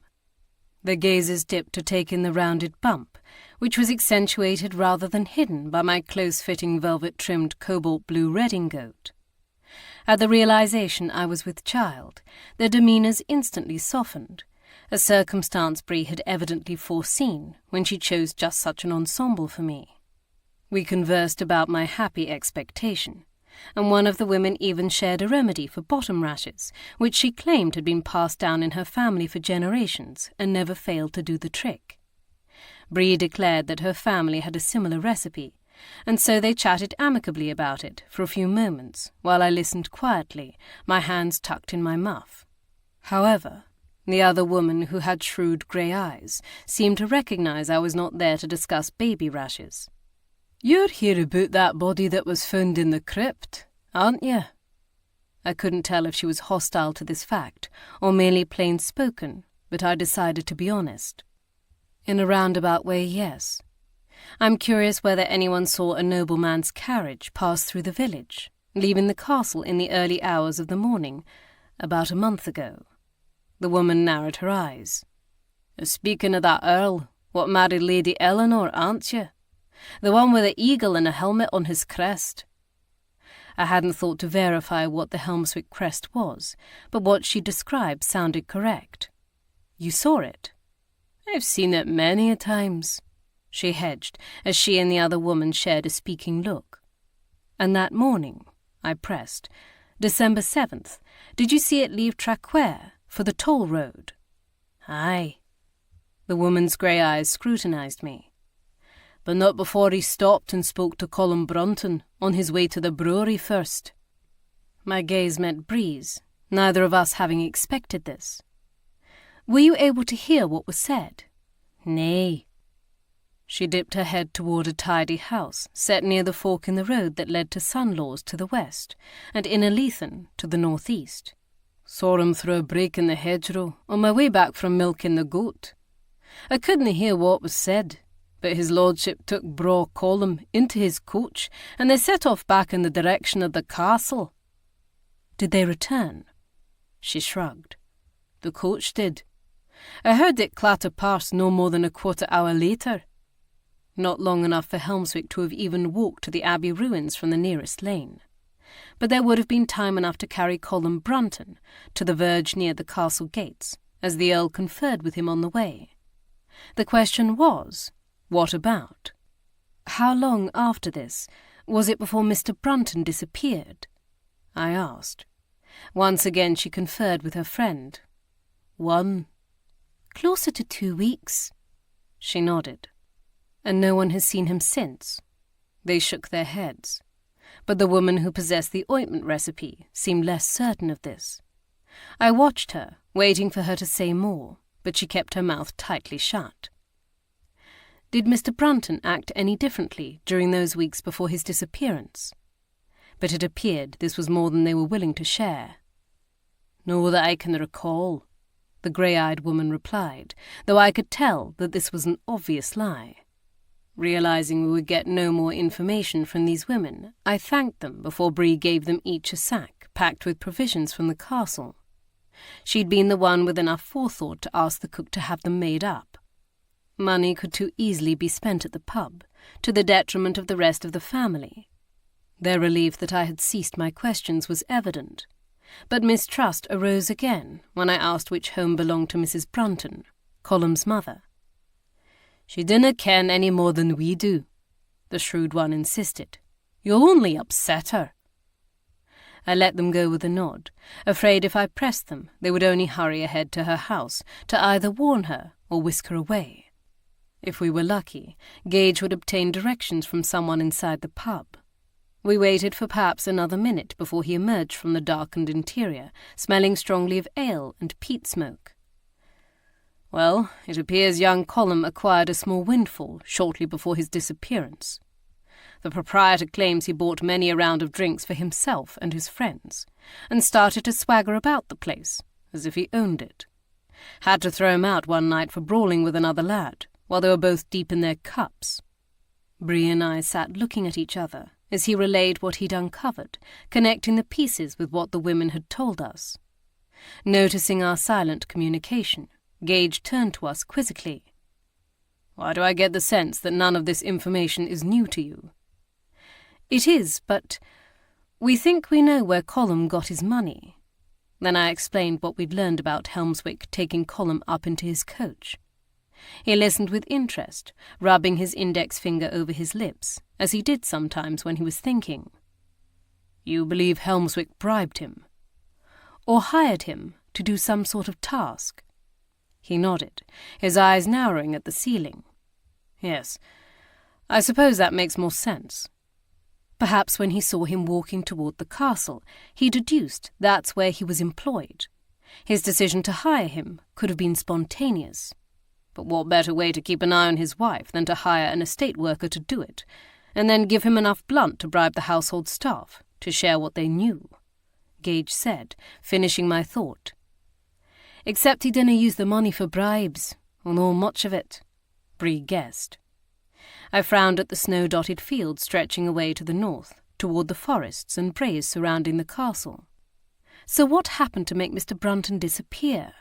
Did Helmswick return, expecting a report from him, or did he contact him somehow? "I take it you're as suspicious as I am that young Colum has truly disappeared," Gage murmured dryly. "People are far too reluctant to share all they know when asked about him." I tilted my head. "I suppose that could be attributed to the fact that we're aristocrats, and so is Helmswick, but I don't think so. I think they know he's hiding. Which reminds me, did you discover where his mother lives?" He nodded. "Then we'd best pay her a visit before the ladies we spoke to warn her first." Needing no further explanation, Gage gave directions to the coachman, and we set off down a rutted lane.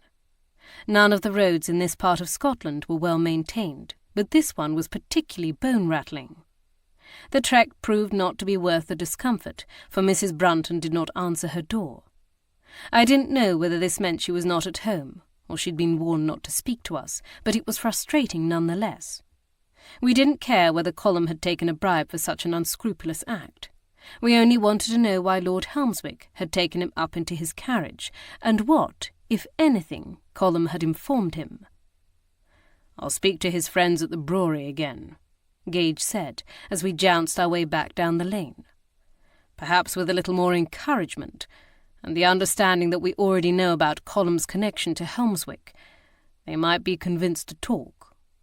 We could hope, but I worried it would do the opposite. Chapter 21. We made one more stop in the village of Traquair, at the simple block-stone kirk, surrounded by a small churchyard filled with several dozen weathered gravestones. Dried vines of creepers covered a portion of the walls, while 3 lonely bare trees stood vigil over the spot. But the building was empty, save for the bare pews and sparse white walls, so we returned to the carriage. I gazed out at the cloud shadows skimming across the open fields and paddocks speckled with sheep and other livestock, my thoughts flitting nearly as quickly. If Helmswick had hired Colum Brunton to spy on his wife, then did that mean he hadn't snuck back into the castle to confront her with Marsdale? Or had he simply done so 2 weeks later than we'd initially suspected, after Colum had shared whatever he'd learned, whether real or fictitious, depending on whether he'd actually paid any bribes to the household staff? Was Colum hiding from Helmswick, or the killer? What did he know? I considered all the ways information was carried to and from the castle, all the tradesmen and villagers who came and went from the estate each day. The wheels of our carriage clattered past the row of picturesque cottages which housed some of the staff. A tartan curtain twitched behind one of the windows as we bowled by, our speed slowing only as we reached the narrow bridge, spanning the gushing waters of the burn. As we climbed the sloped drive leading up to the grand portico of the castle, my gaze travelled across the long expanse of the gun terrace, toward the sight of a wagon parked at the far corner of the castle, heavy with supplies. I suddenly realized we'd overlooked one critical element. "I need to speak with Mr. Hislop," I announced, surging toward the door as one of the ducal footmen opened it. He assisted me down, and I strode through the castle doors into the entry passage, the heels of my boots clicking against the flagstones. Gage reached my side just as I entered the guard-room with its vaulted beam ceiling, but he did not try to halt me. "Mr. Tate," I declared to the butler, as I tugged at the blue ribbons of my chip straw bonnet in an awkward manner with my left hand. "Is Mr. Hislop at his post?" "I believe so, my lady," he replied with complete aplomb. "Excellent." I passed him my hat, retaining my gloves and redingote against the chill of the room. "I may have a question or two for you in a moment." "Of course, my lady. I am at your service." I hurried off again, forcing Gage to scramble after me as I rapped on the door to the porter's lodge. Mr. Hislop must have seen me approaching, for he swept it open almost before my second knock sounded. "Milady, you thought of something?" His eyes gleamed with gentle humour. "Indeed I have." He stepped back so that we could enter, and I immediately turned toward the visitor's book open on his desk. "The ledgers you keep, they're only for the main entrance to the castle, through the guard-room. But what about the other entrances, the ones for servants and tradesmen? Is there any ledger for their comings and goings?" "Nay, milady. 'Twould be too much of a hassle. No to mention, no one cares." I turned to Gage, and from the look in his eyes I could tell he realized what I was after. "But that doesn't mean everyone who enters through those doors is of those classes," my husband deduced, and then frowned. "Though I can't imagine someone like Helmswick not being noticed." "True," I frowned, puzzling over the matter. There were servants everywhere in a household this size. But given his potential motive for entering that way, stealth would have been required. Maybe he was slyer than we imagine. I paused. Or the staff lied about seeing him. I glanced up to discover that Mr. Hislop's brow was furrowed, his head turned to the side as if in concentration. My nerves tightened in anticipation. "Now you've thought of something." His brow still crinkled. He nodded once. "I have, though I dinna ken if it's of any help to you." "Tell me anyway." The corners of his lips quirked upward at my eagerness. "Only callers of sufficient rank and respectability are allowed through the main entrance, 'tis true. But that doesn't mean no gentlemen are ever turned away." His sparse white eyebrows lifted. "If they're rough or disreputable in appearance, Mr. Tate has been known to block their entry, or send them to the tradesman's entrance with a flea in their ears." Gage's gaze met mine. This, then, was how a man dressed as a gentleman might have entered the castle, but not been included on the ledger. He needn't have come through the tunnel from the abbey, but through the tradesman's entrance, though how that helped us, I didn't know. In all likelihood, the body was still Helmswick, but it presented a curious new possibility. I thanked the sprightly hall porter and returned to Tate, who stood waiting for me near the entrance. His expression was inscrutable, and I suspected it would require great provocation to induce a reaction from him. "Yes, my lady?" he intoned. "Do you recall in the last month or more whether the castle received any visitors you turned away, men dressed as gentlemen who perhaps were not behaving as one?" "Actually, yes, I do." His voice registered surprise, even though his face did not. "He called 3 or 4 weeks ago, on or around the 15th, on horseback, though how he was able to maintain his seat, I dare not speculate." He lifted his nose into the air. "He was coarse and uncouth, and smelled strongly of the ale sold down at the village pub. I wasn't about to let him step 1 foot further into the castle, despite his threats." "What threats?" Gage asked, moving closer. "Oh, the usual nonsense about his having my head for not doing as he bid. He was naught but a trumped-up mushroom. Certainly not a gentleman, no matter the quality of his clothes." Gage and I exchanged a look. "So you simply sent him on his way? And he went?" he clarified. "Not precisely. He stormed out of here and then around to the servants' entrance, where he'd tried to slip past." His brow furrowed with displeasure. "But I had anticipated just such a thing, so I sent a footman there to forestall him." "Who was it he was so anxious to see?" "Lord Helmswick." I was hard-pressed not to react to this information, and the butler nodded in recognition. "Yes, I know. I should have remembered it sooner." "And yet by that point Lord Helmswick was no longer in residence?" Gage asked, choosing not to linger on this oversight. "That is correct. And when I told the gentleman," he emphasized the term witheringly, "this, he insisted on speaking with Lady Helmswick instead. Well, I was not about to subject her ladyship to his vulgar petition, especially when he would not even give his name, so I elected to take it to one of her brothers instead. Lord John was the first I located, and he requested that he be allowed to meet with him in my parlour. Naturally I agreed, though I was not party to whatever was said. But that didn't mean he hadn't heard it. In my experience, servants often listened at doors, and many times those of the highest ranks were the worst eavesdroppers.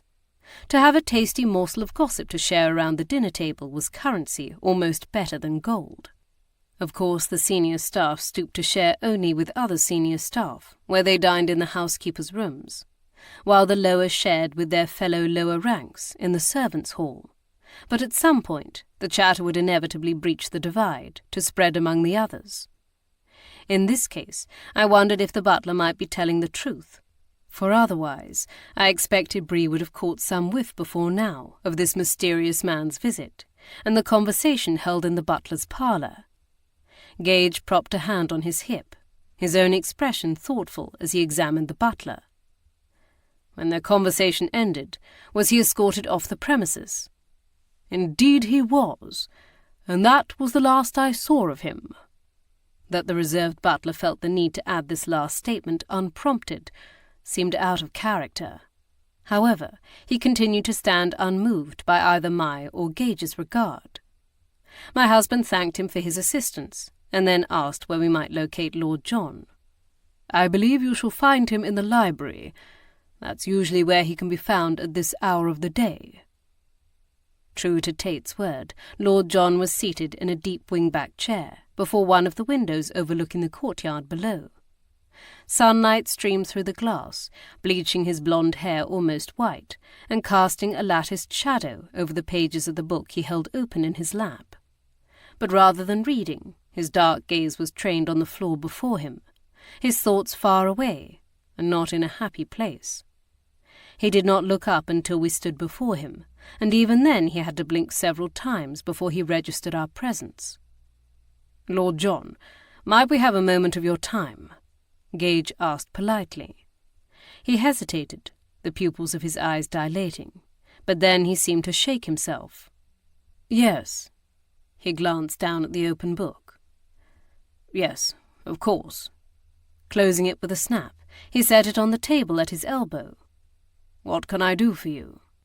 Gage handed me to the jonquil wing-back chair opposite Lord John, before drawing a ladder-back chair from a nearby table for himself, forming a triangle. "I understand you spoke with a man in the butler's parlour some 3 or 4 weeks ago who was demanding to speak with Lord and Lady Helmswick." His eyes widened, and he turned his head to the side as he gasped. "Oh, heavens! Yes, I'd forgotten about that. I should have recalled him immediately." But for all his show of surprise, somehow it appeared too practised, as if he'd been expecting just such a question to arise at some point. If that were the case, why hadn't he told us earlier? Gage crossed one leg over the opposite knee at ease. "Who was he?" "He said his name was Patrick Renton." He tapped the arm of his chair. though I have wondered if that really was his name, or if he was using an alias. He shrugged. Whatever the case, he was barely clinging to civility, let alone the status of a gentleman. Tate indicated he was intoxicated.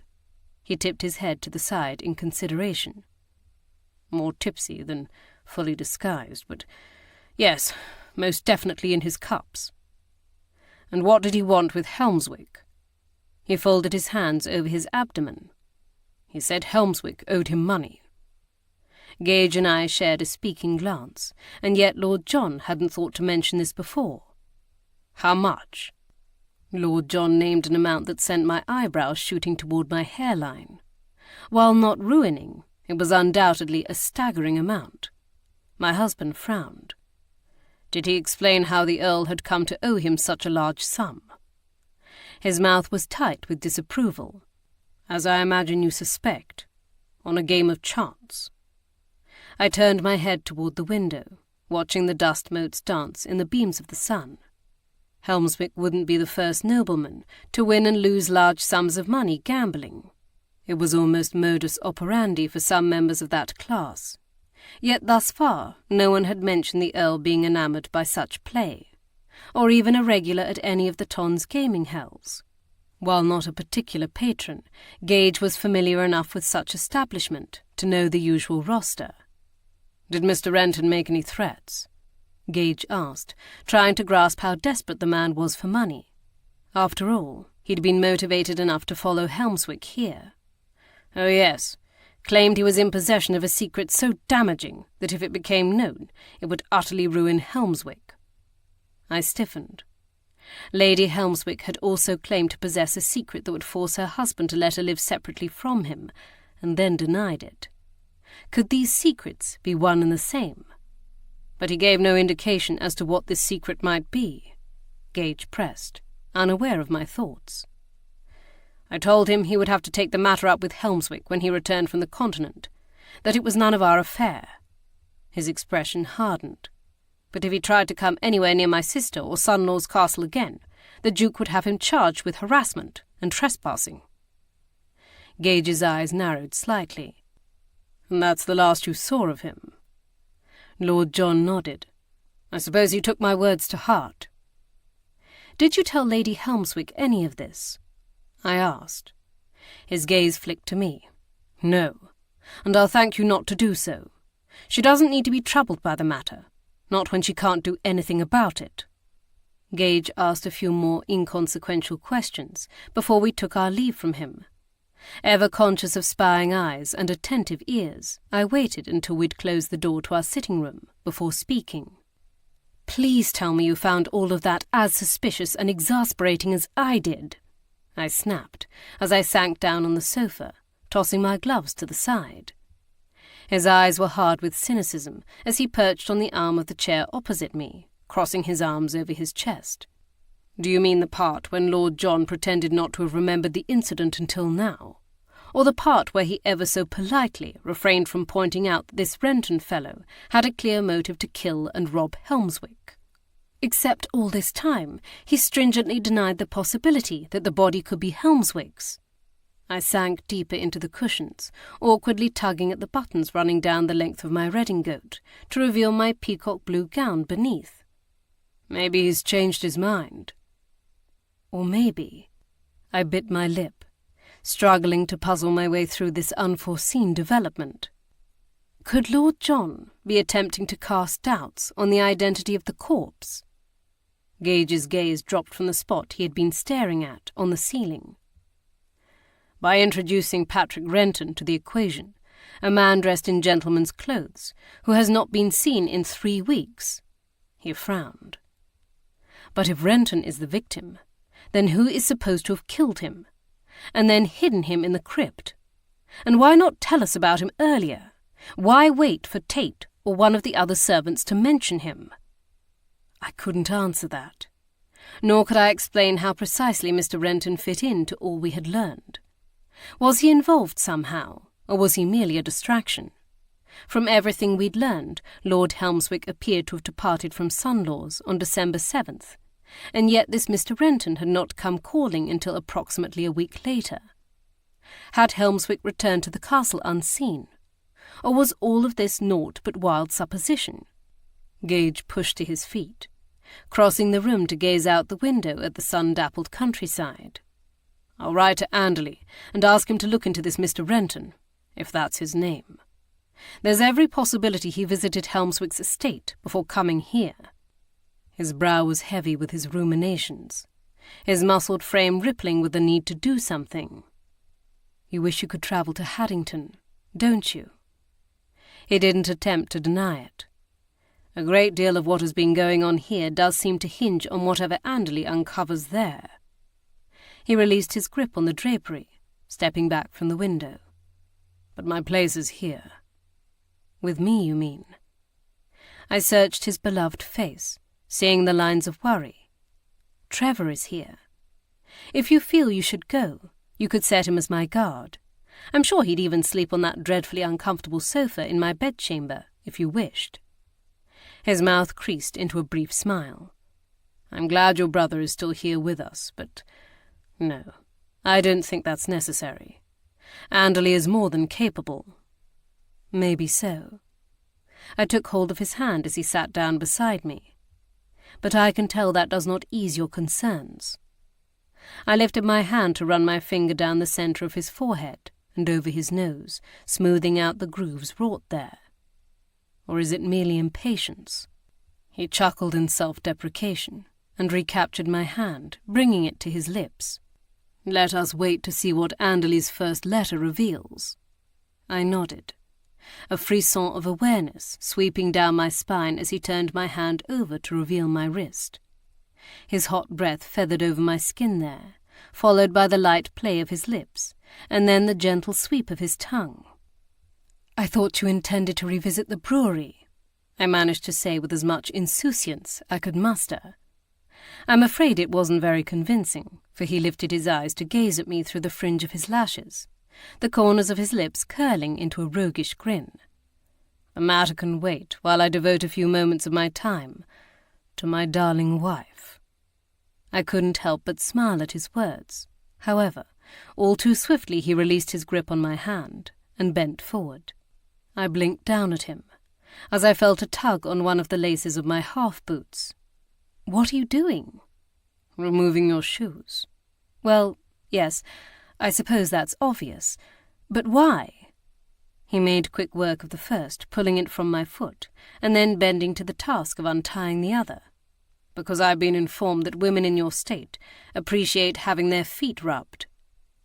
"Oh, well, I stammered, as the second boot was whisked from my foot and Gage swept my legs up into his lap.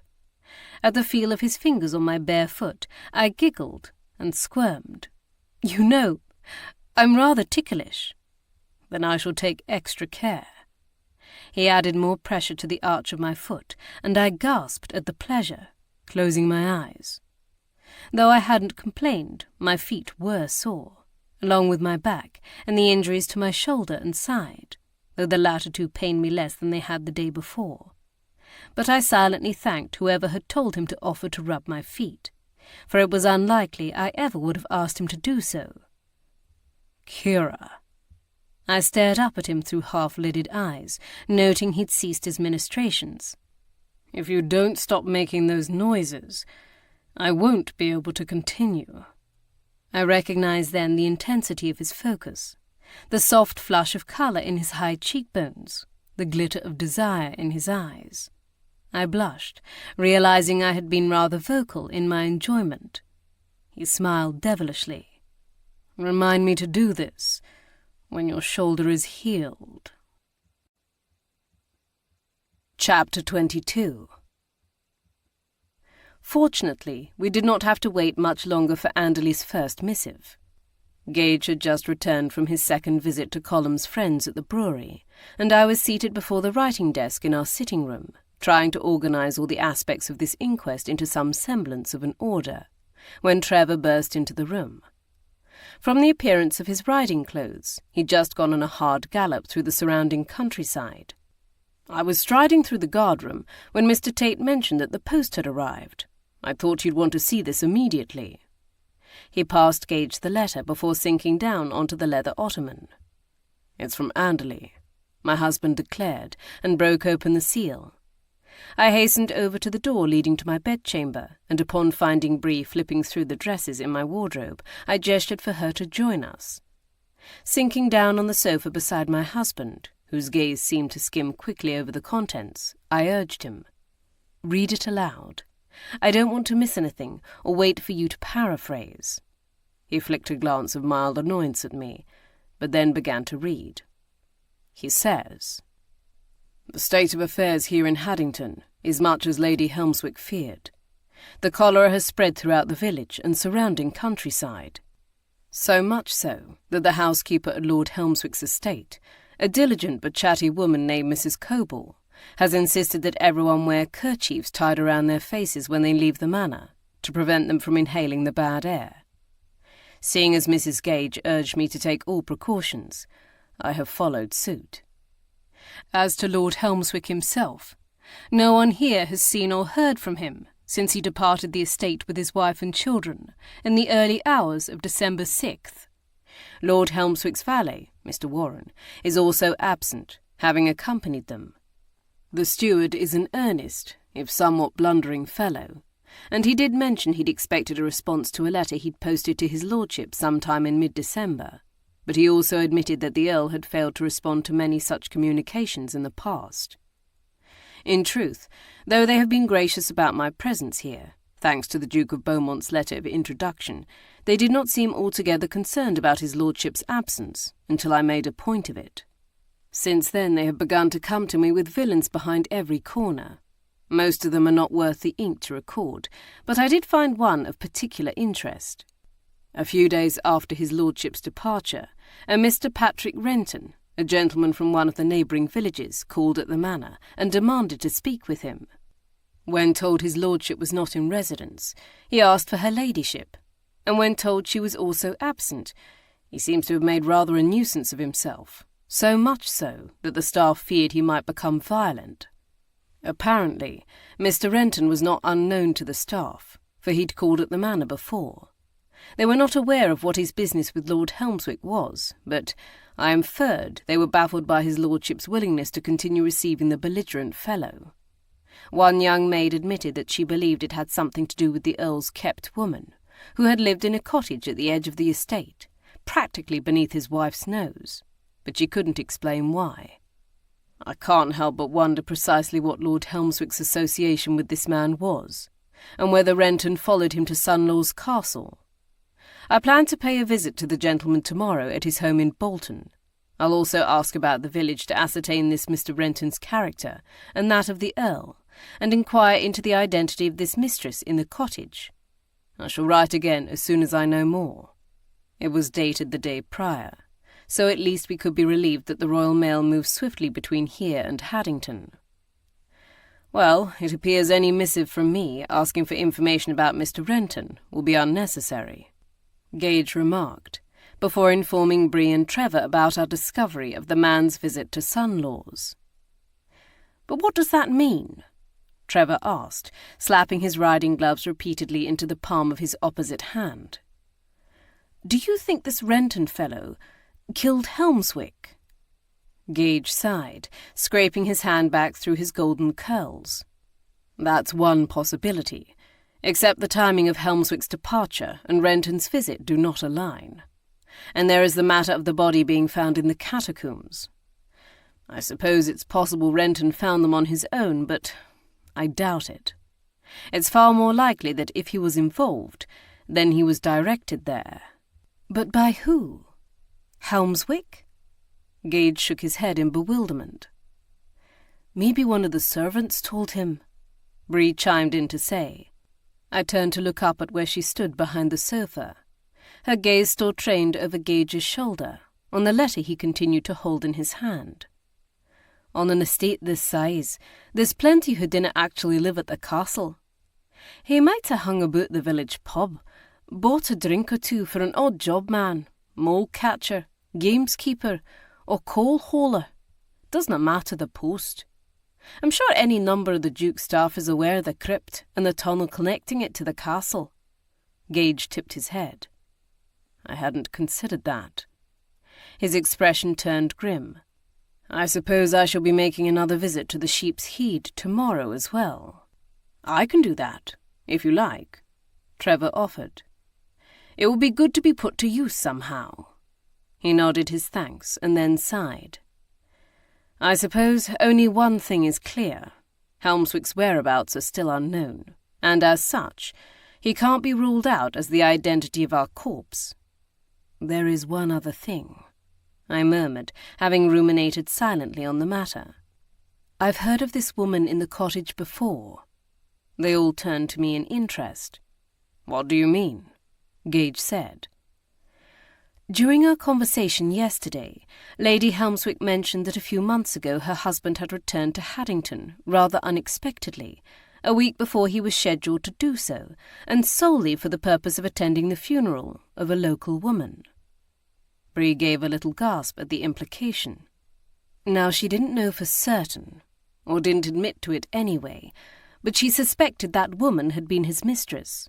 She told me she found the entire matter to be decidedly odd, particularly when you consider the fact that the Earl was not known for his sensibility or courtesy. And yet he interrupted his travels and pleasures to hasten back to his dead mistress's graveside. Gage's voice thrummed with the same skepticism I felt. I suppose it's possible he loved her, I argued for the sake of fairness. But if so, why did Helmswick keep mistresses in London, Paris, and who else knows where? Trevor replied.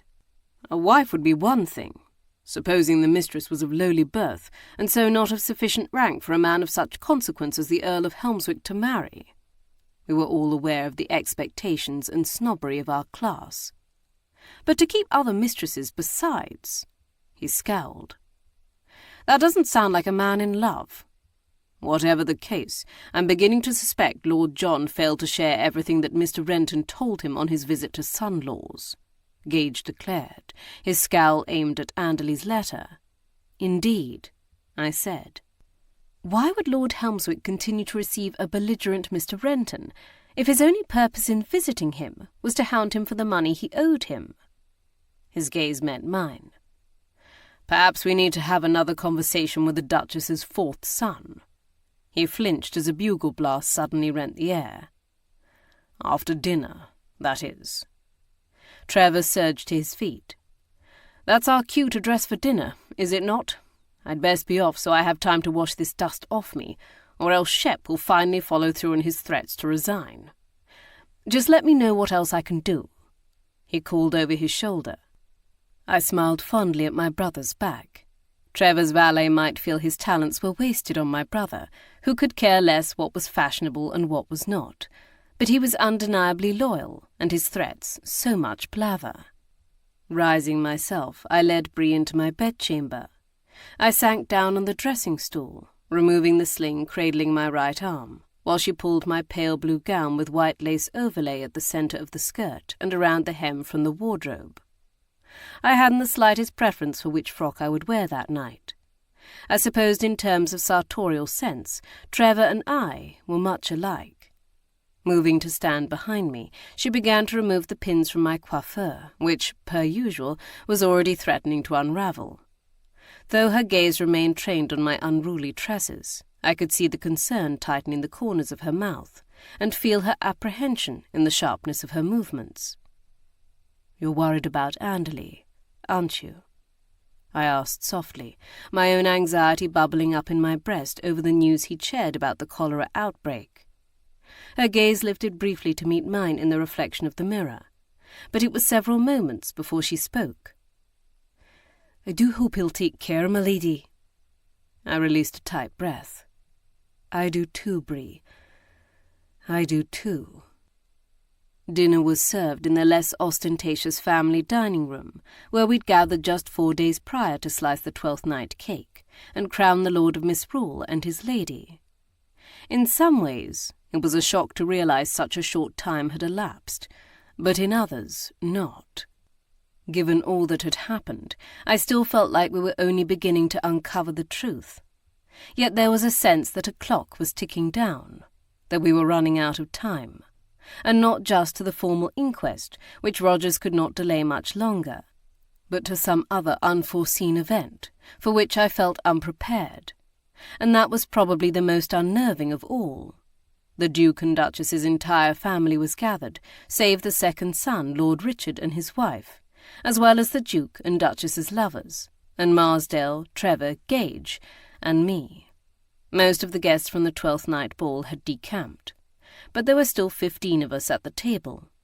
Though festive was not how I would have termed the atmosphere, despite the glistening light cast by the crystal chandeliers and the gilded fretwork. Some, like Lady Helmswick and Mrs. Blanchard, appeared tense, while others emulated the Duchess's sons, adopting a reserved politeness. Then there was the Duke, who appeared all but unruffled by the troubles beneath his roof.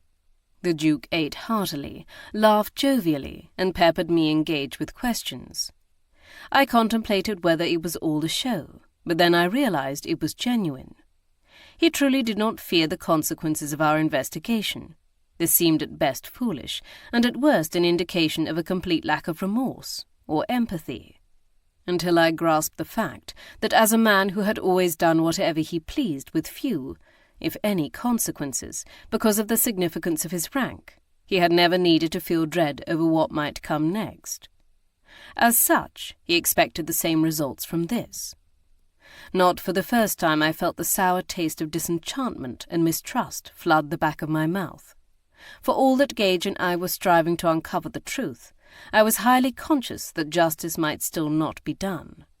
If one of the Duke's family proved to be the culprit, I knew better than to expect His Grace to hand him or her over willingly for trial. There would be an attempt to quiet us, or worse, to call into question our results and besmirch our names. Then a more expendable culprit would be named, someone like Helmswick's valet, in order to tie everything up with a neat bow. "Mr. Gage, I hear you received a letter from your manservant," the Duke declared at about the midpoint of the meal, settling back in his chair with his glass of wine as he waited for the latest course to be cleared. "Tell us, did he locate Helmswick in Haddington?" Neither Gage nor I were surprised he'd learned of the letter, for the butler would undoubtedly have informed him of its arrival. "I'm afraid not, Your Grace, and they had not received word from him since his departure, in early December either." The Duke's brow furrowed briefly at this statement, at how peculiar it was, for even he must be in contact with most of his varied estates and properties on a regular basis, if not directly, then through the correspondence he dictated to his various secretaries and stewards. "What else does he say?" But I knew Gage was not about to be intimidated into revealing anything about Mr. Renton, or any other matters pertinent to our inquiry, until he was ready to do so. So he deliberately misunderstood. "Apparently the cholera outbreak there has spread at an alarming rate." He turned toward Lady Helmswick, whose eyes had widened. "It is a good thing you chose to depart when you did, my lady, though your housekeeper appears to be a sensible woman, and she's having the staff take appropriate precautions." "Yes, Mrs. Coble is a very attentive woman," she replied quietly, before returning her gaze to her plate. I couldn't help but notice how subdued she was that evening, or the way she kept sneaking glances at her brothers. Her peaches and cream complexion was very pale, and appeared even starker against the violet shade of her gown and the azure silk gracing the walls behind her. Had something else happened, or was she merely beginning to accept that her husband might be dead, and that someone she cared for had rendered him such? "Your Grace, what is your opinion of these new steam locomotives?" Trevor asked, saving us from further questions regarding Anderley's letter by reverting to his new private passion. He had recently become fascinated by the contraptions, and could happily occupy the conversation with such a topic for hours, if need be. Though I was not as enamoured by them, I was none the less grateful to him for introducing the subject, and cast him a private smile of thanks when his gaze chanced to meet mine across the table. He winked in return. However, his efforts proved to be in vain, for no sooner had the Duke launched into a lengthy answer than the door to the dining-room opened to admit the butler, followed by a man I knew almost immediately to be the Duke's second son. The resemblance was striking, leaving no doubt who his father was. The family gasped in pleasure as Lord Richard strode into the room. He moved around the long table as beckoned, greeting his mother, grandmother and sister with a kiss on their cheeks, while shaking hands with those brothers he passed, while the footman swiftly set a place for him. He seemed to be a generally stoic man, and while pleased by his family's reception, from the colour riding high on his cheeks, he also appeared slightly embarrassed by it. His dark hair was just beginning to show grey at the temples, much like his older brother, but where Lord Traquair's was thinning, Lord Richard's was thick and almost unruly. Questions were asked regarding the health of his wife and children, who I came to understand resided at one of the Duke's smaller estates in the north that he'd given over to Lord Richard to manage. I gathered his wife had delivered a new child a few months prior, and so had elected not to journey to son-in-law's for the winter holidays. Lord Richard was on his way back to them, after completing his business on the continent. The Duchess introduced him to me, Gage, and Trevor, as he was already acquainted with the others at the table. As the commotion caused by his arrival began to settle, he expressed his surprise as he spread his serviette in his lap. "I must say, I expected the castle to still be packed to the rafters with your 12th night guests." "Yes, well, there was a development," the Duchess demurred. "What sort of development?" "A dead body in the Abbey crypt," Lord Edward drawled. A V formed between Lord Richard's eyes as he turned to glare into his younger brother's amused expression. "There have always been dead bodies in the crypt." "Yes, but this one was recent. Only 3 or 4 weeks expired," he declared with relish. "And murdered, too." At this comment, Lord Richard abandoned his efforts to eat the salmon set before him. "You're jesting." "I'm afraid he's not," Lord Traquair replied in a pained voice. Lord Richard glanced at his mother, who nodded. Then his gaze swiveled toward me and Gage. "I suppose that explains your continued presence here." It was stated with resignation, rather than disapproval, but I still got the impression he was not pleased. Though I suppose I couldn't fault him for that. Who wants to return home to discover someone has been murdered? Ned decided it was a brilliant idea to lead a ghost tour down into the Doom, Lord John stated derisively, his face tight with suppressed ire. Lord Edward frowned. "I was simply doing my duty as Lord of Misrule, a duty that didn't need to be performed." Ignoring his brother's squabbling, Lord Richard picked up his fork. "Who's the victim?" "Too damaged to know for sure," Lord Edward replied, causing his brother to lower his utensil yet again. "But what evidence there is points to Lucky Helmswick." Lord Richard's glower turned to shock. "But that can't be. I saw Helmswick alive in Paris, not a week past." Chapter 23. I sat forward in surprise. "You're certain?" Gage demanded. He nodded. "Yes." "You saw him, but didn't speak to him?" "No, but I'm certain it was him. He was exiting a theatre with some He broke off, with a swift glance at his sister. Her expression tightened. "You can say it. It's not as if it's any surprise. He had some doxy on his arm." Her voice lowered to a mumble as she moved her peas about her plate. "He always does." A charged silence settled over the table, an acknowledgement of the fact that the Duke and his current mistress were seated there, not to mention the Duchess's lover, as well as Lady Helmswick's. Lord Richard cleared his throat and addressed Gage. "Helmswick's and my eyes even met. Not that he cared that I'd seen him." Gage turned to me, but I didn't know what to say. If Lord Richard was speaking the truth, if he hadn't been convinced by his family to lie, then whose body was lying in the wine cellar? "What does this mean?" Lady Traquair gasped in confusion. "It means that Mr. and Mrs. Gage have bungled the matter," her husband accused angrily. Gage's brow lowered in answering fury. "No. It means someone deliberately muddled the matter, placing Helmswick's boots on the corpse and removing or destroying all other identifying markers or features." But why would someone wish to make us believe it was Helmswick? Lord Henry asked. I don't know, Gage snapped, and then modulated his voice.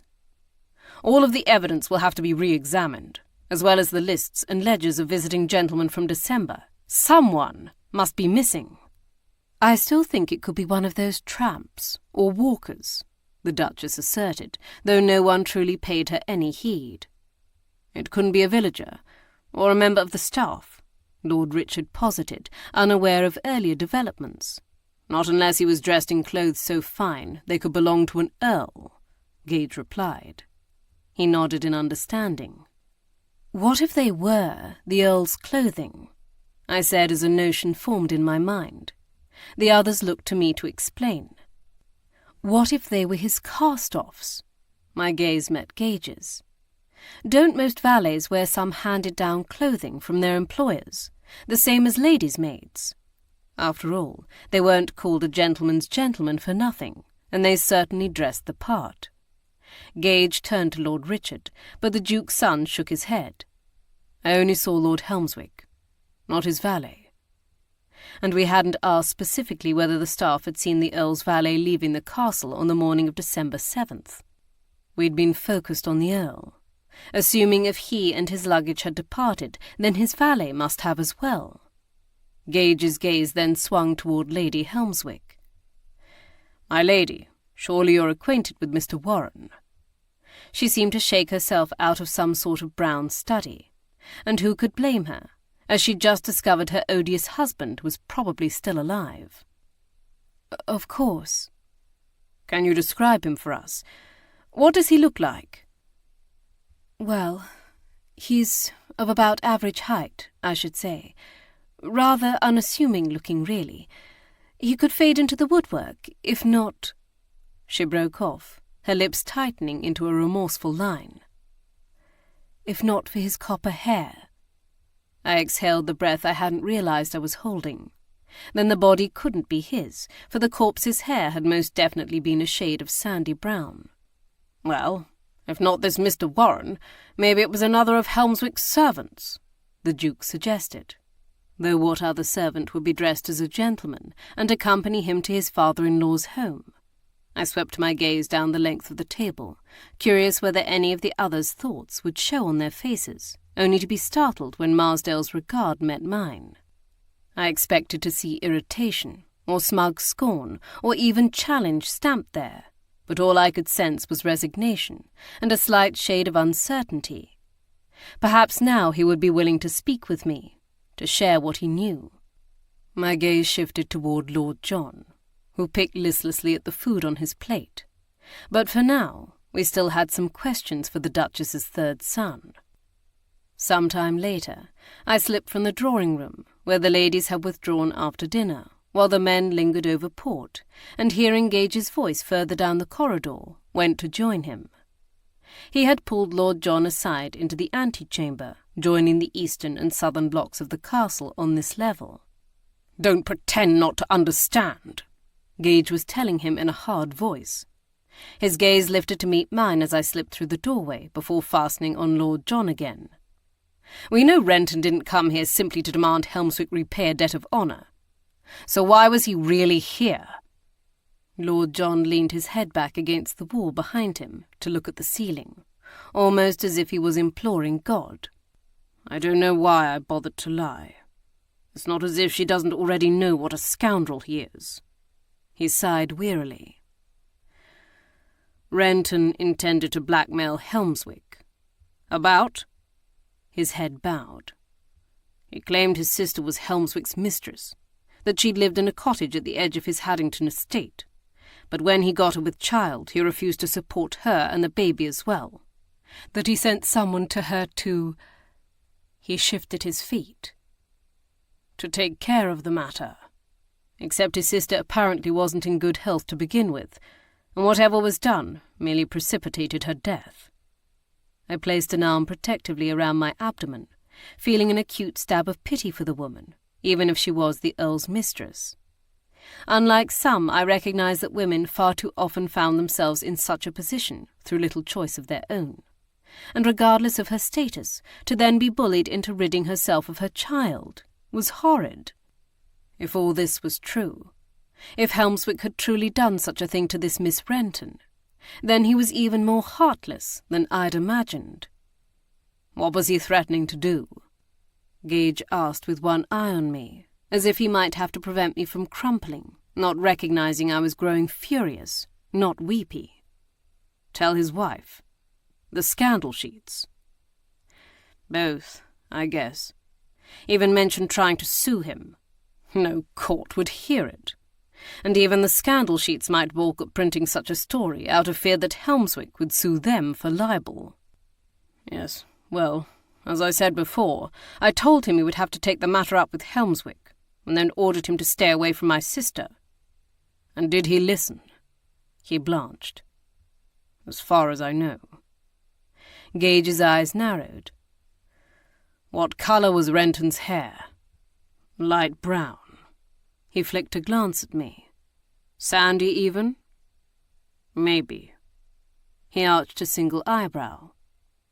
I didn't notice, he snapped defensively. It was true, most people didn't take note of such things when it came to a casual acquaintance, and light brown hair, whether sandy or not, was not a remarkable feature. Gage crossed his arms over his chest. Did you write to Helmswick about this Mr. Renton and his accusations? No, but I intended to have a strong word with him about it when he returned. The frustrated futility stamped across his features seemed to indicate that he knew his brother-in-law little cared what he thought. Did you tell Renton about the tunnel or the crypt? Why would I do that? Gage shrugged. Lord John scowled. No. Did you tell anyone about Renton's visit, or what he said? At this question he faltered. Well, yes. I was afraid the blackguard might return, and I wanted the others to be on guard. So who did you tell? Your brothers? He nodded. Yes, and Marsdale. But although we spoke to each of the brothers individually in the drawing-room, and each of them recalled Lord John's telling them about Renton's attempt at blackmail, none of them admitted to ever seeing him. Marsdale had retired early, along with Lady Helmswick, so we could not even try to approach them. However, I was determined to confront Marsdale the next day, even if I had to charge into his bedchamber and suffer through all sorts of awkward innuendos and double entendres. We might have tried to force him to speak with us that very night, but my ribs and shoulder had begun to ache, and every step seemed to send a jolt of pain through my body. I tried to hide it, but Gage was attuned to me enough that he noticed. I soon found myself escorted to our set of rooms, and handed off to Bree's tender ministrations. I stood gripping the bedpost, as she undid the tiny buttons on my gown, and unfastened my stays, gritting my teeth when even her careful movements became too much. I was about to order her to chatter like she normally did and distract me, when her tongue finally came unstuck from the roof of her mouth. Lord Richard has returned, then, and he saw Lord Helmswick a week ago in Paris. That she'd already learned this was not a surprise. After all, there had been footmen waiting at the table when this revelation was made. By now, word was bound to have spread through the ranks of the staff. So he says. She paused a brief second before resuming her light-fingered work. You didn't believe him? I don't know what to think, I admitted with a sigh. Aye. Her voice was soft with empathy. But what does it mean for our investigation? She didn't say the words, but I knew she was thinking of Anderley in cholera-stricken Haddington. It means we shall have to reconsider what we know, and figure out who else that body could belong to. I turned my head to the side to speak with her, as she slid my dress from my arms. I need you to speak with that footman again, who saw Lord Helmswick climb into his carriage. Find out if his valet, Mr. Warren, was with him. I narrowed my eyes in consideration. And find out if any of the staff remember what his hair colour is. You think the body might be his? I grasped the bedpost tighter as I stepped out of the pool of gown formed on the floor before Bree swept it away, draping it over the back of a chair. Maybe. Lady Helmswick had told us her husband's valet's hair was copper, but I didn't know whether we could trust her. I didn't know whether we could trust any of them. I thought of the other potential identity of that body. I also need you to discover if any of the servants spoke with this Patrick Renton on or about the 15th of December, either on the estate grounds or even in the neighbouring village. He would have been dressed like a gentleman, but a bit rough. Aye, anything specific? I closed my eyes against a wave of pain as the ties of my stays briefly tightened as she struggled with the tangled ribbons before loosening. Find out if they mentioned the Abbey crypt or the tunnel to him. Aye, mayhap one of those silly maids who mentioned the ghostly monk. I sank down on the bench before the dressing table as she draped my wrapper over my shoulders against the chill. Have you uncovered anything else about this apparition in a monk's robe? Only that more than one of them have seen him. She frowned down at my hair as she began to pull pins from it. And despite their insistence to the contrary, it's more than likely a man playing some sort of jest, probably one of the male servants. I suspected she was right, for Lord Edward had all but admitted to it. But was that all there was to it? A simple jest? Or was there something more at play? I asked Gage his opinion as we lay together in bed a short time later. The dose of laudanum Brie had given me had blunted the pain, but I still wasn't sufficiently healed as to rest my head on his shoulder as I would have liked. So I reclined on my left side next to him, my fingers gently playing with those of his right hand. He lifted his opposite arm, bending his elbow to tuck his hand behind his head as he searched the shadows above us. I suppose it's possible that there's more to it than simply mischief, though I can't begin to guess what. I could feel the tension from the evening's revelations thrumming through him. What did you think of Lord John's confession about Mr. Renton's real reason for coming here? Well, I found it more credible than that malarkey about a debt of honour, but it certainly wasn't easier to swallow. Though he didn't say the words specifically, I could sense his simmering anger. That a woman should have been treated in such a way, and by a gentleman no less, was an affront to his own heightened sense of honour. He was far from naive. He had seen and experienced some of the worst of man, particularly during his time fighting in the Greek War for independence. And he unquestionably was aware of the depravity and debauchery that some noblemen perpetuated on those of lesser rank they were supposed to protect. But that did not mean it was any easier to accept each time he encountered it. His integrity, decency, and compassion were some of the reasons why I loved him. Feeling a swell of affection, I ran my fingers up the skin of his arm, trying to offer him what comfort I could. It's no wonder he didn't want his sister to know about it.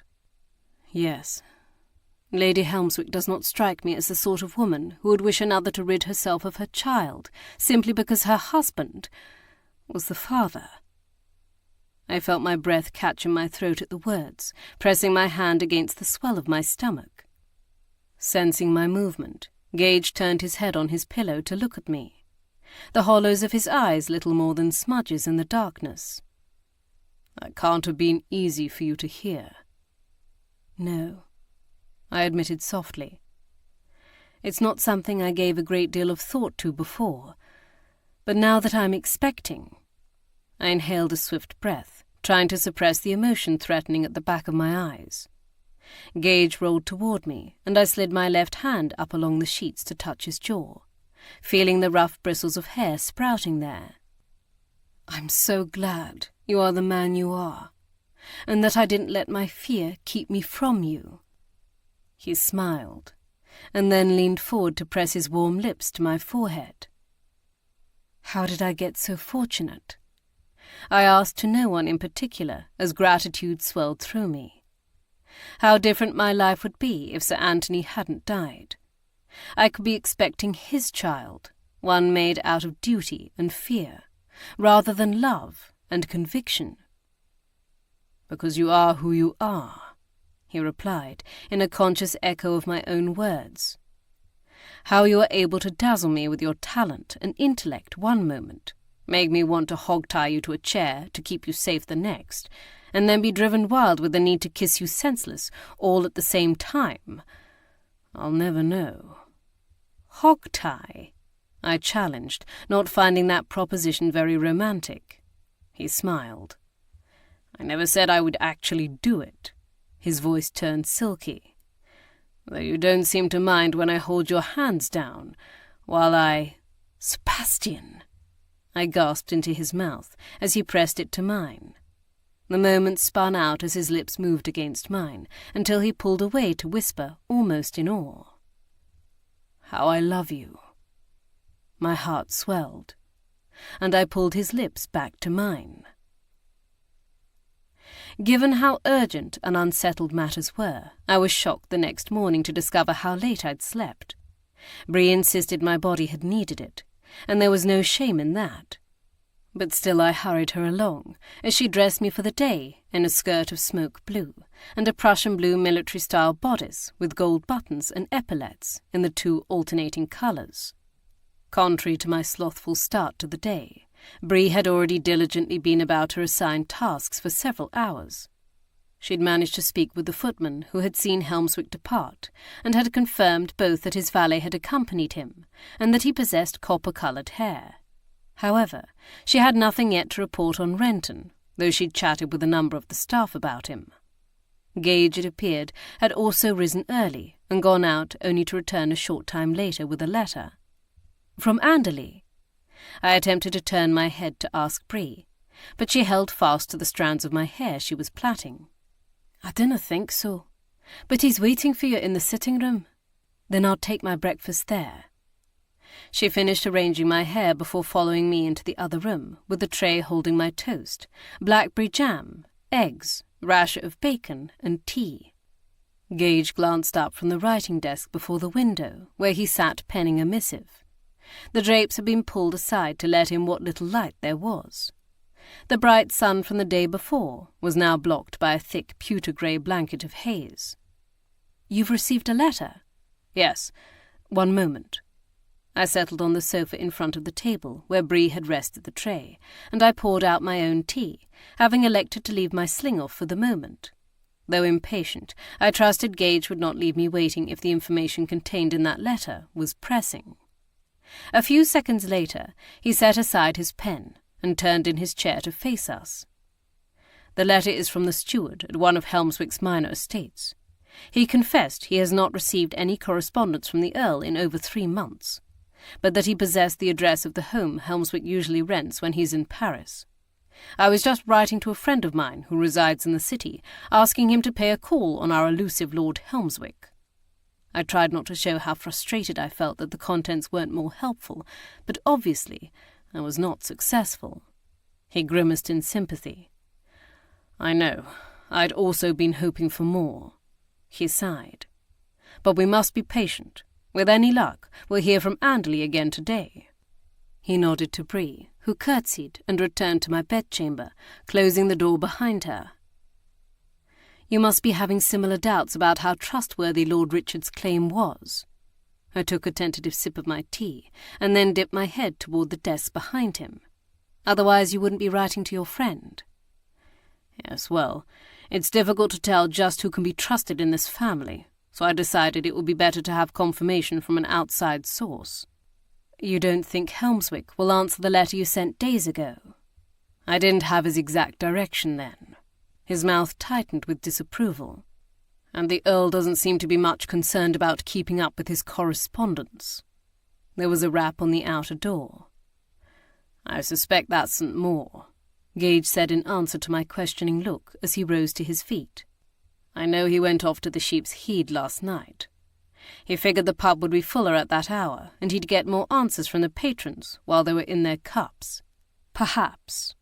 But one could also argue they're more likely to take offence and throw a punch." Gage shrugged, opening the door. "Your brother can handle himself."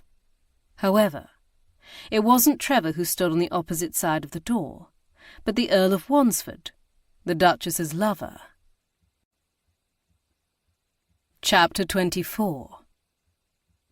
"Might I have a moment?" he asked tentatively, his gaze flicking from Gage to me and back again.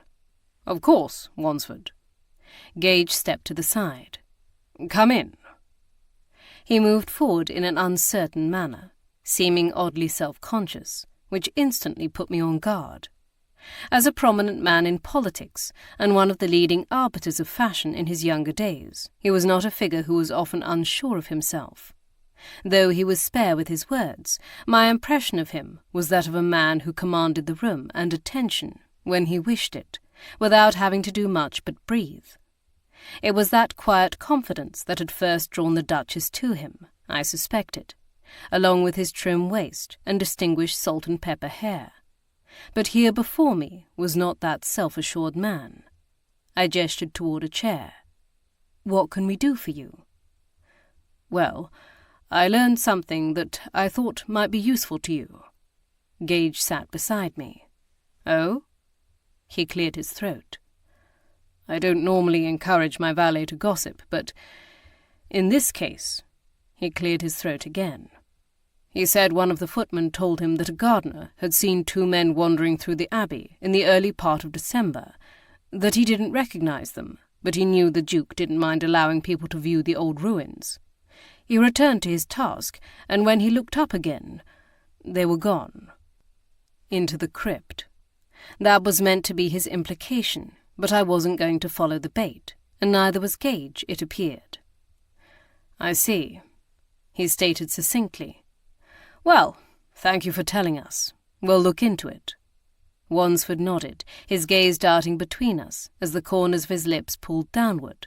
However, I didn't think his displeasure was directed at us, but himself, or the Duchess. Gage showed him out, and then turned to lean against the door. His eyes were so sharp with cynicism they could cut glass. "It appears the Duchess is determined to blame the matter on tramps and walkers." I scowled blackly as I spread jam on my cold toast. "Yes, and I assume if we should go in search of this footman and gardener, they will corroborate this fictitious and completely useless story."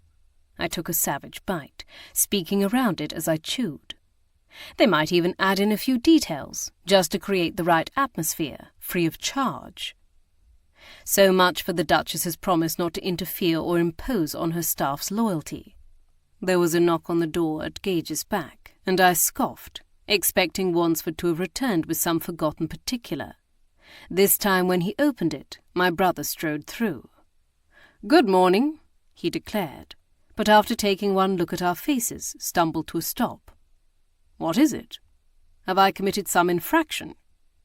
I shook my head, unwilling to spread Wansford's ridiculous tale further. "Ignore us."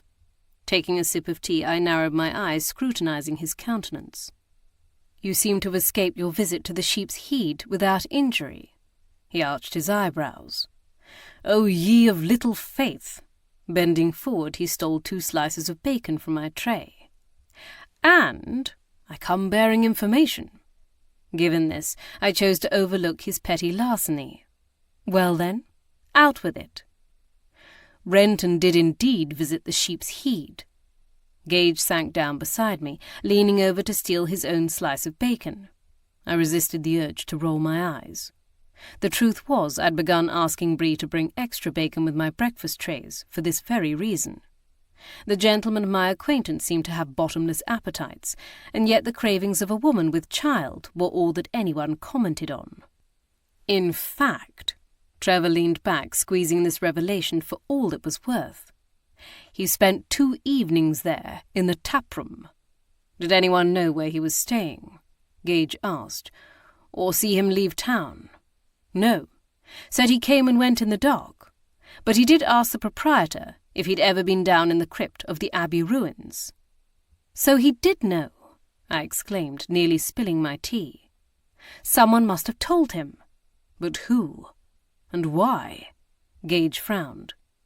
If he was lured down there to be killed, then why? The things he was threatening to reveal about Helmswick are horrid, and would be embarrassing to Lady Helmswick, but it seems fairly common knowledge that he had multiple mistresses, and an earl isn't about to be charged with a crime for inducing his mistress to rid herself of her unborn child, if such a thing could even be proven. That is, if that part of the tale was even believed. So I don't see how Renton's story would be worth killing him to keep quiet. If he is the victim, there must be more. There must be something we're missing. Trevor nodded in agreement as he chewed his last bite of bacon. You asked me to find out if anyone remembered his hair colour. Sandy light brown was the concurrence. And he had a chip in his front tooth. Gage's gaze met mine grimly. It's him. I nodded. You'll recall the butler remarked on his being drunk, and given the signs of liver damage, I suspect that might have been a perpetual state for him. I set my cup aside, sinking deeper into the cushions of the sofa. But I still don't understand why he was wearing Helmswick's boots. Gage shrugged one shoulder. Maybe they weren't his after all. Someone certainly thought they were. They were stolen, remember? He conceded this. Then maybe they were given to him, or he stole them. I don't think we'll know the answer to that until we uncover the reason he was killed. We both fell silent, lost in the haze of sifting through our own deductions and observations. But Trevor wasn't finished. I have one more gift for you, he declared, pulling a folded slip of foolscap from the inner pocket of his coat. Well, aren't you a fount of blessings this morning? Gage remarked, accepting the paper. He reclined, propping his ankle over the other knee. It's a talent. I did roll my eyes at this. Gage's mild amusement faded as he opened the note. What is it? I leaned toward him, and he held out the paper so I could read the nearly illegible scrawl along with him, as he said it aloud. He is hiding beneath the castle's nose. Who is hiding? Trevor asked as Gage and I shared a bemused glance. Surely they must mean Colin Brunton, I said. He nodded in agreement. But what precisely does that mean? I presume he, or she, Gage amended, is suggesting that Mr. Brunton is concealed somewhere on the estate, if not within the castle itself. I cradled my right arm close to my abdomen, considering the idea. I suppose it's possible. There must be dozens, if not scores, of buildings on the estate. And didn't Tate tell us upon our arrival that the castle has close to 300 rooms? And nearly as many servants, Gage replied in exaggeration, but only slightly. I find it difficult to believe he would have dared hide within the castle itself without being discovered, while Sunlaws was filled to its rafters with guests and their additional staff for the 12th Night party. The only place that would have remained deserted was the Doom. Trevor's eyes widened. The lad would have to be either mad or desperate to have stayed down there. And have the constitution and fortitude of a Highland cow, I chimed in. Gage gestured with the refolded note. Don't forget, we didn't see any footprints in the dust, or any signs of human passage beyond a certain point when we searched down there. So not the Doom, Trevor scowled. And not the brewery, I agreed. Remaining concealed at the bustling brewery for nearly 4 weeks now would have been even more foolhardy than attempting it at the castle. A gamekeeper's cottage, equipment shed, fishing shelter, barn, or even the mausoleum would all be better bets. But I had another thought. Someone must be taking supplies to him. Perhaps if you follow his friends, they might lead you to him. However, Gage wasn't listening, his expression forbidding. There is one interpretation we aren't considering. Notice the message doesn't say he's alive, merely that he's hiding here. He could as easily be buried, though the simplest interpretation would be to think he's been stashed in the catacombs, like Renton's body. But we searched that as well. I suppose he could have been murdered and hidden there in the 3 days since our search, but I can tell you don't believe that, and neither do I. He nodded. I think it more likely whoever wrote this note wanted to suggest this is what happened. Who passed it to you? He questioned Trevor. One of the barmaids told me to give it to Mr. Gage up at the castle. Truth be told, she seemed annoyed to be made the messenger, so I passed her a coin for her trouble and asked who had given it to her. She shrugged and said it was the barman, before hurrying on to the next table, her hands full of tankards of ale. Well then, I think we need to pay a visit to this barman and see what he knows," Gage declared, sliding forward to the edge of his seat. "For I can't help but think there's a connection somehow to the Sheep's Head. Maybe Brunton and Renton even met each other there when they were both drinking. Maybe that's why Brunton changed his mind about spying for Helmswick, as we speculate. We won't know what the truth is until we find Brunton." He pushed to his feet. "Care to join me, St. Maur?" "Don't mind if I do. Just give me a moment to get my hat." Gage strode from the room. Trevor sat with his elbows propped on his knees, his hands dangling between them. He studied me uncertainly, almost as if he expected me to insist I accompany them. But we all knew ladies, as a rule, did not enter taprooms, so I would be less than useless sitting outside in the carriage. In any case, I had thought of a better use for my time. "How is your shoulder?" he asked, nodding to where I still cradled my arm before me. "Much better, thank you. I still need the sling for another day or two, to keep from straining it too soon, but at least I can function without it for a short time." "That's good." I could tell there was something more he wished to say, so I arched my eyebrows in query. His lips curled humorlessly at the evidence of my reading him so well. "Have you received word from Alana?" I felt a stab of anxiety about the way in which my sister had departed. "No. Have you?" He didn't need to say the words, for it was evident he had. "She and Cromarty returned to Blakelaw House without incident, and the children and staff are all well." "That's good," I replied, an unconscious echo of his earlier comment. I didn't ask whether she'd said anything about me, whether she'd expressed concern or regret, or if she was still harbouring her anger. I wasn't certain I wanted to hear the answer, if it was the latter. Fortunately, Gage returned before the silence between us stretched on for too long. I stood with them and urged them to be careful. Gage pressed a swift kiss to my cheek. "We won't be long." Then my brother stepped forward, playfully chucking me under the chin, as he'd always done.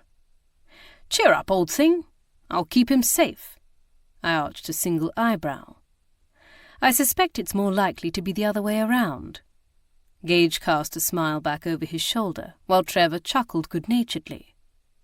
I waited until the door had shut firmly behind them, and then hurried through to my bedchamber, pleased to find Bree still pottering about. "How much were you able to hear?"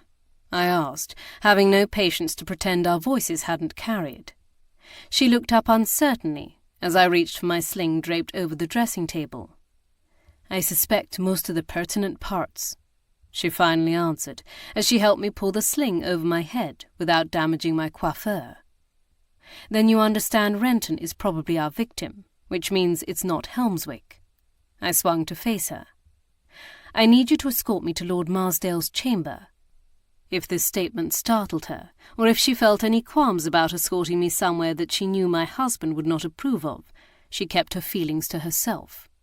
For all that Bree had no trouble expressing her opinions, I was grateful for the fact that she understood when it was simply best to trust me. I looped my arm with hers, using her support to steady me if necessary. Though it forced us to take a slightly more roundabout route, we avoided the ballroom staircase, even stepping wide of it as we passed by to walk through the ballroom to the spiral stairs on the opposite side. At the landing, I urged Bree to wait for me there, a request which earned me a disapproving scowl, and then approached Marsdale's door. At first, there was no response to my summons, and I wondered if, it being shy of 10 o'clock, the slug-a-bed Marquis was still sleeping. I had raised my fist to rap again when the door jerked open. I clearly wasn't the person he'd expected to see, for his face was twisted by a mask of rage, one that made me stiffen. But as soon as he realized it was me, it abruptly faded to reveal the pain lurking underneath, a pain he struggled to conceal with a contorted smile that I suspected was supposed to appear roguish, but merely made him look constipated. I held up my hand to forestall him before he spoke. "No quips," I ordered not ungently, for in the frame of mind he was in, they were certain to be, at best, clumsy, if not outright vicious. "May I come in?" "Alone," he replied, evidently unable to keep the mockery from his voice. I glowered at him. He closed his eyes, exhaling a tightly drawn breath, and then nodded. I glanced over my shoulder at Bree, who stood with her arms crossed, before following him inside and closing the door. She may have held doubts, but I knew I had nothing to fear from Marsdale, despite the evidence of the helpless anger simmering within him. Whatever he might tell me next was not meant for others' ears, not even those as circumspect as Bree's. The bedchamber he'd been given was even more spacious than the one I currently occupied, though rather than being stuffed with furnishings, the arrangement of the decor allowed for space to flow between them. Set into the southwest corner of the castle, it held vantages of the western braes, and the abbey ruins, and the moors beyond. He slumped against the back of one of the gilt-wood armchairs, his hands stuffed into the pockets of his trousers as he gazed morosely out the window. Mist draped the ruins of the abbey like gossamer lace, hiding and then revealing the ancient stone as it shifted, and the moor stood silent and still, the dormant heather adorned in a grey shroud, which seemed to suit his mood. "You didn't kill Helmswick," I stated, advancing toward him. He turned to look at me. "No." "And neither did Eleanor." His eyes searched mine, as I came to a stop before him. "No." I tilted my head, hearing the pain that echoed within the hollowness of his voice. "But perhaps right about now, you're both wishing you had." His brow furrowed. "Yes, well, think what you will of me, but it's a bitter pill to swallow, thinking you might actually be given a second chance to correct the biggest blunder of your life, to be with the woman you love, to claim the life you should have led all along, had you not been such a colossal idiot." He turned aside, as if embarrassed he'd said too much. "Eleanor told me what happened between you." The cording of his neck tightened as he swallowed. "Then you know what a contemptible blackguard I was." "What I know is that you were both young and afraid, and you hadn't been shown the best example of how to comport yourselves." He glanced sideways at me, and I arched my eyebrows, daring him to disagree with me. I turned to pace toward the window, knowing that he would better accept what I had to say next, if I was not looking at him. "But now that you're older, you understand that age does not necessitate wisdom, and love is often complicated. Sometimes people are the most hurtful to those they care the deepest about." I paused to stare out at the scene below, as a shaft of sunlight penetrated through the mist, briefly illuminating a portion of the lawn, a battered wall, and the tracery of the remains of one of the abbey's rose windows. Once upon a time, the light glistening off the stained glass must have been a glorious sight. Then the fog eddied and swirled, smothering the sun again. But if one sunbeam had penetrated, then it was only a matter of time before another would, and then another, and another, until the haze was obliterated by light. "Did you know your father outbid Lord Stratford for one of my paintings?" The manner in which his feet shifted behind me said that he had not. I'd certainly been shocked when the murderous Stratford had revealed it to me over a year ago. It was one of the portraits I painted during my exile. I modelled it from my memory of a woman I'd seen sitting on a bench in Hyde Park one day. She'd looked so sorrowful, so forlorn, and I couldn't help but wonder what had etched the sadness in her eyes. No one else paid her even the barest flicker of attention, such that when she caught me looking at her, I think I shocked her. My mouth curled in self-deprecation. I know I disconcerted her, for she collected her things and hurried away.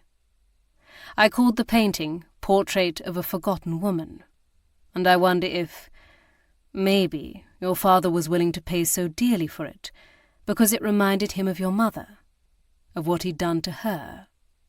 If maybe, in his own way, he's still mourning her. I continued to gaze out the window, allowing time for Marsdale to consider this and either accept or discard it as he wished. A few moments later, he came forward to stand beside me, his posture slightly more relaxed. He didn't address the matter of his father, and I was content for him not to. instead turning his attention back to the matter of our inquest. "You're certain the body isn't Helmswick's, then?" "Yes." He didn't react, but I could still sense the turmoil roiling inside him. It was stamped in the watchfulness of his gaze in the reflection of the window, in the twitching of his fingers at his sides, as if he didn't know what to do with them. "Do you know who it is?" I turned toward him then, and he twisted his head to meet my penetrating gaze. "A man named Patrick Renton. Have you ever heard of him?" He shook his head somewhat reluctantly, and I wondered whether his hesitance stemmed from the fact that he was lying, or because he was questioning whether he should admit to knowing him even though he didn't. Apparently, he was the brother of one of Helmswick's mistresses. She died after the Earl forced her to rid herself of his child. Renton followed Helmswick here to blackmail him, but the Earl had already left. I searched his tight expression, trying to decipher whether he'd known anything about this prior to my telling him. I would have expected some sort of derisive quip if he had, but he remained silent. "Do you know anything about it?" "Nothing I can tell you." Chapter 25. I suppressed a sigh of exasperation. Back to this, were we? Then I suppose you also refuse to tell me why you suspected Lady Helmswick of killing her husband. Marsdale scowled. "I never said that." "You didn't have to. It was obvious you were trying to protect her." "Maybe I was trying to protect her from a false accusation." I narrowed my eyes at the implied insult. "Have you ever known me to make a false accusation?" "No," he admitted, "though your husband has made an error or two in judgment." He was clearly referring to our first investigation together, when Gage had initially believed me to be the murderer, and then accused Charlotte of the crime, before being urged by me to continue inquiring. "And I'm told the local procurator fiscal is not an admirer of the Duke." I couldn't deny this, for I'd uncovered the same about Mr. Rogers. In truth, I was surprised the gentleman had not inserted himself more into our inquiry, despite his agreement not to. At the least, I'd expected him to demand a report on our progress, but unless Gage had kept such a nuisance to himself, thus far the procurator fiscal had remained true to his word. However, his indulgence would not last forever. A coroner's inquest would have to convene, and though a verdict of willful murder against some person unknown could be granted, having a definitive identity for the corpse and a suspect would be better.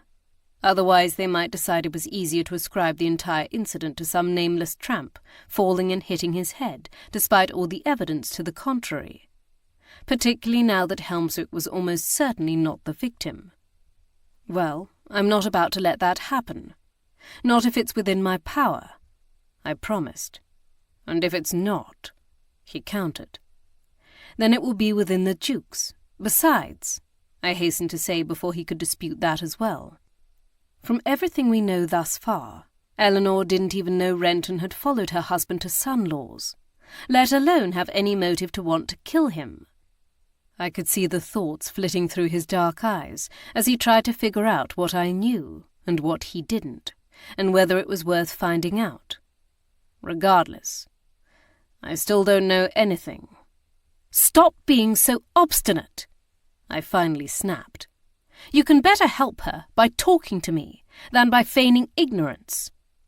A small flicker of amusement crossed his face, letting me know he'd enjoyed infuriating me.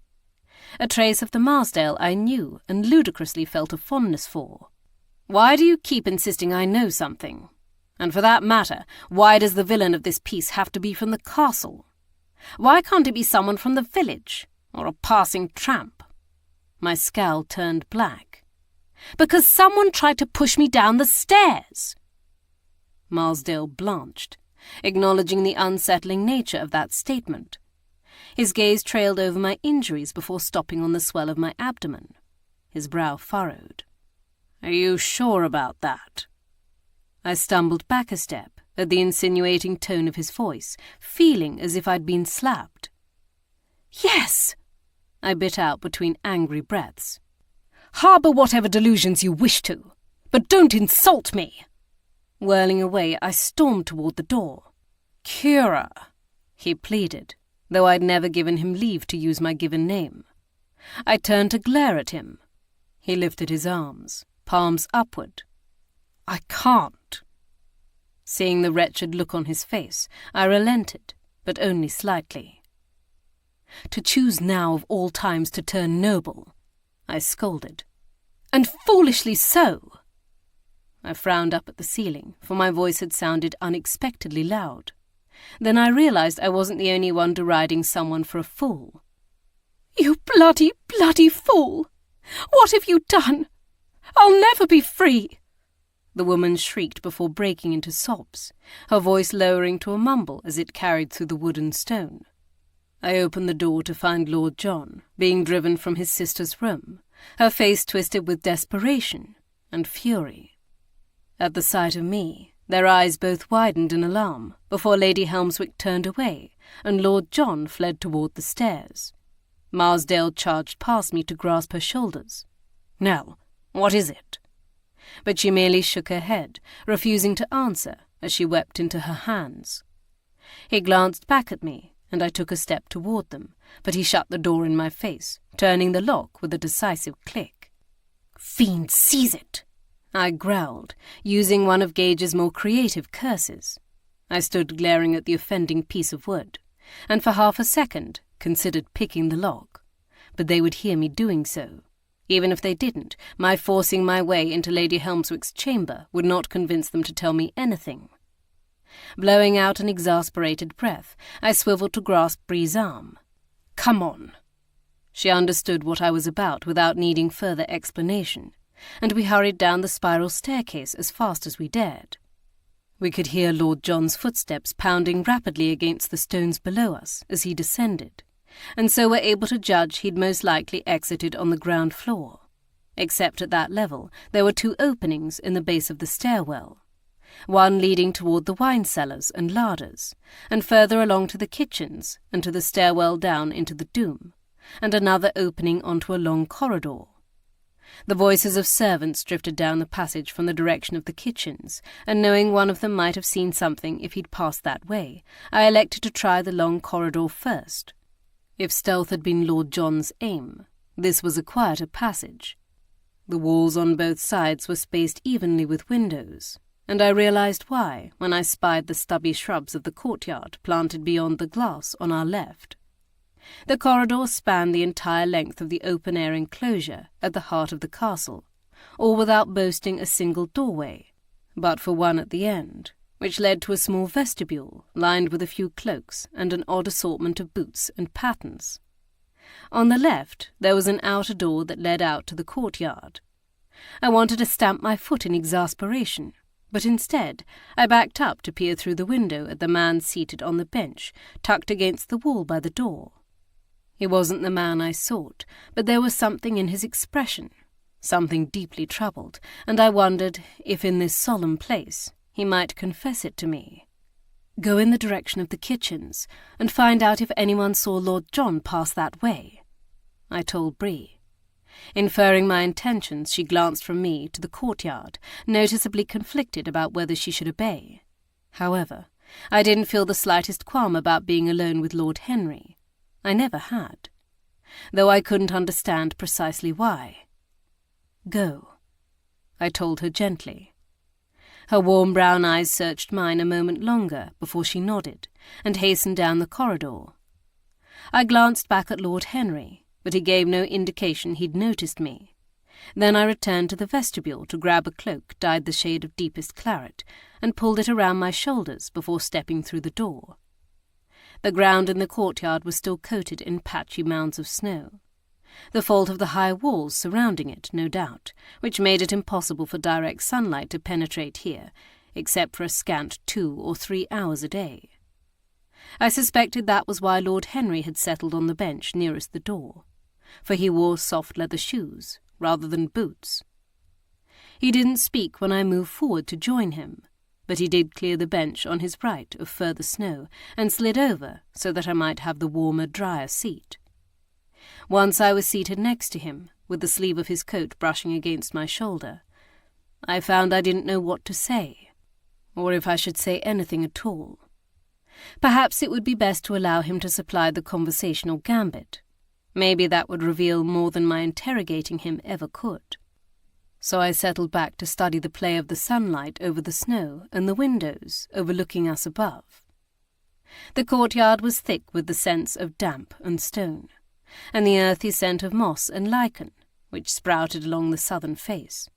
It being mid-morning, the sun had not yet risen high enough to illuminate the eastern half of the space, so we were seated in chill shadow, one that only deepened as the thick grey clouds above encompassed the sun once again.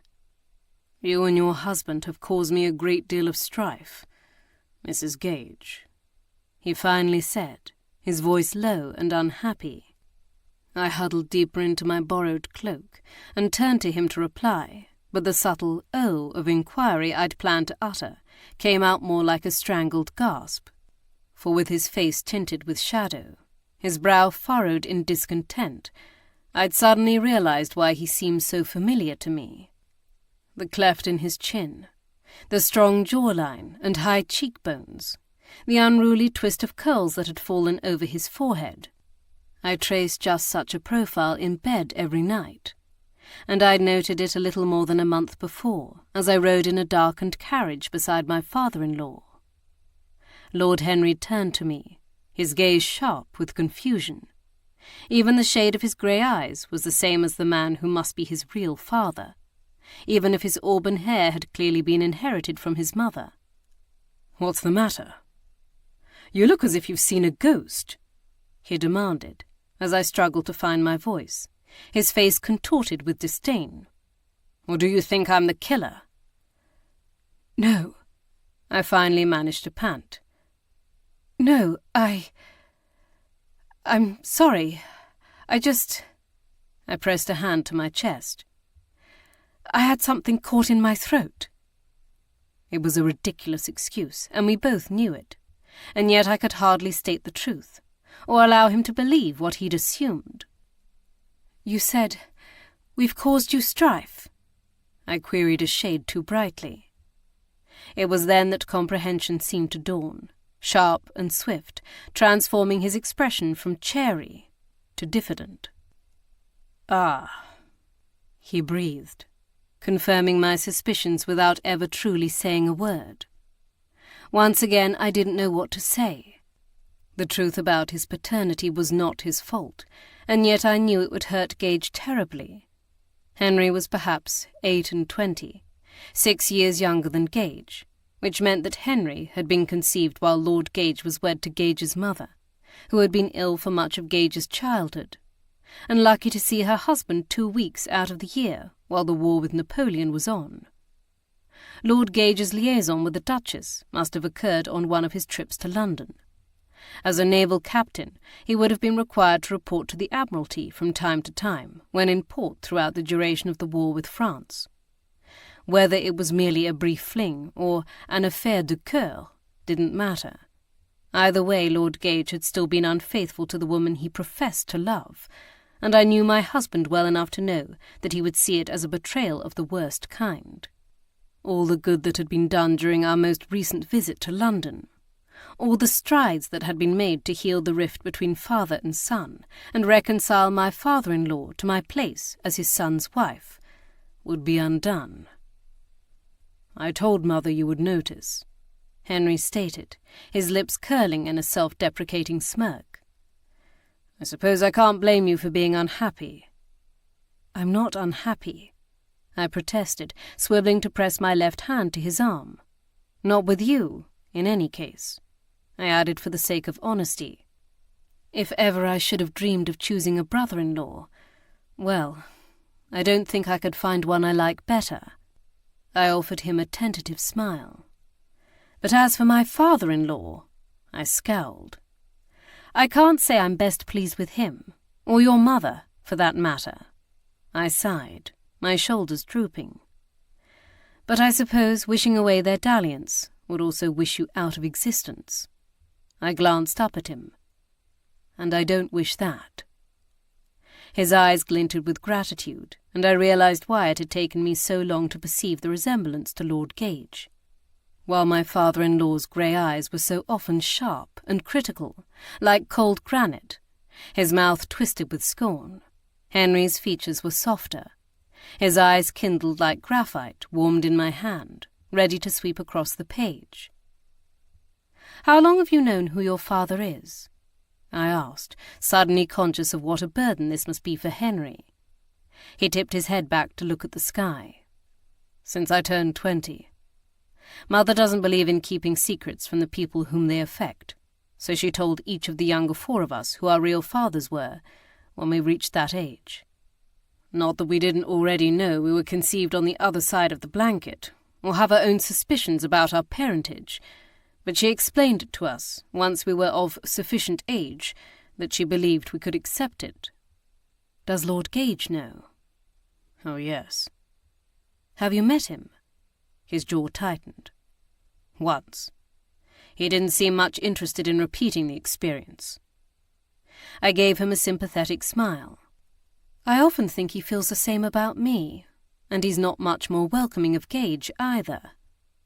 He turned to meet my gaze, his own hurt tempered by whatever he saw reflected in my eyes, and I wondered if perhaps I'd revealed too much. I dipped my head. "Then, considering your mother's policy about secrets, I must presume it's Lord Gage who refuses to tell Gage about your connection with him." His brow furrowed in displeasure. "He made me promise not to say anything, and I agreed, though I can't tell you how many times I've wished I could recant that promise. In truth, I don't know why I even abide by it," he muttered almost under his breath. "Because you have a streak of honourability running through you as wide as the English Channel, the same as your brother." I tipped my head coyly. "I did observe that similarity between you earlier, even if I didn't note the rest." He grimaced. "Which recalls me to my strife." Leaning forward, he balanced his elbows on his knees, contemplating the ground. I waited as he argued with himself, recognizing that whatever he knew that he didn't want to confess must be serious indeed, and it must pertain to someone he loved. Exhaling harshly, he raked a hand back through his auburn hair as he sat upright, a mannerism so like Gage that I couldn't help but smile. But his words wiped any trace of amusement from my face. "You suspect the body from the crypt belongs to Renton, don't you?" "Why do you say that?" I countered, wondering how he'd come to this conclusion. "Because I spoke to Tate, and I know Renton had sandy brown hair and a chip in his tooth. It stands to reason that if the body isn't Helmswick, then it's probably this other fellow." His gaze was direct and deathly earnest, and I decided that if I could trust him enough to be alone with him, then I could trust him with the truth. He was my brother-in-law after all. A thought that still stunned me. "Yes, we're fairly certain that's who the victim is." "Then there's something you should know about John's meeting with him." His mouth pressed into a thin line, as if still reluctant to part with the information. "John was absolutely furious afterward. I've never seen him so angry. He kept raving about what a lying blackguard Renton was, and then he would curse Helmswick for a deceitful scoundrel." He shook his head in bewilderment. "He told us about Helmswick's mistress and the blackmail, but I couldn't understand why John was so enraged. We all knew Helmswick was a faithless cad. That was nothing new. The part about the baby was horrid, but John seemed less concerned about that than the mistress herself." Evidently hearing how frantic his voice had become, Henry inhaled a deep breath before continuing. "You have to understand, John has always been protective of our sister, more so than the rest of us. He's the next eldest, and in some ways he always seemed like an old soul, even from a young age. So perhaps that accounts for it, but whatever the case, he has always looked after Nell." He huffed a humourless laugh. "When Marsdale did whatever he did to end their understanding, he nearly challenged him to a duel. It took Nell's interference to stop him, so it's understandable he would be upset by Helmswick's behaviour." He trailed off, so that I had to finish for him. but not to that degree. His eyes, when he looked up at me, were stark with dread. He's not been himself the past few weeks, not since he returned from Edinburgh. I frowned, for I had not known that Lord John had taken a trip in the past month.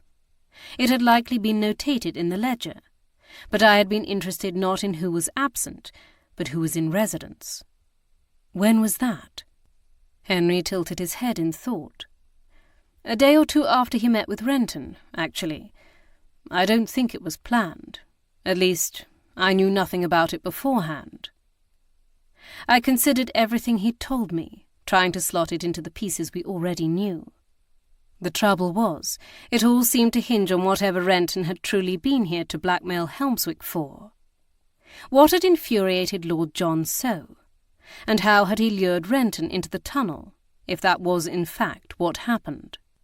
I glanced toward the windows to find Bree standing guard. From time to time she would cast a glance over her shoulder at us, but otherwise she allowed us our privacy. However, her presence reminded me of one question we'd not yet answered. "Do you and your brothers ever don monk's robes?" Henry's head turned in surprise. "Yes, actually. Well, we used to, in any case. It was a rather boyish lark, to spook the maids. I don't think any of us have done it in some time, though the robes are still hidden away in an old chest in the gun-room."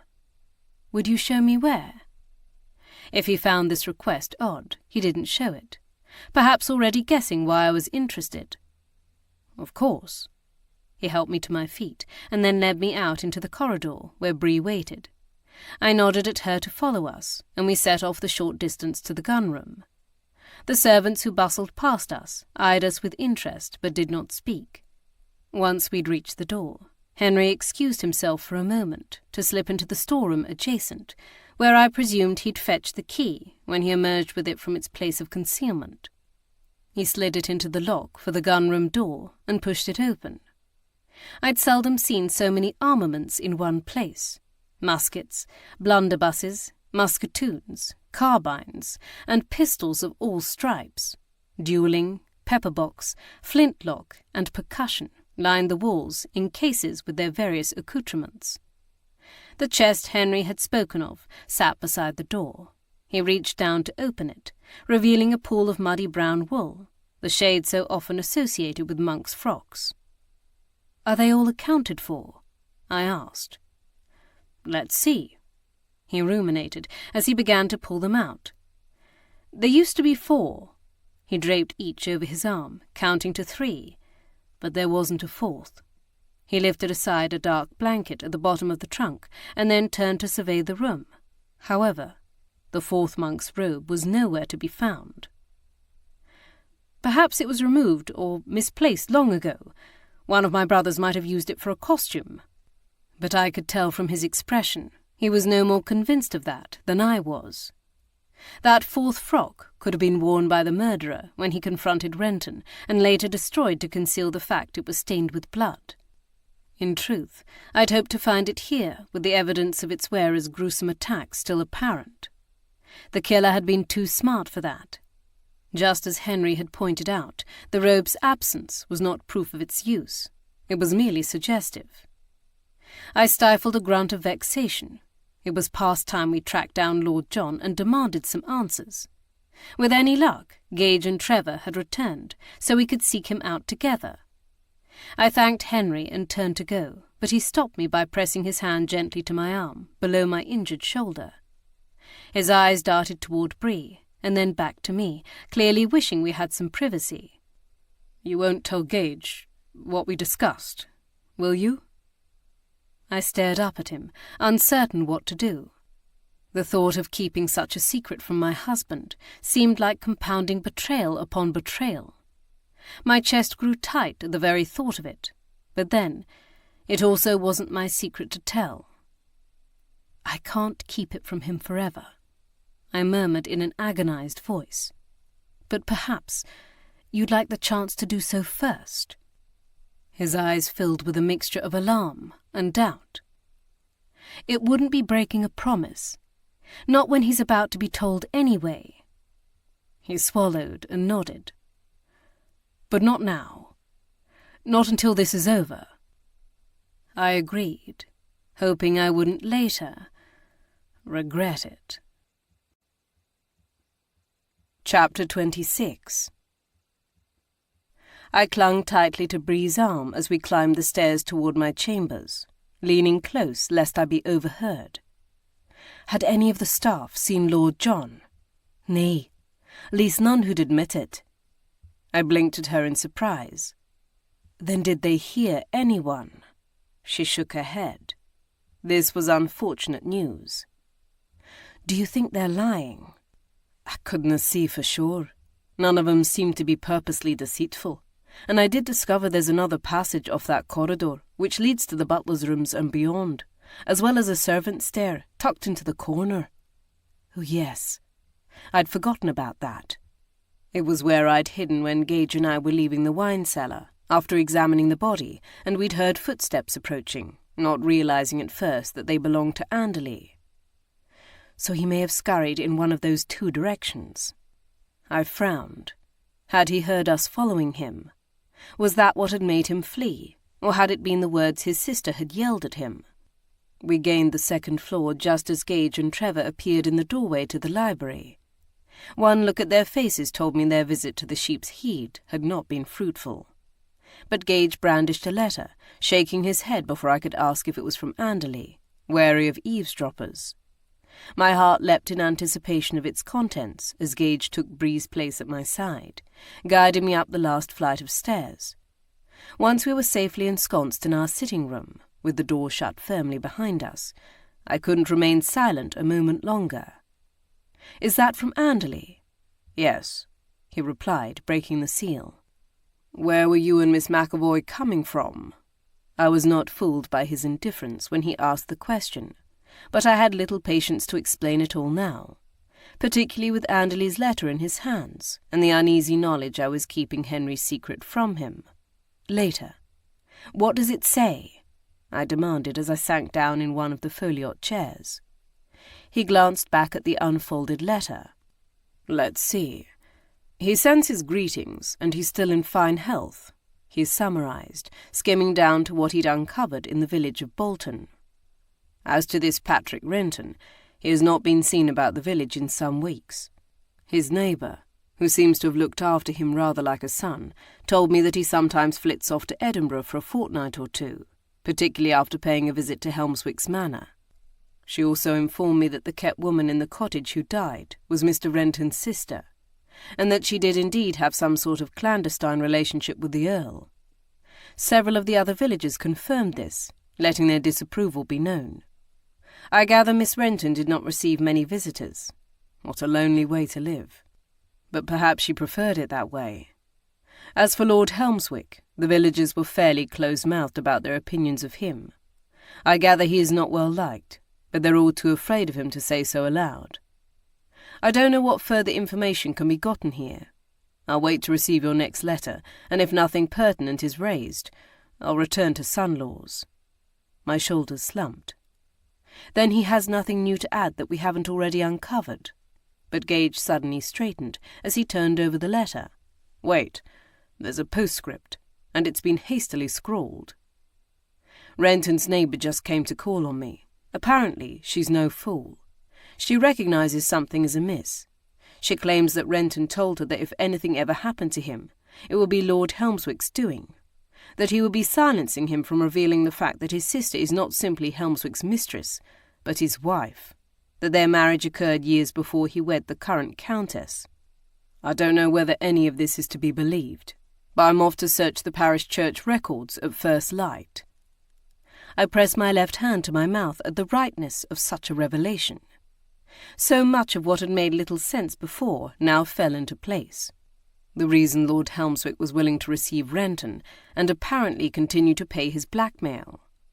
Helmswick's insistence on Renton's sister ridding herself of her child, and his hastening home for her funeral to ensure there were no loose ends, as it were, or other claimants for the place of his rightful heir. The secret Lady Helmswick had claimed to possess that would force her husband to allow her to live apart from him. She must have known. Even the odd words Lord Helmswick had spoken to Charlotte. Now you will make a suitable bride for a man such as me. Yes, a much better countess." And particularly Lord John's fury upon learning the truth from Renton. Henry had said he was protective of their sister.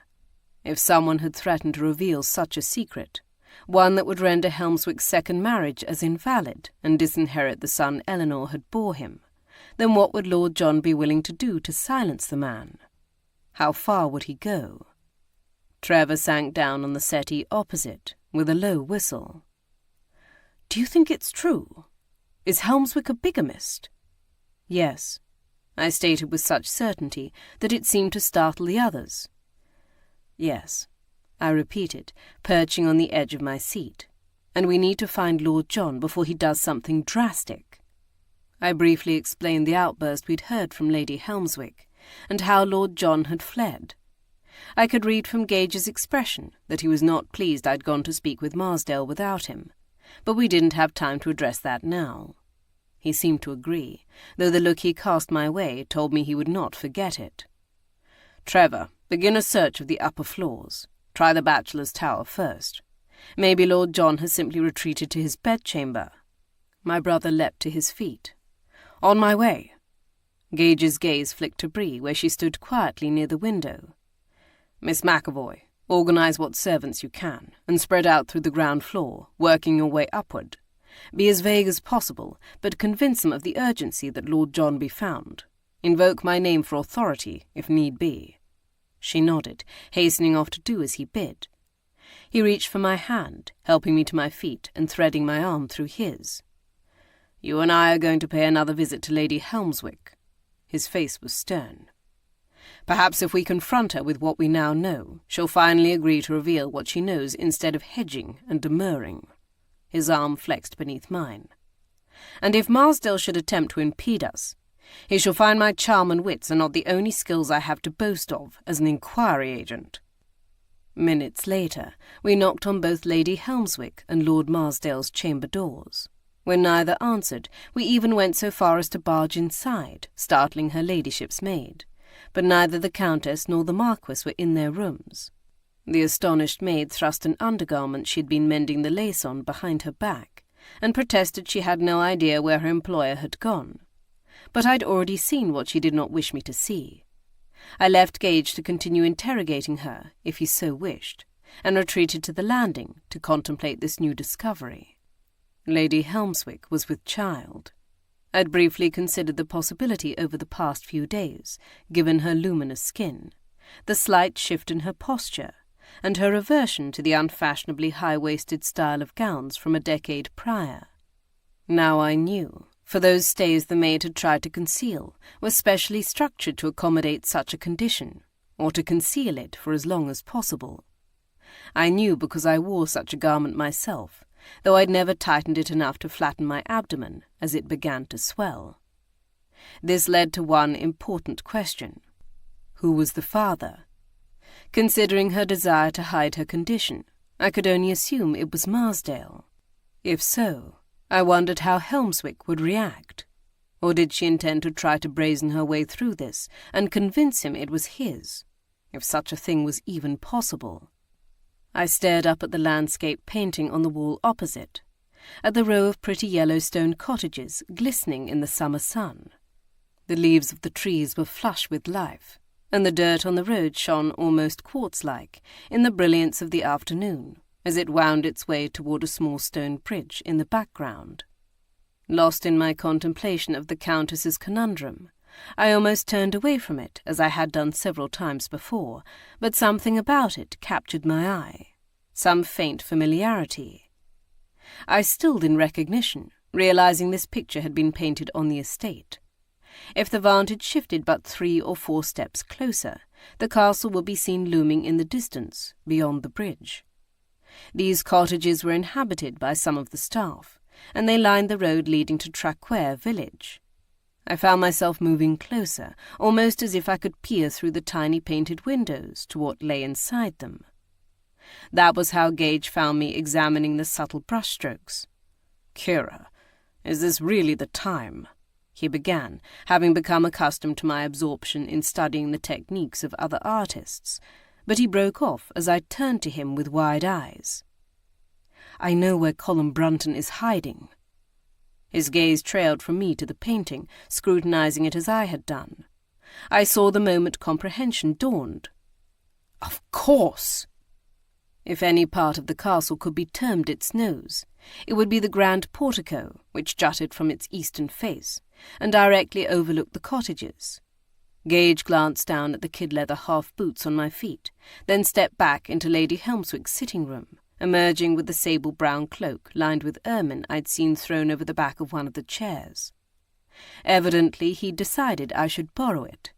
"Come," he declared, pulling my arm through his, while he continued to clutch the cape in his other hand. We hurried down the steps and across the castle to a door leading out onto the gun terrace. Here he stopped to drape the cloak over my shoulders, fastening the clasp himself and adjusting the hood. I arched my eyebrows in gentle amusement at his cosseting. "Are you to catch your death of cold, then?" I asked pointedly, given his lack of greatcoat. "I'm plenty warm," he protested, though his breath immediately fogged the air before his face as he guided me outside. We rounded the terrace, dotted with 3 old cannons, to a pair of steps I had not seen before, which trailed down the short incline which led up to the castle, paralleling the drive. Once at the bottom, we stuck to the verge of the lane, avoiding the icy puddles that pockmarked the surface in places. Before I knew it, we had reached the line of picturesque cottages, with their peaked roofs and stone fireplaces. There were 8 in total, but I had already deduced which one we should try first. I led Gage to the next to last one, with tartan-striped curtains hanging in the window. "Don't knock," I whispered. That would only give Colin time to escape out the back. If he wasn't inside and we scared some unsuspecting resident, we'd simply apologize. In this circumstance, it would be better to risk offence and repent later. The dirt and stones would crunch under our feet, even at a slow pace, and alert Colin to the attempted stealth of our approach. So we strolled straight up to the door unchecked. Gage thrust it open, sending a young man staggering back from the position he'd just taken up by the window. He turned to run, but my husband was too quick for him, collaring him and swinging him back against the wall, which trembled with the force. "Colin Brunton, we have some questions for you," he stated, just as the boy lashed out with a punch. It appeared to glance off Gage's upper arm as he twisted, but must have connected with sufficient force to hurt, for he uttered a low curse. "I dinna ken nothing," Colin gasped as he tried to flee again. Gage shoved him back against the wall, leaning into him as he pressed his upper arm against his breastbone, just below his neck. If he raised his arm but another inch, he could choke the lad. "We're not here to hurt you, and we're certainly not here on Helmswick's behalf." "So you see," he grunted. "But what of the other?" I could see that Gage's eyes reflected the same confusion mine did. "What other? Renton?" Colin momentarily stilled, searching my husband's face, but he soon renewed his struggle. "I dinna ken anything." "Listen! Listen!" Gage shouted as he pushed harder. "Do you think I'd bring my expectant wife with me if I intended to kill you?" He nodded toward me, and Colin turned his head to look at me for the first time, his eyes wide with fear. "We truly don't intend to harm you," I coaxed, "but Mr. Renton is dead, and we think you might know something that could help us figure out who killed him." His gaze dipped to my bright blue sling, revealed by the part in my cloak, before searching my face. I tried to appear as earnest as possible. It must have been enough, for he abruptly relented, sagging against the wall. However, Gage continued to hold tight to him, in case it was a trick. "Will you talk to us?" I asked, advancing a step closer. He nodded in defeat. I turned to close the door, while Gage grabbed hold of his shoulders and marched him over to a raggedy armchair in the corner. He told him to sit, and then stood glaring down at him. I elected to perch on the edge of a ladder-back chair, several feet away. Pushing the hood back from my face, I glanced surreptitiously around the room.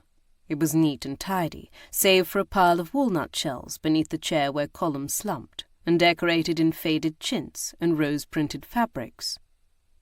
"Whose cottage is this?" I asked. "Daisy, one of the dairymaids up at the estate farm," he mumbled, apparently having no compunction about getting the girl in trouble for harbouring him. "Is she your sweetheart?" He shrugged.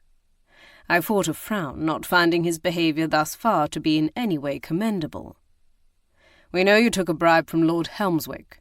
Gage's voice held a hard edge. Evidently, he hadn't appreciated the lad's lack of chivalry either. "To spy on his wife?"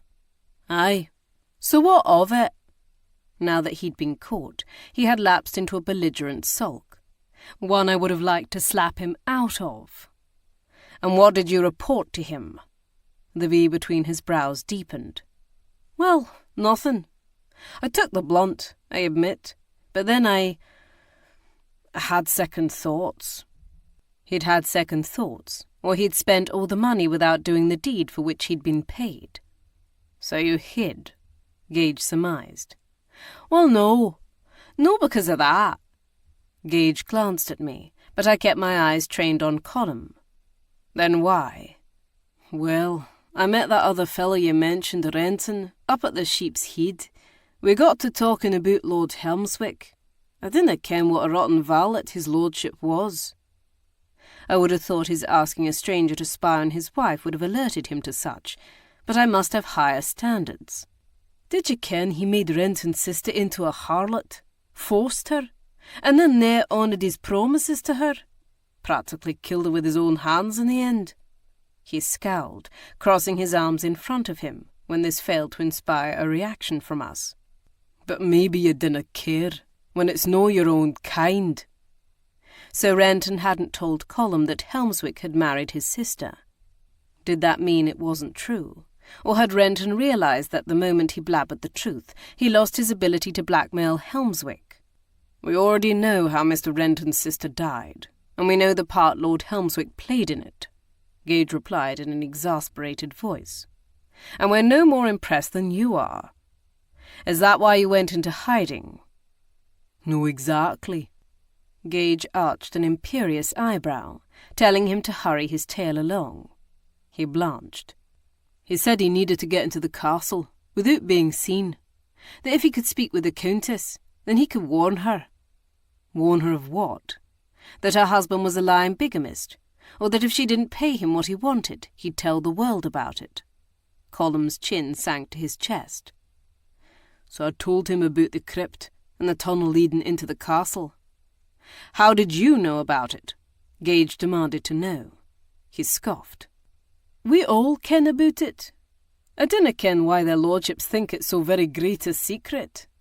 Gage and I shared a look of reluctant acknowledgement. He had a point. "But then I started to wonder if I'd done wrong." Colm stared at the worn-woven rug on the floor in front of him, his face tight with concern. "What if he meant her ladyship harm? So the next morning, I waited outside the stables. I ken some of the Duke's son liked to ride at dawn. I see him galloping across the fields when I'm on my way to the brewery." Gage widened his stance. "And did you speak with one of them?" He nodded. "Aye, the fair one, Lord John. Said no to worry, he'd take care of it." My stomach dipped. "But he didn't seem to take the matter serious, and when I asked the other lads about it at the brewery, they said he was a bookish sort, no likely to lift his finger, less he had to." "So you went to the Abbey that night, and followed Renton yourself?" I guessed as I fit the pieces together with what I'd already deduced.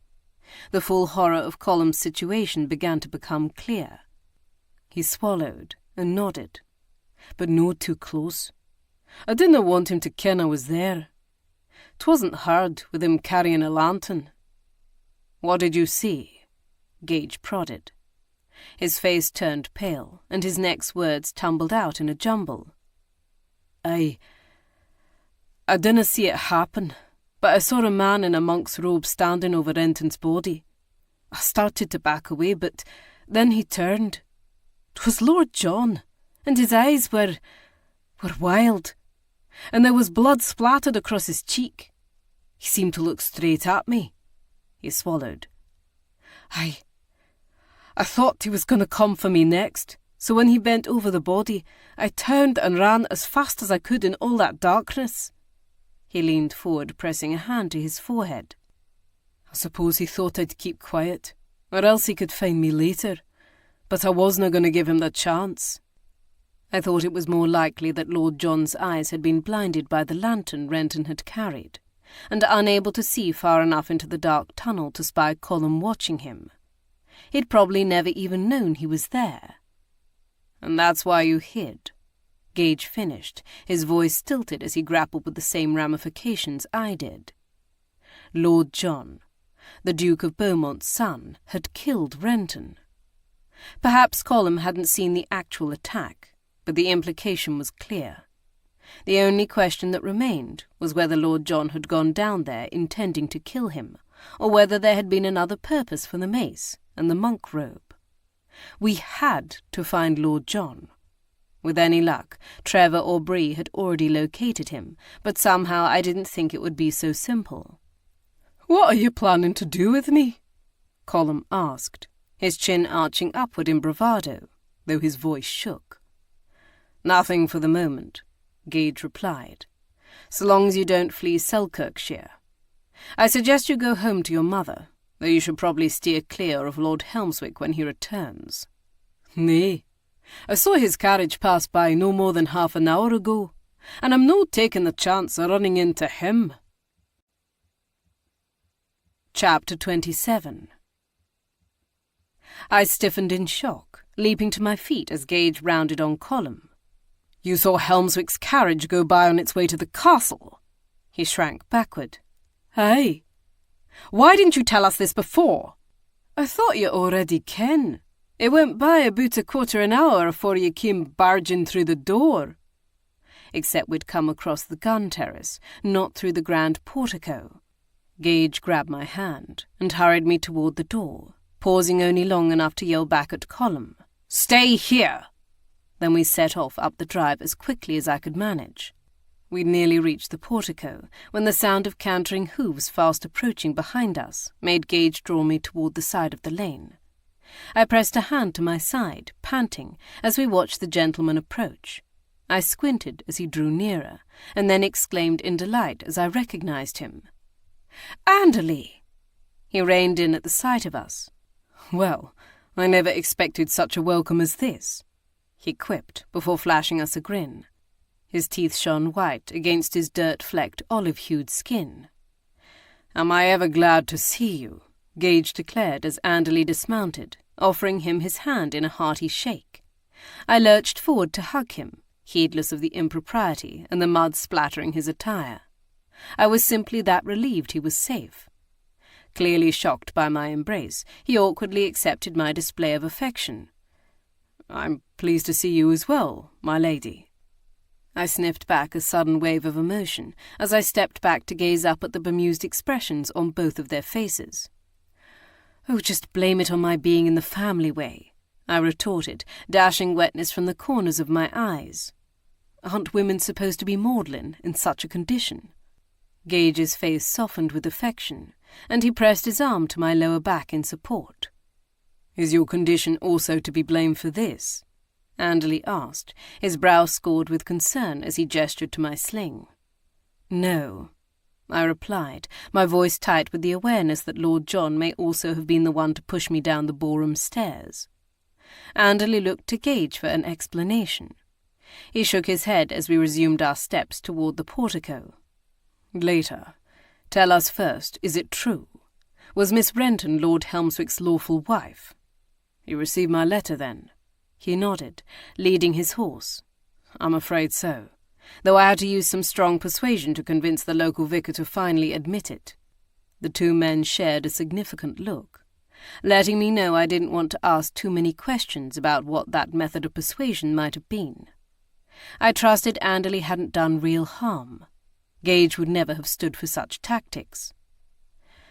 "Apparently, it took place some years ago when Helmswick's parents were still alive. They didn't approve of the match, and so Helmswick persuaded the vicar to wed them in secret. It seemed he loved her, at least for a time. The only witnesses were Renton and Mr. Warren, Helmswick's valet. Then you found the marriage record? Gage asked. Not exactly. Anderley demurred. The vicar told me that Renton had stolen that parish register some years before, for safekeeping, he said. I suppose that makes sense, if he intended to carry through on his blackmail scheme. I ruminated out loud, lifting my skirts as we stepped over a suspicious patch in the dirt. Yes. His eyebrows lifted. And I wasn't the only one who'd paid the vicar a visit recently to ask about the register. Gage's eyes met mine. Lord John Kerr. Anderley seemed disgruntled to have his thunder stolen. Yes. And when I visited Renton's cottage, it appeared he'd gotten there before me as well, for the leather binding of the register was in the hearth, its pages burned to ash. He was destroying the evidence of Helmswick's first marriage, I surmised. Evidence that Lady Helmswick wished to have, if her outburst to Lord John had been any indication. For Lord John had not only destroyed the evidence of the Earl's bigamy, but also the proof she needed to coerce him into allowing her to live separately. We passed beneath the stone portico, and a footman stepped out from the passage, his posture straightening at the sight of us before he ducked back inside. When he re-emerged, he hastened forth to take the reins of Anderley's horse. "Mr. and Mrs. Gage, the Duke is asking for you." Gage clasped his hand over mine in solidarity, where it rested on his arm, no doubt anticipating, as I was, that Helmswick was stirring up some sort of hornet's nest over having been misidentified as a corpse. But when we reached the guard-room, we were not met with an angry Duke and Earl, but a cacophony of anxious voices. "Thank heavens!" my brother cried as he caught sight of us. "When we couldn't find you, I feared the worst." "Trevor, what is all this?" I gasped. "We heard that Helmswick's carriage was seen on the drive to the castle." Anderley's head reared back as he turned to us in surprise, and I realized we hadn't had time to inform him that the corpse was not Helmswick. "It was, but the valet is saying that Lord John stopped it on the drive a short distance from the castle, and forced Helmswick to accompany him into the woods." My eyes widened. Forced him? The valet, the much-discussed Mr. Warren, stood but a short distance away, and turned to answer this question himself. "Yes.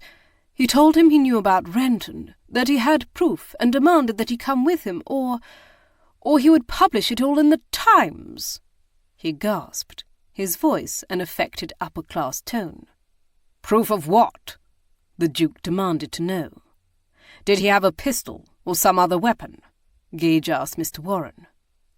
"I don't know." "But he wasn't brandishing one?" Gage pressed. "No," he replied uncertainly. "Then Helmswick left the carriage of his own volition. Not that that precluded Lord John from harbouring the intention to use violence later, but he was smart enough not to reveal his hand, even when panicked." "Of course not," Mr. Warren retorted. "Didn't you hear me? He threatened him." "Now see here," the Duke tried to interrupt again. "With blackmail," Gage continued calmly, "which if I know Helmswick he mocked and derided, and otherwise taunted Lord John with the fact that he wouldn't go through with it." The valet's flushed countenance confirmed he was correct.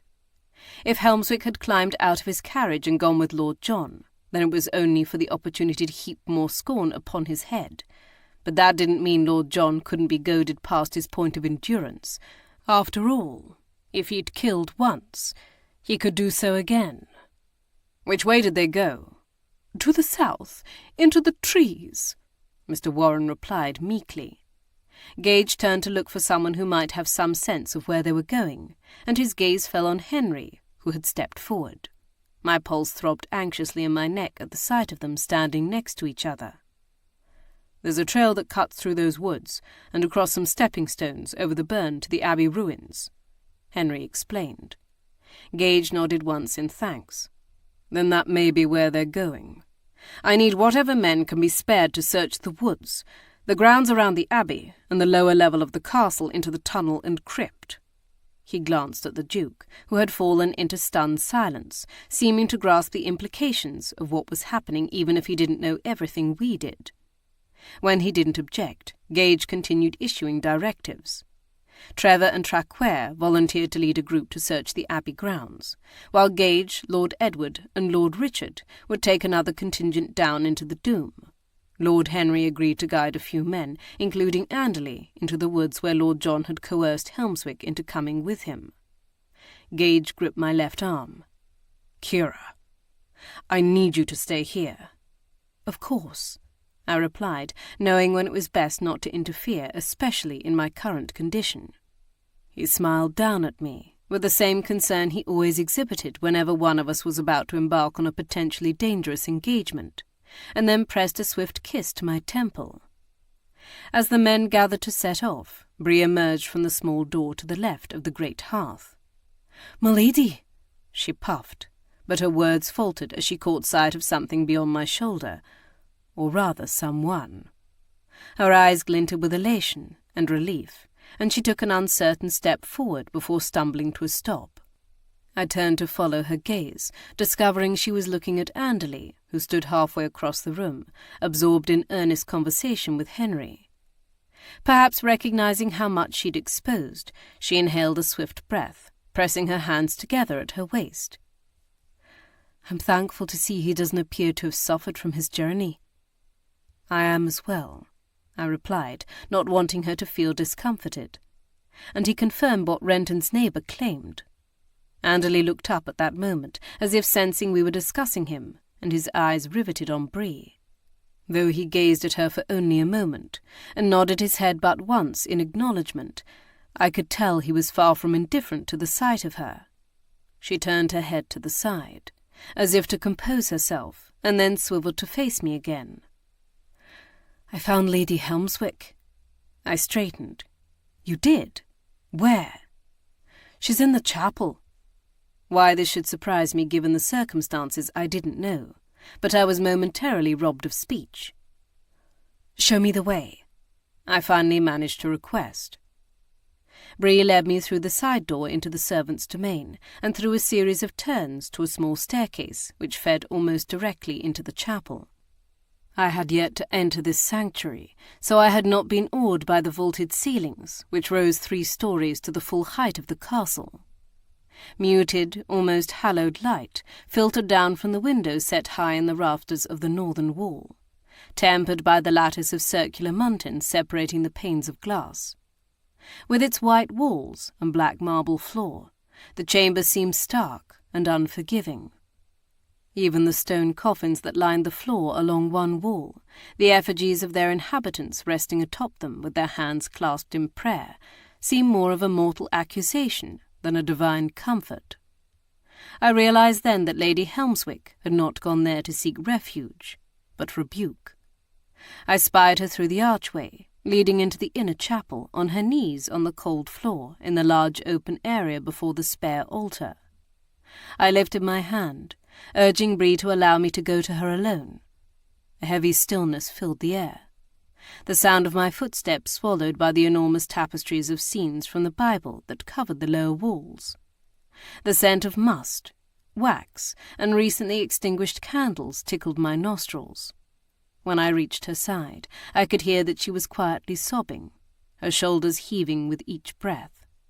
I was helpless not to feel compassion for her, so although it was not the most comfortable position for a woman heavy with child to be in, I knelt down on the cool marble beside her and gently touched her shoulder.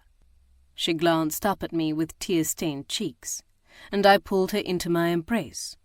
Too weak to resist, she began to weep into the sable fabric of her own cloak that I still wore. I didn't try to speak. I simply held her as she poured out her pain, and then I prayed. Prayed for safety for the men, that they might be fleet of foot. Prayed for peace for John, and for the Lord to stay his hand. Prayed for comfort for Eleanor, and wisdom for myself to know what to say.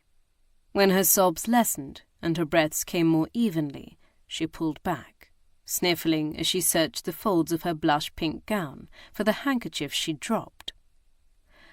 "I'm sorry," she hiccuped, dabbing at her nose. "I shouldn't have unravelled like that."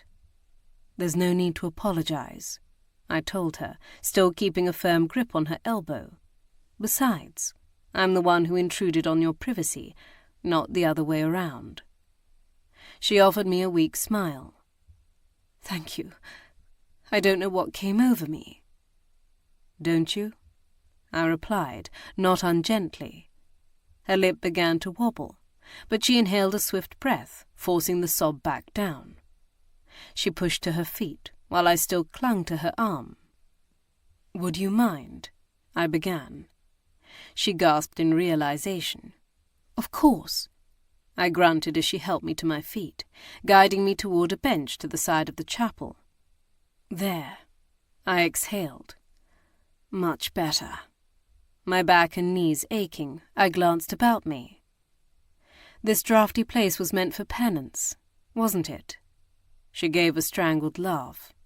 Yes, well, I suppose the Kerr family has had more than its fair share of sinners. At this she shook her head, dabbing at the tears starting to overflow her eyes. I know about Helmswick's first wife. Her breath hitched scornfully. And that she died just a few short months ago. Yes. I also know that Lord John killed his first wife's brother, a Mr. Renton, when he tried to blackmail you. That his is the corpse we found in the catacombs. Her eyes squeezed shut as I continued. And that he destroyed the parish marriage record, thinking to protect you. Her hands clenched into fists in her lap, as she struggled to restrain all the hurt and anger inside her. Why? Why did he do that? Why couldn't he have left the matter alone? She turned to me. I didn't ask him to interfere. I found out about Helmswick's bigamy months ago. Did you tell your brother? No. I didn't know he knew about it until this morning, when she'd raged at him. He told you what he'd done. She nodded. What about your mother? I asked, curious how much the Duchess had known. Was she aware of Helmswick's bigamy? No. I told no one, she emphasized, but then tilted her head. Except Wesley. And I know he's kept my secret. He understood what an impossible situation I'd found myself in. Because of your son. Yes, and my daughter. If Helmswick's bigamy should be made public, then our marriage will be invalid, and my Georgie will lose everything. The title, the estates, his entire inheritance. They will be illegitimate. Georgie. She'd named her son after the older brother she'd never met. But you would be free, I said evenly. She stared to the side, her face contorted in agony as she wrung the handkerchief in her lap, her words emerging as barely a whisper. How can I sacrifice their futures for my own happiness? Was your childhood so awful? She turned to blink at me in confusion. What? No, I had a lovely childhood. And yet you were illegitimate. That was different. The Duke claimed us. And yet everyone still knew the truth. She opened her mouth to argue, but she couldn't. The truth is, it was not the nature of your birth that marked your life, but the fact that those gathered closest around you loved you. Even the Duke. He loved you, did he not? Yes, like his own. And your children will still be loved no matter the truth of your marriage to Helmswick, will they not? Yes, of course. Then that is what is most important. I know we are reared to revere the titles and wealth of our ancestors, but whether he is a future earl or not, Georgie will never go without. Her brow furrowed as she contemplated this. I know I am oversimplifying the matter. I know this is not an easy decision, but I do not think it is quite so hopeless. But it is, she gasped, for the proof is destroyed. John saw to that. She shook her head at the futility of it all. I know Helmswick. He will only use this to force me to do as he wishes. And when he discovers Renton is dead, he'll immediately realize the truth about what happened. She sank her head in her hands. Now he holds even more power. Perhaps the written proof is destroyed, but that does not mean there are not witnesses. 2, in fact. And I do believe the weight that your father as a duke can bring to bear on the matter is greater than that of an earl. She looked up, her eyes staring blindly at the spare altar at the front of the chapel. But only should you choose to invalidate the marriage. If you choose to stay, then you know better than I what you will face from Helmswick. I sighed, tipping my head back to gaze at the ceiling high above. Of course, if Lord John kills him, then I suppose this discussion has been for naught. Her head whipped toward me in astonishment. What? I had forgotten she wasn't in the guard-room earlier, when nearly everyone else had been gathered there. Lord John stopped Helmswick's carriage on the drive and forced him into the woods. The men are searching for them now. Your brother Henry said there was a trail leading through those woods to the Abbey ruins, so we think perhaps Lord John plans to take him to the crypt, where he killed Renton. Her eyes were wide, and her mouth slack with shock, as if she couldn't believe what I was saying. Then she sat forward suddenly, her hand pressed to her chest as it heaved in and out. I clutched her arm. You know something, I guessed. What is it? Is he taking him somewhere else? Where? What do you know? I shook her, but she still didn't respond. Eleanor, if your brother kills Helmswick, I pleaded. She inhaled a shuddering breath, and I knew I didn't need to finish that sentence. Why would he take him to the crypt? She muttered in confusion. Isn't that too obvious? If he didn't want to be caught until the deed was done, wouldn't he take him somewhere else? She was right. I should have recognized it sooner, but the trail he was leading Helmswick toward went to the Abbey. Then where? I searched her stricken blue eyes. You must have some idea. There's a large lochen. It's not quite big enough to be considered a true loch. It lies along that path Lord John is leading him toward, but in the opposite direction, though it's some distance on foot. Hope surged within me. Then maybe we were not yet too late. This thought seemed to occur to her as well, for she jumped to her feet. The road to the village parallels the trail for some distance. If we take a carriage, we might just be able to beat them there. She lifted her skirts, bustling down the aisle before me as I followed. Bree glanced up as we hurried past, and I beckoned her to follow. The men were gone, off searching in the wrong direction, all save one. Where's Marsdale? I panted as we pattered down the stairs. I don't know, she admitted, glancing over her shoulder. When I caught up with her at the bottom, she added breathlessly, I'm afraid I told him something that upset him. Somehow I didn't think it was that she'd decided to restate her vows to Helmswick. My eyes dipped to the ruching of her gown over her abdomen. You're carrying his child. Her steps faltered as she turned to stare at me in shock. You truly don't miss anything, do you? She muttered, before resuming her long strides. It had not exactly been a compliment. I shrugged. It was a reasonable assumption. We burst into the guardroom where Tate stood, conferring with Mr. Hislop, the hall porter. Tate, have the phaeton brought around immediately, and then I need my redingote. She flicked a glance at me, still wearing her cloak, and then Bree. One for the maid as well. Quicker than I thought possible, the phaeton came barrelling up into the portico, and Tate and the groom helped us climb up onto our seats. However, rather than mount up beside us, the young groom passed Eleanor the ribbons. You're going to drive? I asked, knowing that ladies sometimes did so, but I'd yet to ride with one who did. You didn't think bed sport was the only scandalous thing we Kerr women excelled at, did you? She quipped. Then she flicked the reins, and sent the horses charging out of the portico, and down the drive. Chapter 28.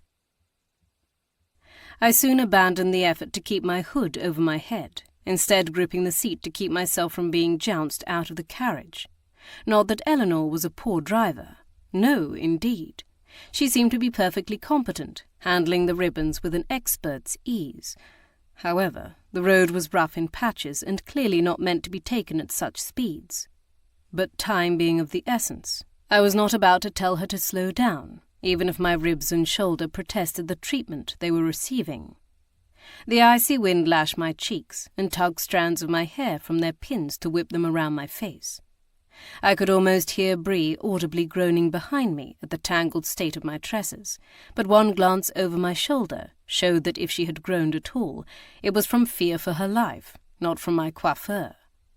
When the road smoothed for a short distance, I released my hold on the seat to pull my right arm from its sling, the better to steady myself with both arms. We hurtled past the cottages, and the window curtain column peered from behind, through the woodlands and past the place where Lord John had coaxed Helmswick from his carriage. Blackbirds and bullfinches scattered from our path, and one daring squirrel narrowly missed being struck by the phaeton's wheels as it darted in front of us. I trusted Eleanor knew where to stop to reach the second trailhead. The one she claimed led down to the Lochen, though at this speed I feared we would easily overshoot it. I was wrong. At a curve in the road she pulled up on the reins, drawing the horses to a stop near a stand of birch trees. "The trail is just over this way," she declared, as she climbed down, dropping lightly to her feet. Bree scrambled out of the seat behind me and came forward to help me alight. Once my feet were firmly on the ground, I ordered her to stay with the horses. She scowled at me as Eleanor handed her the ribbons. "Are you sure that's wise, my lady?" "Someone has to keep them settled," I replied, turning to follow Eleanor into the woods. "We may have need of them," I called back over my shoulder. "Aye, I only hope it's no for you," I heard her retort as I passed beyond hearing. I was less worried about my own safety than the fact we might be too late to stop Lord John. Perhaps that was foolish, given the fact he'd almost certainly been the one to push me down the stairs. But with Eleanor at my side, I didn't think he would try to hurt me, not when it would gain him nothing. Even so, I wished I'd had time to grab my Hewson percussion pistol from my bedchamber. The trail was overgrown in spots, and riddled with tree roots and fallen twigs crunching beneath our feet, so we had to watch our steps as we hurried forward. Our passing stirred the soil and decaying leaves, adding an earthy undertone to the sharp air. Up ahead I could see the silvery trunks begin to thin, and beyond, the grey sky. When she reached the edge of the forest, Eleanor stumbled to a stop, and I soon understood why. Below us in a small basin shimmered the waters of the Lochen. Its dark surface rippled and undulated, as if strange currents ebbed and flowed within its icy depths. It was at least 3 times the size of Sunlaw's castle, and surrounded by a reedy marsh through which a small warped dock jutted out into its far western end. It was on this dilapidated piece of wood that 3 men congregated. Helmswick tottered at the edge, his hand raised in either surrender or supplication, while Lord John stood a short distance away. Based on the arm thrust out in the Earl's direction, and that of Helmswick's stance, I surmised he must be pointing a gun at him, but his body turned outward, his head twisted to yell at the man behind him. It was Marsdale, easily recognizable even from behind by his height and his head of dark hair. Eleanor and I set off around the Lochen, picking our way through the dead overgrown grass. Who spied us first, I didn't know, but by the time we'd come close enough to hear their voices, they were all aware of our presence. "Now see what you've done!" Lord John demanded of Marsdale, his face a contorted mask of rage and anguish. "I don't want them to witness this. Why couldn't you simply have let me do what needed to be done?" Marsdale glanced back at us as we approached, holding out his arms wide, as if to shield or protect us from moving any closer. "Stay back. He's lost his mind." "No, I have not!" He snapped back, gesturing so sharply with the hand holding the pistol, I feared it might go off. Helmswick flinched, his arms waving, evidently fearing the same thing. "Stop! Stop! It's perfectly clear what I must do," Lord John bit out. "Just get them out of here, so I can do it." "No!" Eleanor cried, grabbing onto Marsdale's torso to peer over his shoulder. "John, Please, don't do this, she begged. Don't you see, Nell? You'll be free, truly free. No more lying, philandering, hypocritical husband. He punctuated each word with a jab. Yes, but I don't want that. Her voice wobbled. Not at the expense of losing you. He shook his head. I'm already lost. Damned for murdering Renton. What's one more? But you didn't intend to kill Renton, did you? I stepped forward to ask, only to have Marsdale reach out to latch his hand around my wrist, preventing me from going any further. You never meant for that to happen. Colin Brunton told you Renton intended to sneak into the castle through the tunnel and accost your sister. But you couldn't let him do that. So you donned a monk's robe and went down there to intercept him, to scare him. He stared at me with tormented eyes, his face pale with remembrance and perhaps shock that I knew so much. He wasn't frightened, even for a second. I tried to reason with him, to plead with him not to harm Nell and her children, that they were as innocent as his sister in all of this. But he wouldn't listen. He shook his head. He shouldered past me, slamming me into the tunnel wall. I couldn't let him get to them, so I hit him with the mace. His voice quavered, and his arm began to drop. I hadn't meant to use it. I only brought it as a precaution, and I certainly hadn't meant to kill him, but he wouldn't stop. Why couldn't he have just stopped? Because he was a greedy bastard, Helmswick sneered, and I could have cursed roundly at him for his stupidity. Marsdale did. Recalled to his presence and his plans for him, Lord John lifted the pistol again and steadied it. And you aren't. Collecting wives and mistresses as if you have every right. I was a fool to destroy that parish register, to conceal your malicious crime. 4 years ago, you would have been hung for what you've done. Given the fact that he was an earl, and the added complication that the seat of his earldom lay in Scotland, where such laws were less straightforward, that was unlikely, but I wasn't about to point that out to him. Not now. The registry may be gone, but there are witnesses, I said. Witnesses who have agreed to testify. At least, I hoped that was the case. Presumably Mr. Warren's loyalty could be swayed, as long as that is what Eleanor wants. Helmswick and Lord John both turned to Eleanor, who continued to cling to Marsdale's shoulder, her eyes glistening with tears. But the scandal, Lord John murmured. And Georgie's inheritance. Yes, think of the scandal, Helmswick reiterated, to which Marsdale and I both shrieked at him to shut his gob. Did he want to be killed? I lifted my hands, imploring Lord John. It could be argued that your murder of Renton was justified. He was technically housebreaking, a capital offence, and he physically assaulted you and threatened harm to your loved ones. Although it would have been better for all had you simply confessed to hitting him, rather than attempting to conceal the crime by hiding the body in the crypt. I couldn't resist adding. I couldn't, he protested. Not without revealing Helmswick's bigamy, and consequently that Nell's marriage to him was illegitimate. He glowered. Besides which, he would have rotted away without discovery had Ned not decided to host that ridiculous ghost tour. I frowned. For all that he seemed to regret killing the man, he certainly wasn't showing the proper amount of remorse for concealing it and setting off the chain of events that followed. Regardless, the first murder might be mitigated, I reiterated, bringing him back to my point. But if you kill Helmswick here and now, it will be in cold blood. There is no defence, and your family members will have to watch you be hung. I could see in his eyes that he had not considered that ramification. Is that what you want? To make Eleanor suffer such a thing? He glanced at his sister, who was openly weeping now and shaking her head. Please, John, don't do it. Not for me. Never for me. His brow furrowed in pain, and he closed his eyes, tipping his head back to the leaden sky. I worried for a moment that he wouldn't listen, that he was too determined to do this to ever pull back now. But then his arm abruptly dropped, and his shoulders slumped, as if in defeat. I exhaled the breath I'd been holding, but I remained vigilant until he shuffled across the creaking boards of the dock, and held the pistol out to me, with the grip facing out.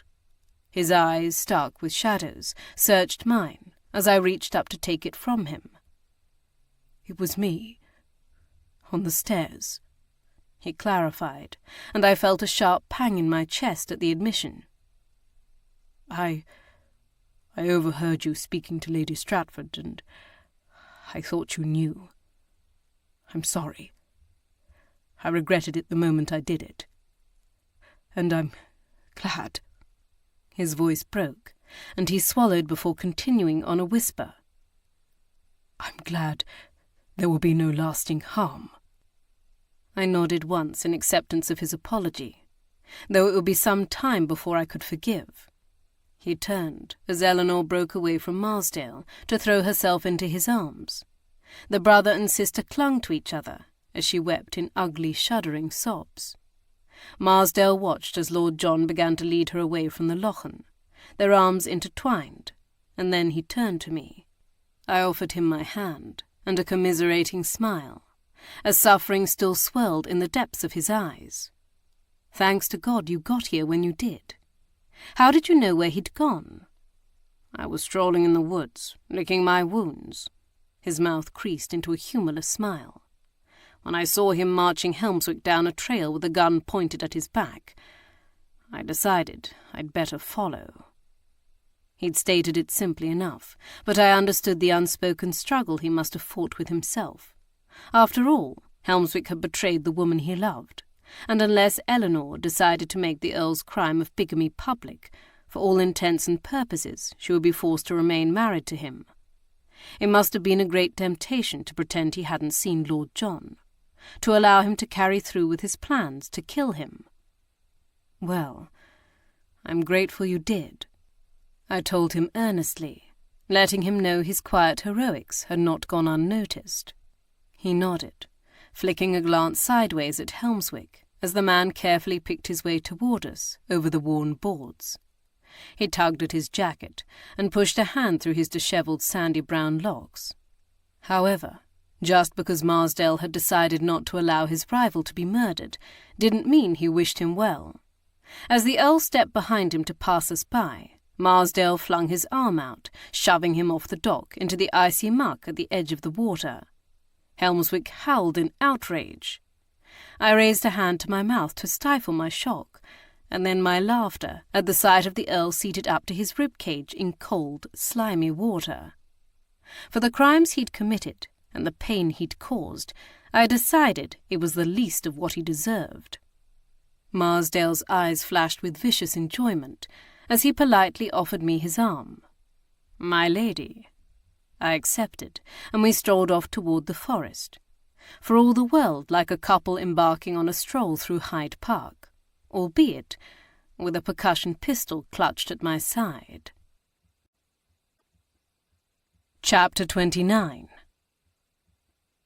Our return to the castle was greeted with even greater tumult than my last arrival, when we'd learned that Helmswick had been forced from his carriage. At the sight of me striding through the door whole and hearty, Gage hastened forward to pull me into his embrace, despite the onlookers.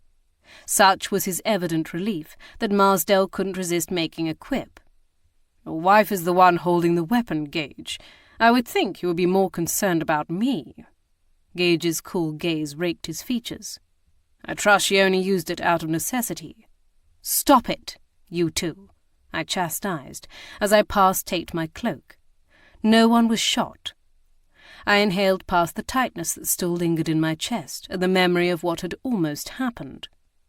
Fortunately, but there are a number of matters still to be dealt with.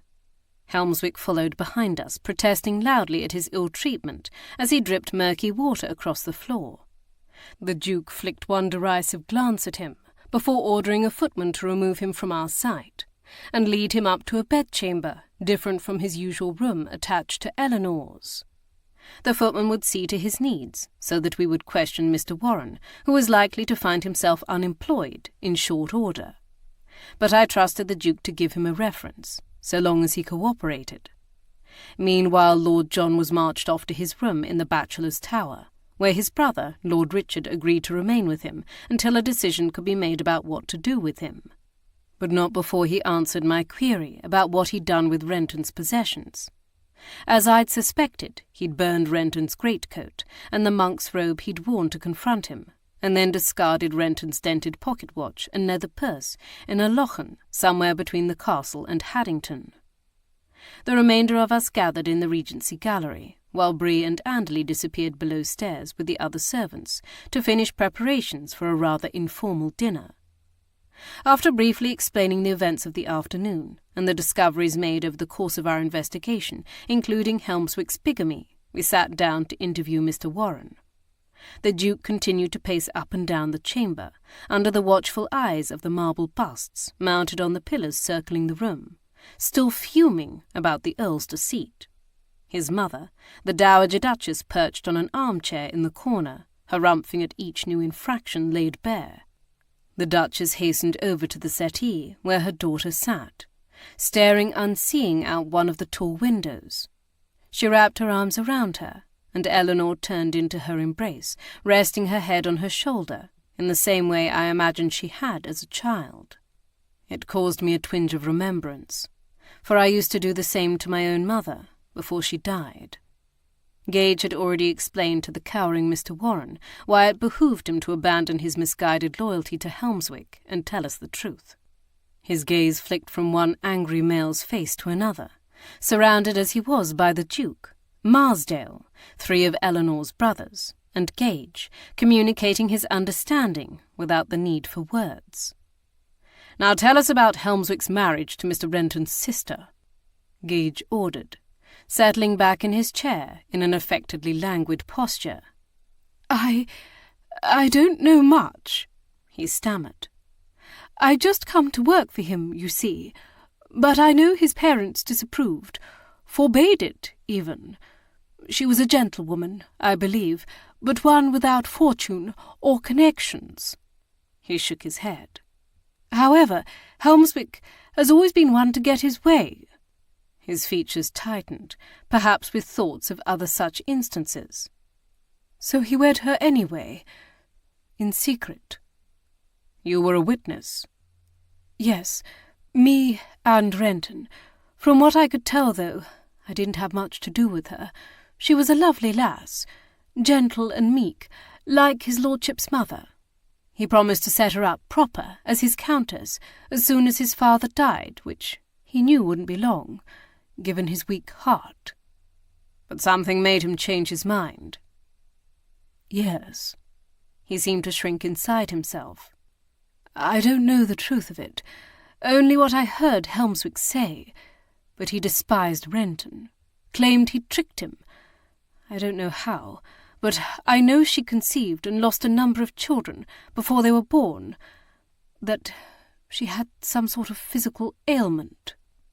Gage and I shared a speaking glance, both of us thinking of the baby Renton claimed Helmswick had forced his sister to rid herself of. I supposed we would never know the truth about that either. I certainly didn't trust the Earl to tell us. He started spending less and less time with her at the cottage he'd given her, complained she was melancholy, overwrought, that he couldn't— He broke off, flushing. "That she wept all the time." "Why didn't he attempt to simply annul the marriage?" the Duke's heir, Traquair, demanded. "He did, but he couldn't do so without admitting to it having happened in the first place, and Renton wouldn't allow his sister to sign the papers. He'd been coming to his lordship for money every few months, ever since the vows had been spoken. Had even stolen the parish registry with the proof of the marriage to keep his lordship under his thumb." He glanced apologetically across the room at Eleanor. "It grew even worse after he married her ladyship. He kept asking for more and more money, as well as things. A horse, a pair of Hobie boots. I suppose that explained why the corpse had been wearing a pair of boots that appeared to have belonged to Helmswick. Even after his sister's death, he kept coming. That's why Helmswick travelled abroad so often, Gage surmised. To avoid him. Mr. Warren nodded, his gaze flicking to Eleanor and back. One of the reasons.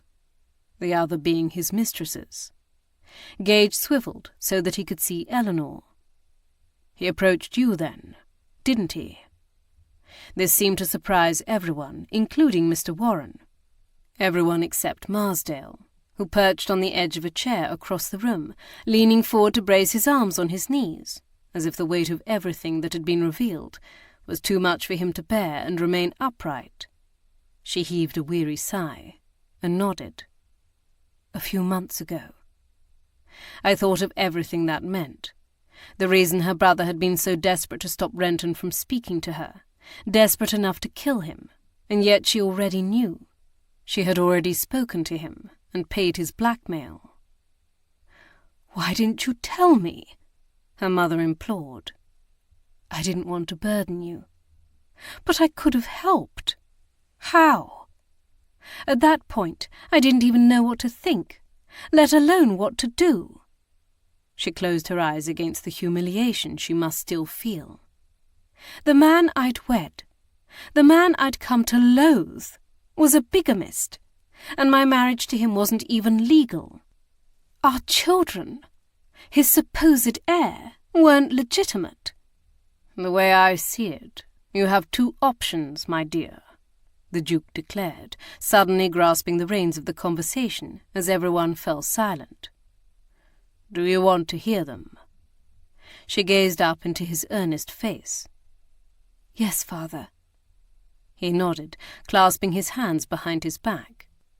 "We can remain silent about the matter, hush up the truth, and attribute this Renton's fellow's blackmail to another reason.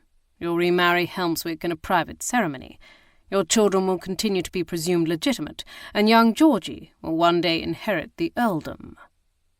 Eleanor sat with her back ramrod straight, her face wan, her lips bloodless. I wondered if she was contemplating the child she carried inside her, Marsdale's child. From the manner in which he watched her, I felt certain she must be. Would Helmswick claim the child? And if he did, would he make his or her life miserable because of their true parentage? Not that he seemed to show either of his children much attention or affection, but at least he didn't scorn them. The Duke clicked his tongue. "Or we can allow the truth to become known. We've weathered scandals before. What's one more?" He cast a gimlet glare at the valet. "Mr. Warren and this vicar who performed the ceremony will bear witness to the event, as well as the fact that the parish registry was stolen to conceal it. I will broker a deal of some sort with Helmswick, one to the effect that I will request leniency from the Crown on his behalf and allow him to retain your marriage settlement, so long as he relinquishes any right to you and your children and signs them over to my care." Eleanor, as a woman, could not be granted that authority, and agrees not to pursue charges against John.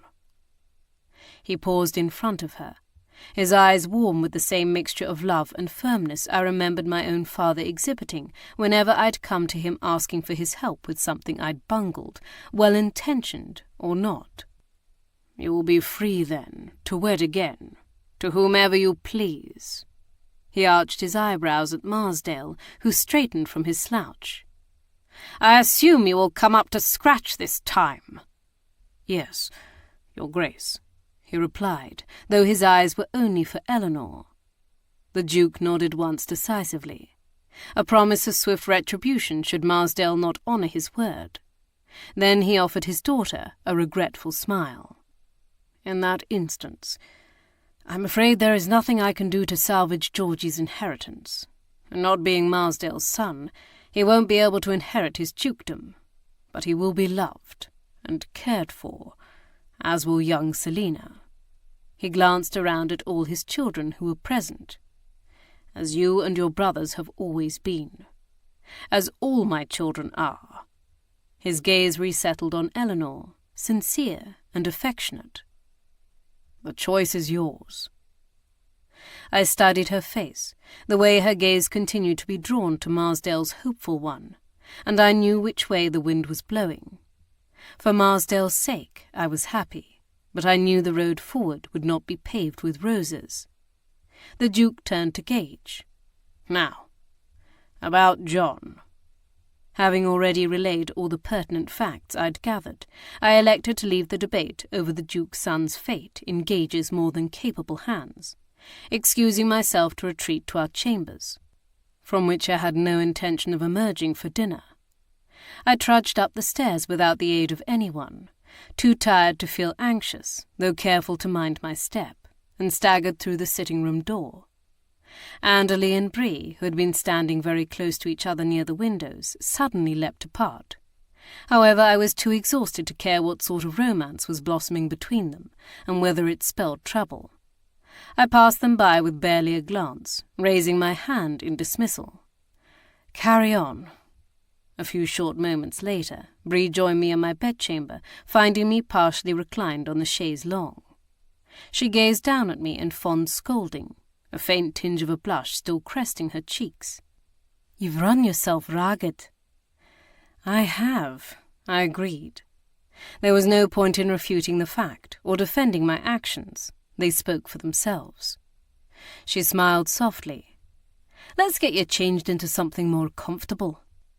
Bree made swift work of removing my day garments, so that when the Duchess rapped on the door of my bedchamber a quarter of an hour later, I was once again ensconced on the chaise, this time wrapped in my indigo silk dressing-gown, with a rug draped over my lap, my detangled chestnut tresses falling over my shoulders. My head still smarted from Bree's exertions in that area. A smile curled her lips at the sight of me thus, and she nodded at the neckline of my wrapper, where a hint of the lace trim of my nightdress peeked out, and my amethyst pendant rested in the hollow of my décolletage. "You look quite fetching, my dear." She sank down on the chair adjacent. "Sometimes the less the effort, the more it is so." I tipped my head in agreement, and sipped from the warm teacup cradled in my hands. The Duchess had not come here to compliment my appearance, so I waited for her to state whatever she had come for. Her own appearance was wan, her eyes shadowed with fatigue, and the sparkle that normally lit them noticeably dimmed. She sank deeper into her chair. "I wanted to thank you, and your dashing husband, but you in particular. Eleanor told me it was you who stopped John from killing Helmswick." The frail skin tightened across her features. "And as much as I would like to wring the scapegrace's neck myself," she exhaled wearily, "I understand you saved my son from certain death. You truly didn't know about Helmswick's bigamy, did you?" She shook her head. "Eleanor never told me, though I wish she had. Surely there could have been something we could do." I didn't question this point, afraid to hear what sort of solutions they might have dreamed up, just as I didn't broach the subject of Lord John, and how much she had known or even suspected about his actions.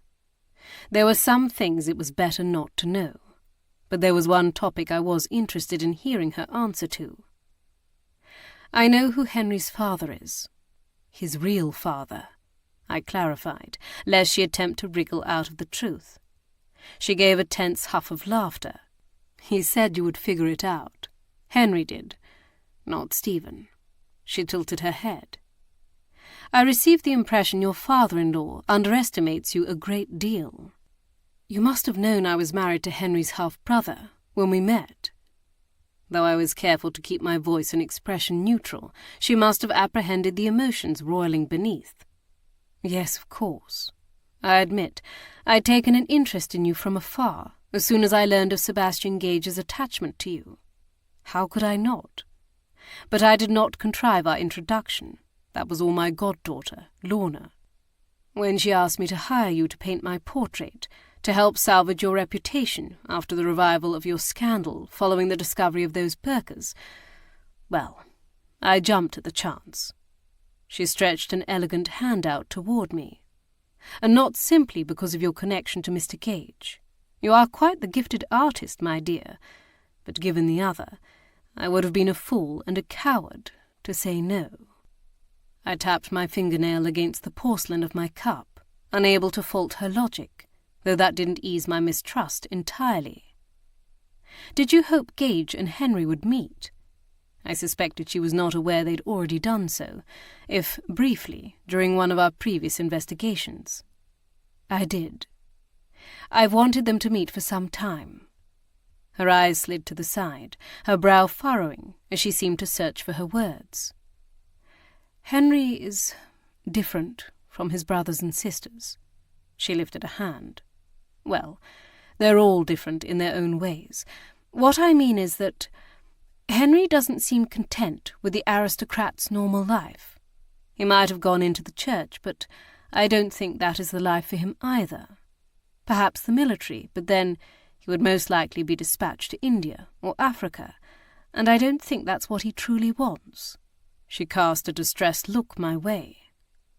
Given Lord Gage's noble career with the Royal Navy, I feared he might take to the sea, but he becomes rather alarmingly seasick, even on a small body of water. I frowned. What do you expect Gage to do? Why, I don't expect him to do anything, but perhaps he might have some advice to offer him. She smoothed the silken fabric of her skirt. Perhaps if he knew something about the other side of his blood, it might help. As I understand it, the Gages are rather notorious for their restlessness. I didn't know much about that, not having met any of them besides Sebastian and his father. Lord Gage was the second son of a minor baronet from Cornwall, one with limited resources and connections.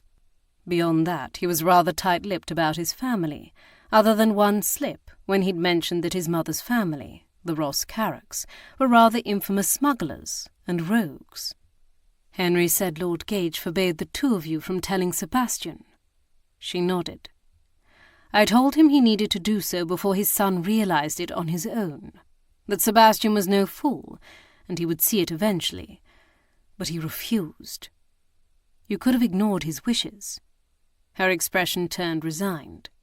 Yes, but as I'm sure you already know, Lord Gage is not above using whatever resources are at his disposal to get what he wants, and I'm afraid he knows rather too many secrets about the Kerr family for me to tempt him into retaliation.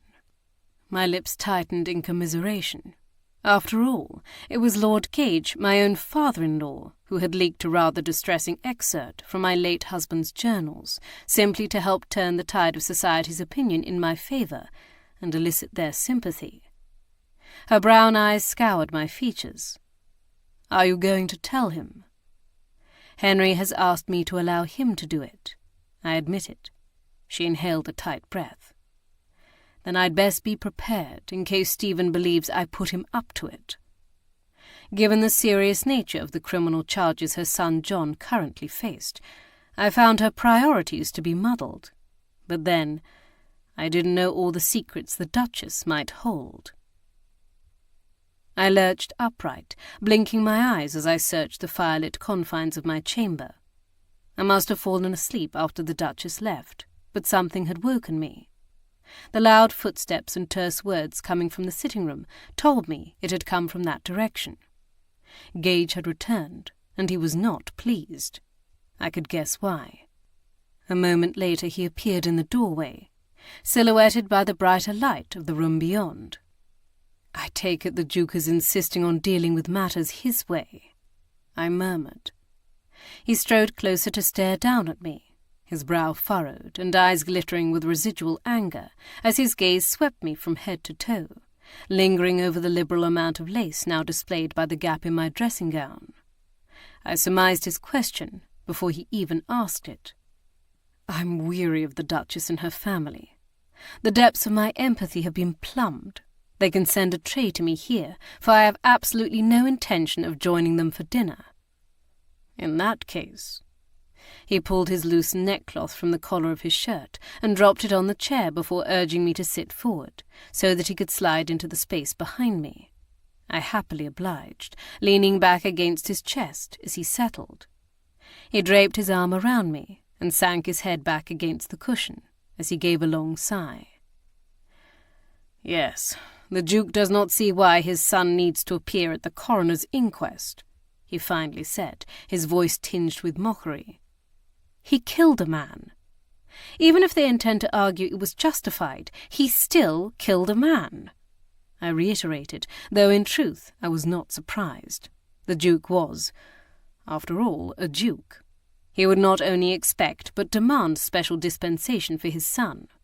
There's also that little matter of him pushing you down the stairs, he practically growled. But let's set that aside for the larger issue at hand. Your points were exactly my and your brother's arguments.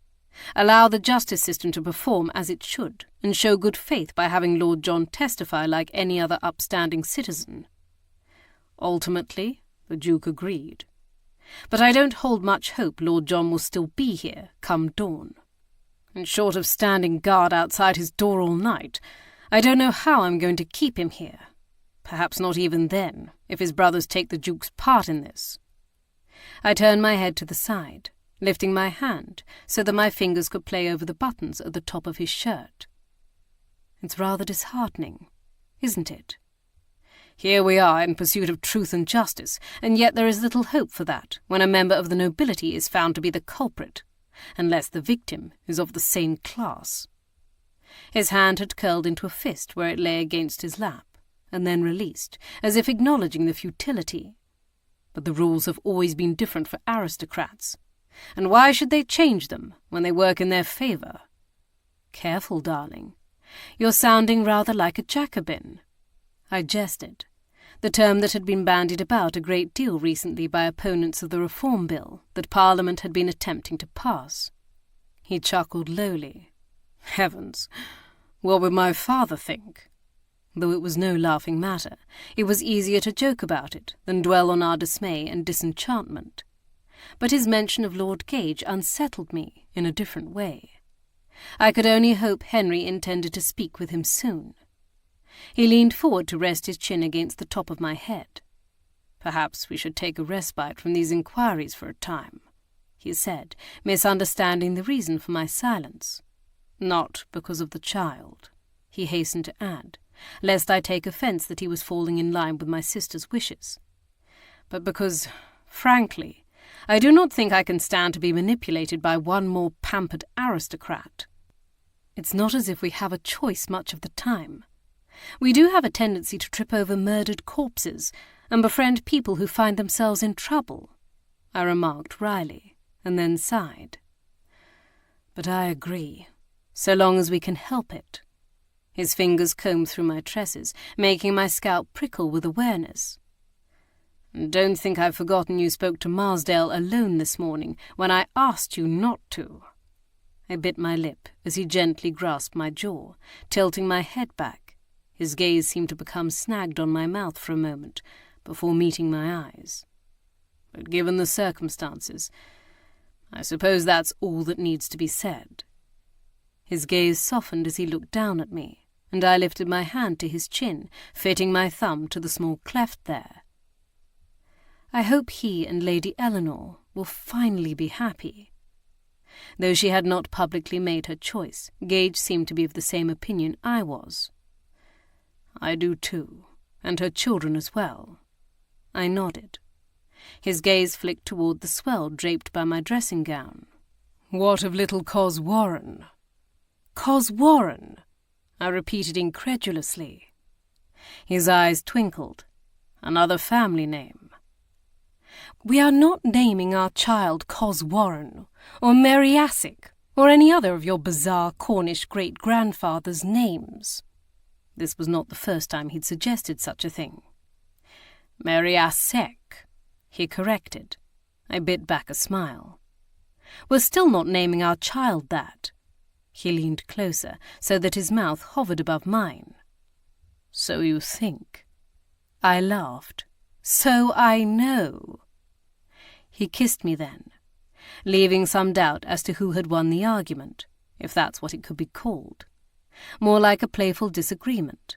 In any case, my injuries proved to be sufficiently healed, and our dinner was served to us rather late that evening.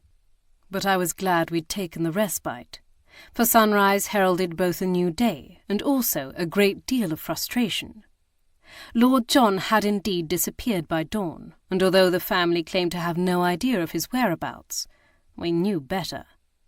For my part, I was angered by the discovery that Lord Henry had accompanied him.